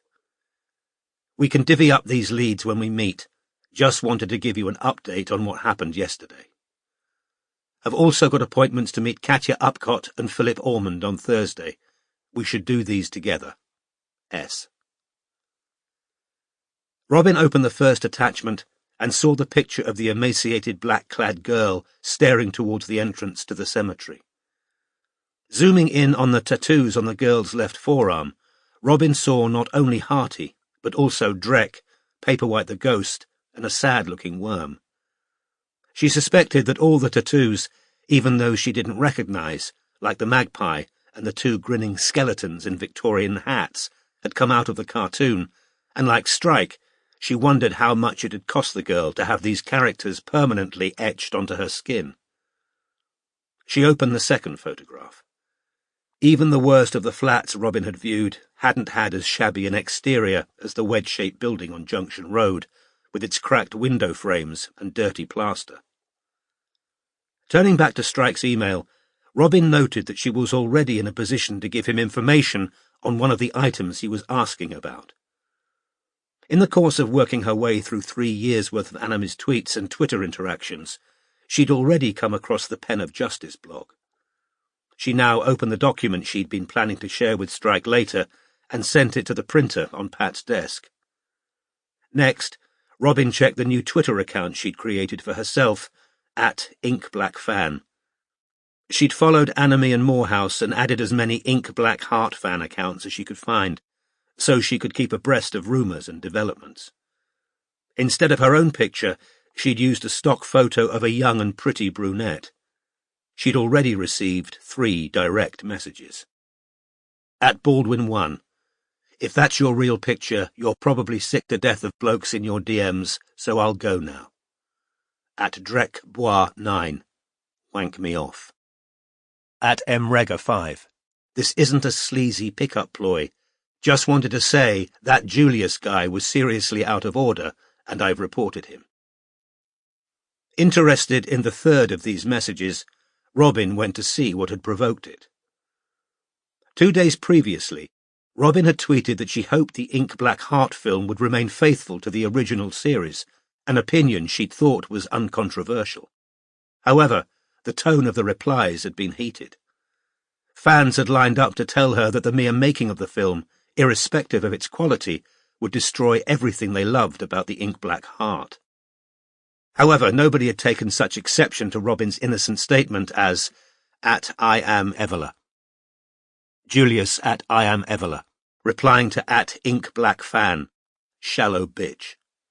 Julius @IamEvela, replying to @InkBlackFan, if you got raped every time you said something dumb, you'd be permanently full of cock. Robin stared at these messages for a second or two, then went to look at @IamEvola's account. The account avatar showed a teenage boy she suspected was 16 at most. His main preoccupations seemed to be superhero movies, the Ink Black Heart, and sending women messages of the type Robin had just received. Deciding that nothing good could come of interacting with him, she navigated back to Anamy's account, then opened the folder of hard-copy tweets Alan Yeoman had returned to her, which Robin had now put into date order so she could match them against Anamy's Twitter feed. The last tweet she'd examined dated from 2012. When Jimmy Savile, the late DJ and Knight of the Realm, had been exposed in October of that year as Britain's most prolific known paedophile, Edie Ledwell had tweeted, "How can all these people saying Savile abused them have been ignored? Why did nobody listen?" Anamy had retweeted Edie's comments with his own. "Gonna start claiming he was the one who did you. Hashtag trolling for sympathy." Beneath the printed version of this tweet, Edie had written, "This implies knowledge of the fact that I was sexually abused in one of the foster families I lived with. I've never discussed this publicly." Robin now resumed her slow backwards perusal of Anime's Twitter timeline. Some of Anime's tweets were anodyne. In July 2012, they shared the fact that they'd enjoyed The Dark Knight Rises. In June 2012, they'd informed their followers that a cat was sitting on their garden fence, watching them through a window. This is exactly why I own a catapult. Joke, wondered Robin, or genuine? Had the cat really been there? Or, for that matter, the garden fence? Ought she to add possible cat hatred/phobia to the profile she and Strike were trying to construct?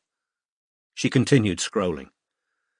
People saying I should be paid for my services to the fandom. I'll accept magnum infinities. They're fucking good. Hardly a distinguishing characteristic, Robin thought, continuing to scroll. Who didn't like ice cream?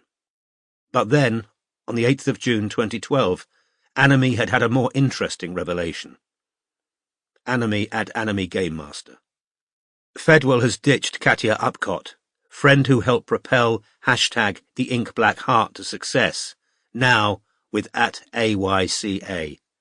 At Real Josh Blay stays with Upcott. 11:53 p.m, 8th of June, 2012. This tweet had been printed out by Edie, who'd written beneath it, Anime knew this had happened within a few hours of me telling Katia I wanted to pay for a real agent. I didn't want Katia to stop representing me because I didn't want to pay. We never had any kind of contract, and she always said she didn't want payment. I thought she was giving us bad advice, and I wanted to pay for proper representation, because the whole thing was getting bigger and bigger, and I felt like it was out of control. Josh didn't like me leaving Katia. He said I was disloyal. The fandom hadn't taken kindly to Anime's revelation either, as the replies proved. Andy Reddy at Ederidna, replying to @Anime Game Master. OMFG, when she could actually afford to pay their friend for all the work she'd done for free, she ditches her. Caitlin Adams at Kate Adams, replying to @Anime Game Master. This is a new low, even for #Fedwell. These people helped her, and she's just throwing them off. Arlene at Queen Arlene, replying to @Anime Game Master. Good for @Real Josh Blay sticking by Katia. It just makes me love him even more. And at this point, honestly, #fuck Fedwell. Kaya Niven at Real Paperwhite, replying to @Anime Game Master. She's violently racist and ableist. If you're only getting shocked by her now, I don't know where the fuck you've been. Robin continued scrolling. Just 2 days prior to the news that Edie had joined Alan Yeoman's agency, Anime had broken further important news. Anime at Anime Game Master. I hear Netflix is sniffing around #the Ink Black Heart. #Greedy Fedwell prepared to close Drek's game, sack more original voice artists. 1 of 2. 10:06 p.m, 6th of June, 2012. Anime at Anime Game Master, replying to @Anime Game Master. Ditch Blay, etc. to cash in. Make your feelings known to @EdLedDraws and @Real Josh Blay. What should be non-negotiable. 2 of 2. 10:07 p.m, 6th of June, 2012. This too Edie had printed out and commented on. The possible deal wasn't public knowledge, and we weren't supposed to be talking about it. I wasn't planning on doing any of this rubbish. I didn't have the power to sack Josh. We were partners. Robin scrolled through the predictable explosion of fury Anime's tweets had unleashed. Mrs. Harty at Carly Whistler, replying to @Anime Game Master. No, this isn't real, is it? How do you know this? Anime at Anime Game Master, replying to @Carly Whistler. The Game Master knows all. Timothy J. Ashcroft at The Worm Turning, replying to @Anime Game Master. I don't think @EdLedDraws intends on doing any of this seriously. Anime at Anime Game Master, replying to @The Worm Turning. You think wrong. I'm hearing you're top of the firing list. Robin paused to take a note of the fact that Anime had claimed to have early notice that Tim Ashcroft was likely to be fired from his role as the Worm, then kept reading. Hearty's girl, at Hearty Always 7, replying to @Anime Game Master. If she ditches Josh and closes the game, she'll lose the whole fandom and she can die in a dumpster fire. #I stand with Josh. Drekbois, @Helen Furies, replying to @Anime Game Master. #Stop feeding Fedwell. Lepine's Disciple, @Lepine's Disciple, replying to @Helen Furies and @Anime Game Master. Fucking excellent idea. Let's get #Stop feeding Fedwell trending. Zozo @InkyHeart28, replying to @Anime Game Master. She can't close the game, it's ours! ! #No to Netflix. @EdledDraws, please listen to your fans! ! Kaya Niven @Real Paperwhite, replying to @Anime Game Master. Wow, this is great. All my ideas are going to Netflix to make a ton of money for Edie Ledwell. Lauren @Laurie Gill, replying to @Real Paperwhite, @Anime Game Master. Kaya, if you did a crowdfunder, loads of us would help you sue her. #Stop feeding Fedwell. #No to Netflix. Robin reread the last two tweets.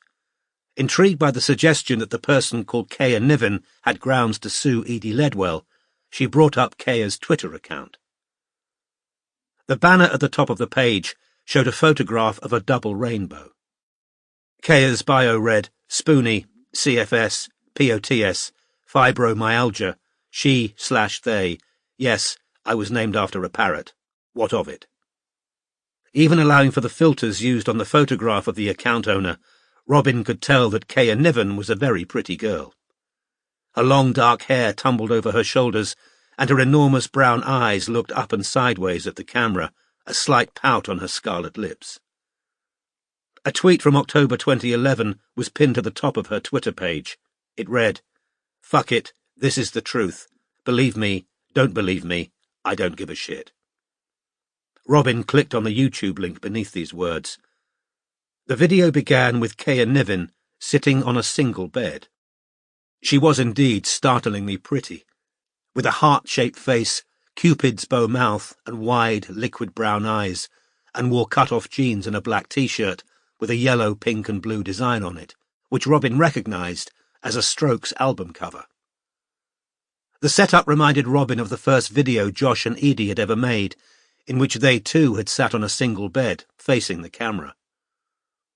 The wall behind Kaya was covered in sketches, but there didn't seem to be anyone operating the camera, which was stationary. A masked lovebird was sitting on Kaya's shoulder, its body a dusky blue and its white-rimmed black eyes blinking at the camera. Kaya started to speak, with exactly the same kind of sheepish grin and wave with which Josh had opened the video Robin had already watched. So, hi. My name's Kaya Niven, and I'm a second-year student at St Martin's. This is my student ID. She pulled a card out of the back pocket of her jeans and held it up to the lens. That's me. Ignore the hair. It was just a bad hair day. And behind me is some of my work, just to prove I'm like whatever, not some rando pretending they can paint. And this is Yoko, aren't you, eh? Kaya said, in a high-pitched voice to the lovebird on her shoulder. Yeah, we've got John and Yoko. This is Yoko. So, why am I making a vlog? Well... Kaya flapped her hands and gave a breathy little laugh. OK, first I should say that I'm super nervous about doing this, and I've gone back and forth wondering whether it's smart or whatever, but I'm not after money. Or, this isn't about money, it's about fairness and, like, being acknowledged at least. So, The Ink Black Heart, if you've watched it, was made by my ex-boyfriend Josh Blay and a woman called Edie Ledwell. So, Josh and I were dating at St Martin's, and obviously, when you're dating, you tell each other, like, all your stories and whatever. So, I told Josh about this thing, about Margaret Reed, who was basically accused of witchcraft in, like, 1590, where I grew up, which is King's Lynn. And when they were burning her at the stake, this bit's, like, super gory, so trigger warning or whatever, her heart, like, burst out of her and hit the wall, and it's marked where the heart hit, actually. I've got a pic of it on my phone. Wait a mo. She picked up her mobile and scrolled, looking for the picture. Robin suspected that none of this was as spontaneous as Kea evidently wished it to appear. Yeah, see there, said Kea, holding the picture of a heart etched inside a diamond on the brick lintel of a window. That's where Margaret Reed's heart hit the wall. So, anyway, I told Josh this whole story, and I had, like, this thing about the heart bursting out of someone's chest and whatever.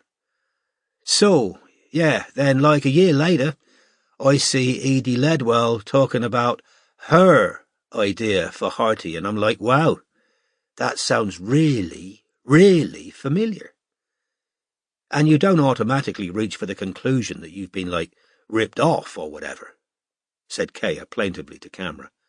But yeah, I went and watched the cartoon and I was like, whoa, okay, that's literally what I said about the heart. So, it was confusing because he wasn't saying he'd come up with it, you know, she was. And I was thinking, right, okay, he must have told her and she's now claiming it was all her idea. So, yeah, then I watched the whole thing and I'm not going to lie, it was really like, kind of disturbing.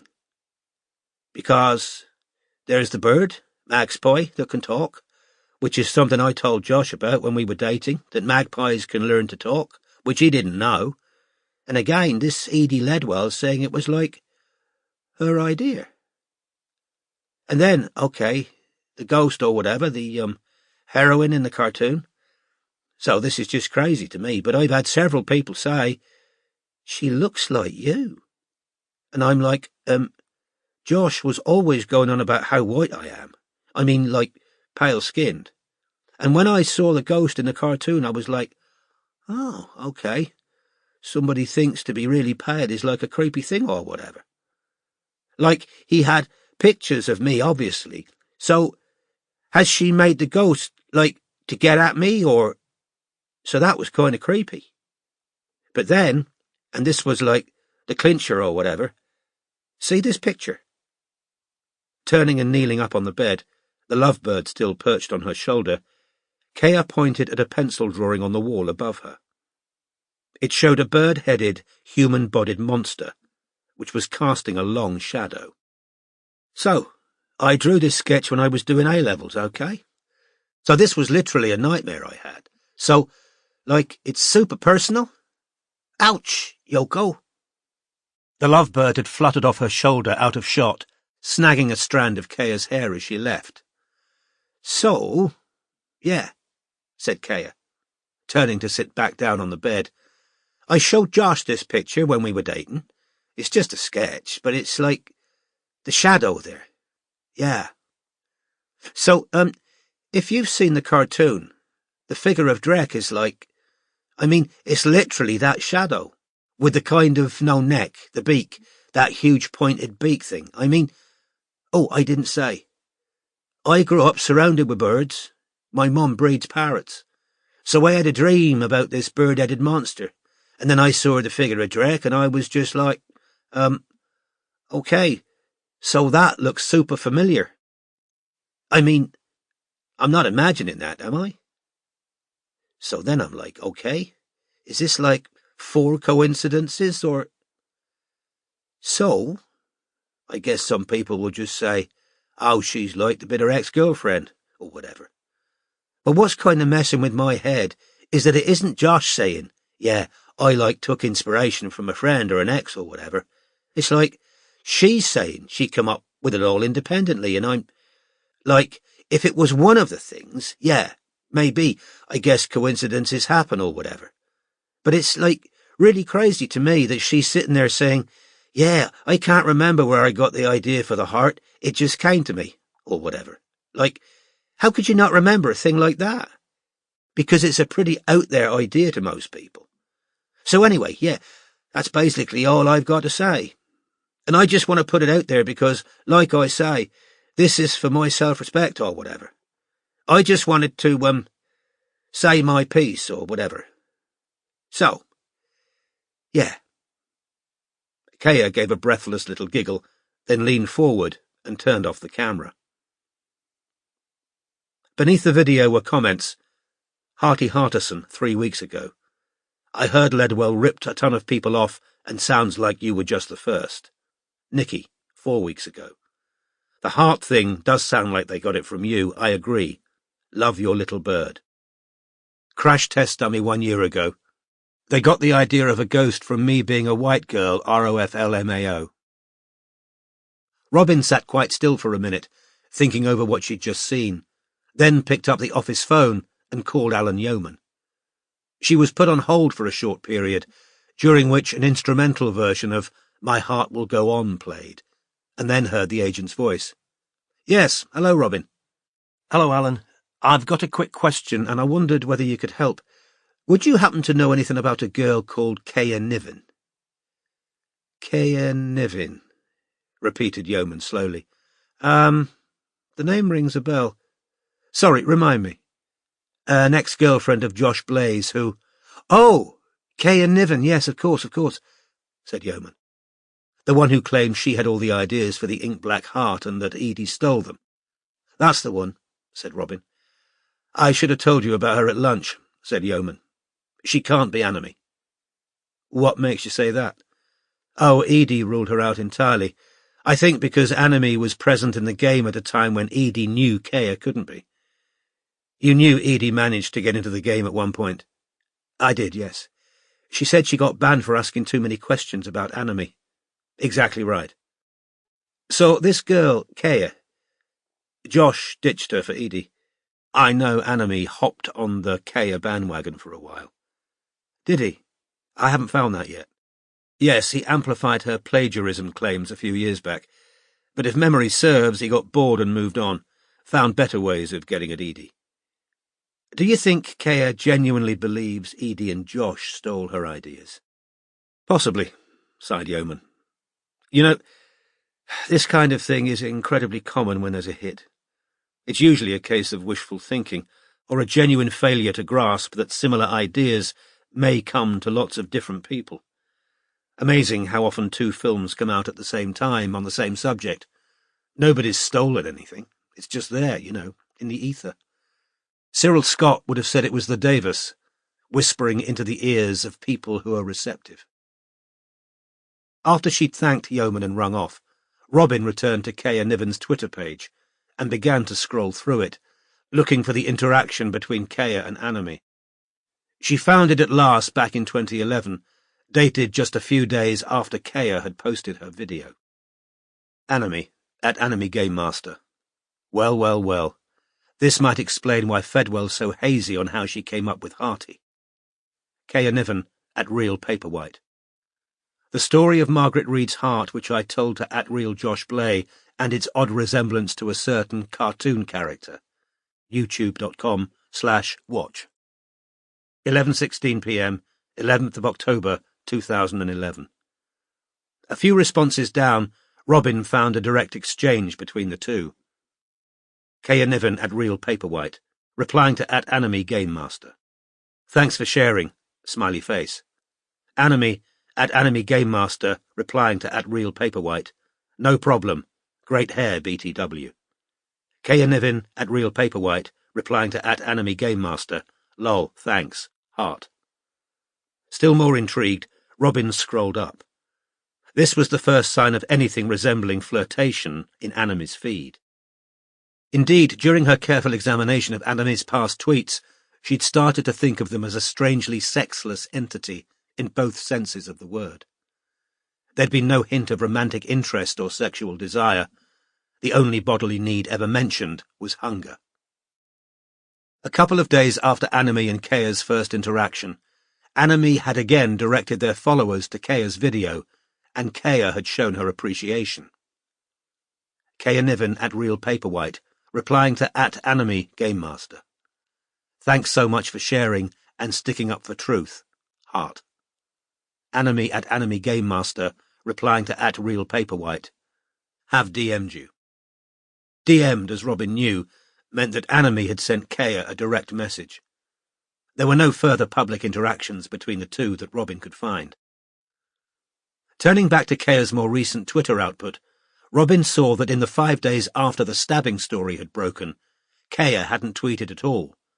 But on the 6th day, she'd posted a link to a microblogging site, Tumblr, which Robin clicked on.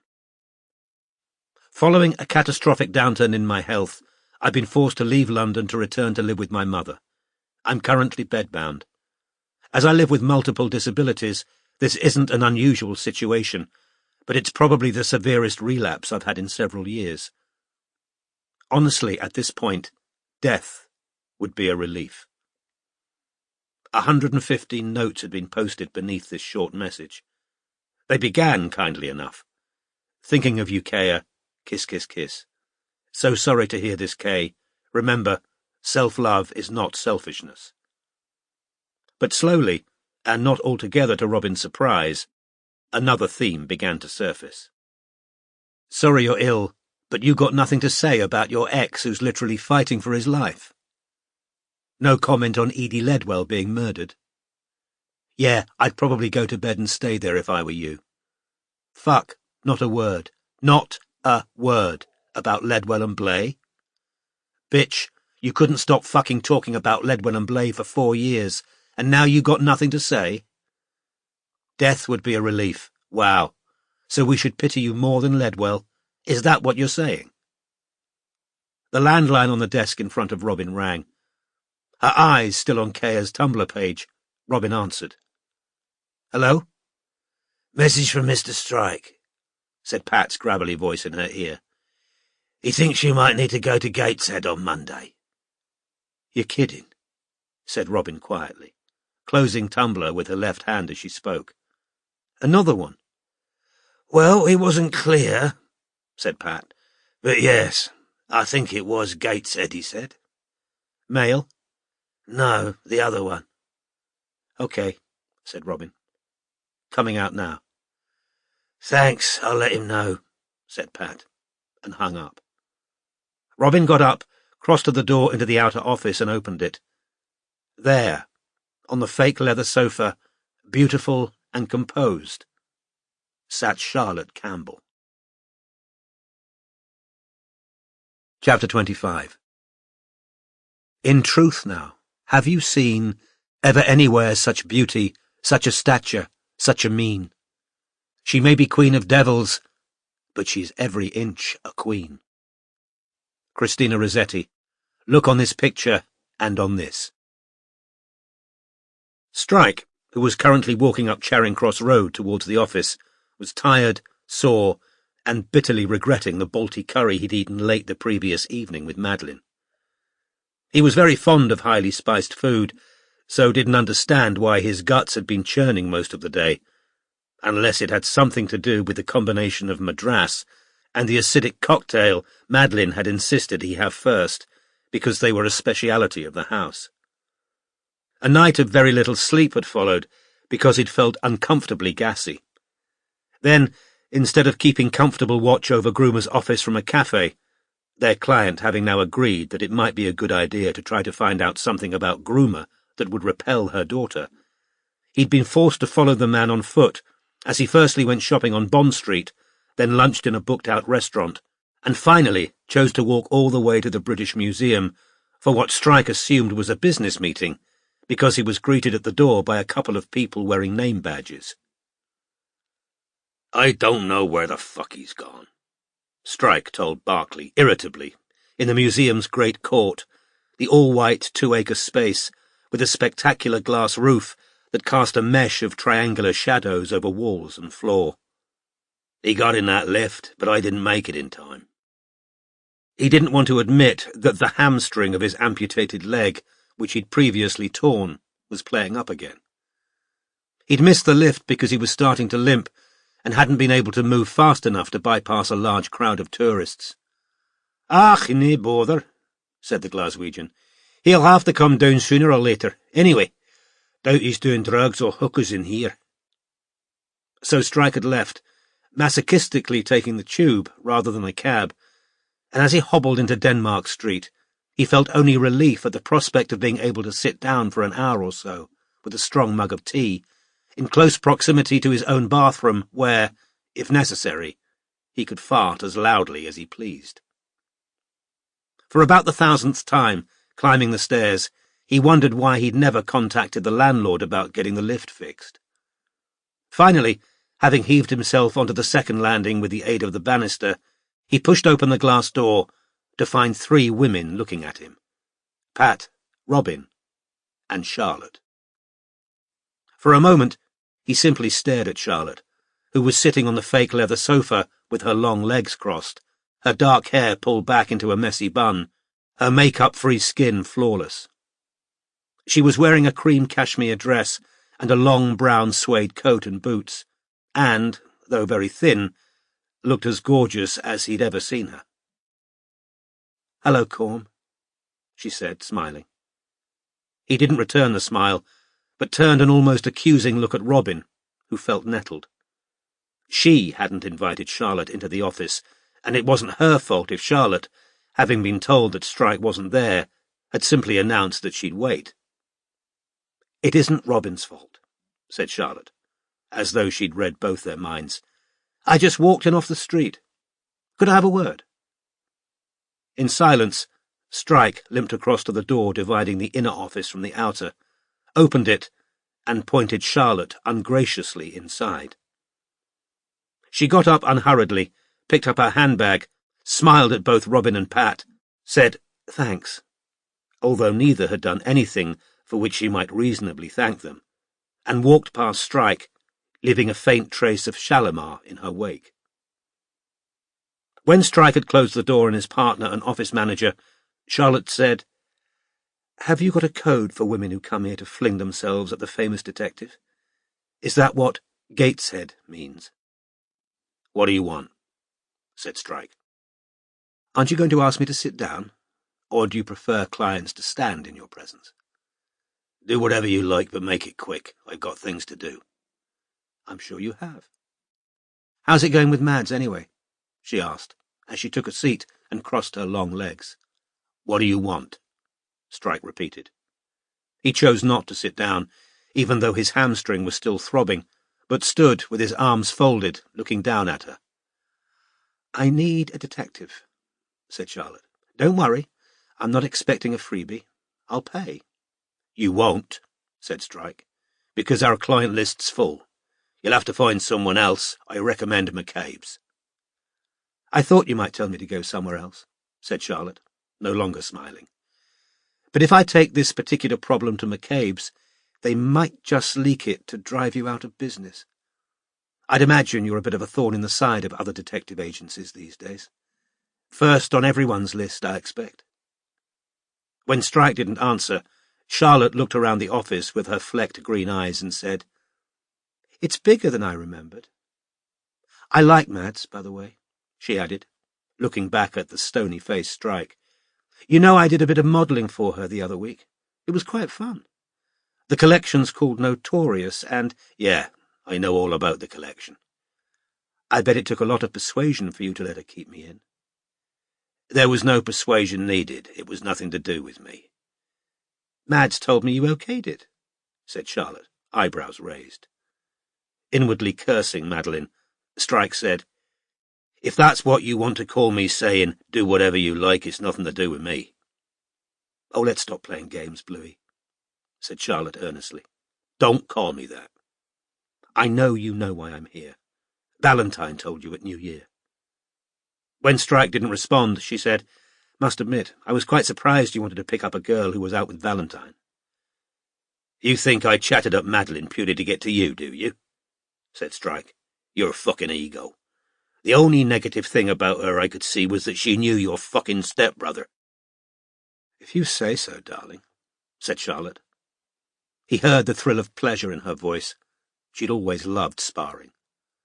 "At least when I'm fighting, I know I'm alive." "All right," she said lightly. "If you want me to spell it out, Jago found the nude I sent you on my old phone." "Did he know?" "Don't pretend, Bluey. You know he did. Valentine told you. I assume you don't think Valentine's a... What was it you called me during that last row? A narcissistic mythomaniac? I think you made bloody sure Jago found that nude, which as you fucking well know I didn't ask for and didn't want. Said Charlotte, eyebrows raised. And in truth, how many straight men could honestly say they wouldn't want a nude picture of her? Well, Jago doesn't buy that. He also knows you phoned Simon's house while I was there. And incidentally, I never asked you to do that. You sent me suicidal fucking messages from the grounds. Well, you could have ignored me, darling. You've had plenty of practice, said Charlotte. Anyway, Jago knew it was you who phoned them. He's not stupid. And he doesn't believe you were being a Boy Scout. He thinks you had some personal interest in saving my life. An impression I'm sure you were eager to correct. When Jago wants to believe something, dynamite wouldn't shift him, said Charlotte. Strike took a half-step towards her. His leg throbbed worse than ever. If I'm named in your poxy divorce, my business will be fucked. It'll mean Pap's following me, my face all over the papers. Exactly, said Charlotte, looking him steadily in the face. Which is why I thought you might like to help me get something on Jago before he screws both of us. He's trying to take the twins away from me. He wants full custody, and he's determined to get me into court and have me declared an unfit mother. He's got a tame psychiatrist ready to say I'm crazy and unstable, and he's hoping to get me certified drug-addled and promiscuous to boot. Ruining you will just be an extra bit of fun. You told me you couldn't wait to leave your fucking kids while you were pregnant with them. He thought he saw her composure waver at that, but then, with a good impression of her previous calm, they're mine as much as his. I'm not just a fucking incubator, whatever Jago's mother thinks. I'm the mother of the future Viscount Ross. James is the heir to the title, and he's my bloody son, and they're not having him. They're not having either of them. Amelia's going to testify that he beat me up, Charlotte went on. Amelia was Charlotte's sister, a plainer but far less volatile woman who'd never much liked Strike. She saw me with a black eye, just before I got packed off to Simon's house. If that's supposed to awaken my chivalrous instincts, said Strike, I'd remind you that you knew damn well what he was before you married him. I remember you telling me he'd beaten up his ex when you came out to see me in Germany. You heard it on the old fucking girls' network, and you had a good laugh about what a lucky escape you'd had. So, I deserve to be smacked around, do I? Said Charlotte, her voice rising. Don't play fucking games with me, snarled Strike. You know fucking well that if I believed any woman should be knocked around, we wouldn't be having this conversation, because you'd already be dead. Charming, said Charlotte. You only agreed to marry Jago because you thought I'd come and burst into the wedding and stop you doing it. That I'd ride to your fucking rescue yet a fucking again. You told me as much. I didn't think you'd let me do it. So what? Said Charlotte impatiently. Where does any of this get us? Are you going to help me get something on Jago, yes or no? No, said Strike. There was a long silence.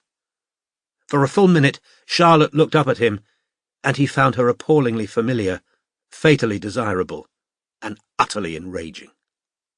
Okay, darling, she said in a clipped voice, bending to pick up her handbag and getting to her feet again. Well, don't forget this conversation when you try and pin what happens next on me. I asked you to help me stop it. You refused.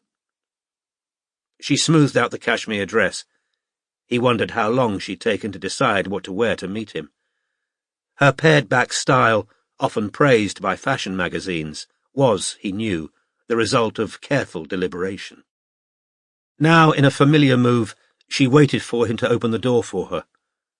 How often had she, who claimed to deplore the milieu into which she'd been born, suddenly decided that she wanted old-world manners from the boyfriend who'd spent a large part of his early life in squalor?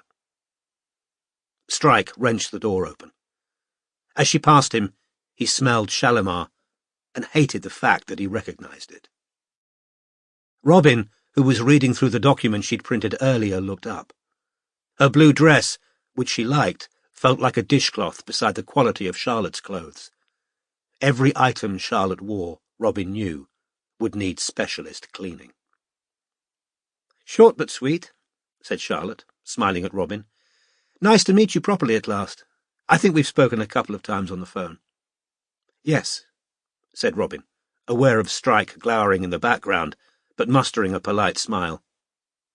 "Funny," said Charlotte, considering Robin with her head to one side. "You look a bit like Madeline." "Like who? Sorry," said Robin. "Corm's girlfriend," said Charlotte, glancing back at Strike, her smile angelic. "Haven't you met her? Madeline Corson Miles. She's absolutely lovely, jewellery designer. I've just done a bit of modelling for her new campaign. Well, bye, Corm. Take care." The shock slithered down from Robin's brain, freezing her innards. She turned away from Strike, pretending to check the printer, although she knew perfectly well that everything she'd wanted to print was already in her hand.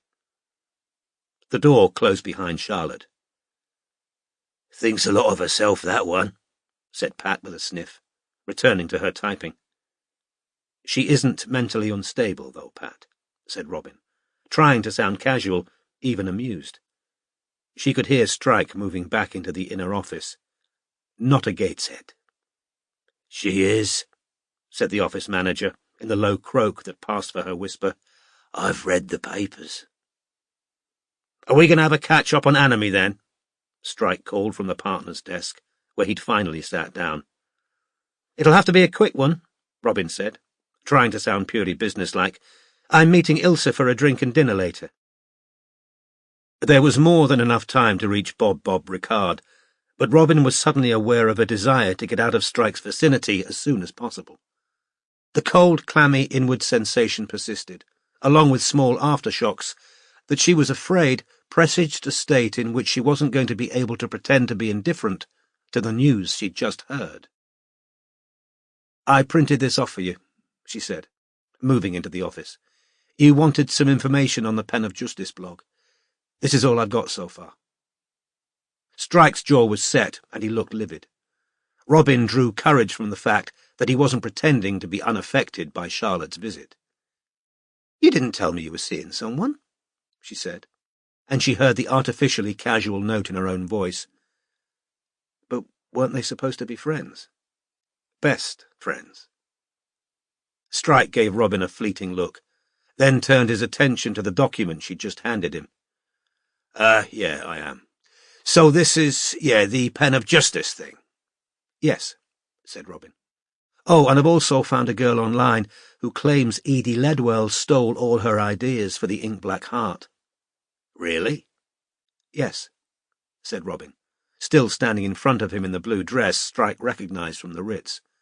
"Her name's Kaya Niven. I called Alan Yeoman about her, but he says she can't be Anime because Edie ruled her out." "How did she rule her out?" Strike asked, still preferring to glance through the Pen of Justice notes than look at Robin. "He said Anime was active in the game at a time Kaya didn't have access to a computer or phone." "Anyway," said Robin, whose urge to get away from Strike was becoming overwhelming. "As I say, I'm meeting Ilse for an early drink. You don't mind if I clock off now, do you?" "No, not at all," said Strike, who was as eager to be alone with his thoughts as Robin was to be gone. "See you Thursday, then," said Robin, because the rota didn't demand that they meet until then, and she carried her shock back into the outer office, where she took down her coat and bag, bade Pat a smiling farewell, and left. Strike remained where she'd left him, heart pounding, as though he'd just stepped out of the boxing ring, and tried to force himself to read the document Robin had just handed him. Note on the Pen of Justice blog. The anonymous Pen of Justice blog was started in January 2012. Whoever's behind it is on Twitter as @PenJustWrites. Their location is hidden. The focus of the blog... But he couldn't concentrate. Throwing the papers down onto the desk, he gave way to the full force of his own fury at Charlotte, which was worse for the rage he also felt at himself. He'd ignored a looming danger. He had known that Jago had found that bloody nude, and done nothing about it because it suited him to believe the coked-up Valentine was scaremongering. Strike felt he'd been catastrophically complacent, both on a very serious threat to his business and, time to look facts in the face, in his belief that Robin need never know about Madeline. Charlotte had an uncanny ability to read other people's emotional states, a skill honed by necessity in navigating a family full of addiction and mental illness.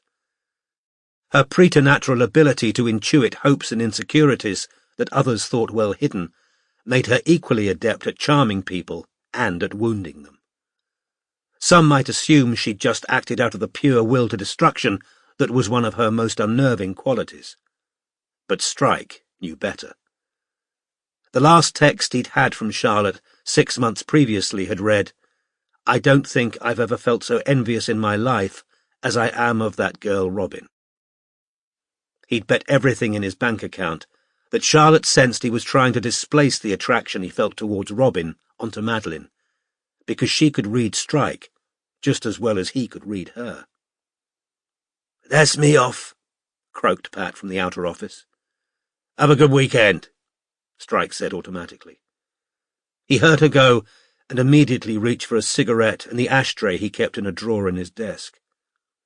Drawing deeply on a freshly lit Benson and Hedges, he asked himself how he was going to solve the problem of Jago Ross and that bloody nude.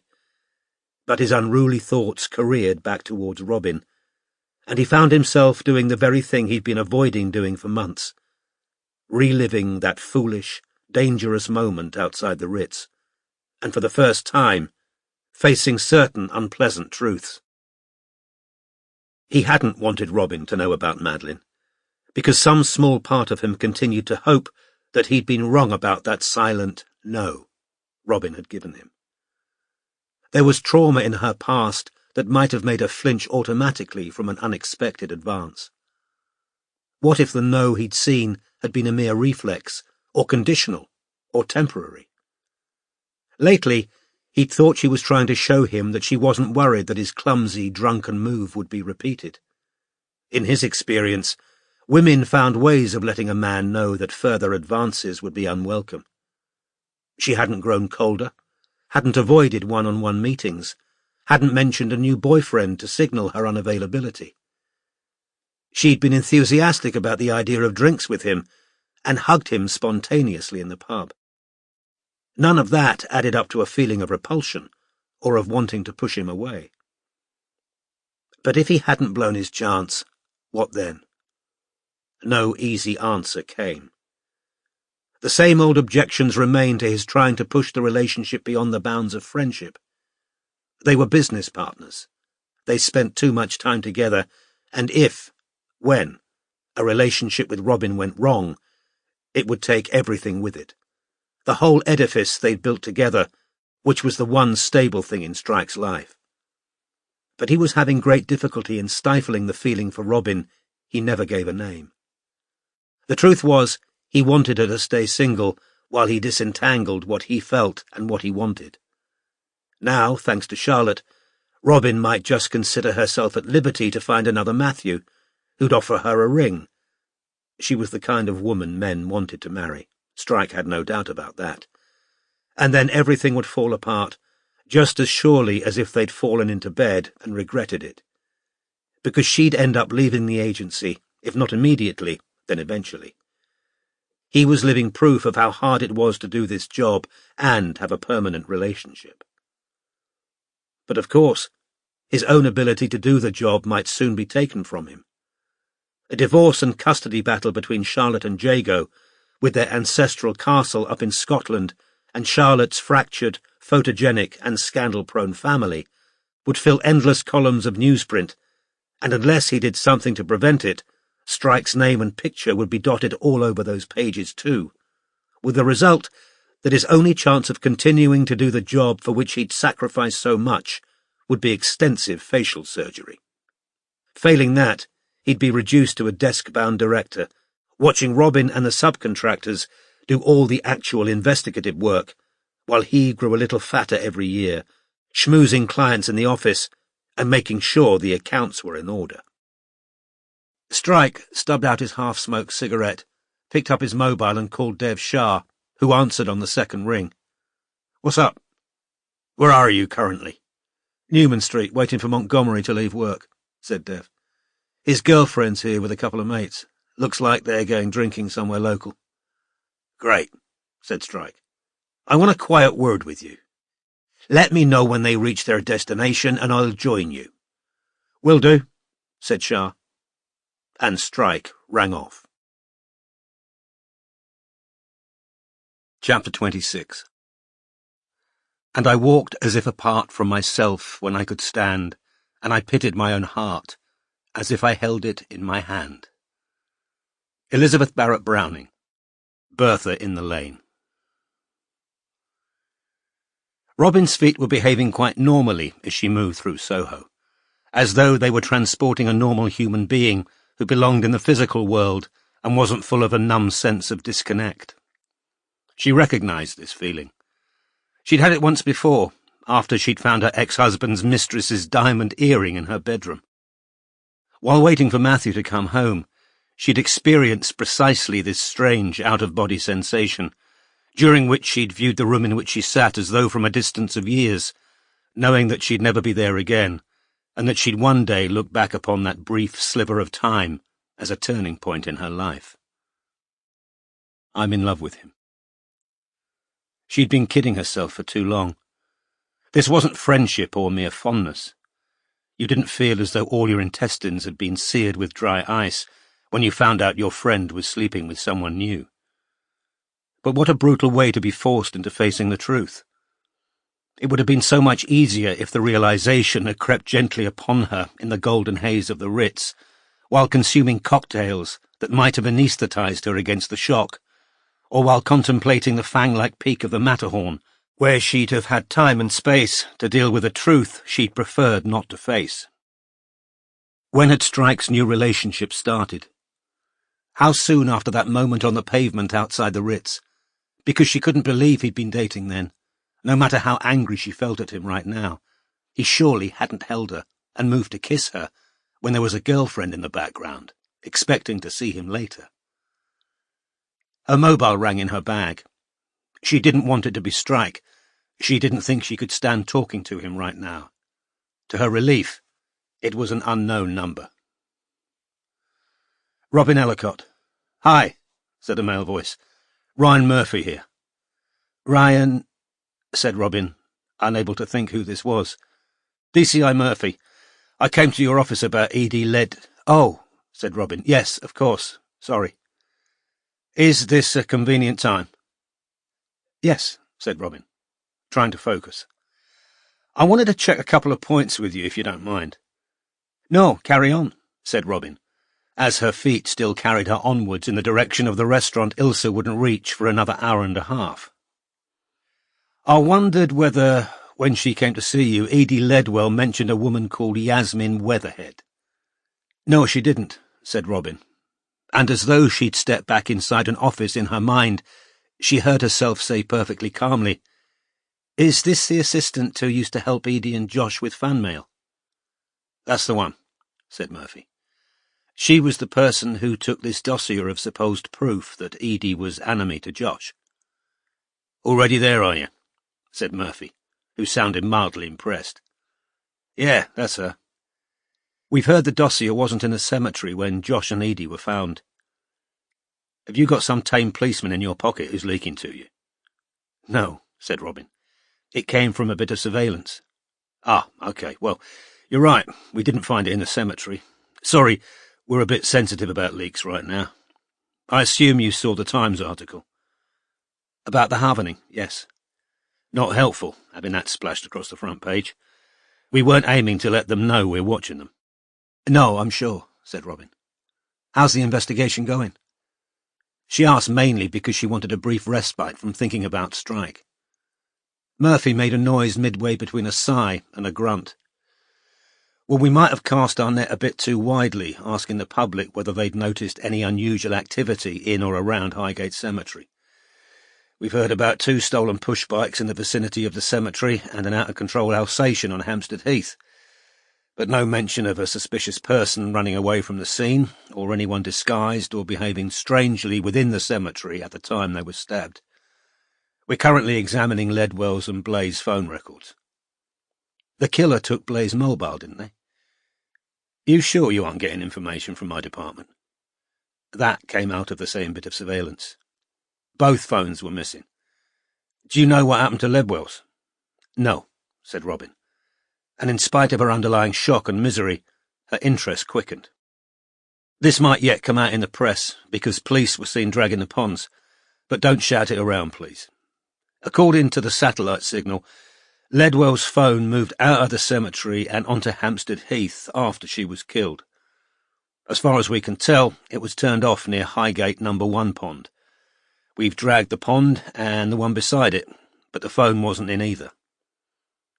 The killer took the phone out of the cemetery and onto Hampstead Heath. That's what it looks like. What about Blaze's phone? It was turned off around the time we think he was stabbed. Possibly the killer didn't realise they hadn't turned off Ledwell's until they got onto the heath. Anyway, yes, of course, said Robin, assuming Murphy needed to go. No, actually, said Murphy. I was, going to ask whether you'd be free for a drink this weekend. Oh, said Robin. Well, I'd have to check the rota. Would you want Strike there too? Would I... What? Sorry? Are you looking to speak to both of us, or... No. I was actually asking whether you'd be free for a drink in the date sense. Oh, said Robin, as a fresh wave of mortification rolled over her. I'm sorry, I thought... I'm working all weekend. Ah, said Ryan Murphy, who sounded nearly as uncomfortable as Robin felt. Well, no worries. Enjoy your... Yeah, happy hunting. Bye. Bye, said Robin, her voice higher than usual, and she turned off the call. She could feel her face burning. Onwards she walked, a little faster now, her only objectives to put more distance between herself and Cormoran Strike, and then to find a dark corner in which she could savour to the full her realisation that she was the most romantically inept woman in London. Chapter 27. He looks for war, his heart is ready, his thoughts are bitter, he will not bow. Jean Ingelow, at one again. A mere half an hour after they'd last spoken, Shah called Strike to say that Montgomery and his friends were in Opium, a dim sum parlour in Chinatown, and a short walk from the office. Strike's gastric symptoms had been eased by a visit to the bathroom, but his stump was still complaining about carrying his weight. Ignoring the pain, he pulled his coat back on, locked up the office, and set out to join Shah, once again navigating his way across the channels still dug in the roads. Montgomery's party was on the 3rd floor. Because of course they bloody are, thought Strike, his hamstrings screaming in protest all the way upstairs. Sitting on steel-leg stools around a wooden table, where a bartender was mixing cocktails in front of them. All the meticulously groomed young men in the group looked to Strike like versions of Montgomery, their beards neatly trimmed, their T-shirts tight, while the young women were all very heavily made up, their hair dyed colours not found in nature, purple-grey, vermilion, bluebell. Everyone in the group had their phones out, taking pictures of the cocktails, the shelves of bottles behind the bartender, and the picture of Chairman Mao painted on a cabinet. The exposed brick and bare floorboards reminded Strike of the bars he went to with Madeline, all of which was starting to become a blur. Shah was sitting a short distance away from the group in a side room, Montgomery in his eyeline. Anime just tweeted, he informed Strike, as the latter sat down opposite him, and Montgomery was typing on his phone at the time. Okay, keep an eye on him while I'm talking, said Strike. I need another job done. While he outlined the problem of Jago Ross, Shah stared, apparently absent-mindedly, at the noisy group at the bartender's table. When Strike had finished talking, Shah looked directly at him for the first time. So, you want me to get something on your ex's husband? Shah had an odd look on his face that Strike had never seen there before. Blank. Shut down. Yes, said Strike. I'll be completely fucked if he names me in the divorce. I need bargaining power. Shah glanced back at Montgomery's table, then said, Why am I getting this job? Well, I can't bloody do it, can I? He knows me. He's a prick, but he's not an idiot. I don't want to risk him recognising Robin, either. She was in the paper last year, and so was Barclay. I want clean, new faces on the job. People he can't associate with me. It'll have to be you and Midge. Shah sipped his drink, glanced towards Montgomery again, but said nothing. Is there a problem? Strike asked, annoyed. This is a job on the books, is it? Shah asked. Or are we talking cash in hand and nothing on the record? Why do you ask? I'm asking, said Shah, watching the group rather than looking at Strike, because Patterson had a sideline in using his agency to fuck over people he had personal grudges against. All done cash in hand, off the record, but sometimes he forgot to pay. I was usually picked to do that kind of stuff. This isn't a personal grudge, said Strike. I'm well rid of his wife. He's doing this to try and fuck up my business. If he wasn't trying to make me part of their mess, I wouldn't give a shit. I'll put it through the books and I'll pay like any other client. Strike hadn't thought as far as how he would tell Robin what he was up to, but now he supposed he had little choice. I'm well aware we haven't really got capacity for another case right now, Strike added. I wouldn't be doing this if I had a choice. Okay, sorry. I just wanted to be clear about what's going on, said Shah. You got the guy's details? I'll email you everything when I get back to the office. He's on his second marriage. I'll try and get details of his first wife as well, and I'll copy Midge in. Right you are, said Shah. I'll get started as soon as you've sent it. Strike thanked his subcontractor and left the bar, his limp more pronounced with every step. Chapter 28. Away, away with loving then, with hoping and believing, for what should follow but grieving, grieving. Anne Evans, Outcry.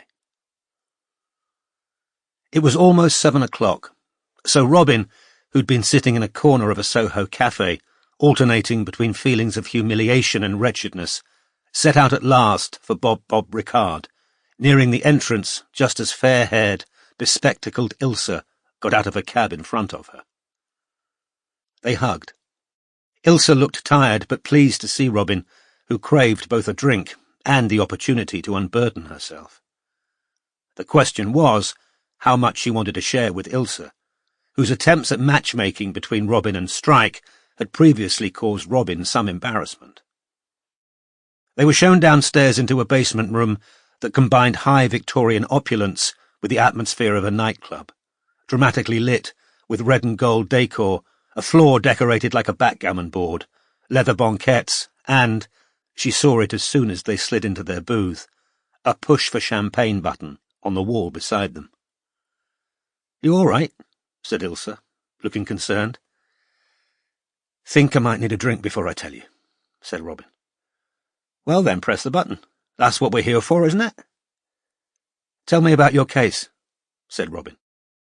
I can't believe we got her off, said Ilse, and for the short time it took for a pink waistcoated waiter to bring them champagne, she told Robin about the teenage girl who'd stood trial for helping plan a terrorist attack. So the other 4 were all found guilty, Ilse finished, just as the waiter set 2 glasses of champagne down in front of them, and so they bloody well should have been. But I thought, she's finished. I could hear her mother sobbing behind us. But thank Christ the judge believed the psychologist. 15, profoundly autistic, and convinced she'd found real friends online. Of course she fell for it. And she was the one they were going to strap the bloody explosives to. Bastards. Right. Tell me what's up with you. First things first. Congratulations on winning, said Robin, clinking her glass against Ilse's, then drinking some champagne. So, I just got asked out by a guy from CID, and I asked if I could bring Strike along on the date.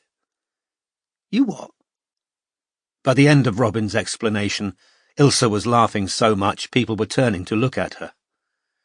"Don't," groaned Robin, although her sense of humiliation was lifting in the face of Ilsa's hilarity.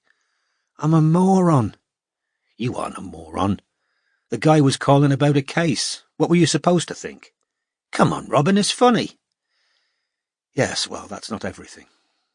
Charlotte Campbell turned up at the office this afternoon." "What?" said Ilsa, no longer laughing. "I don't know what she wanted." "Well, I do, to see Strike," said Robin. "He took her into the inner office. They were in there about 5 minutes. Then they came out and she said I look just like Strike's new girlfriend, Madeline. I didn't know he was seeing anyone. He didn't tell me. She's a jewellery designer, apparently." "He's dating?" said Ilsa, sounding exactly as outraged as Robin had expected, and there was both pain and pleasure in hearing her own shock echoed in Ilsa's voice. "When did that start? He never told us he was seeing anyone." "Well," said Robin with a shrug, "he is. He confirmed it after Charlotte left."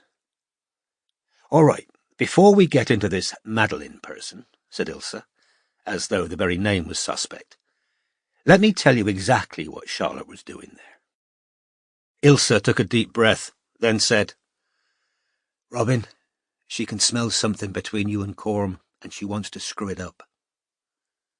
Either Ilsa's words or the champagne had slightly leavened Robin's misery, but nevertheless, she said, "Charlotte's never seen the two of us up close until today. And then it was for 3 minutes tops." "That's irrelevant," said Ilsa flatly. "You and Coram have been together at the agency for what, 5 years now? He made you his business partner, for God's sake. Nick and I never thought he'd do that. He voluntarily got legally entangled with you, and for Coram, believe me, that's a big deal. I've never known anybody as commitment—" "We'd better order," said Ilsa, catching a waiter's eye, "or they'll just keep interrupting." Food chosen, the waiter moved out of earshot, and Ilsa said, "What was I? Yeah, I've never known anyone as commitment-phobic as Corm." "He proposed to Charlotte." "Oh, please," said Ilsa, rolling her eyes. "It was the lowest point in his life, and he's had his fair share of low points. He'd just had his leg blown off. His army career was over, and she decided to play the ministering angel because there was a bit of drama in it. Of course he fell for the act. Anyone would have done. Robin, he shares the most important part of his life with you. 5 years is the single longest continuous relationship of any kind Corm's had with any woman. Charlotte will know that, and she'll hate it. Trust me, I know her," said Ilsa darkly. She picked up her full glass of champagne, then put it down again without drinking. "Charlotte never wanted him to start the agency. She might have pretended she did for about 5 minutes after they got engaged, but as soon as she realized it meant him working all hours and bringing in no money, she did everything she could to screw it up. But now look, he's a massive success, and he says himself he could never have done it without you. Trust me, if Charlotte had known this was how the agency was going to work out, that Corm would be famous and wildly successful, she'd have clung on and never let him go." "No," said Ilsa. "Charlotte will know exactly how important you must be to Corm, and she knew exactly what she was doing, mentioning this new woman in front of you." Robin had finished her own champagne. Before she could do it, Ilsa had reached across and pressed the button for her. Robin laughed, then said, "There's something else. Only don't make a big deal of it." "Go on," said Ilsa, looking riveted. "You know Strike took me out for a drink at the Ritz on my birthday." "Yes," said Ilsa, leaning in. "It's not that exciting. We didn't, end up in bed together." Ilsa looked, if anything, even more riveted. "Well," said Robin, "we both got a bit pissed. The cocktails we were drinking were lethal, and we hadn't eaten much. Anyway, he kind of had his arm around me because I nearly fell over. And then there was this moment outside the Ritz while we were waiting for a taxi, and I don't know, but I'm pretty sure he was going to kiss me. Ilsa's gasp was so loud that a passing waiter looked back at her. "Don't," groaned Robin. "Honestly, Ilsa, don't. It was... Oh, God, I keep remembering the look on his face. He leaned in and I panicked and I think I got the impression he..." Robin shook her head. "He probably thought I was disgusted at the idea or something. He looked a bit..." Robin closed her eyes briefly, remembering Strike's expression. "Mortified. He backed off and then we went back to normal. Well, sort of normal. He was a bit more distant than usual afterwards." "Why did you panic?" asked Ilsa, her expression intense. The waiter arrived to refill Robin's glass. She drank nearly half of it before saying, "I don't know. Because I'm 30 and I've literally been with one man, ever." She groaned again, as the memory of her phone call with Ryan Murphy swept back over her. "Because I'm such a moron, I don't even realise I'm being asked out." But her own inexperience wasn't the whole reason, and Robin knew it. But mainly, I knew Strike would regret it if we kissed. I knew he would once he sobered up, and I couldn't stand hearing him tell me it was a big mistake. You know what he's like about his privacy and his space, and we spend most of our lives together as it is. I didn't want to hear him tell me that he hadn't meant it. Ilsa sat back against the banquette, frowning slightly. Again she reached for her champagne, and again changed her mind. "Yeah, you're right. He would have regretted it." "That's Coram, isn't it?" said the lawyer. "He'd have told you it was a drunken mistake, and then he'd probably have found ways to drive a good big wedge between the two of you, so he can preserve his messed up ideas about relationships. I'll lay you odds he started dating this bloody woman." "You don't know she's a bloody woman," said Robin reasonably. "She could be lovely. His last girlfriend was. Lorelei. There was nothing wrong with her." "Of course there wasn't. That's why he ditched her," said Ilsa dismissively. "How's he going to maintain his lifelong view that a stable relationship means some kind of prison if he goes out with women who might not fuck up his life? No, I'll bet you a month's salary he's with this new woman because the pair of you nearly kissed and it scared the living daylights out of him." Ilsa sat in thought for a few seconds. Then a broad grin spread over her face. "Why are you smiling?" "Sorry, can't help it," said Ilsa. "I'm just thinking how good that will have been for him, to think you were disgusted at the idea of kissing him." "Ilsa!" "Oh, Robin, come on.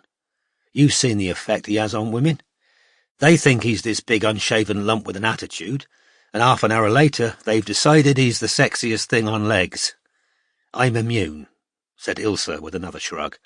"It's not my thing, that how do I fix down this man who clearly doesn't want to be fixed down bullshit. But a lot of women love it. Hence his very high success rate." "I never found him remotely sexy," said Robin. But then the spirit of truthfulness unleashed by the champagne forced her to add, "Not for ages." "No," said Ilsa. "I think he was ahead of you there."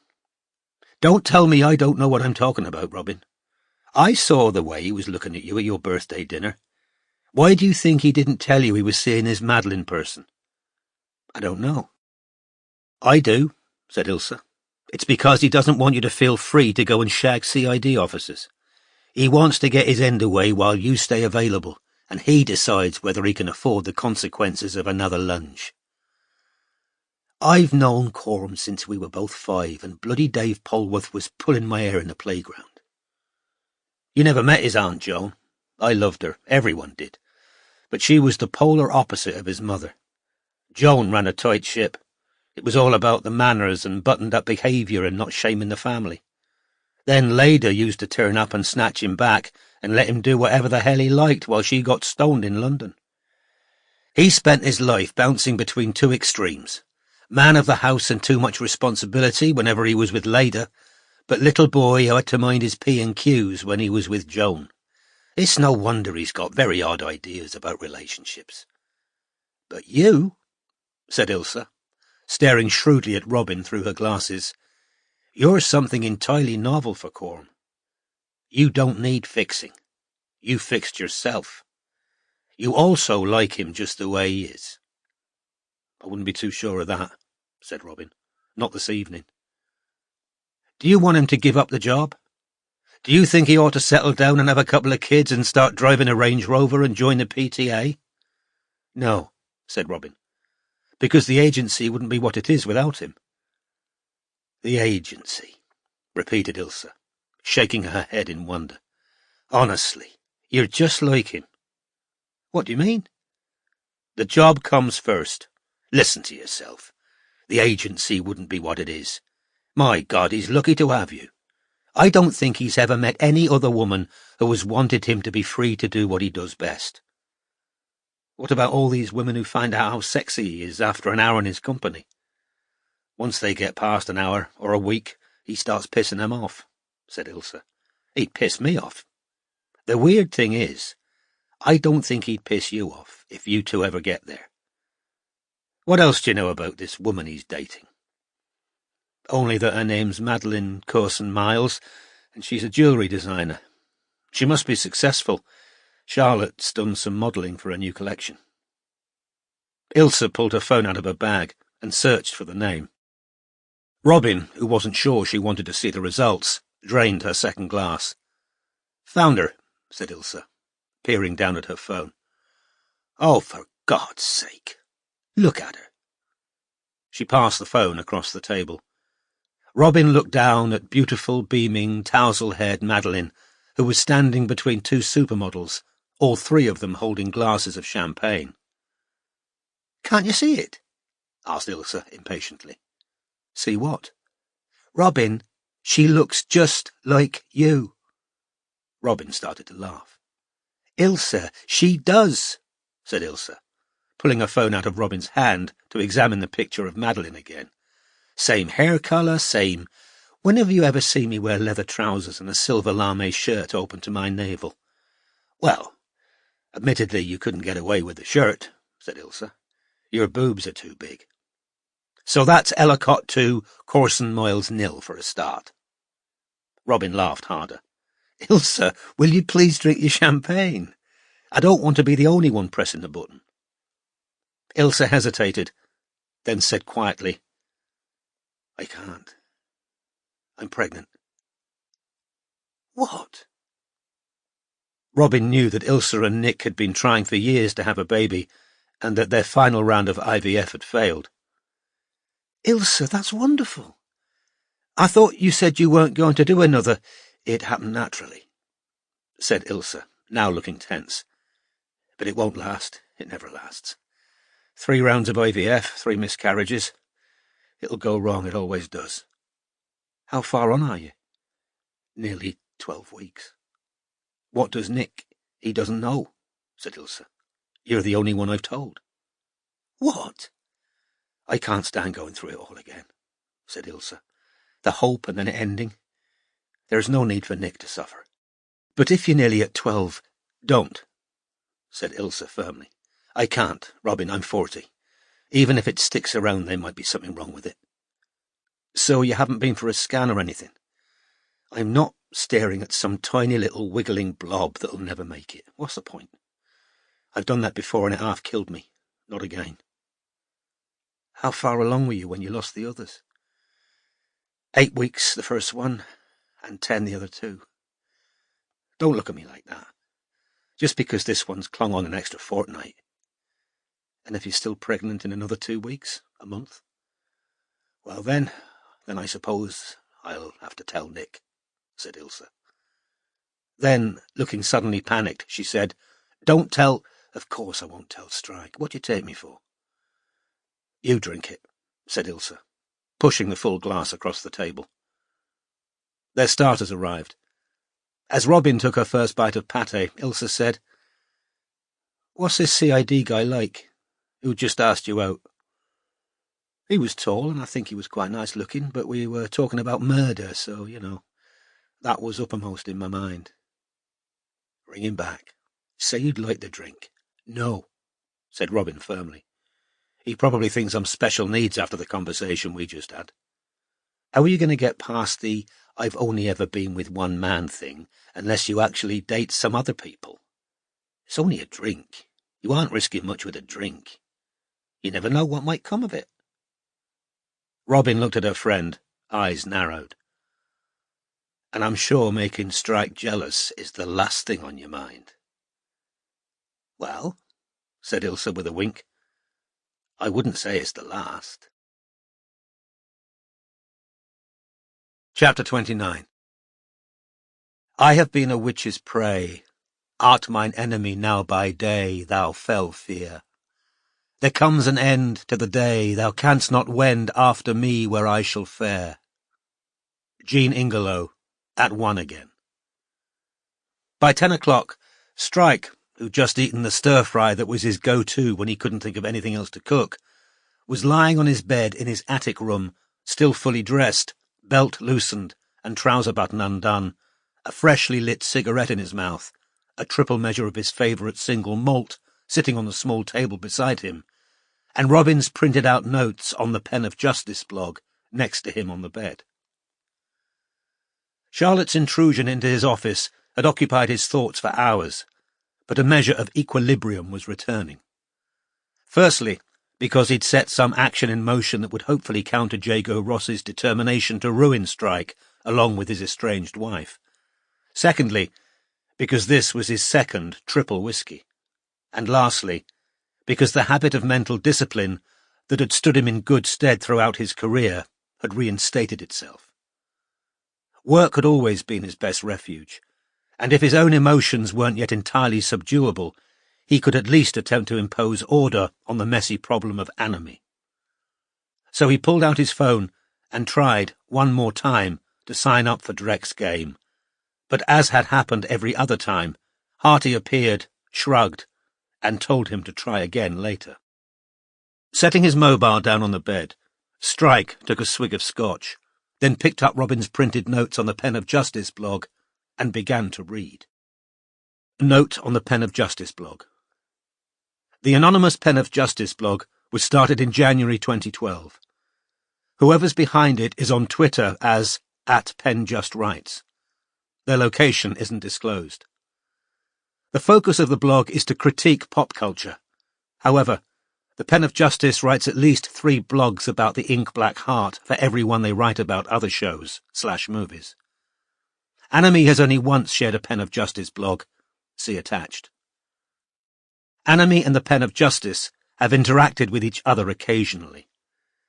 If the same person's behind both Anomie's account and the Pen of Justice blog, they're being careful to maintain 2 different characters online. Broadly speaking, Anomie seems to share anything that casts Edie Ledwell in a bad light, whereas the Pen of Justice mostly critiques the alleged flaws in the cartoon and in other shows from a socio-political standpoint.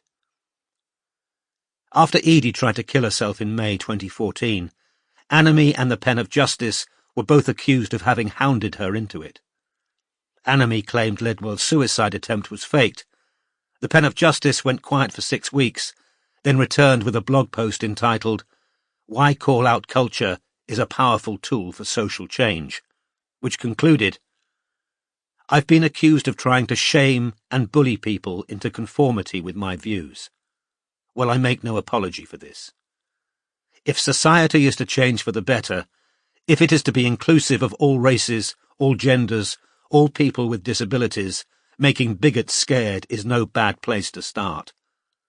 So-called cancel culture is really no more than holding people accountable for the views they are intentionally putting out into the public sphere. Do I want Edie Ledwell dead?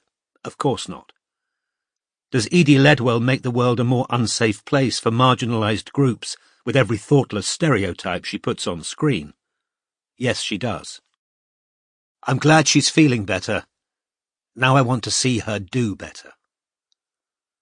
Although Morehouse, Anomie's co-creator of the game, has denied it, there is a persistent rumour in the Ink Black Heart fandom that he writes the Pen of Justice blog. The theory first surfaced in January 2013. See attached tweets. Strike flipped over the page and saw a line of printed-out tweets. Penny Peacock, @Rachel Ed Badley, @The Morehouse, I know you wrote this, www.thepenofjustice/whythe. Morehouse at the Morehouse, replying to @RachelEdBadley. Nope. Penny Peacock at Rachel Ed Badley, replying to @the Morehouse. Heisenberg. Morehouse at the Morehouse, replying to @Rachel Ed Badley. You're as wrong about me being the pen of justice as you are about uncertainty principle. Penny Peacock at Rachel Ed Badley, replying to @the Morehouse. Lol. Mags Pie at Maggie's Pie 25, replying to @Suze Macmillan at Rachel Led Badley at the Morehouse. Wait, what? Morehouse equals the pen of justice? ?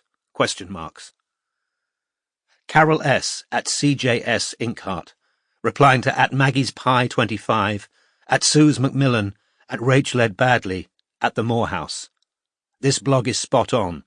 The ink black heart is ableist AF.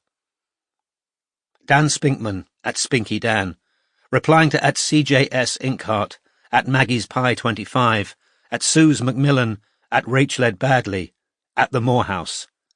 It's a cartoon about corpses. Be kind of strange if they were in perfect health. Kaya Niven at Real Paperwhite, replying to @Spinky Dan, @CJS Inkheart, @Maggie's Pie 25, @Suze Macmillan at Rachel Ed Badley at the Morehouse.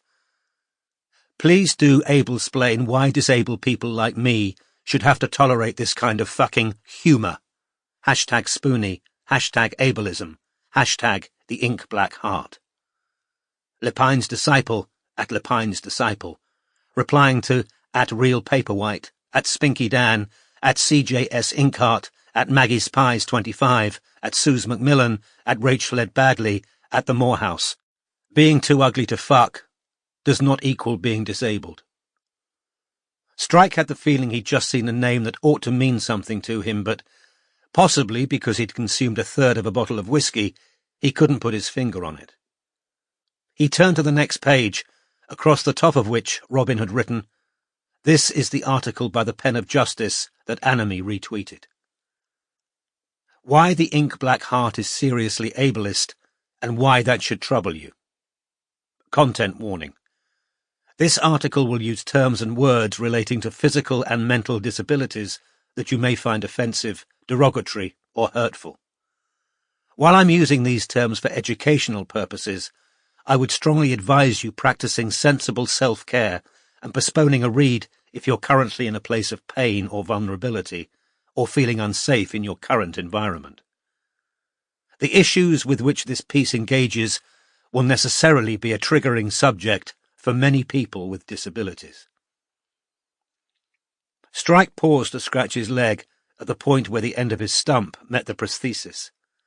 A pointless exercise, as the itch originated in the nerve endings that refused to believe his lower leg was absent. Casual ableism is everywhere.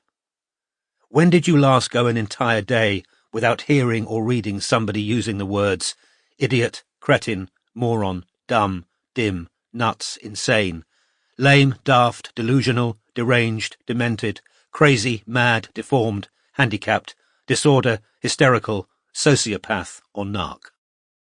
Representation of people with disabilities in popular culture is extremely poor, both in terms of quantity and quality. On the rare occasions we see a person with disabilities on screen, they are usually played by an able-bodied actor.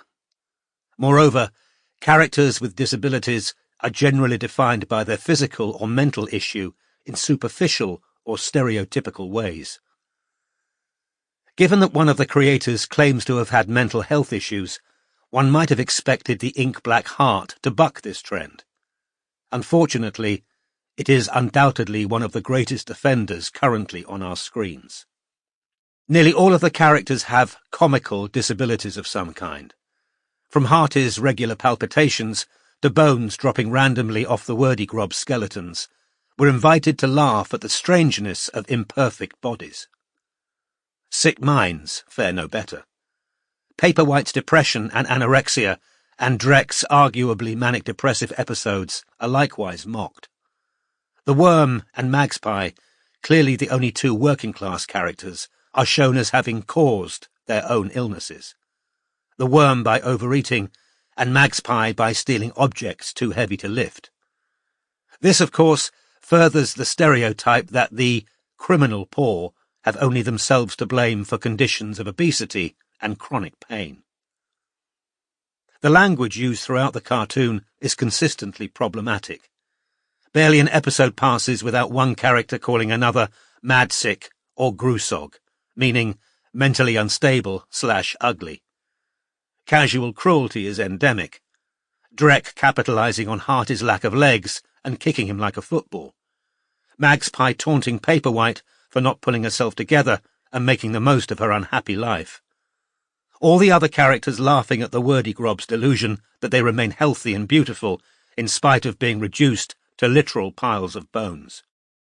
It would not be going too far to say that, just as healthy visitors were able to visit the 18th century mental hospital bedlam to mock and abuse the patients, we are invited to jeer at the unhappy inmates of the Ink Black Heart. Strike reached sideways for his whiskey, drank some more, then flipped over the page and read on, with the glass balanced on his chest.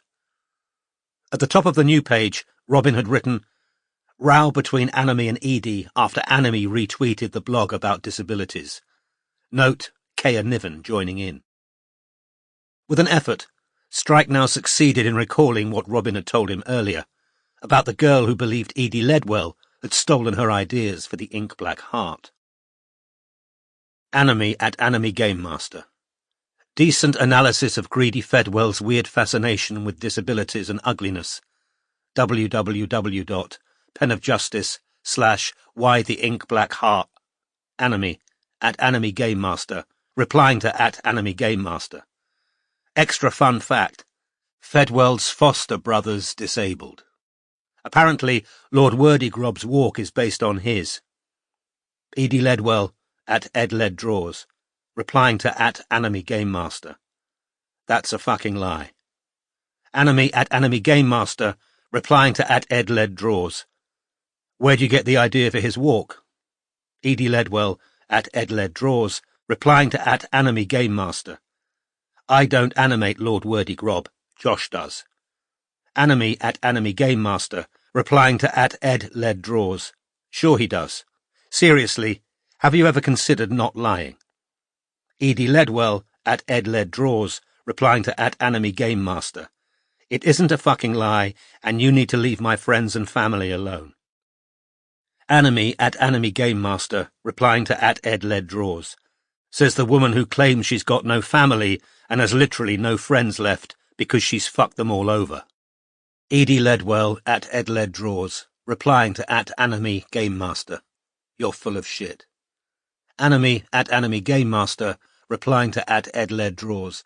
Seriously, keep insulting fans online. It's a great look. Kea Niven @RealPaperwhite, replying to @Anime Game Master, @EdLedDraws. She doesn't give a shit about fans. All she cares about is pounds and her own disgusting agenda, #ableism. Kea Niven @RealPaperwhite, replying to @RealPaperwhite, @Anime Game Master, @EdLedDraws.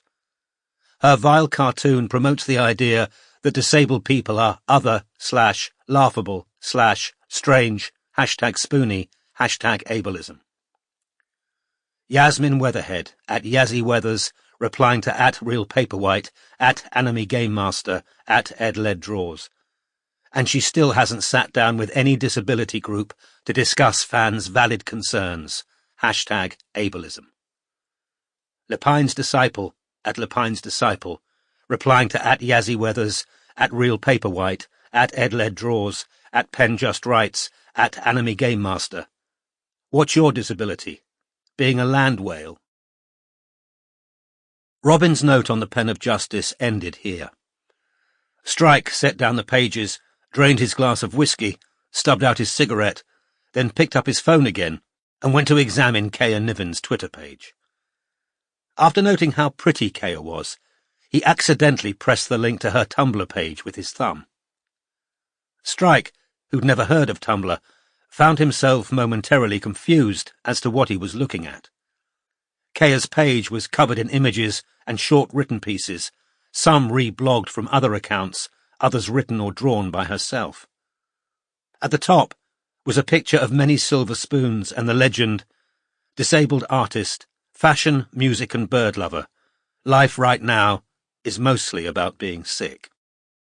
CF, fibromyalgia, POTS, allodynia. I need more spoons." Strike had no idea what the need for spoons referred to, and assumed it was a piece of whimsy, possibly from some book or film he didn't know.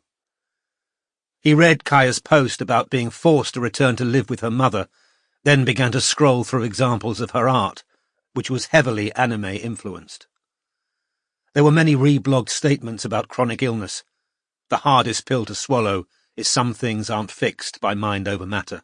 Letting go of who you were meant to be isn't easy, and a multitude of quotations, usually set against pastel backgrounds. Stab the body and it heals, but injure the heart and the wound lasts a lifetime. Minako Iwasaki. When you give someone your whole heart and he doesn't want it, you cannot take it back. It's gone forever. Sylvia Plath. All changes pass me like a dream. I neither sing nor pray, and thou art like the poisonous tree that stole my life away. Elizabeth Siddal. Strike kept reading until he found a couple of short pieces written by Kea herself. My mother, a woman who breeds parrots and is allergic to feathers, is bitching about my poor life choices. Okay, Karen. A little below this was, it's fine not to work or to achieve. Feeling guilty that you aren't able to do either is the result of internalized capitalism. It's fine to ask for accommodations. Your assessment of your own body's needs should not depend on how sick other people believe you to be. It's fine to use a mobility device if it makes your life easier, even if it wasn't prescribed or advised by a doctor. Strike's gaze moved unconsciously to the drawer where he kept the collapsible walking stick Robin had once bought him. When his amputated leg had been giving him so much trouble, he'd barely been able to walk. He didn't like using it. Firstly, because the stick added another recognizable feature to an appearance that was already distinctive and in danger of becoming too recognizable. And secondly, because it invited inquiries and sympathy that he found generally unwelcome. He closed Kea's Tumblr page, which he'd found unattractively mawkish, and lay motionless on his bed for another minute, looking up at the ceiling, before getting to his feet and limping towards the bathroom. While peeing, he remembered that Charlotte had once given him a cane as well, antique, made of malacca, with a silver handle. She'd claimed it had been her great-grandfather's, but who knew whether that was true?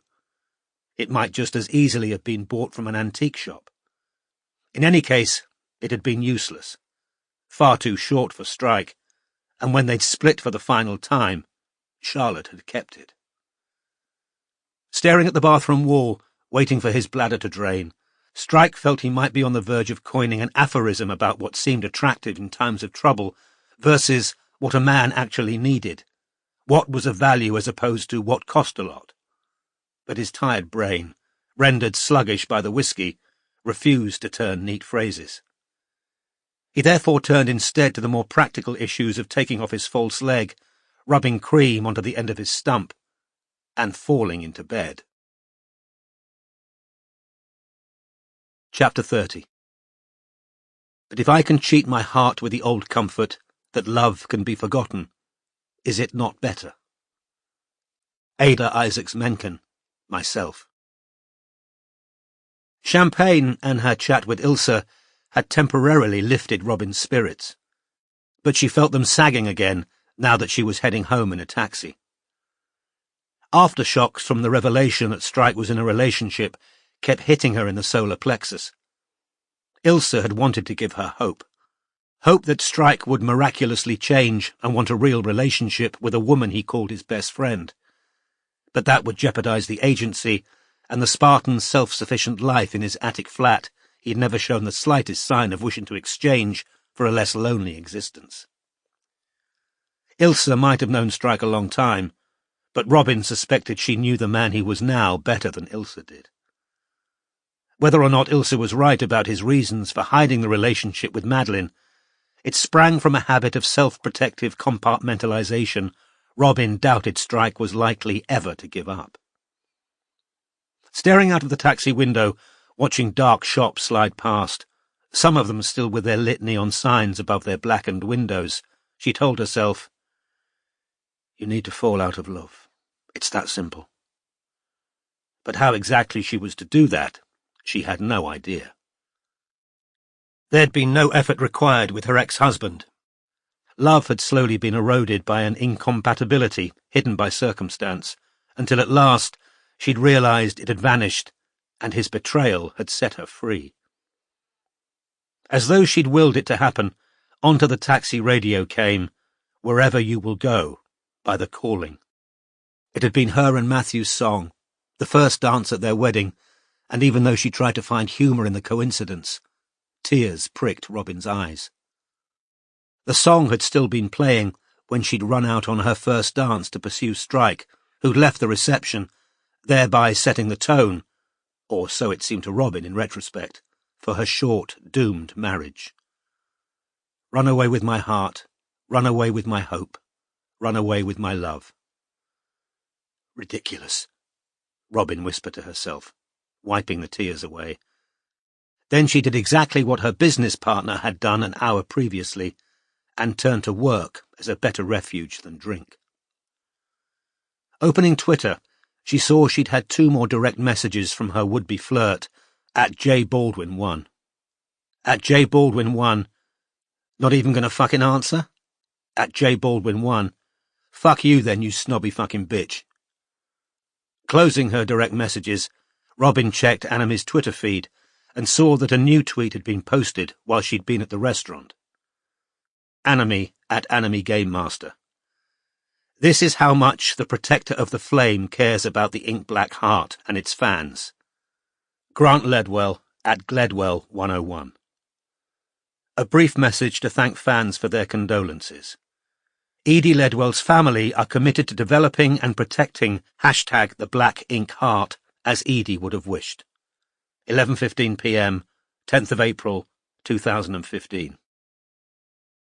Robin had now spent long enough immersed in the world of Ink Black Heart fandom to have predicted the uproar Anami's retweet of Grant's words would cause.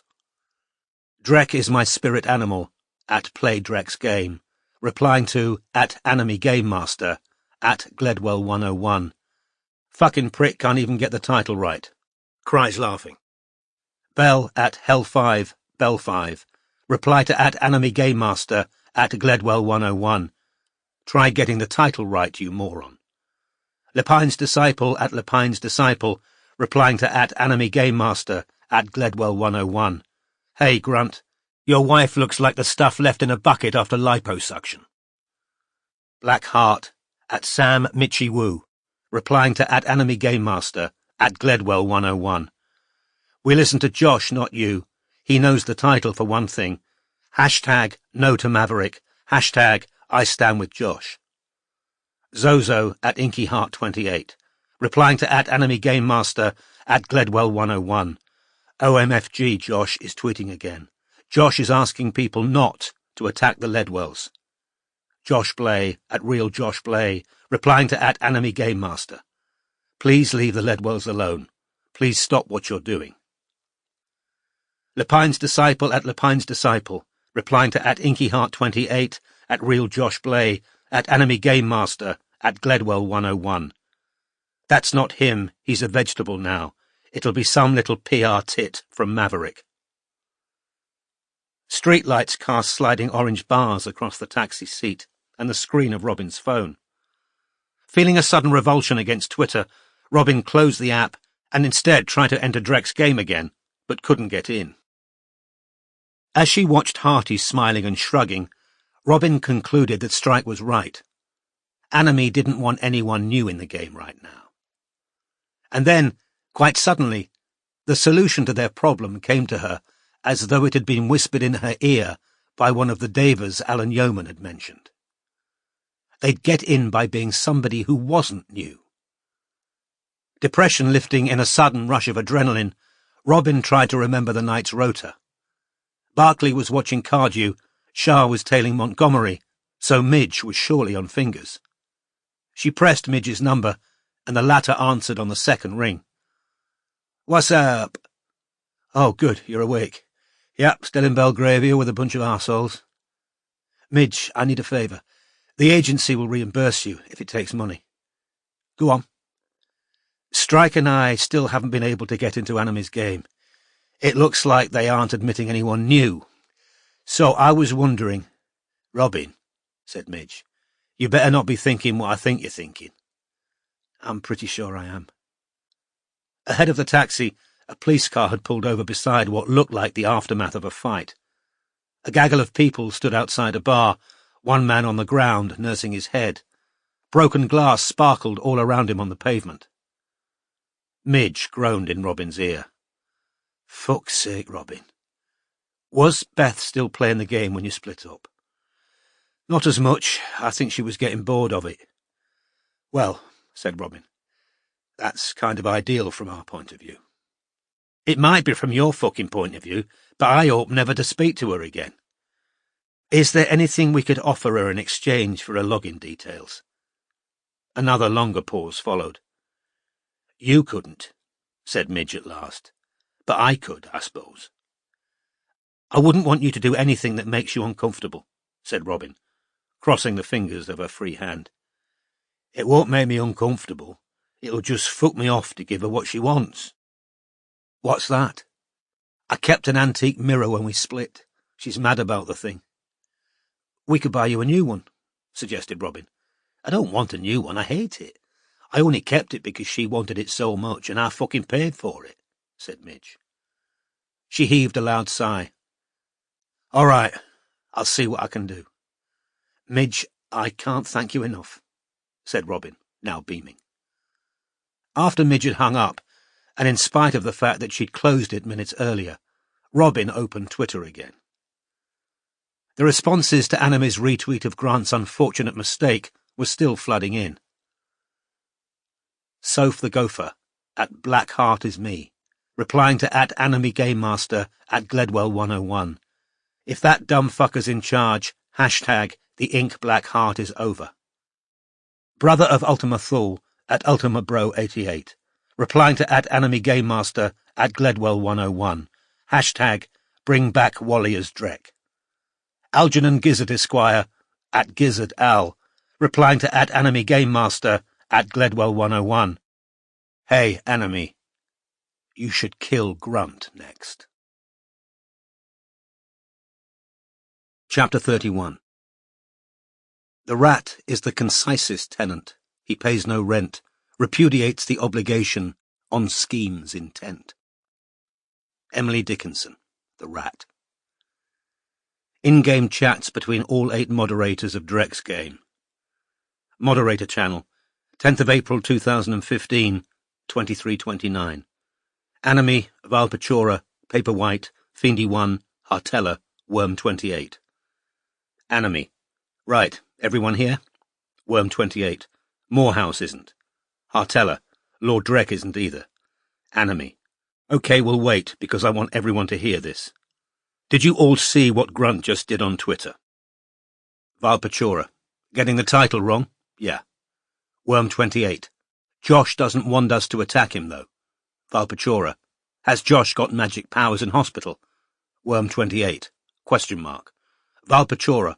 Want, or as you say, wand. Fiendy1. Piss off and leave Worm alone, Valpachora. Hartella. Josh must be loads better if he's tweeting. Fiendy1. Could be getting a nurse or someone to do it for him. Hurry up, Anamy. Don't keep us in suspense. It's not the bloody X Factor. Worm28. Lol. Hartella. It's terrible Grant Ledwell's going to have so much power over the IBH when he can't even get the title right. God knows what the film will be like if he's in charge. Fiendy1. He won't be completely in charge. There's still Josh. Worm28. Maverick should sit down with fans and hear what we think should happen with the movie. Hartella. Yeah. Paperwhite. That'll never happen, though. Lord Drek has entered the channel. Lord Drek. Sorry I'm late. Only just got home from work. Hartella. Hi, Lord Drek. Kisses. Lord Drek. Hi, Hartella. Enemy. Right. All here? OK, so Grunt Ledwell's title mishap just proves there's no point playing nice anymore. Fiendy 1. You've been playing nice so far, have you? Enemy. It's time to start terrorizing Grunt Ledwell and those maverick fucks. Fiendy 1. How? Enemy. We need as many people as possible to turn up at Comic-Con wearing Drek's Game t-shirts. Show them this game's the epicenter of the fandom, and any attempt to shut us down will mean a massive backlash against them and their shitty film. Morehouse has joined the channel. Worm 28. But how do we keep Rule 14 if we're all there? Enemy. No names, no personal details, and masks. Lord Drek. Sexy. Like a swinger's orgy. Hartella. Lol. Morehouse. I want to talk about the Harvening. Enemy. Morehouse, FFS, give it a rest. Morehouse. I think we've got 2 members of the Harvening in here, and I want them to fuck off out of this game and not come back. Lord Drek. I take it you're referring to Vile Pachora and myself. Morehouse. Correct. Lord Drek. We've had this out with Enemy, and he accepts we made an innocent mistake. Morehouse. Did you fuck? Vile Pachora. We did. We didn't even know what the Harvening was until Enemy explained it to us. He's well up on all that dark net stuff. We think he used Bitcoin to buy the machete and taser. Worm 28. How can you joke about that? Fiendy 1. Fuck you, Vile Pachora. A human being was murdered, and you're making fucking jokes. Morehouse is completely right.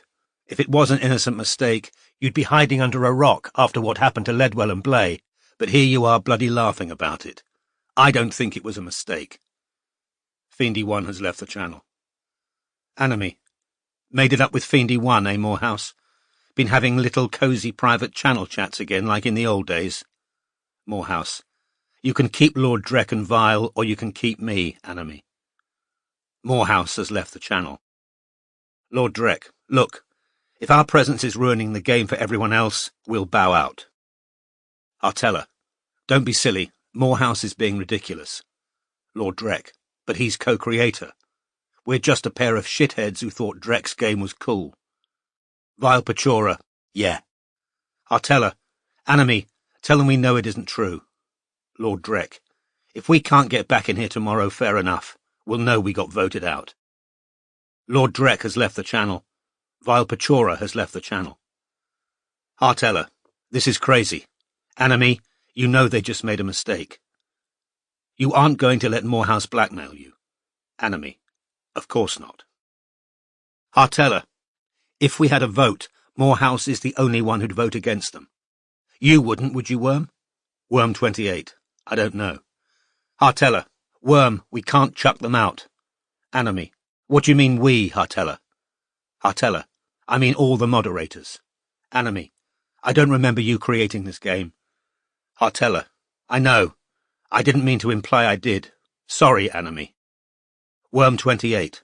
What Lord Drek and Vile Pachora did was weird, though. That file of stuff they showed us, and none of it was true. Hartella. It was a mistake. Worm 28. But where did they get those emails? Hartella. Just because Ledwell wasn't Enemy doesn't mean the emails weren't real.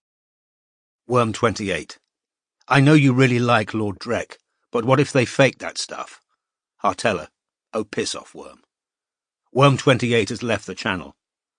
Hartella. Oh, for God's sake. Enemy? Enemy. What? Hartella. What are you going to do about Lord Drek and Vile? Enemy. That's for me to know. But Worm's right. You do seem to like Lord Drek a lot. Hartella. I don't. I mean, I like him the same way I like the rest of you. Enemy. So you haven't been breaking Rule 14. Hartella. No, of course not. Enemy. Worm 28 was supposed to be moderating tonight. Hartella. I know. Enemy. As you were the one who took it upon herself to order her to leave, you can do the night shift instead. Hartella. Enemy, I can't. I've got to be up early. Enemy. Consider it a reminder that you don't give the orders around here. I do.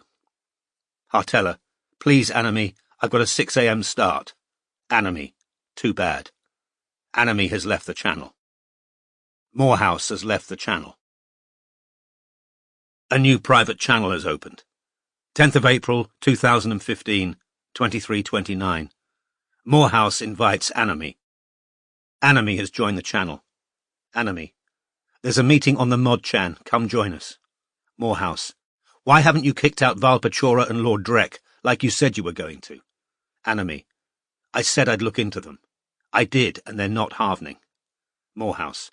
How did you look into them? Anime. Questioned them. Morehouse. Fuck's sake. What were you expecting? A confession? I went back through the logs. Neither of them were in here when the killing happened. Anime. Nor were you. And I don't see anyone accusing you of killing Ledwell. Morehouse. What did they say about that dossier? Anime. They thought it was all true. Morehouse. Bollocks. They were trying to turn the fandom against Ledwell and get them harassing her. Anime. They were only saying what most fans think. She was a mercenary cow. You're obsessed with a fucking halvening.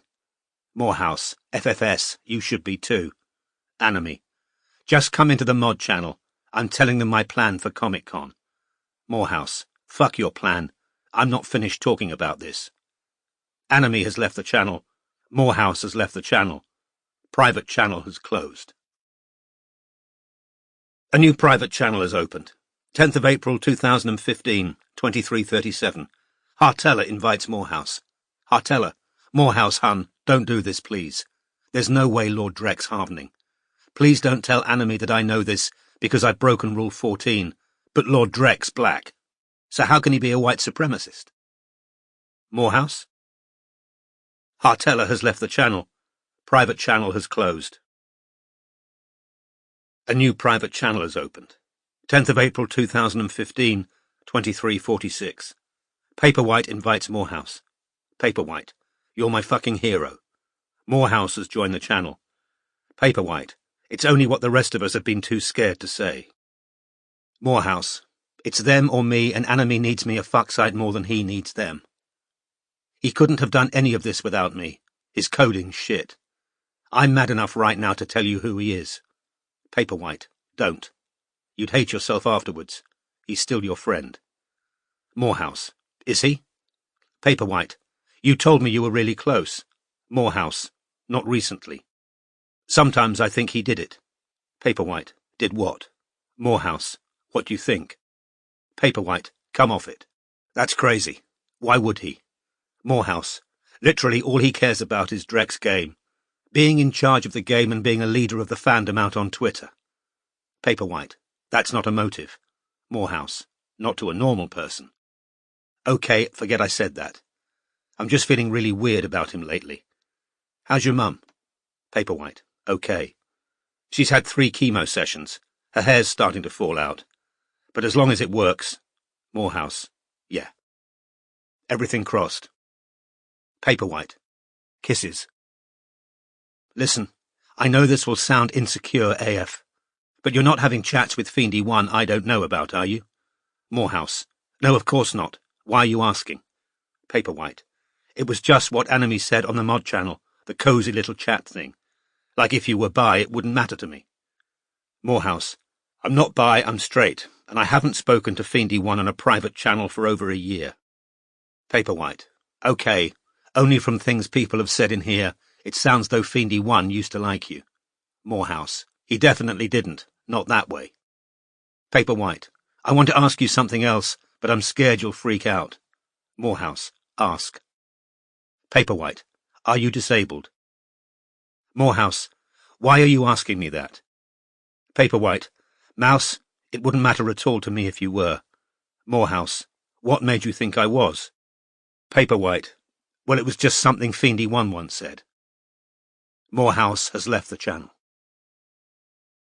A new private channel has opened. 10th of April 2015, 23:29. Lord Drek invites Valpachora. Lord Drek, what the fuck is wrong with you? Are you pissed? Valpachora has joined the channel. Valpachora, what's up? Lord Drek, are you drunk? Valpachora, lol, yeah. Lord Drek, what the fuck are you playing at, saying that on Twitter? Vile Pechora. Saying what? Lord Drek. About Anime killing Grant Ledwell next. FFS. We aren't supposed to be advertising our presence in this fucking game. And it doesn't take a fucking genius to see through Al Gizzard either. Vile Pechora. Paranoid much? Lord Drek. I'm not fucking paranoid. I've just been talking to Awaz. He was interviewed by the pigs this afternoon. Vile Pechora. Shit, why? Lord Drek. We've either been infiltrated or hacked again, because from what they asked him, they clearly suspect he's the bomb maker. Vile Pechora. The twat was probably mouthing off in a pub about explosives or something. Lord Drek. Whatever he's done, I don't need you publicly connecting your Harvening name to this game. Vile Pechora. Okay, I've deleted the tweet. Lord Drek. Delete the whole account, dickwad. Vile Pechora has left the channel. Lord Drek has left the channel. Private channel has closed. A new private channel has opened. 10th of April 2015, 23:41. Lord Drek invites Vile Pechora. Vile Pechora has joined the channel. Lord Drek. Shut the fuck up now! I'm not fucking kidding. Tell me the truth. Have you been talking to Anime about Bitcoin? Vile Pechora. Yeah, a bit. Lord Drek. You stupid asshole. What did I say to you when we started this job? We're just a pair of poxy nerds who are obsessed with a fucking cartoon. What else have you been giving him instructions on? Vile Pechora. Nothing. Lord Drek. Well, we do not need that prick Morehouse going to the pigs about us. So shut the fuck up and follow my lead. Lord Drek. If I find out you've been swinging your dick in here, telling Anime how to buy stuff untraceably. Vile Pechora. I haven't. Lord Drek. You'd better fucking not have done. Vile Pechora. I haven't. Lord Drek. I'll see you tomorrow at Mum and Dad's, and we'll talk more there. Lord Drek has left the channel. Vile Pechora has left the channel. Private channel has closed. Chapter 32. And all our observations ran on art and letters, life and man. Proudly we sat, we two on high, throned in our objectivity. Scarce friends, not lovers, each avers, but sexless, safe philosophers.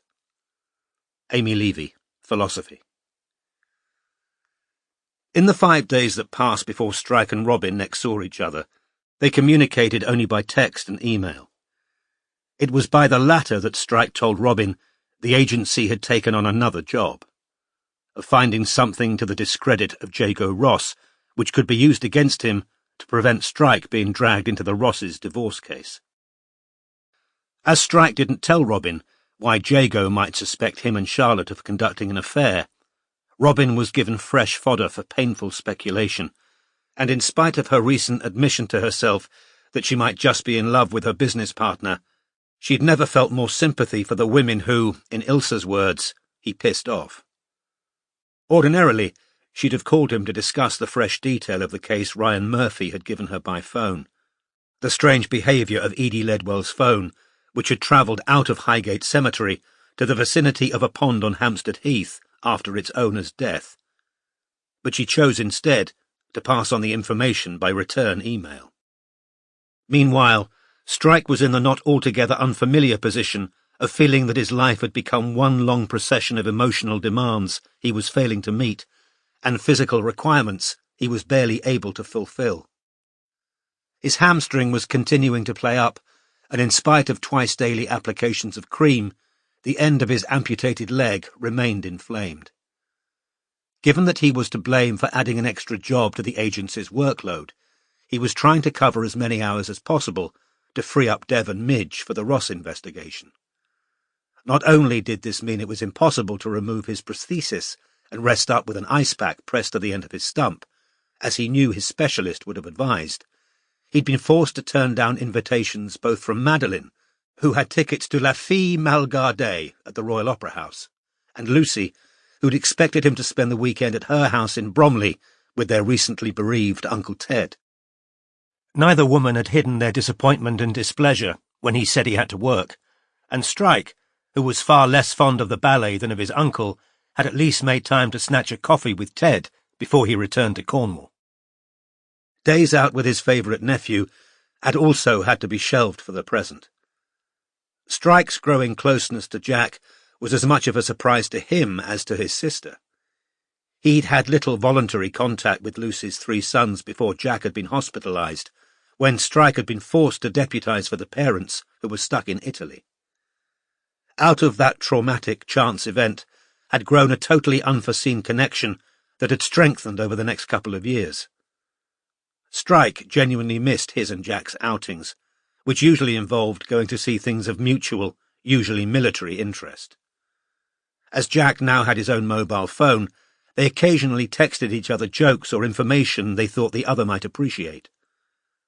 Jack had lately told his uncle he was going to do his First World War project on the 1915 Battle of Neuve-Chapelle, where the Royal Military Police, in which Strike had served and which Jack aspired to join, had played a decisive role. As Strike was the one who told Jack all about the Battle of Neuve-Chapelle, he felt an unfamiliar glow of vicarious pride, and for a few minutes wondered whether this sort of feeling accounted for people's desire to procreate, an urge Strike had never personally felt.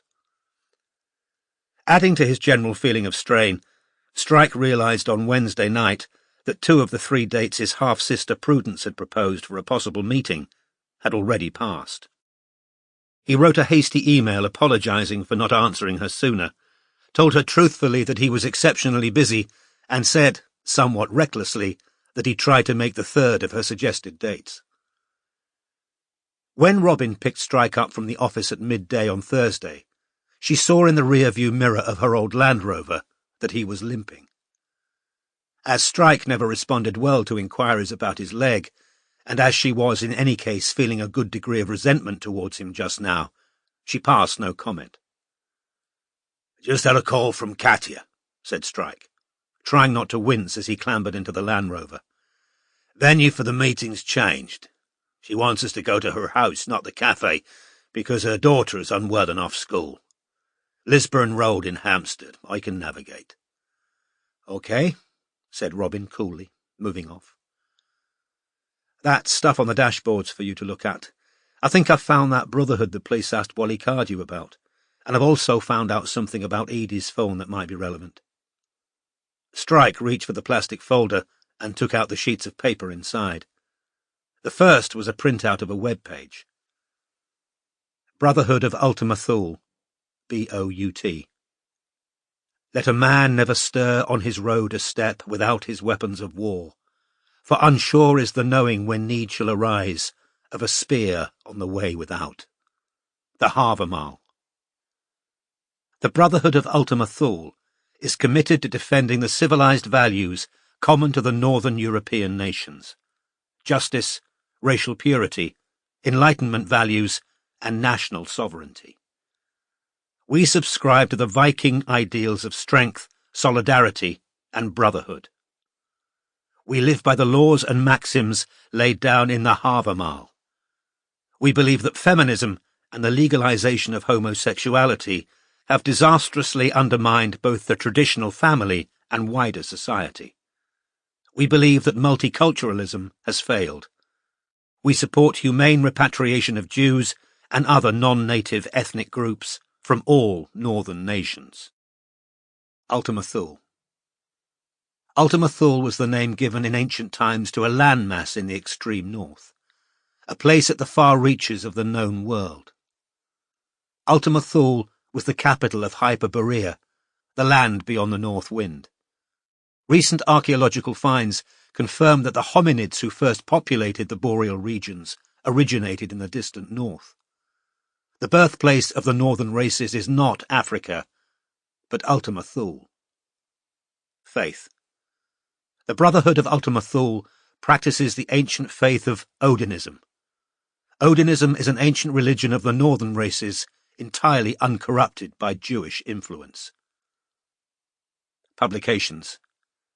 BOUT regularly produces written papers on key issues of the day. The founder of the Brotherhood, Heimdall, has published 2 books, The Harvermal for Modern Man and Reclaiming Masculinity. The Brotherhood. BOUT accepts only male members. New brothers must be vouched for by 2 existing members. For further details, contact heimdall@bout.com. Meetups. BOUT meets regularly for political gatherings and Odinist retreats. Follow BOUT on Twitter at #BOUT and on Reddit r/Brotherhood of Ultima Thule. I found it yesterday, said Robin, eyes on the road ahead, through the tweets on the next page. They date from 3 years ago. Their members aren't shy about being in the Brotherhood. A lot of them have got BOUT or UT in their usernames. As the tweet showed, Wally Cardew had come to the Brotherhood of Ultima Thule's notice through the Cookies video that had got him sacked from the Ink Black Heart. Brotherhood of Ultima Thule at #BOUT.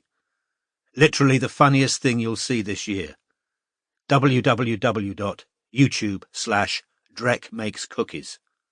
9:06 p.m, 12th of March 2012. Arlene at Queen Arlene, replying to at #BOUT. If you think mocking the Holocaust is funny, you're fucking disgusting. SQ at #BOUT Quince, replying to at Queen Arlene at #BOUT. They're mocking the kind of outrage junkie who wants to police every fucking joke, dumbass. Wally Cardew at the Wally Cardew, replying to at #BOUT Quince at Queen Arlene at #BOUT. Exactly. We're taking the piss out of SJWs who see Nazism everywhere. Strike turned over. Anime at Anime Game Master. Fedwell is about to sack at the Wally Cardew as Drek.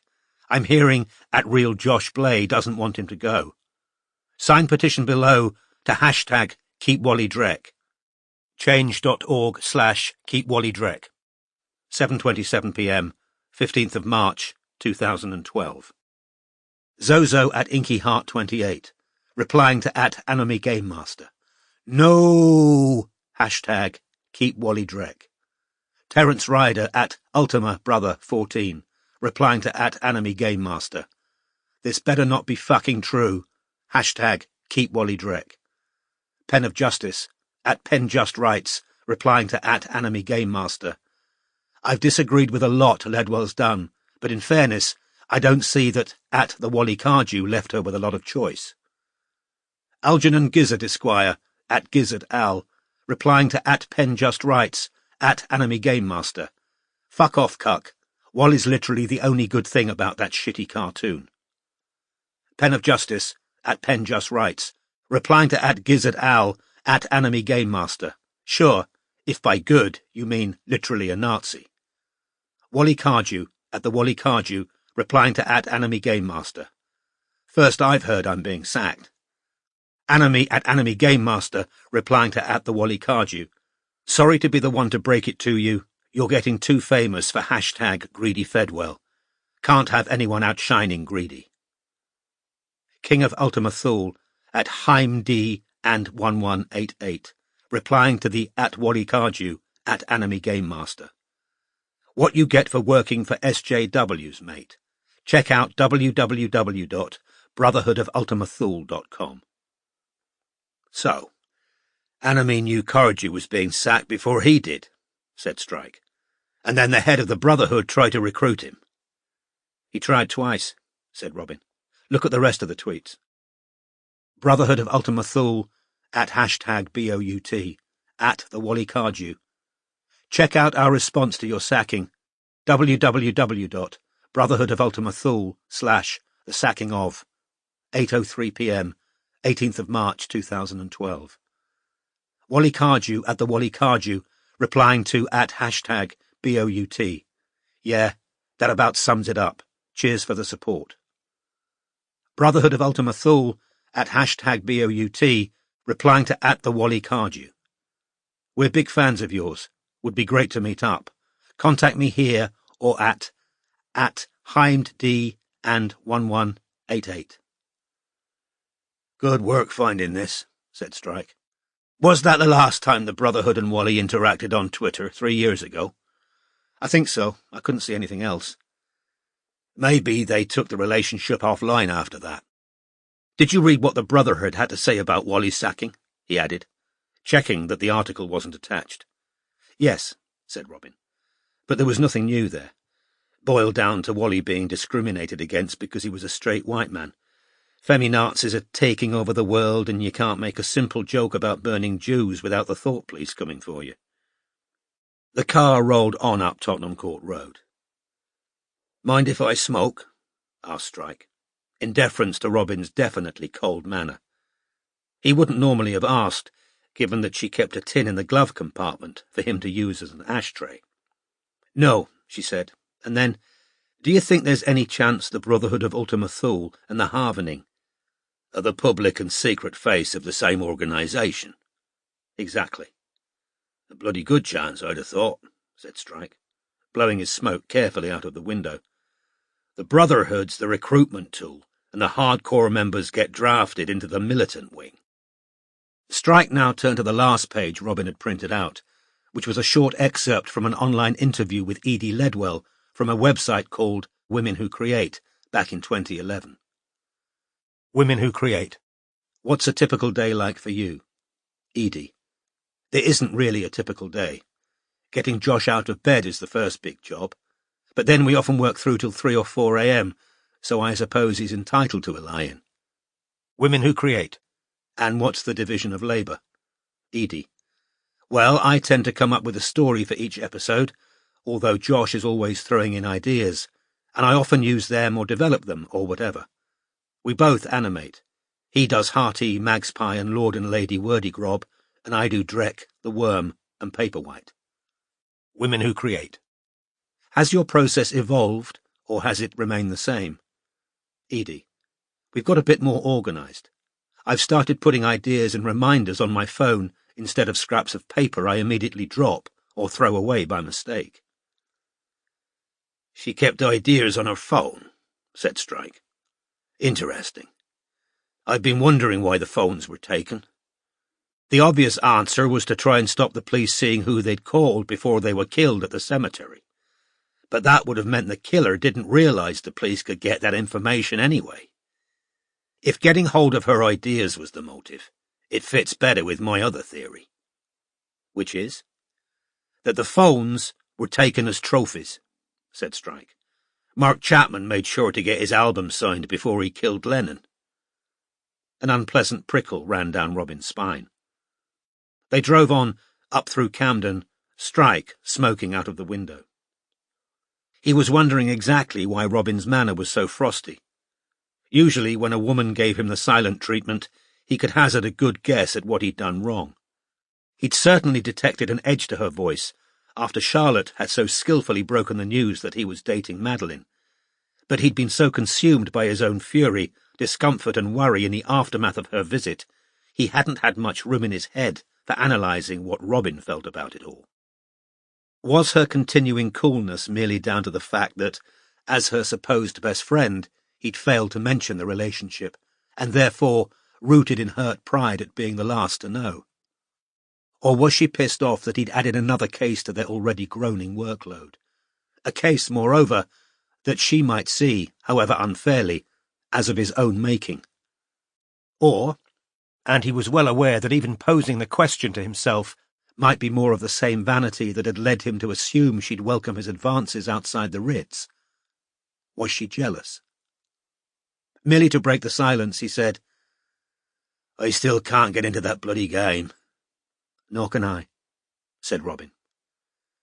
She hadn't told Strike her idea about using Midge's ex-girlfriend's login details, partly because Midge hadn't got back to her, and she didn't want to promise what she might not be able to deliver, but also, if she were honest, because she didn't see why Strike should be the only person who kept secrets.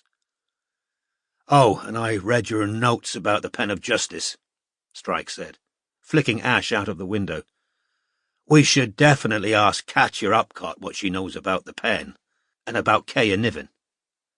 Straight on here, he added, as they entered Park Hill Road, and then left in about half a mile. The rest of the journey passed in silence.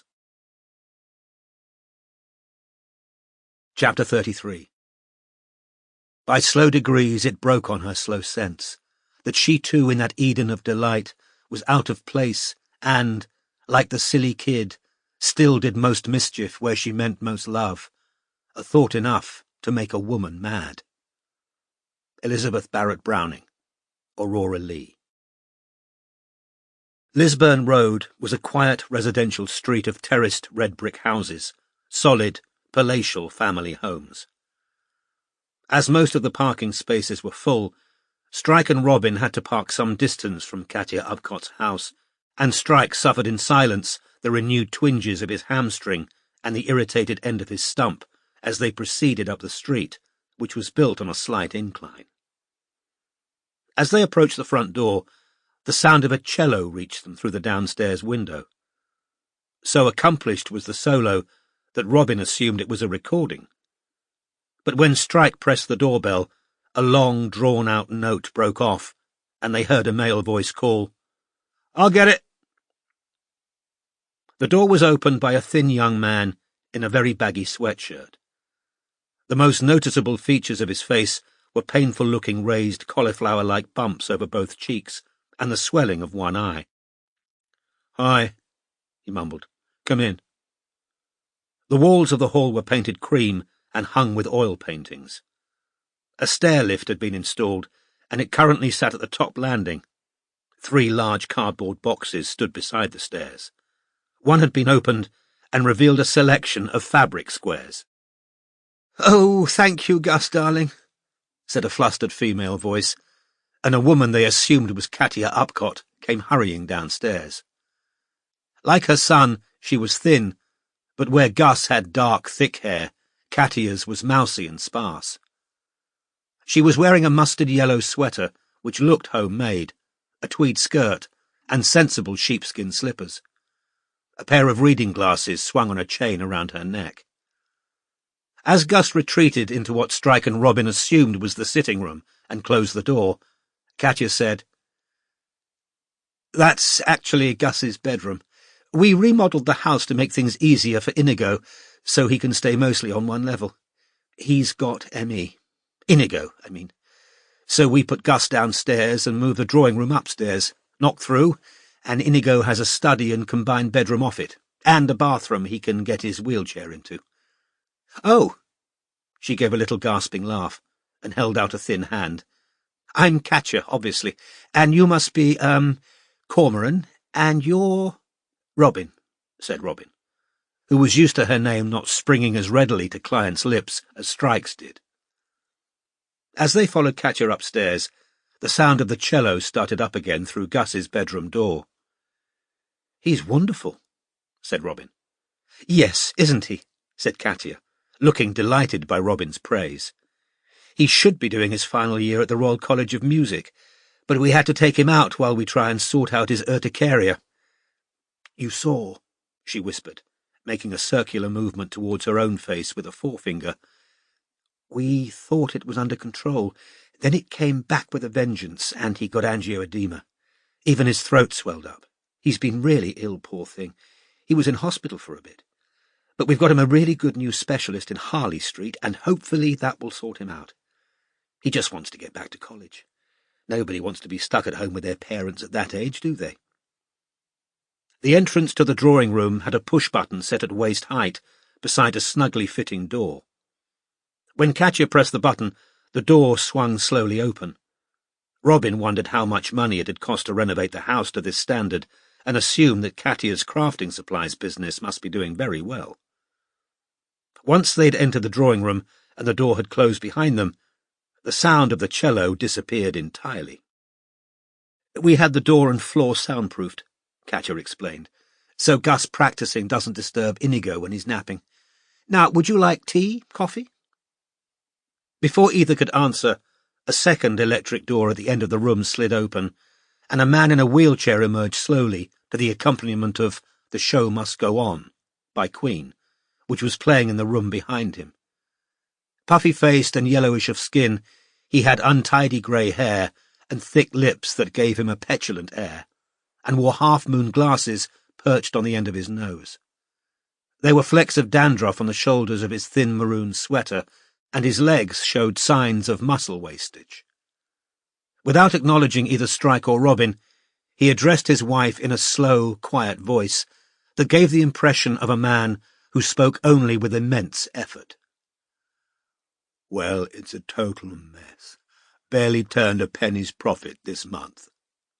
Then, as though his vision was time-lagged, he gave what Strike considered a slightly hammy performance of a man who'd only just realized there were two strangers in the room. "Ah, good afternoon. Excuse me, trying to make sense of my wife's accounts." "Darling, you don't need to do that," began Katia, in evident distress. "I'll sort it out later." "Acta non verba," said Inigo, and looking up at Strike he added, "And you are?" "Cormoran Strike," said the detective, holding out his hand.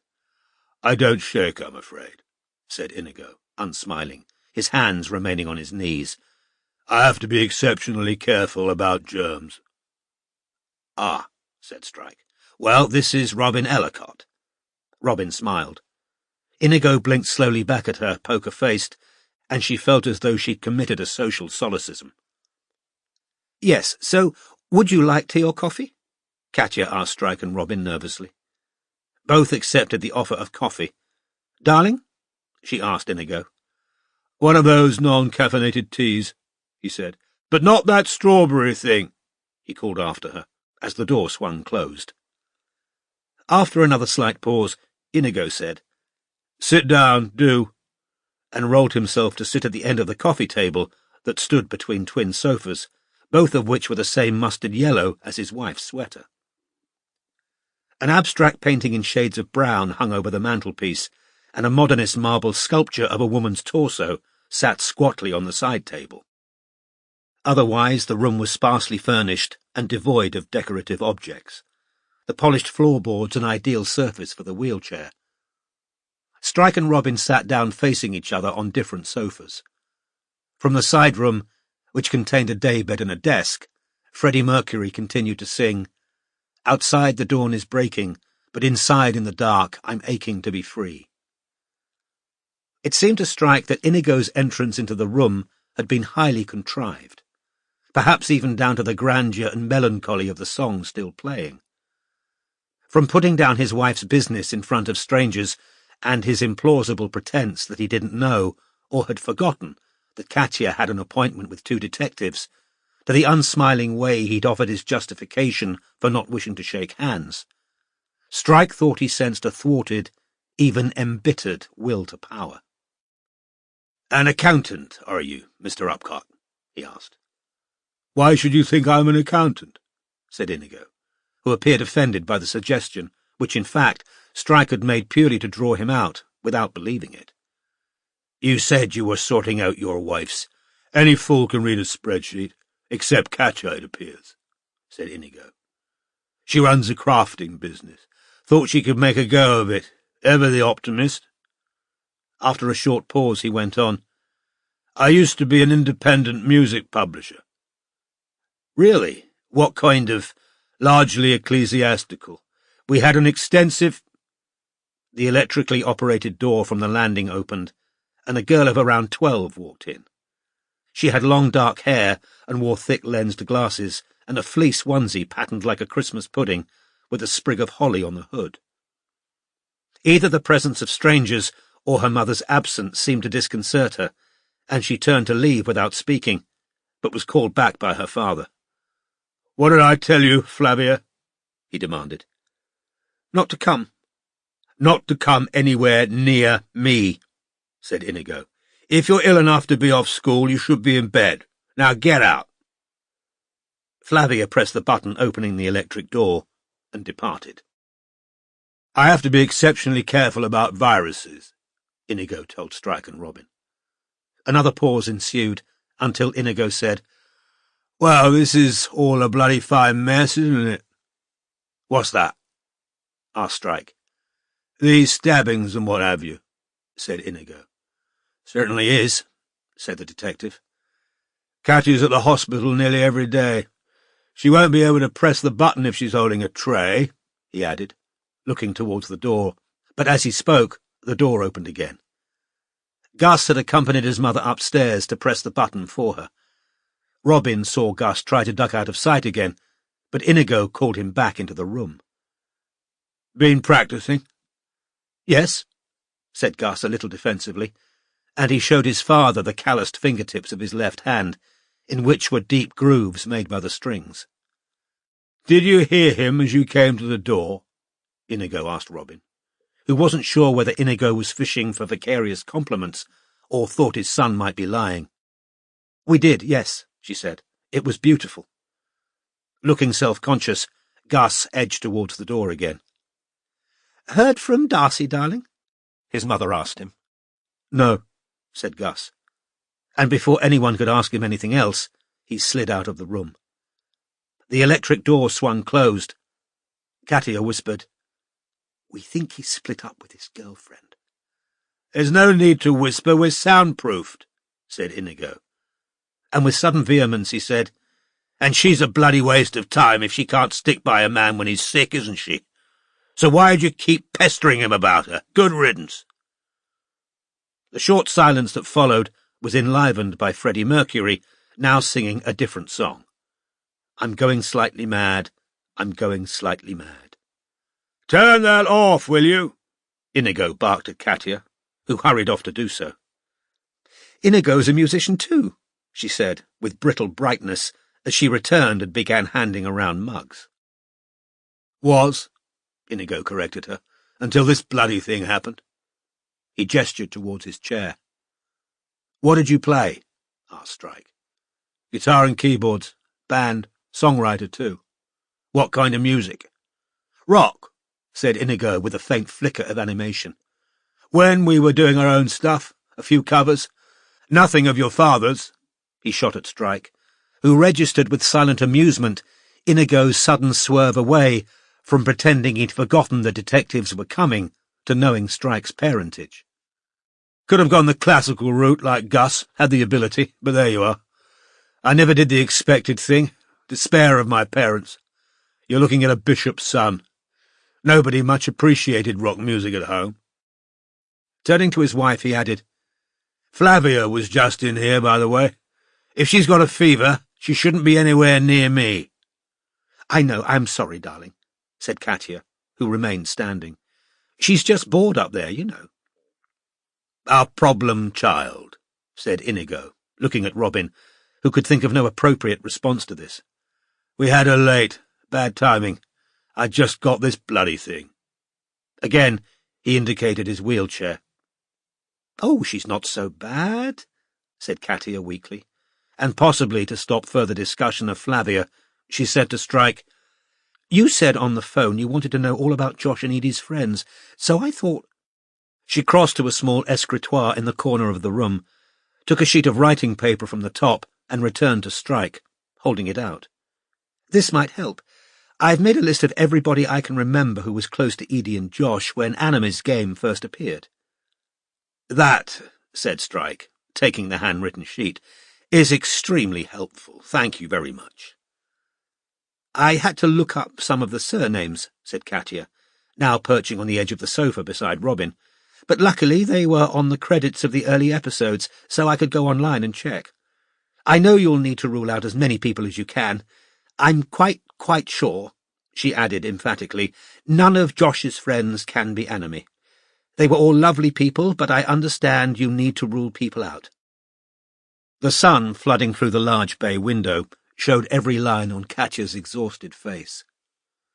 She must once have been a good-looking woman, Robin thought, and perhaps could be again, with enough sleep.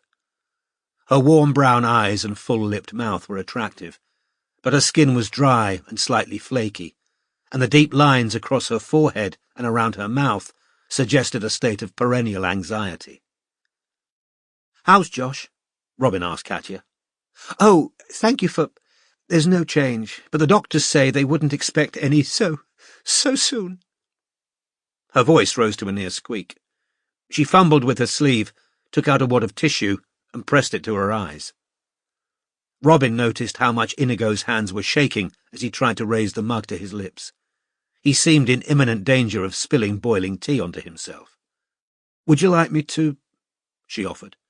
"Oh, thank you," said Inigo stiffly. permitting her to take the mug and set it back on the table. "Very kind." Strike was scanning the notes Katya had given him. She had not only made a list of names in small, neat, square writing, but given each person's role in the ink-black heart and their exact relationship to Josh or Edie, and added the known contacts of each individual, such as flatmates, don't know their names, and girlfriend called, I think, Isabel. Where she knew them, she'd also added addresses or locales. "We should draft you into the agency, Mrs. Upcott," he said. "This is exactly what we were after." "Oh, I'm so glad. And please, call me Katya," she said, flushing, and Robin found it a little pathetic to see her pleasure at being praised. "I really do want to help in any way I can. Josh is absolutely set on finding out who Anime was. I think he feels, apart from anything else, he can—" Her voice rose to a squeak again. "He can make it up to Edie somehow." She finished in a rush, before pressing her wad of tissue to her eyes again.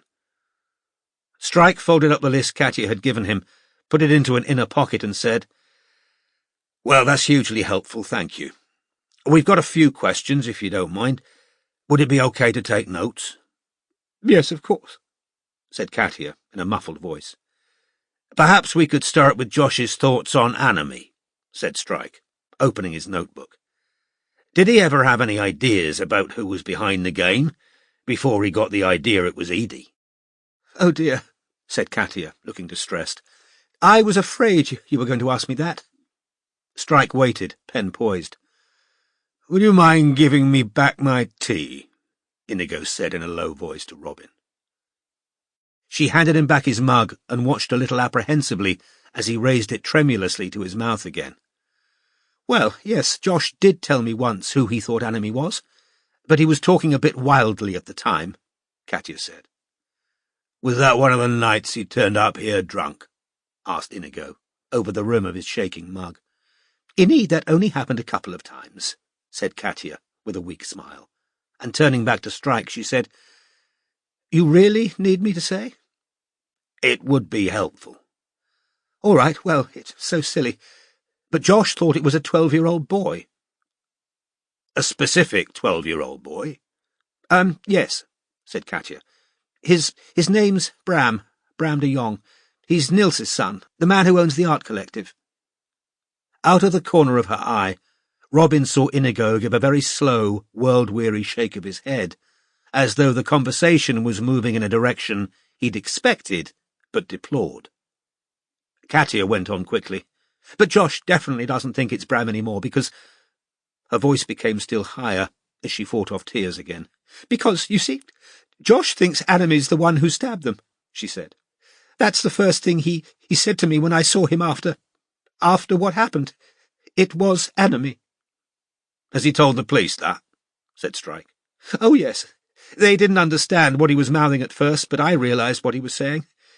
They asked him why he thought it was Anime, and it was because the person with the knife whispered something to him after stabbing him." For the second time that afternoon, a prickle ran down the back of Robin's neck. "What did they whisper?" asked Strike. "I'll take care of things from here. Don't worry," quoted Katya. "And then they stole the folder Josh took to the cemetery with him, and his phone." "I'll take care of things from here, don't worry," repeated Strike. Was it a male or a female voice? "He thinks it was male, but he's sure it wasn't Bram. Well, of course, it couldn't be Bram. He's only 12. "This folder the attacker took, I take it's the one supposedly containing—" "Proof that Edie was Anime, yes," said Katya in a small voice. "Supposed proof," Inigo corrected his wife. "It was Yasmin Weatherhead who gave Josh the dossier, right?" said Strike, ignoring Inigo. "Oh, you already know that," said Katya. Yes, it was." "We don't know much about her," said Strike, "except that she helped Josh and Edie with fan mail for a while." "With fan mail and social media, yes," said Katya. I was the one who actually recommended Yasmin to them. I thought she was, when I first met her at North Grove, just a nice, sincere young fan. She's Well, she's quite a big girl, and she seemed very sweet and grateful to be getting the opportunity to work with two people she admired so much. She didn't seem to have much else in her life, so as I say, I urged Josh to let her help out. They really did need somebody, and I thought Yasmin seemed ideal. Her day job was handling social media and PR for a small cosmetics firm, so she understood managing a brand and so on. But it ended badly. She seemed so nice and sincere, but I'm afraid she wasn't at all. "Why do you say that?" asked Strike. Well, Josh and Edie found out she was playing Drek's game, said Katia. Anami's game, you know. As a matter of fact, I think she'd become a moderator, is it, in the game? And Edie was really unhappy about that because Anami was being so nasty to Edie online, and when she found out that Yasmin was chatting away to Anami, she suspected some of the private information Anami had about her could be coming from Yasmin. So she told Josh she wanted to get rid of Yasmin, and that was that. Anyway, Yasmin turned up at North Grove again a few weeks ago. Josh was staying there again because he'd accidentally flooded his flat, and she showed Josh this dossier of evidence that supposedly proved Edie was Anami. He brought the dossier with him here the night before it happened, before they were stabbed. "He was here the night before, was he?" said Strike, looking up from his notebook. "Yes," said Inigo, before his wife could answer. "Katia had given Mr. Blay to understand that he could turn up at any hour of the day or night, and he took full and regular advantage of the offer." There was a short, nasty silence, in which Robin rather missed Freddie Mercury. Josh set fire to a waste paper basket accidentally in his room at North Grove, said Katia, and the curtains caught fire too. I think he'd fallen asleep and dropped a cigarette. Anyway, Mariam was furious and she threw him out. It was 10 o'clock at night. So he went wandering around for a bit and finally turned up here, because he didn't really have anywhere else to sleep. Inigo opened his mouth to speak, and Katia said in a rush, "He couldn't have gone back to his father's, Inni. They weren't talking to each other." "And all the hotels were closed, of course," said Inigo. "So Josh stayed the night here, did he?" asked Strike. "Yes, in the spare room upstairs," said Katia miserably. "And he showed you the dossier Yasmin had given him?" "Yes, the following morning," said Katia, her knuckles white because she was clutching her tissues so tightly. "I didn't read it all, just a few bits and pieces." "Can you remember what the bits you read said?" Well, there was some printed-out tweets of Edie's and Anami's where they'd said similar things, like they'd both enjoyed the same film and neither of them were excited about the Queen's Jubilee. And there were emails between Edie and her agent, Alan Yeoman. In one of them, Edie said Anami was actually rather a good thing, and she didn't want him shut down because fans were starting to feel sorry for her, which would give her and Alan Yeoman more leverage when negotiating with Josh and me. The email was quite rude about me, actually, saying that every bit of advice I'd ever given them had been wrong and bad. She also said she thought Drek's game was rather good, and that there might be a way of monetizing it, and she told Alan she thought Anami should get the bulk of the profits, as he'd done all the work, which seemed such an odd thing for her to say, when Anami's been persecuting her online all these years. "Did you believe the emails were genuine?" asked Strike, who thought he already knew the answer. Well, I didn't know what to think. They looked genuine, but, as I say, I hadn't seen Edie for 3 years at that point, so... Well, I didn't know what to think, she repeated. She'd left me. Not that we ever had a formal arrangement, but she stopped talking to me and hired Alan Yeoman instead, so I suppose... Well, they looked convincing. But then, when that article came out in the Times about Edie being on the list of targets of that right-wing group, I realized they must have been clever forgeries. Somebody must have hoodwinked Yasmin. I can't believe Yasmin would have deliberately. I can't believe she'd be part of any terrorist group. I'm sure she isn't mixed up with anything like that. "When did Josh and Edie fix up their meeting, do you know?" asked Robin. The day before the attacks, the 11th. Edie rang Josh at North Grove. "She rang him," said Strike. "Yes," said Katia. He told me he'd been trying to talk to her about it for 2 weeks, and she kept hanging up, but then she called him and said, "Fine, let's have this out, and you can bring this so-called proof as well." Josh took this call at North Grove, did he? "That's right," said Katia. Did they arrange the time and meeting place on that same call?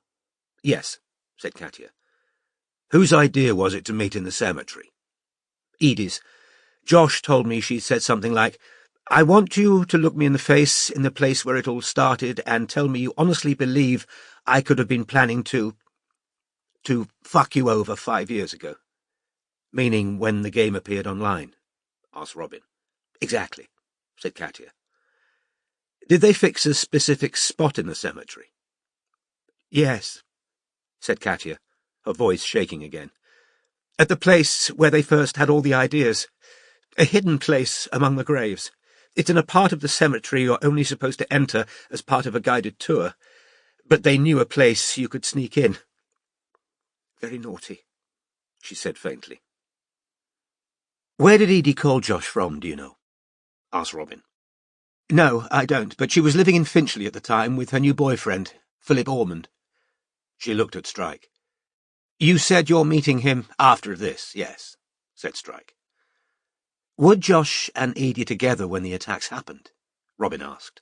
"Or—" "No, not together," said Katia. "Josh was— he was late. The police think Edie was killed before Josh was attacked. She was found at the place they'd agreed to meet. They think the killer then went after Josh, doubled round behind him as he approached the spot and tasered him. They found Josh first. Somebody goes round ringing a bell every evening at 6, making sure everybody's left the cemetery before they lock the gates. The man found Josh lying just off the path. He thought Josh was dead, then realized he was trying to talk. And the man realized Josh was saying somebody else might have been attacked, so he raised the alarm and people went looking. It took them a while for them to find her, because she was in a place that was off the path. It happened just the same way as Josh. Tasered from behind and stabbed with the same kind of knife. They say it was a big one, like a machete. They think she'd have died instantly. She was stabbed in the back, right through her heart." Suddenly shaking with barely repressed sobs, Katia tried to stem her tears and streaming nose with her now almost useless wad of tissues. I'm sorry. Need more." She got up and stumbled to the door. It took her 2 slaps of the electric button to make it open. They heard a bar of Gus's cello before the sound was cut off again. "I know what you're thinking," said Inigo darkly, and both Strike and Robin looked around at him. Inigo's hands were shaking so hard, his fruit tea now slopped, as Robin had feared, onto his jeans. "Middle-aged woman, mixing herself up with a bunch of kids, thinking she's helping them. Feeling important, giving free advice. Ego boost. And here we are." As though the inevitable and foreseeable consequence of helping a pair of animators deal with newfound fame was that they should be stabbed in a graveyard. The door opened again, and Katia reappeared, blotchy of face, with a fresh load of tissues clutched in her hand. When she'd sat back down, Strike said, "Could we go back to Bram? What gave Josh the idea he was enemy, do you know?" "Yes," said Katia, her voice now croaky. "When Josh and Edie were living at North Grove, they found out Bram had drilled a hole in their bedroom wall and was watching them through it." "He drilled a hole in the wall?" repeated Robin. "Bram's a bit— he's an odd boy," said Katia. "Very big for his age, and I think he might have, ADHD or something. There are tools in the sculpting workshop, and he just helps himself, and his parents don't seem to mind. He hung around Josh and Edie a lot when they were both living there, and, well, one doesn't like to criticize anyone's parenting. I like Niels and Mariam very much, but they do rather let Bram run wild. And I know Niels has signed him up for social media he oughtn't to be on, because he's too young. But Niels, well, he's Dutch," said Katia. as though this explained everything. And he doesn't believe in age restrictions and things. And anyway, he told me Bram would find a way to get on Twitter in any case, so better that he does it with his parents' permission. Josh surely didn't think Bram had created the game, said Strike. Bram would only have been, 7, 8, when Anime started it. No, he didn't think Bram made the game exactly, said Katia. Josh's theory— You have to understand, said Inigo, speaking at the same time as his wife, and although he hadn't raised his voice, she gave way to him, that Mr. Blay smokes a good deal of weed, which accounts— Inigo, that's not only for the almost biblical number of floods and the fires he leaves in his wake. It was just an idea he had because— But for a degree of irrationality. But it was as though Anime was literally listening in on Josh and Edie's conversations. He knew things so quickly. But as Mr. Strike has already spotted, not that it takes any great intelligence to do so, said Inigo. An 8-year-old boy could hardly have— Well, I was just trying to explain that bit, said Katia, goaded into a weak show of spirit, and she turned back to Strike. Josh thought Bram might be working with an older fan he'd met online, who'd made the game, because there's another person involved, someone who calls themselves Morehouse. So Josh's idea was that Bram was eavesdropping on his and Edie's creative discussions and sending all their ideas to Morehouse, and that Morehouse created the actual game, whereas Bram operated the Twitter account, putting all Edie and Josh's private information online. Did Josh ever talk to Bram or to Bram's parents about his suspicions? Asked Strike. Oh, no, said Katia. Josh is very fond of Nils and Mariam. He wouldn't want to upset them. I know Edie was furious about the spy hole, and she wanted to tell Mariam, but Josh talked her out of it. Josh blocked up the hole and said Bram wouldn't dare make another one, and I don't think he did. But Edie refused to stay at North Grove after that. Is that when they split up? Robin asked. No, they were still together, said Katia. But things weren't going terribly well between them. Edie wasn't happy that Josh didn't want to move out with her, but you see, North Grove felt like a safe place for him. He was surrounded by friends. I was still going there for my art classes. He did move out eventually, but that was after he and Edie split up. He bought himself a very nice flat in Millfield Lane, just on the heath. Katia found it for him, said Inigo, who was trying to set the mug of fruit tea back onto the table, his hand shaking badly. There were large wet patches on his jeans now. Robin helped him move it the last few inches. Thank you. Yes, Katia drove Blay to see the new flat. Nice and close to us. Need the bathroom, he added, and wheeled himself slowly to the door, pressed the button beside it, backed expertly away as it opened and left the room. Another brief snatch of Gus's cello reached them, before the door swung closed again. Inigo thinks I got over-involved, said Katia in a low voice. He doesn't understand. We were all helping each other. I was going through rather a nasty bout of depression when I met Josh and Edie at North Grove. It isn't always easy, with Inigo being ill and poor Gus having such a nightmarish time with his skin. And Flavia's had some problems at school, and I'm the sole breadwinner these days. I mean, we've got some capital, but one doesn't want to eat into that. Not when Inigo's condition is so uncertain. But he had to give up work, and running my business from home can be quite stressful. So I ended up seeing a therapist who told me I should do something for myself, said Katia, with desperate emphasis. I've always wanted to draw, so I went along to North Grove, and that's where I met Josh and Edie and all the others. It was all just rather fun. All their friends doing the voices. Tim's a lovely man, and it was fun. That's all, and yes, I suppose I felt— She balked momentarily at the word. Maternal, towards Josh. Towards them both, she added. And Robin, remembering the YouTube video of the extraordinarily handsome Josh Blay, with his long dark hair, square jaw, high cheekbones and large blue eyes, saw Katia turn pink again, and felt uncomfortably as though she'd just caught a glimpse of the older woman in her underwear. Josh is rather vulnerable, Katia hurried on, and he was having difficulty adjusting to all the decisions success brings. So I tried to help as best I could. I was in PR when I met Inigo. I've got experience. Anyway, I'm glad Josh felt he could drop in here any time for a chat. That was part of... He needed to be able to talk to someone, in confidence. He's quite unworldly and naive in some ways, always assuming the best of everyone, and people exploit that. They take advantage. Once the cartoon started getting lots of fans, there were managers and agents queuing up to take their 10 or their 20% commission, or whatever these people charge. But whether they'd have had Josh's best interests at heart is another question. And he doesn't have any family, not proper family. His mother's dead, his father's an alcoholic. Katia broke off as the door reopened. The sound of the cello drifted upstairs and was cut off again as Inigo wheeled himself back to the coffee table. "There was one other matter we hoped you might be able to help us with," said Strike.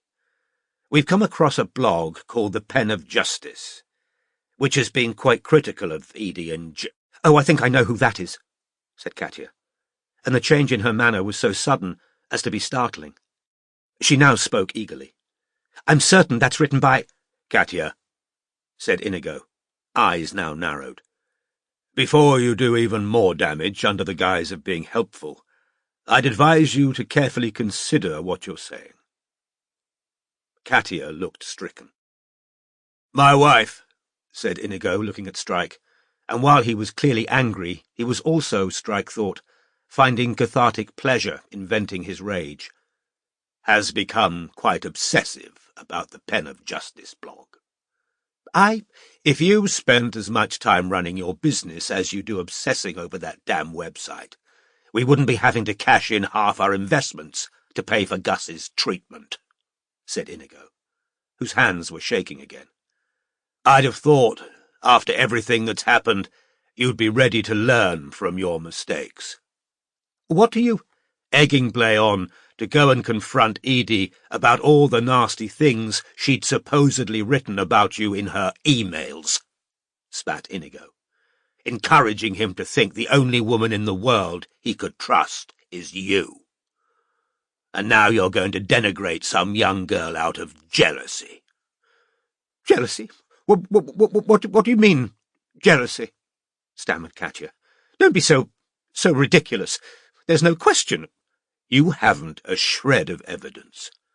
"They want information." "Wild guesswork driven by resentment is not information." It's exactly her tone. I watched all her videos. "An essential part of being Josh's agent or manager or lifestyle coach, or whatever title you're using this week, I'm sure," said Inigo. "I might be completely off base," said Robin, and her quiet, reasonable tone made both Upcotts look round at her. "But you don't happen to think Kaya Niven's behind the Pen of Justice blog, do you?" "There, you see?" Katia said to her husband in tremulous triumph. "I'm not the only one. They already know about Kaya." Katia turned eagerly back to Robin. "That girl's been virtually stalking Josh ever since they split up, saying he stole all her ideas. Absolute tosh. She claims to be ill. I think Josh feels sorry for her, which is why he didn't want to take legal action against her." "If he feels sorry for anyone," said Inigo nastily, "it isn't Kaya Niven." Katia's face burned scarlet. Her breathing had become shallow. Robin, who was certain the Upcotts had never openly discussed these things before, felt desperately sorry for her. "From what I've heard," Inigo continued, "Blay treated that young Kaya person extremely badly. It seems to me, and of course I wasn't privy to all the conversations my wife had with Josh, oh dear me, no. But it seems to me that Mr. Blay is a young man who's made something of a career of using people for his own ends, then casting them aside. And people who feel they've been used, and then cast aside like so much trash—" The electric door swung open again, and Flavia walked into the room, still in her Christmas pudding onesie, with a phone in her hand. "Mummy, Auntie Caroline says I can go and see the puppies if—" "Get back!" roared Inigo, with sudden ferocity, as though Flavia were a wild animal. "You are infectious!" Flavia stopped dead. "If you wish me to be bedbound for the next 6 weeks, by all means keep allowing her into this fucking room," Inigo snarled at Katya. "But perhaps that's the whole idea. I tell you what, I'll remove myself from the vicinity, shall I, as nobody else seems particularly interested in my well-being." He turned his wheelchair and wheeled himself rapidly back into the side room. The door, which seemed to be electrically operated as well, slid shut. Inigo's outburst seemed still to echo through the room. "Please can I go and see the puppies, Mummy?" said Flavia in a small voice. Tearful and still scarlet in the face, Katya said, "You're poorly, Flavia. Auntie Caroline says she doesn't mind. She's already had this cold." Well then, put on proper clothes," said Katya. Flavia let herself out of the electric door. This time, no cello was heard, and the reason became apparent when, just before the door closed behind Flavia, Gus slipped into the room instead, holding a mobile phone in his hand. "Dr. Hookham says she's had a cancellation and could see me tomorrow afternoon." "That should be fine," said his harassed and tearful mother. "I can drive myself if you're going to the hospital." "You can't drive," said Katya, her voice now shrill. "Not when you can't see out of one eye. You'll take public transport." Scowling, Gus ducked out again. "I'm so terribly sorry," Katya said, her voice squeaky again. "As you can see, lots going on." "You've been extremely helpful," said Strike, slipping his notebook into his pocket and getting to his feet. Katya and Robin stood up too, Katya breathing rapidly and unable to meet anyone's gaze. They walked downstairs in silence. "Thanks so much for seeing us," said Robin, shaking Katya's hand. "No trouble at all," said Katya in a constricted voice. The cello started up again in Gus's bedroom. He was now playing a fast staccato piece that seemed to give expression to the jangled moods of the house's various occupants. Chapter 34. Death sets a thing significant, the eye had hurried by. Joanna Bailey, London. "God save us all," Strike said quietly, as they approached the gate, "from well-intentioned helpers who don't want paying." Before Robin could answer, Flavia popped up from behind the hedge. She was hopping on the spot, tugging on a trainer, which she seemed to have been adjusting to her satisfaction. In spite of her mother's instructions, she was still in her Christmas pudding onesie. "Did you come in that?" she asked them, pushing her glasses back up her nose and pointing at the distant Land Rover, which stood out in its decrepitude among the generally expensive family saloons that surrounded it. "Yes," said Robin. "I thought so," said Flavia, falling into step beside them as they set off down the street. "Because I never noticed it here before." "Good observational powers," said Strike, who was lighting up a cigarette. Flavia glanced up at Robin. "Are you a detective too?" "Yes," said Robin, smiling at her. "I'd like to be a detective," said Flavia with a small skip. "I think I could get good at it if I was trained. Mummy really doesn't like Kay and Niven," she added. "She's always going on about her." When neither Strike nor Robin said anything, she said, "Daddy's got ME. That's why he's in a wheelchair." "Yes, your mum told us," said Robin. "He thinks the ink black heart's stupid," said Flavia.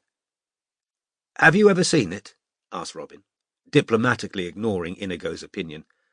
"Yes, I quite like it," said Flavia judiciously.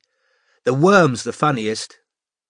I'm only walking with you," she added, as though she feared they would think her intrusive, "because my Auntie Caroline lives just on the other side of your car. She isn't my real auntie, she just looks after me sometimes. Her dog's had puppies, they're really, really sweet. If you sit down with them, they crawl all over you and lick you. Have either of you got a dog?" "Well, he isn't mine, but I live with a Dachshund called Wolfgang." said Robin. "Do you? I'd love a dog," said Flavia longingly.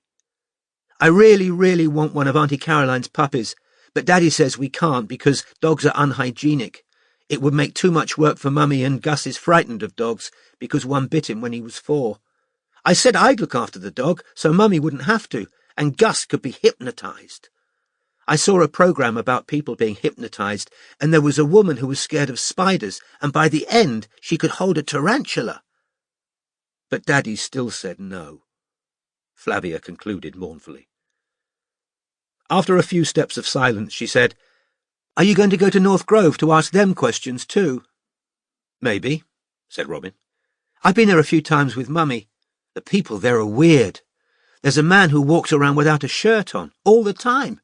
And there's a boy who lives there called Bran, or something, who told me he broke another boy's arm at school." "Accidentally?" asked Robin. "Well, he said it was, but he was laughing about it," said Flavia pensively. "I don't like him much. He showed me stuff he does to play tricks on people." "What kind of stuff?" asked Strike. "Well, like, he's got an app that makes background noises when you're on the phone, so people think you're on a train or something.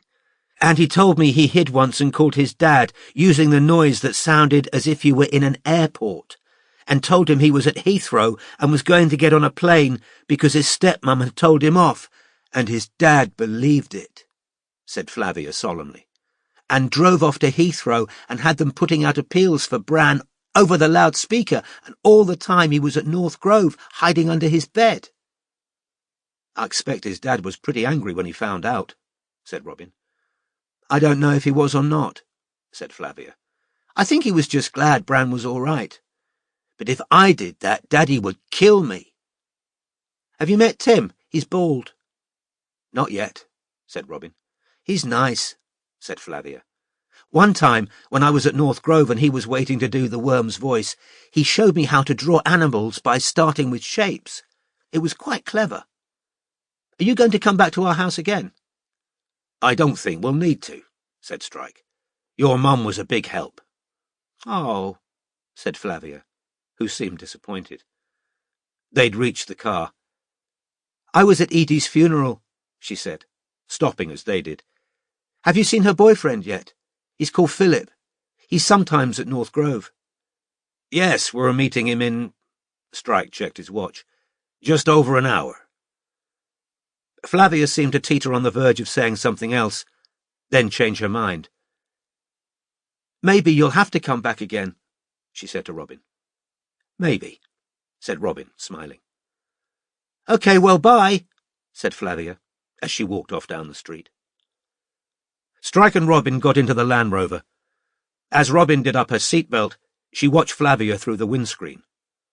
The girl pressed the bell on the neighbour's house and was admitted, but not before looking back and waving.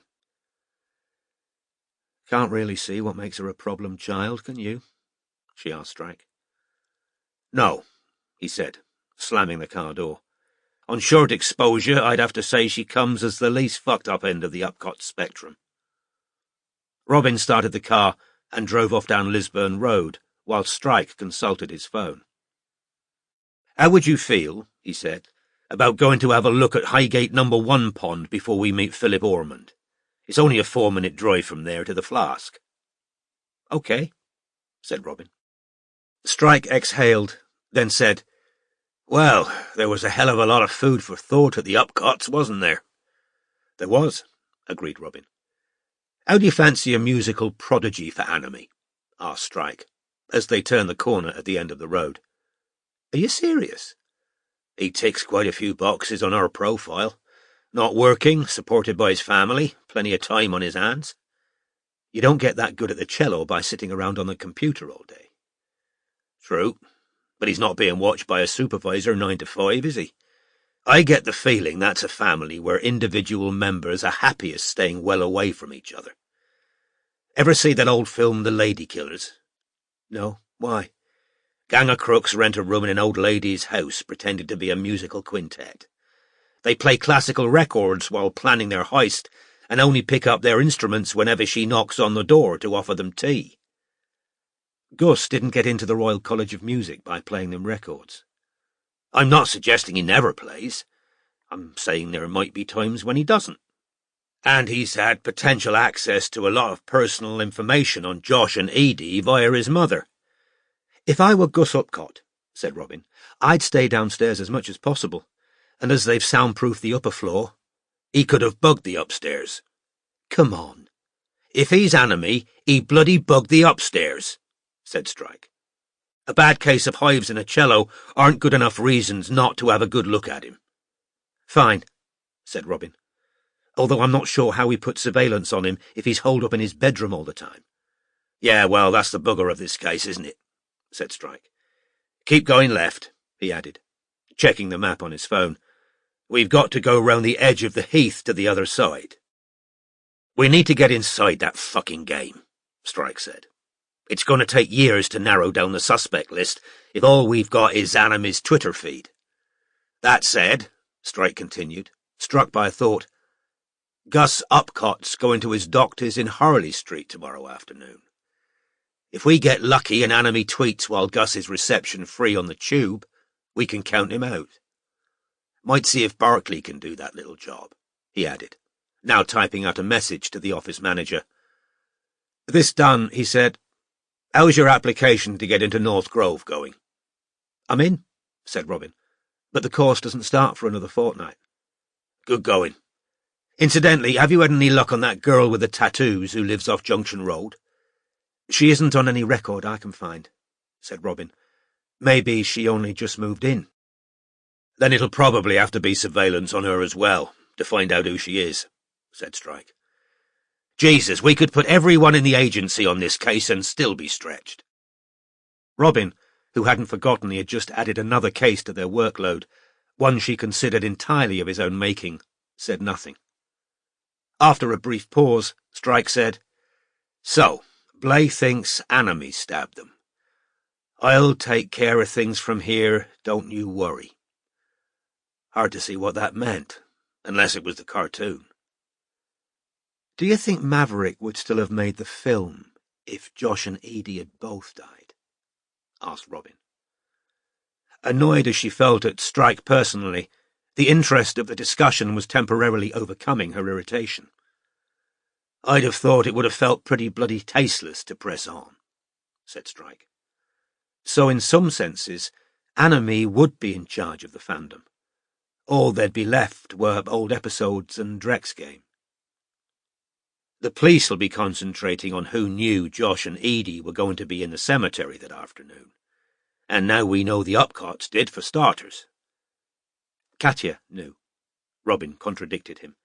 But we can't be certain about any of the others. It was a Thursday morning. Flavia would have been at school, and you just said yourself, the family seems to be happiest shut up away from each other. Katya might still have told them, or they could have overheard. Inigo couldn't have stabbed anyone. He really isn't well, said Robin, as Hampstead Heath appeared through railings on the left-hand side of the road. You saw how badly his hands were shaking. Pretty sure some of that was rage, said Strike unsympathetically. But yeah, he doesn't look strong. His legs are wasted, though of course we don't know the killer went to the cemetery on foot. And tasering someone before stabbing them means you won't have to physically subdue them to get the job done. Philip Ormond surely knew they were meeting, said Robin, given that he was living with Edie. Yeah. Assuming she made the call within earshot of him, or that she felt comfortable telling him she was meeting her ex-boyfriend at a spot that presumably had romantic significance for them, said Strike. Alternatively, Edie might not have made the call from home, and might not have told Ormond, which leaves the question of where she made the call from, and who else could have been listening in. And on the other end of the line, we've got Josh at North Grove. Well, you're going to be getting into the art collective soon. Maybe you'll be able to find out who was around at the time. There's also a period of what sounds like a couple of hours at least, said Robin, where Josh went wandering off into the night after being chucked out of North Grove. Yeah, said Strike. Well, I'm sure the police have traced his movements in that period. Maybe you could chat up Murphy and see whether... You chat him up, if you want that done, snapped Robin. Strike looked around at her, surprised by her tone. I wasn't suggesting. I'm only saying he might not mind doing a bit of reciprocal back-scratching. You helped the police out, telling them all about Edie's visit to the agency, didn't you? Robin said nothing. The very mention of Murphy had brought back memories she could do without. We're close, Strike said, pointing ahead, and still puzzled by the source of Robin's uncharacteristic irritability. We should probably park wherever you can get a space. You realise where we are, said Robin, slowing down. Where? Millfield Lane, where Josh's flat is. Now that, said Strike, looking around at the houses that bordered the narrow street, is an odd coincidence, isn't it? They got out of the Land Rover, crossed the road, and entered the heath, between two large ponds that might more properly have been called lakes. Strike's stump, which was painful enough while walking on tarmac, complained worse than ever as they reached the uneven path. It's this one, said Strike, indicating the pond to their left, which was fringed with trees. Various kinds of waterfowl were bobbing serenely on the khaki-coloured water, or clustering hopefully near the bank, should passers-by happen to have bread on them. So, said Strike, as they came to a halt beside a low railing, what made the killer come here? Well, it definitely wasn't to throw Edie's phone in the pond, because the police dragged the bottom and didn't find it, said Robin, casting a look all around them. But the pond mightn't have been their objective at all. This might just have been the place where the killer realised one of the phones was still switched on. True. In which case the killer was heading... where? Wordlessly, both Strike and Robin turned and looked back towards Millfield Lane. Could they possibly have been going to Blaze flat, now they thought he was dead and couldn't disturb them? That's got to be a possibility, said Strike. And that suggests the killer knew they'd be able to get access to the flat. Pity we don't know whether anything's gone missing from it. Mind you, Strike added, consulting the map on his phone, it's hard to see why, if Josh's flat was their objective, they needed to come onto the heath at all. There's an easy direct route through the streets from Highgate Cemetery to Millfield Lane. If, said Strike slowly, thinking it through, the killer was Gus Upcott, humour me for a moment.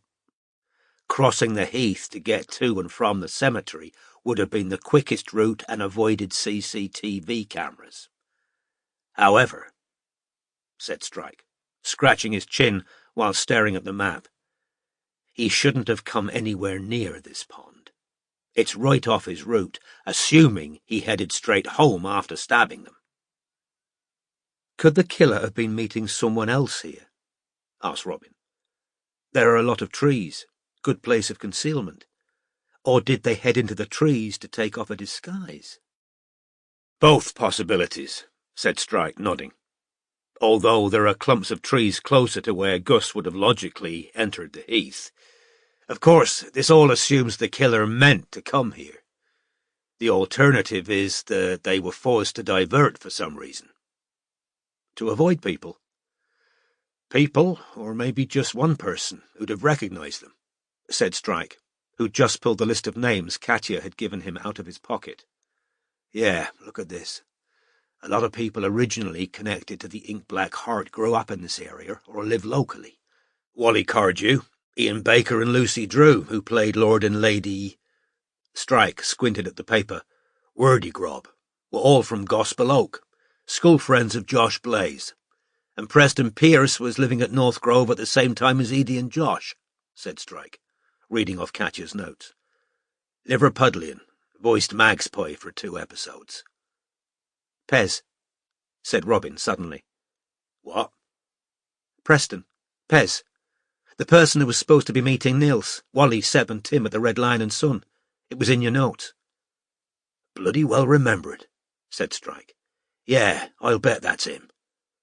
Where's North Grove from here? Asked Robin, looking around. Strike consulted the map.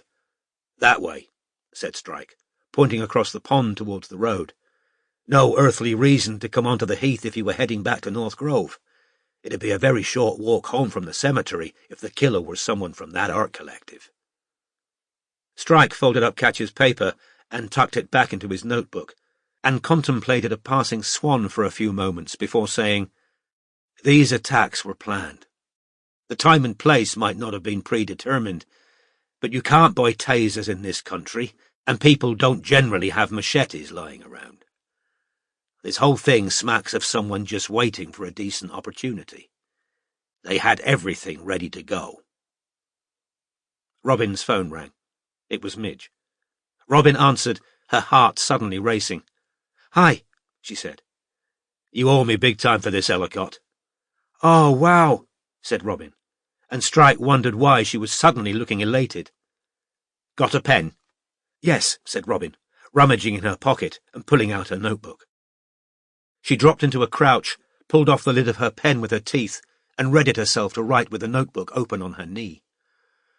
"All right, here we go," said Midge heavily. "Her username's Buffy Paws, all one word, capital B. Don't laugh. Buffy was the name of our cat." Robin spelled the name aloud to Midge as she wrote it down. "Exactly," said Midge. "And the password," she growled, "is Wish I Was With Ellen. All the words are capitalized. Tell you what, I'll text it to you. Midge, I can't thank you enough for this." "Wish I was with fucking Ellen," said Midge bitterly. "That was her ex before me." "Tasteful," said Robin. "Did you have to give up the mirror?" "Yeah. Don't worry, though," said Midge. "There's going to be a fucking big crack in it by the time she takes delivery." Robin laughed, thanked Midge again, then got to her feet. "We can get into the game." "What?"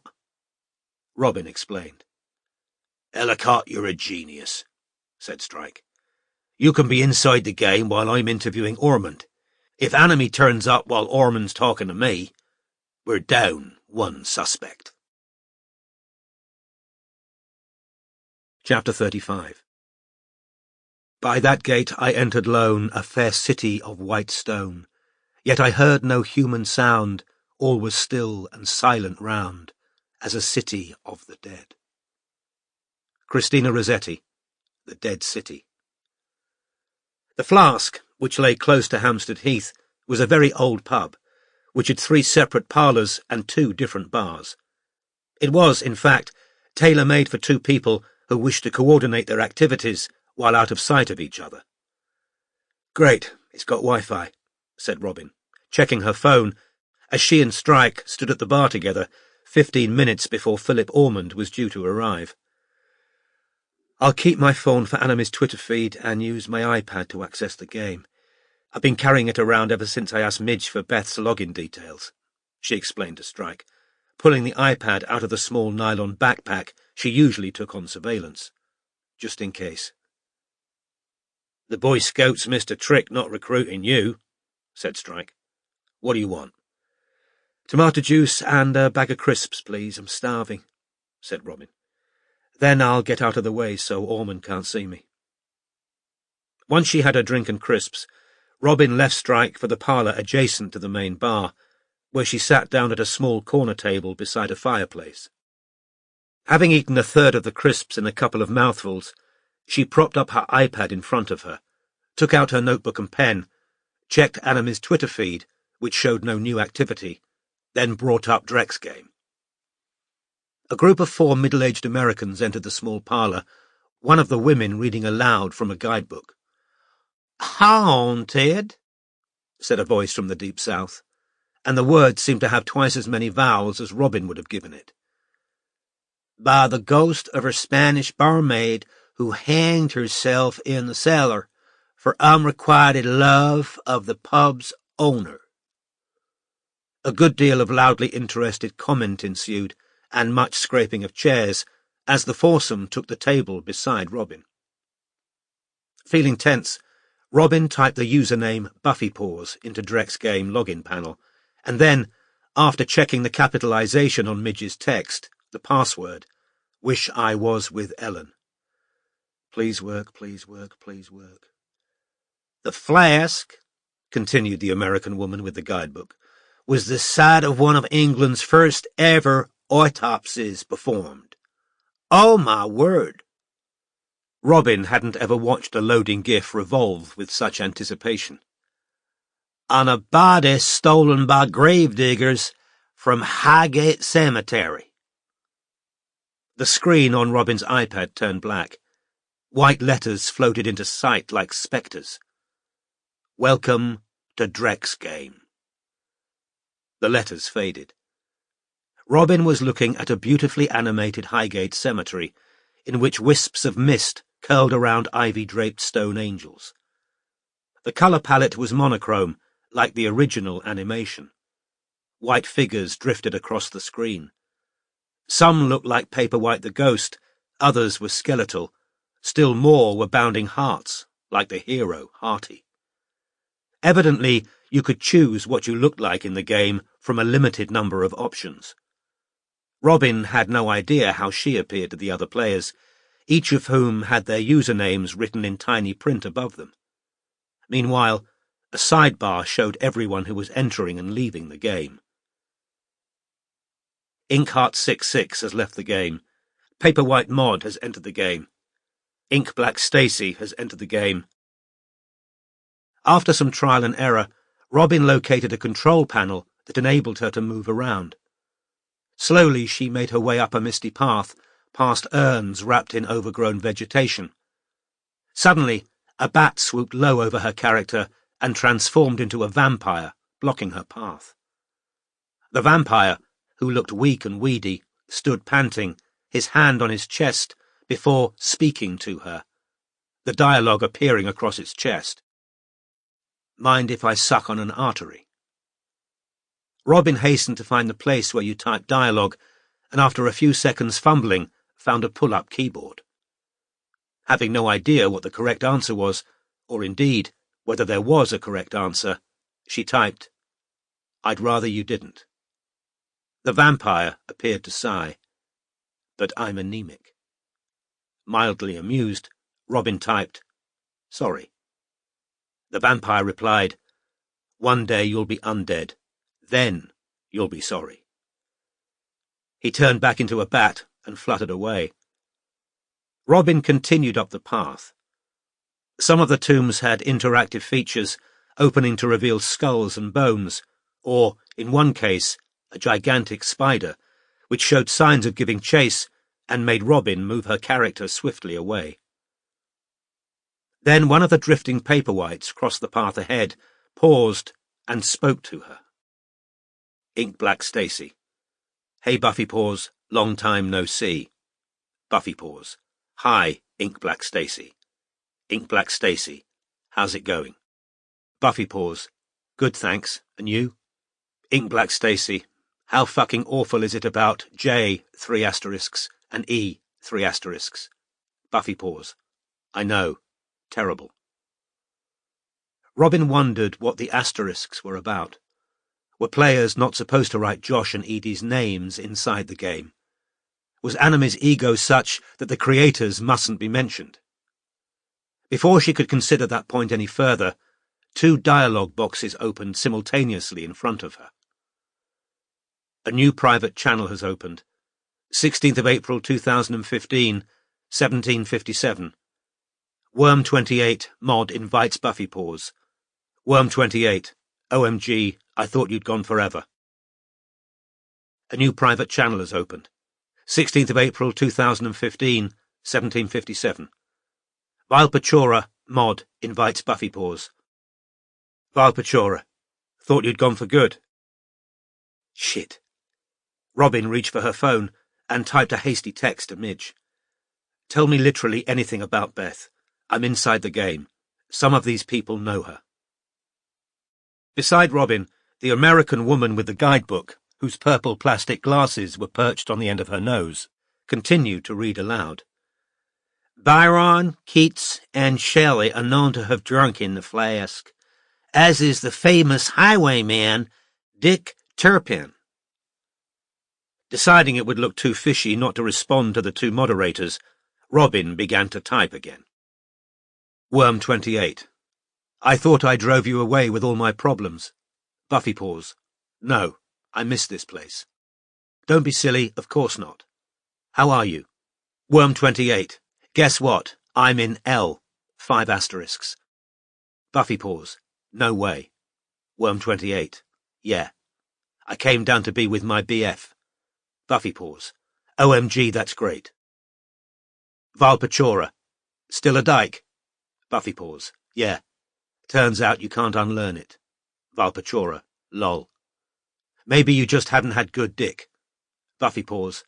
Or maybe dick's not my thing. Valpachora.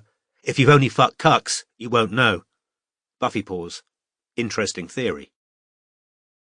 Robin's phone vibrated. Midge had answered her text.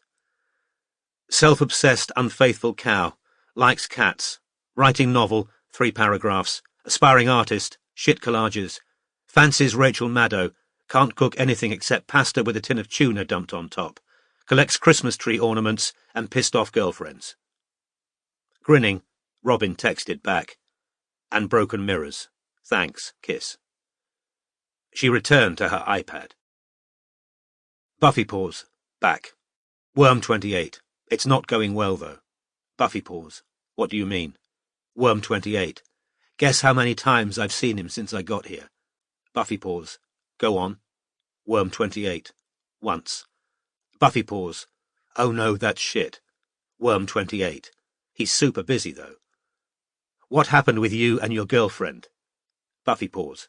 We split up. Valpachora. Buffy paws? Buffy paws. Anime not in tonight? Valpachora. No. Come back to see whether he killed L. Ha ha ha, at least you're honest. Valpachora. Well, he did. Robin tried to take a screenshot of these conversations, but the game wouldn't let her do it. She grabbed her pen, put the 2 usernames, Worm28 and Valpachora, at the top of the page, and scribbled a few notes under each before returning to the iPad. Worm28. Finally. Buffy paws. Yeah, it was time. Worm28. I was worried about you. She sounded so controlling. Buffy paws. Yeah. So tell me more about you. Worm28.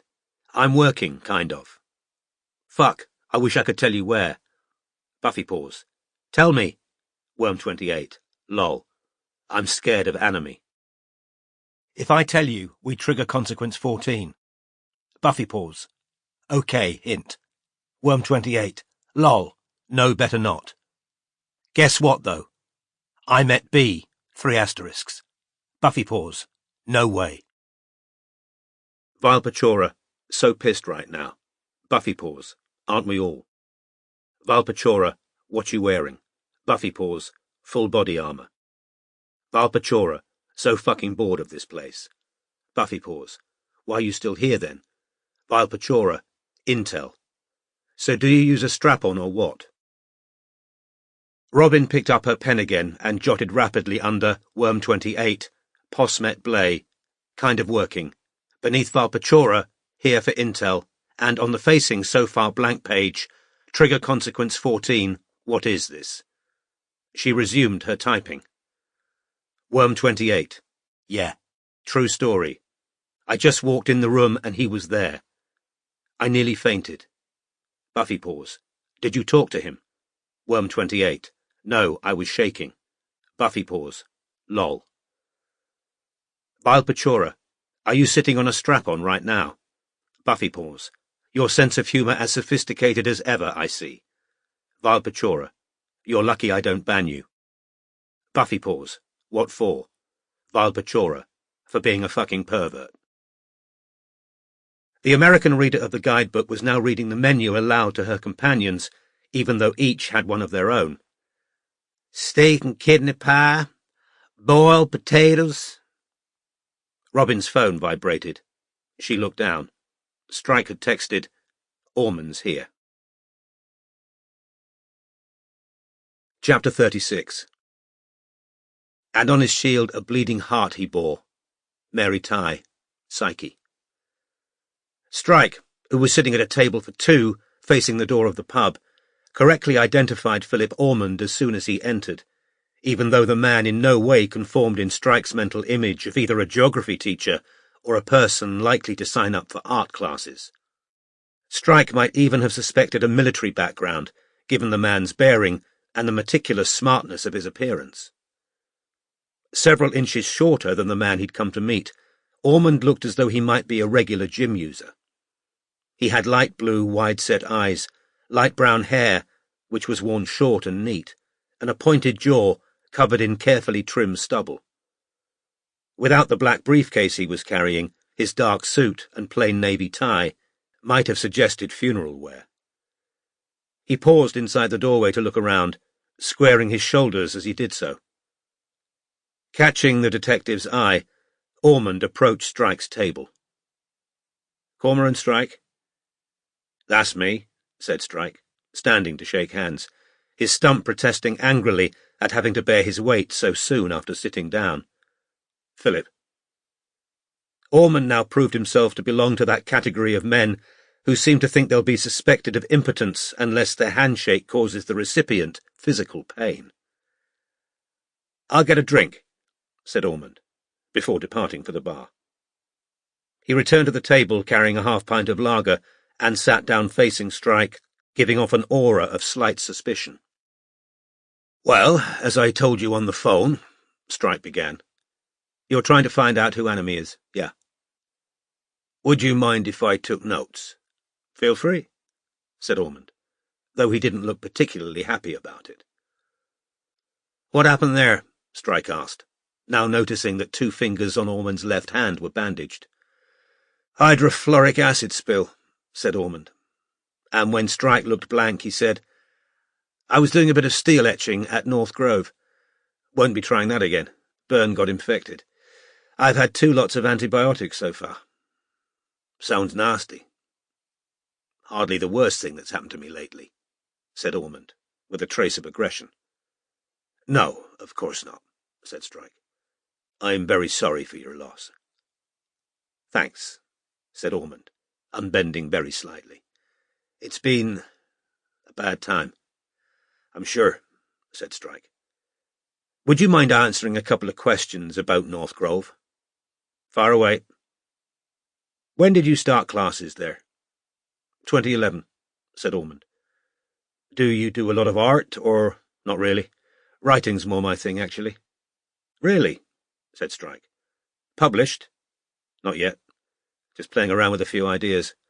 That was something Edie and I had in common, you know, stories." Strike, who had some difficulty imagining Philip Ormond writing stories, nodded. Reasonably good-looking though the teacher was, Strike was slightly puzzled by Edie's choice of boyfriend, but perhaps Ormond's appeal had lain in him being the absolute antithesis of her feckless, pot-smoking, curtain-burning ex. "No, I went to North Grove because I just separated from my wife," said Ormond, unprompted. "Trying to fill my evenings a bit. Signed up for an evening class. Thought I might try the old-fashioned way of meeting a girl, you know," he said, with a self-consciously bleak smile.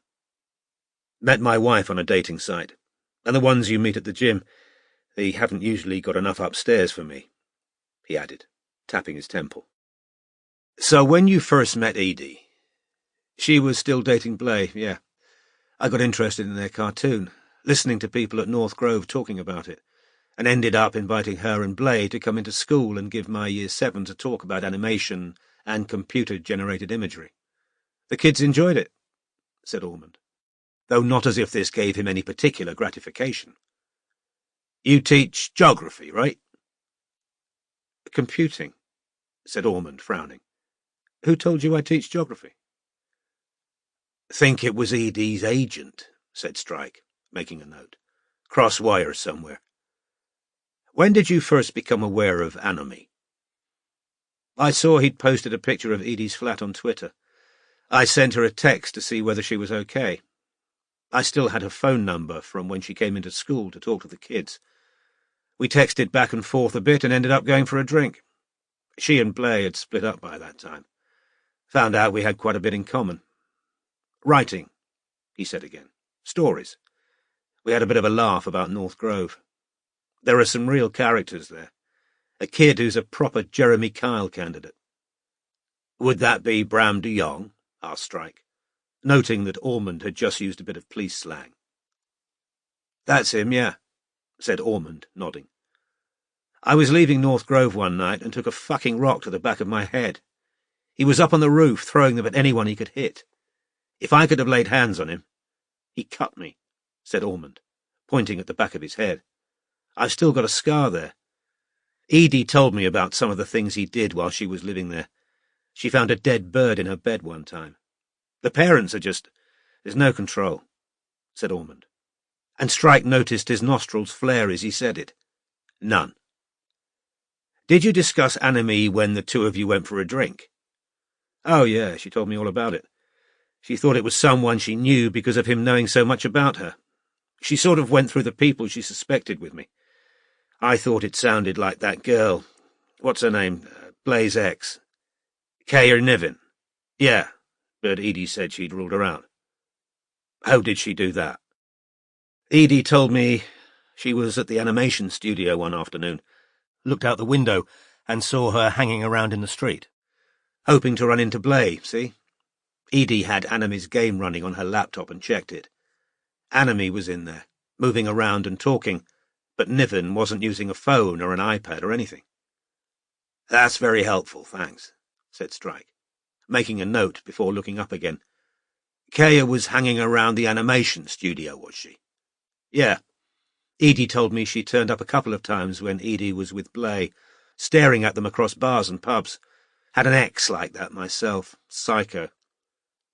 When exactly did Edie rule Kaya out, can you remember? Before Edie and I went for our first drink, so it must have been mid-2013. Ormond took another sip of beer, then said, I still thought Niven needed shutting down. All those bullshit plagiarism claims. But Edie thought it would make it worse. Or more likely, her agent told her it would make things worse. The computing teacher added with a slight sneer, Yeoman's advice always seemed to be, do nothing. Not my style. You've never spoken to Kaya personally? Nah, luckily for her, said Ormond, with another flare of his nostrils. She was just like Annemie, attacking Edie, letting Blay off scot-free. He could do no bloody wrong with the fandom, which shows you how little they knew. How do you mean? Well, Edie was doing 90% of the work, and Blay spent most of the day stoned. She was pissed off with carrying him by the end. And I can tell you this, she'd have been fucking outraged if she'd known he wanted to put a fucking letter in her coffin, after what he put her through those last 2 weeks. Did Edie rule anyone else out that you know of? Ormond shook his head. We know she suspected Seb Montgomery towards the end, but was there ever anyone else? Oh, you know about Montgomery, do you? Said Ormond, with a slight recurrence of suspicion. Well, yeah, he was her number one sus. Strike noticed the second bit of police slang. But she wondered whether it could have been Wally Cardew before that, because he took a few pops at her online after she ditched him as Drek. But she reckoned Cardew wouldn't have stayed anonymous. Big mouth, see? Plus, she didn't think Cardew could code or animate to the level of the game. What about Tim Ashcroft, who voiced the worm? Him? Real user, said Ormond contemptuously. He thought if he sucked up to Edie enough, she'd find a part for him in the film. I told her, you want to stop hanging out with him. Not told her. Ormond corrected himself. Not like that. Just didn't like seeing her taken advantage of. It was making him think he was still in with a chance of a part, her having coffees with him. She never thought Ashcroft was Annemie, though. Nah. Long, tall streak of piss, posh lefty, you know the type. So as far as you know, Montgomery was her only credible suspect. Yeah. She decided it was him after Annemie said on Twitter Edie had based a character on some flatmate, which was total bollocks. She didn't base Paperwhite on this girl. Ormond took a sip of beer, then said, she might have taken a bit of the girl's behaviour for Paperwhite, but that doesn't make them the same bloody person. All this shit about thinking every fictional character's got a living counterpart.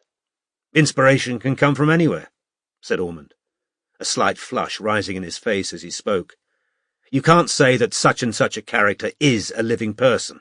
It's an impression, a picture taken through the lens of a creator.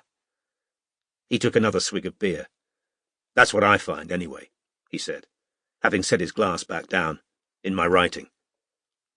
Strike had no way of knowing whether these were the teacher's own original thoughts on the subject of inspiration and character development, but he couldn't help suspecting that Ormond was faithfully parroting someone else. Did Edie talk to you a lot about her work? All the time, said Ormond, suddenly more animated than he'd been all conversation. She pretty much shared her whole creative process with me. Yeah, we had a lot of in-depth discussion of characters, and I'd throw in ideas, you know. You were collaborating, were you? Said Strike, taking care to sound impressed. Yeah, I suppose you could call it that. He fixed Strike with an unblinking stare. Edie actually said she wanted me to be given a writing credit from the film. Said I'd given her a couple of really good ideas. Interesting, said Strike. That she was looking to bring in new collaborators other than herself and Blay. Not collaborators, plural. There wasn't anyone other than me, said Ormond firmly. Maverick must be glad to know you can tell them how Edie saw the film taking shape.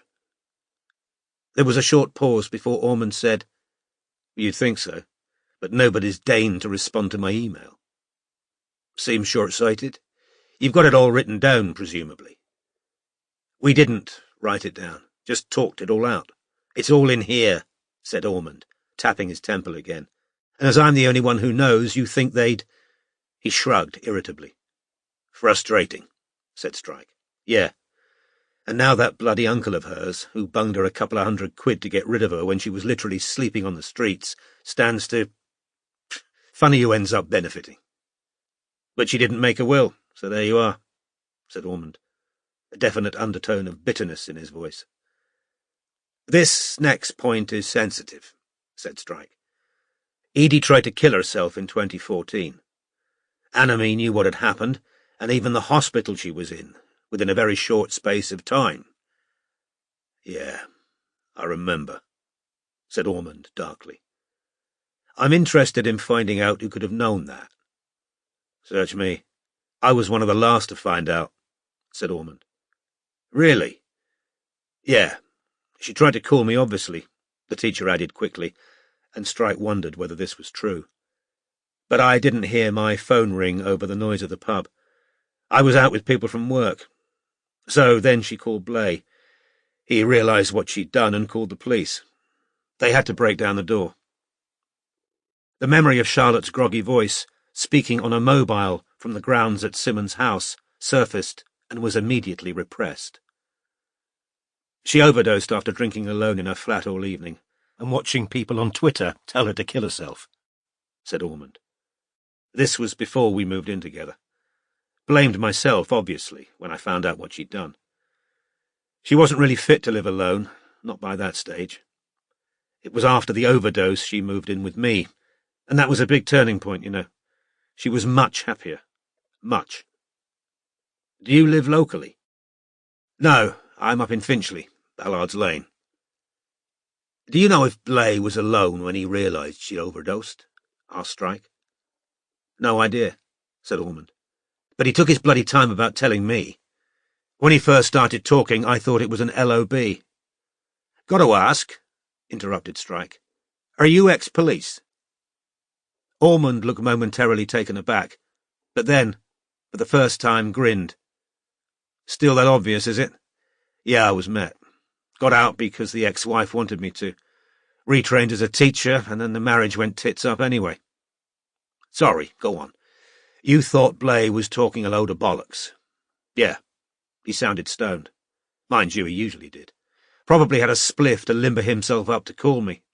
Yeah, so it took me a minute or so to cotton on to what he was telling me. Were you with anyone else when you got that call? I was, as it happens. Elderly neighbour of mine.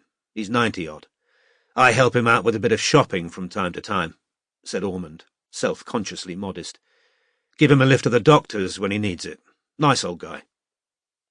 But not a good candidate for anime, said Strike, making a note. Course not, said Ormond. Nah, the only way Anime could have known what Edie had done so fast is because Blay shot his big mouth off. He had hours to tell all his mates before it occurred to him he should tell me. You know, a bloody boyfriend. Strike made another note, then looked up at Ormond again. Did Edie ever think Anime was a physical threat to her? Did she ever worry they'd do her violence?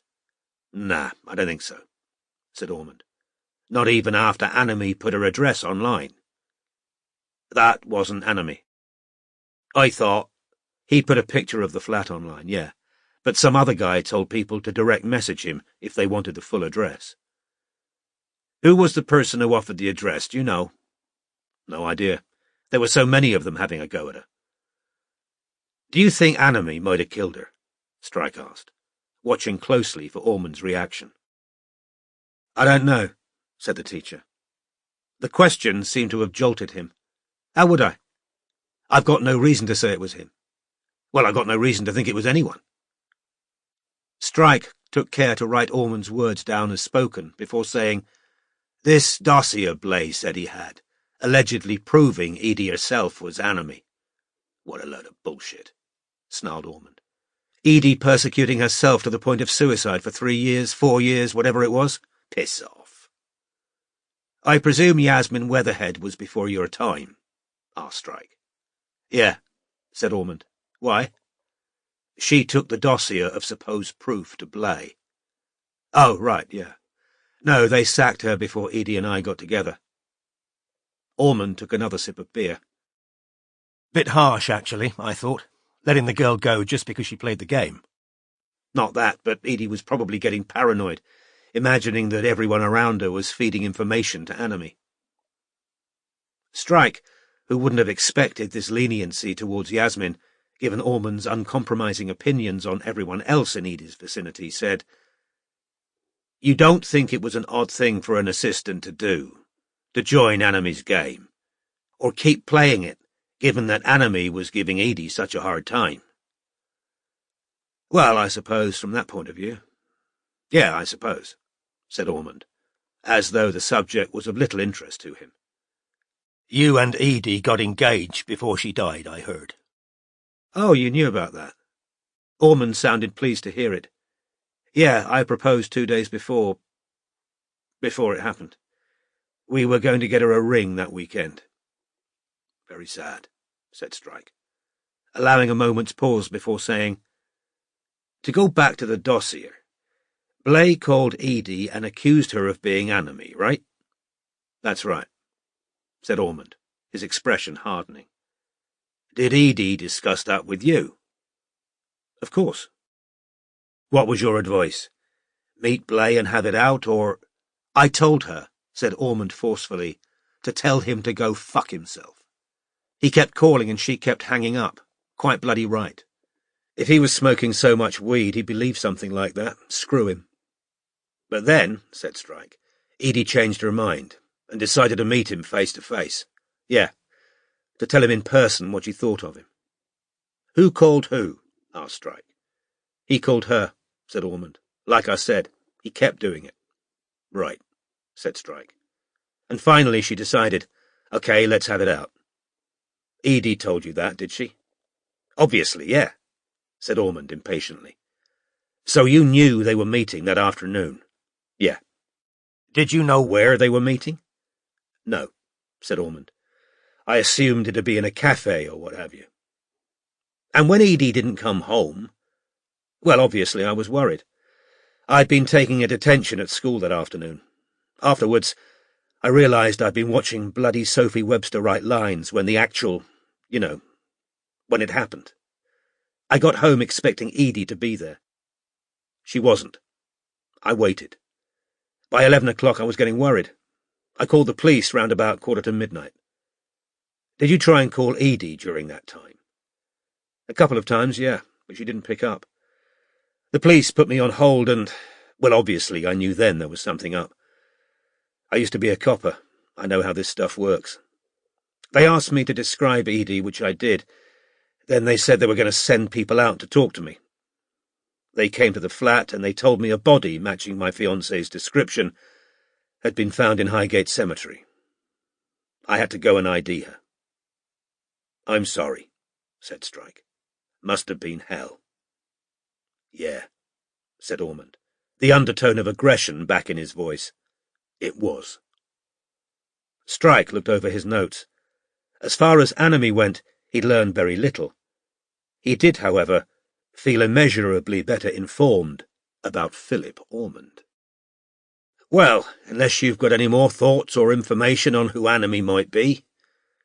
Well, if you ask me, said Ormond, who seemed to relax slightly now that the end of the interview was in sight, they're seriously fucking disturbed. Whoever it is, even if it's some kid hiding behind— He gestured vaguely towards his face, indicating a mask. A keyboard. There's something very fucking wrong with them. 4 solid years attacking someone online. What was Edie's crime? Creating something they were supposed to love? No. I figure Anime is the kind of person who'd do anything to save their own neck, who'd be happy to accuse anyone else or put suspicion on anyone else if it meant they got off. What makes you say that? Asked Strike. Just my gut feeling, Ormond said, before draining his glass of lager. Well, I think that's everything, said Strike untruthfully. Oh, yeah, just wondered. Did you suggest our agency to Edie, or was that her idea? Did I what? Said Ormond, frowning. Edie came to see my partner at our agency, Strike said. It was easy to see Ormond's pupils dilating, even in the not particularly bright light of the pub, because of the pallor of his blue irises. Evidently neither the police nor Alan Yeoman had told Edie's supposed fiancé about her visit to the detective agency, and these omissions told Strike something significant about the police and the agent's attitude to Ormond. The teacher seemed to realize his pause had gone on too long for a lie. No, I had no idea. When was this? 10 days before the attacks. What did she want to do that for? Said Ormond. To ask us to help her find out who Anime was. Oh, said Ormond. Right. Yeah, actually, I didn't know it was you she'd come to. She said she was thinking of— Yeah, I thought it was a reasonable idea. But she didn't tell you she'd done it. Actually, said Ormond, after another hesitation, she might have done, and it didn't register. She was stressed as hell, and I was busy at work. I might not have heard her properly, or tuned out or something. I was very busy at work, he repeated. Had an interview coming up, for department head. Did you get it? No, said Ormond, almost snapping. Well, when she came to the agency, my partner noticed some bruising on— Oh, that was your partner, was it? Telling the cops I'd choked her. Ormond seemed to regret his display of temper as soon as it had escaped him. He stared at Strike with those pale blue, wide-set eyes, at a loss, it seemed to Strike, to know how to repair this last, damaging impression. Nobody said anything about choking, said Strike. My partner simply reported the bruising. Well, thanks very much for meeting me, Philip. You've been extremely helpful. After a brief, loaded silence, Ormond got slowly to his feet. No problem, he said in a clipped voice. Good luck with the investigation. Strike held out his hand, ready to compete this time for hardest grip. Ormond departed, and Strike knew the fingers of his right hand would be throbbing, a thought that gave him some petty satisfaction. Once the teacher had disappeared from view, Strike took out his mobile and typed a short text to a friend in the Metropolitan Police. Chapter 37. The work was done. The new-made king had risen and set his feet upon his realm, and it acknowledged him. Jean Ingelow, A Story of Doom. Robin was still watching her iPad when Strike found her at the corner table out of sight of the main bar. He was carrying a pint of London Pride for himself and a second tomato juice for Robin, though he noticed she'd barely touched her first. Beside her iPad lay her mobile, which was face up and displaying Anami's Twitter feed, and on her other side lay her open notebook. Strike, who was quite adept at reading things the wrong way up, saw that Robin had made 3 columns headed with the names Worm-28, Valpachora, and Paperwhite, and that she'd been making notes on all 3. Worm-28's column seemed fullest. "Anami in the game?" Strike asked her as he sat down. "No," said Robin, glancing up and then immediately back at her screen. "He hasn't been in here all the time you were with Ormond. Sorry, I'm going to have to keep typing. There's a moderator in here called Worm-28 who was online friends with Beth. It's either a gay man or a girl because they're in a relationship with an unnamed man I'm supposed to know about. They've confided in Beth a lot. They thought they'd driven her out of the game by telling her all their problems." 28, commented Strike, is another hate symbol. "Seriously?" "Second letter of the alphabet, 8th letter, BH, stands for Blood and Honor. Blood and Honor are a neo-Nazi skinhead group." "I can't see Worm-28 as a neo-Nazi skinhead," said Robin as she typed. "If I had to bet one way or the other, I'd say it was a girl and quite a young one, possibly dyslexic. Her spelling's wonky and her punctuation's all over the place. If you're looking for a possible Harvening member, though, Valpachora seems a bloody good candidate. Wait. Oh, thank God. Worm-28 needs the loo." Robin turned her iPad so that Strike could see it. He moved his chair in. Robin felt his knee bump hers. "The players talk out in the open game," she said, while Strike sipped his pint and watched the animated figures moving among the graves. Like Robin, he was struck by the unsettling beauty of the animation, with its shifting mist and looming tombs. But moderators are able to open private channels to talk to anyone they want, and nobody else can see what they're saying. Worm-28 and Valpachora both opened private channels with me right after I entered the game. "What makes you think Valpachora could be Harvening?" "Homophobic as hell," said Robin. "Told me I was a pervert." "Nice," said Strike. "I'm pretty sure he's male. He's also drunk. He told me so 3 times. He says he's bored of the game, and when I asked why he was still in here, he said, 'Intel.'" "Intel?" repeated Strike. "Very interesting indeed." "And he told me Anami killed Ledwell." She glanced up to see Strike's reaction. "Did he now?"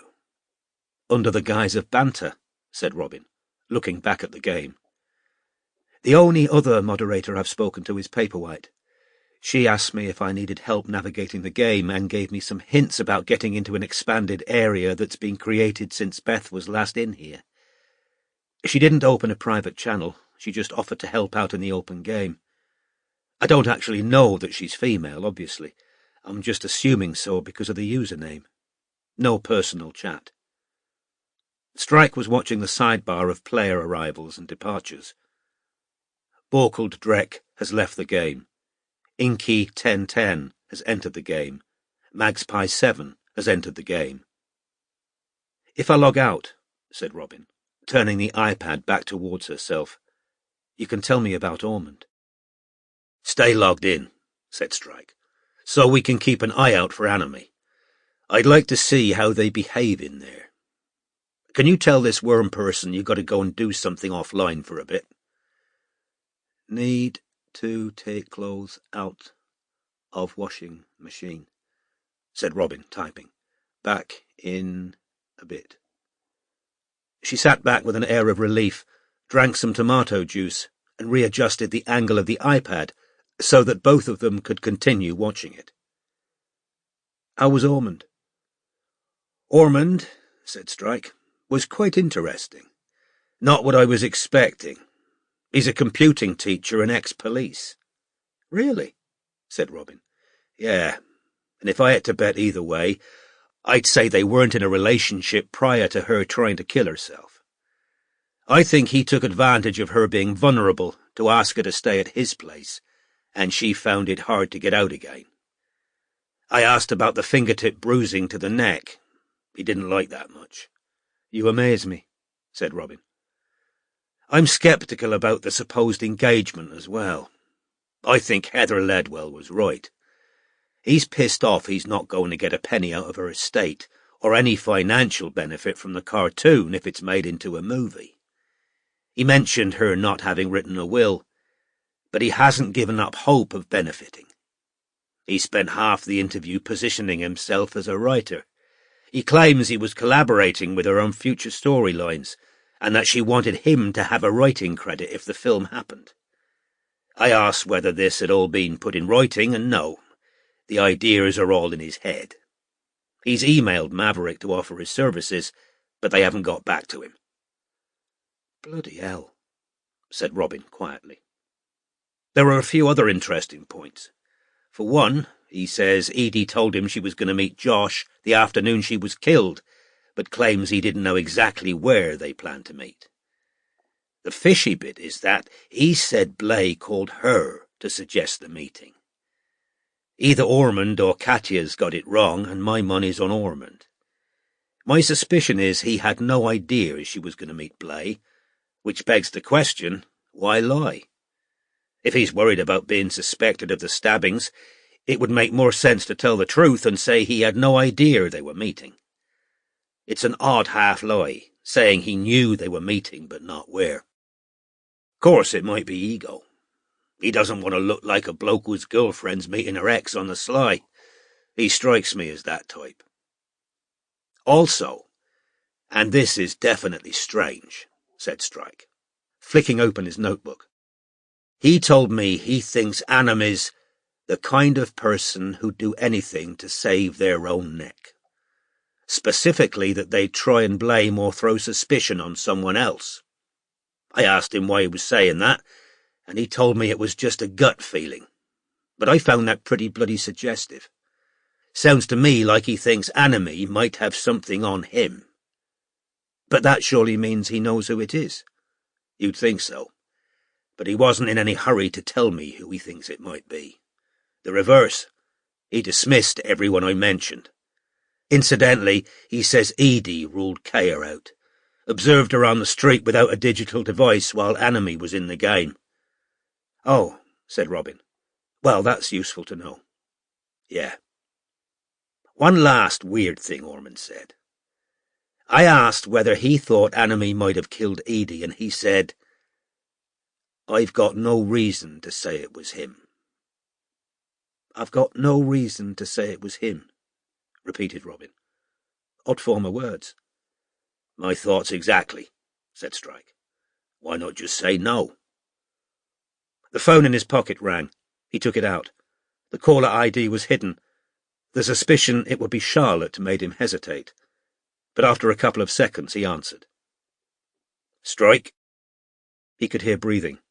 The line was crackly, then a very deep, sonorous voice said, If you want the truth, dig Edie Ledwell up.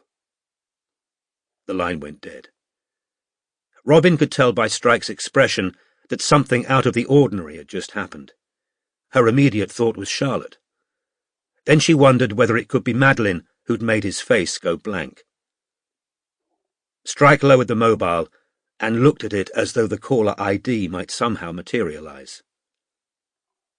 I've just been told, he said, looking back up at Robin, to dig Edie Ledwell up, if I want to know the truth. What? If you want the truth, dig Edie Ledwell up, repeated Strike. They stared at each other. What did the voice sound like? Darth Vader. Could have been a voice-changing device or a genuine bass tenor. The line wasn't good. A few weeks back, said Robin, there was a hashtag trending on Twitter. Exhume Ledwell. Any particular reason, or just a bit of edgy fun? Said Strike, putting the phone back in his pocket.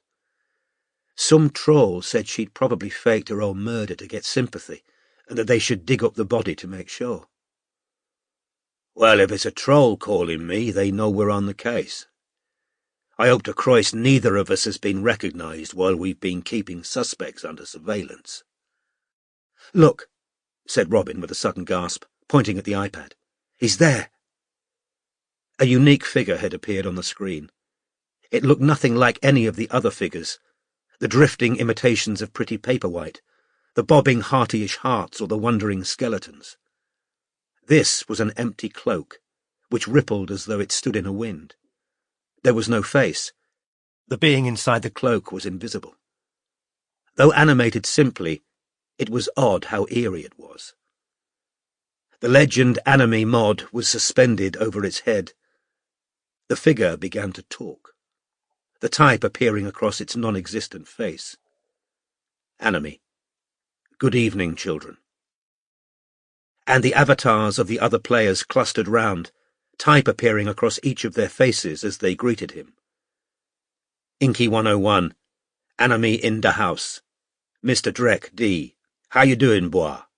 Heartsaw 9, Anime, please unban Hearty 192, he didn't mean it. Paperwhite,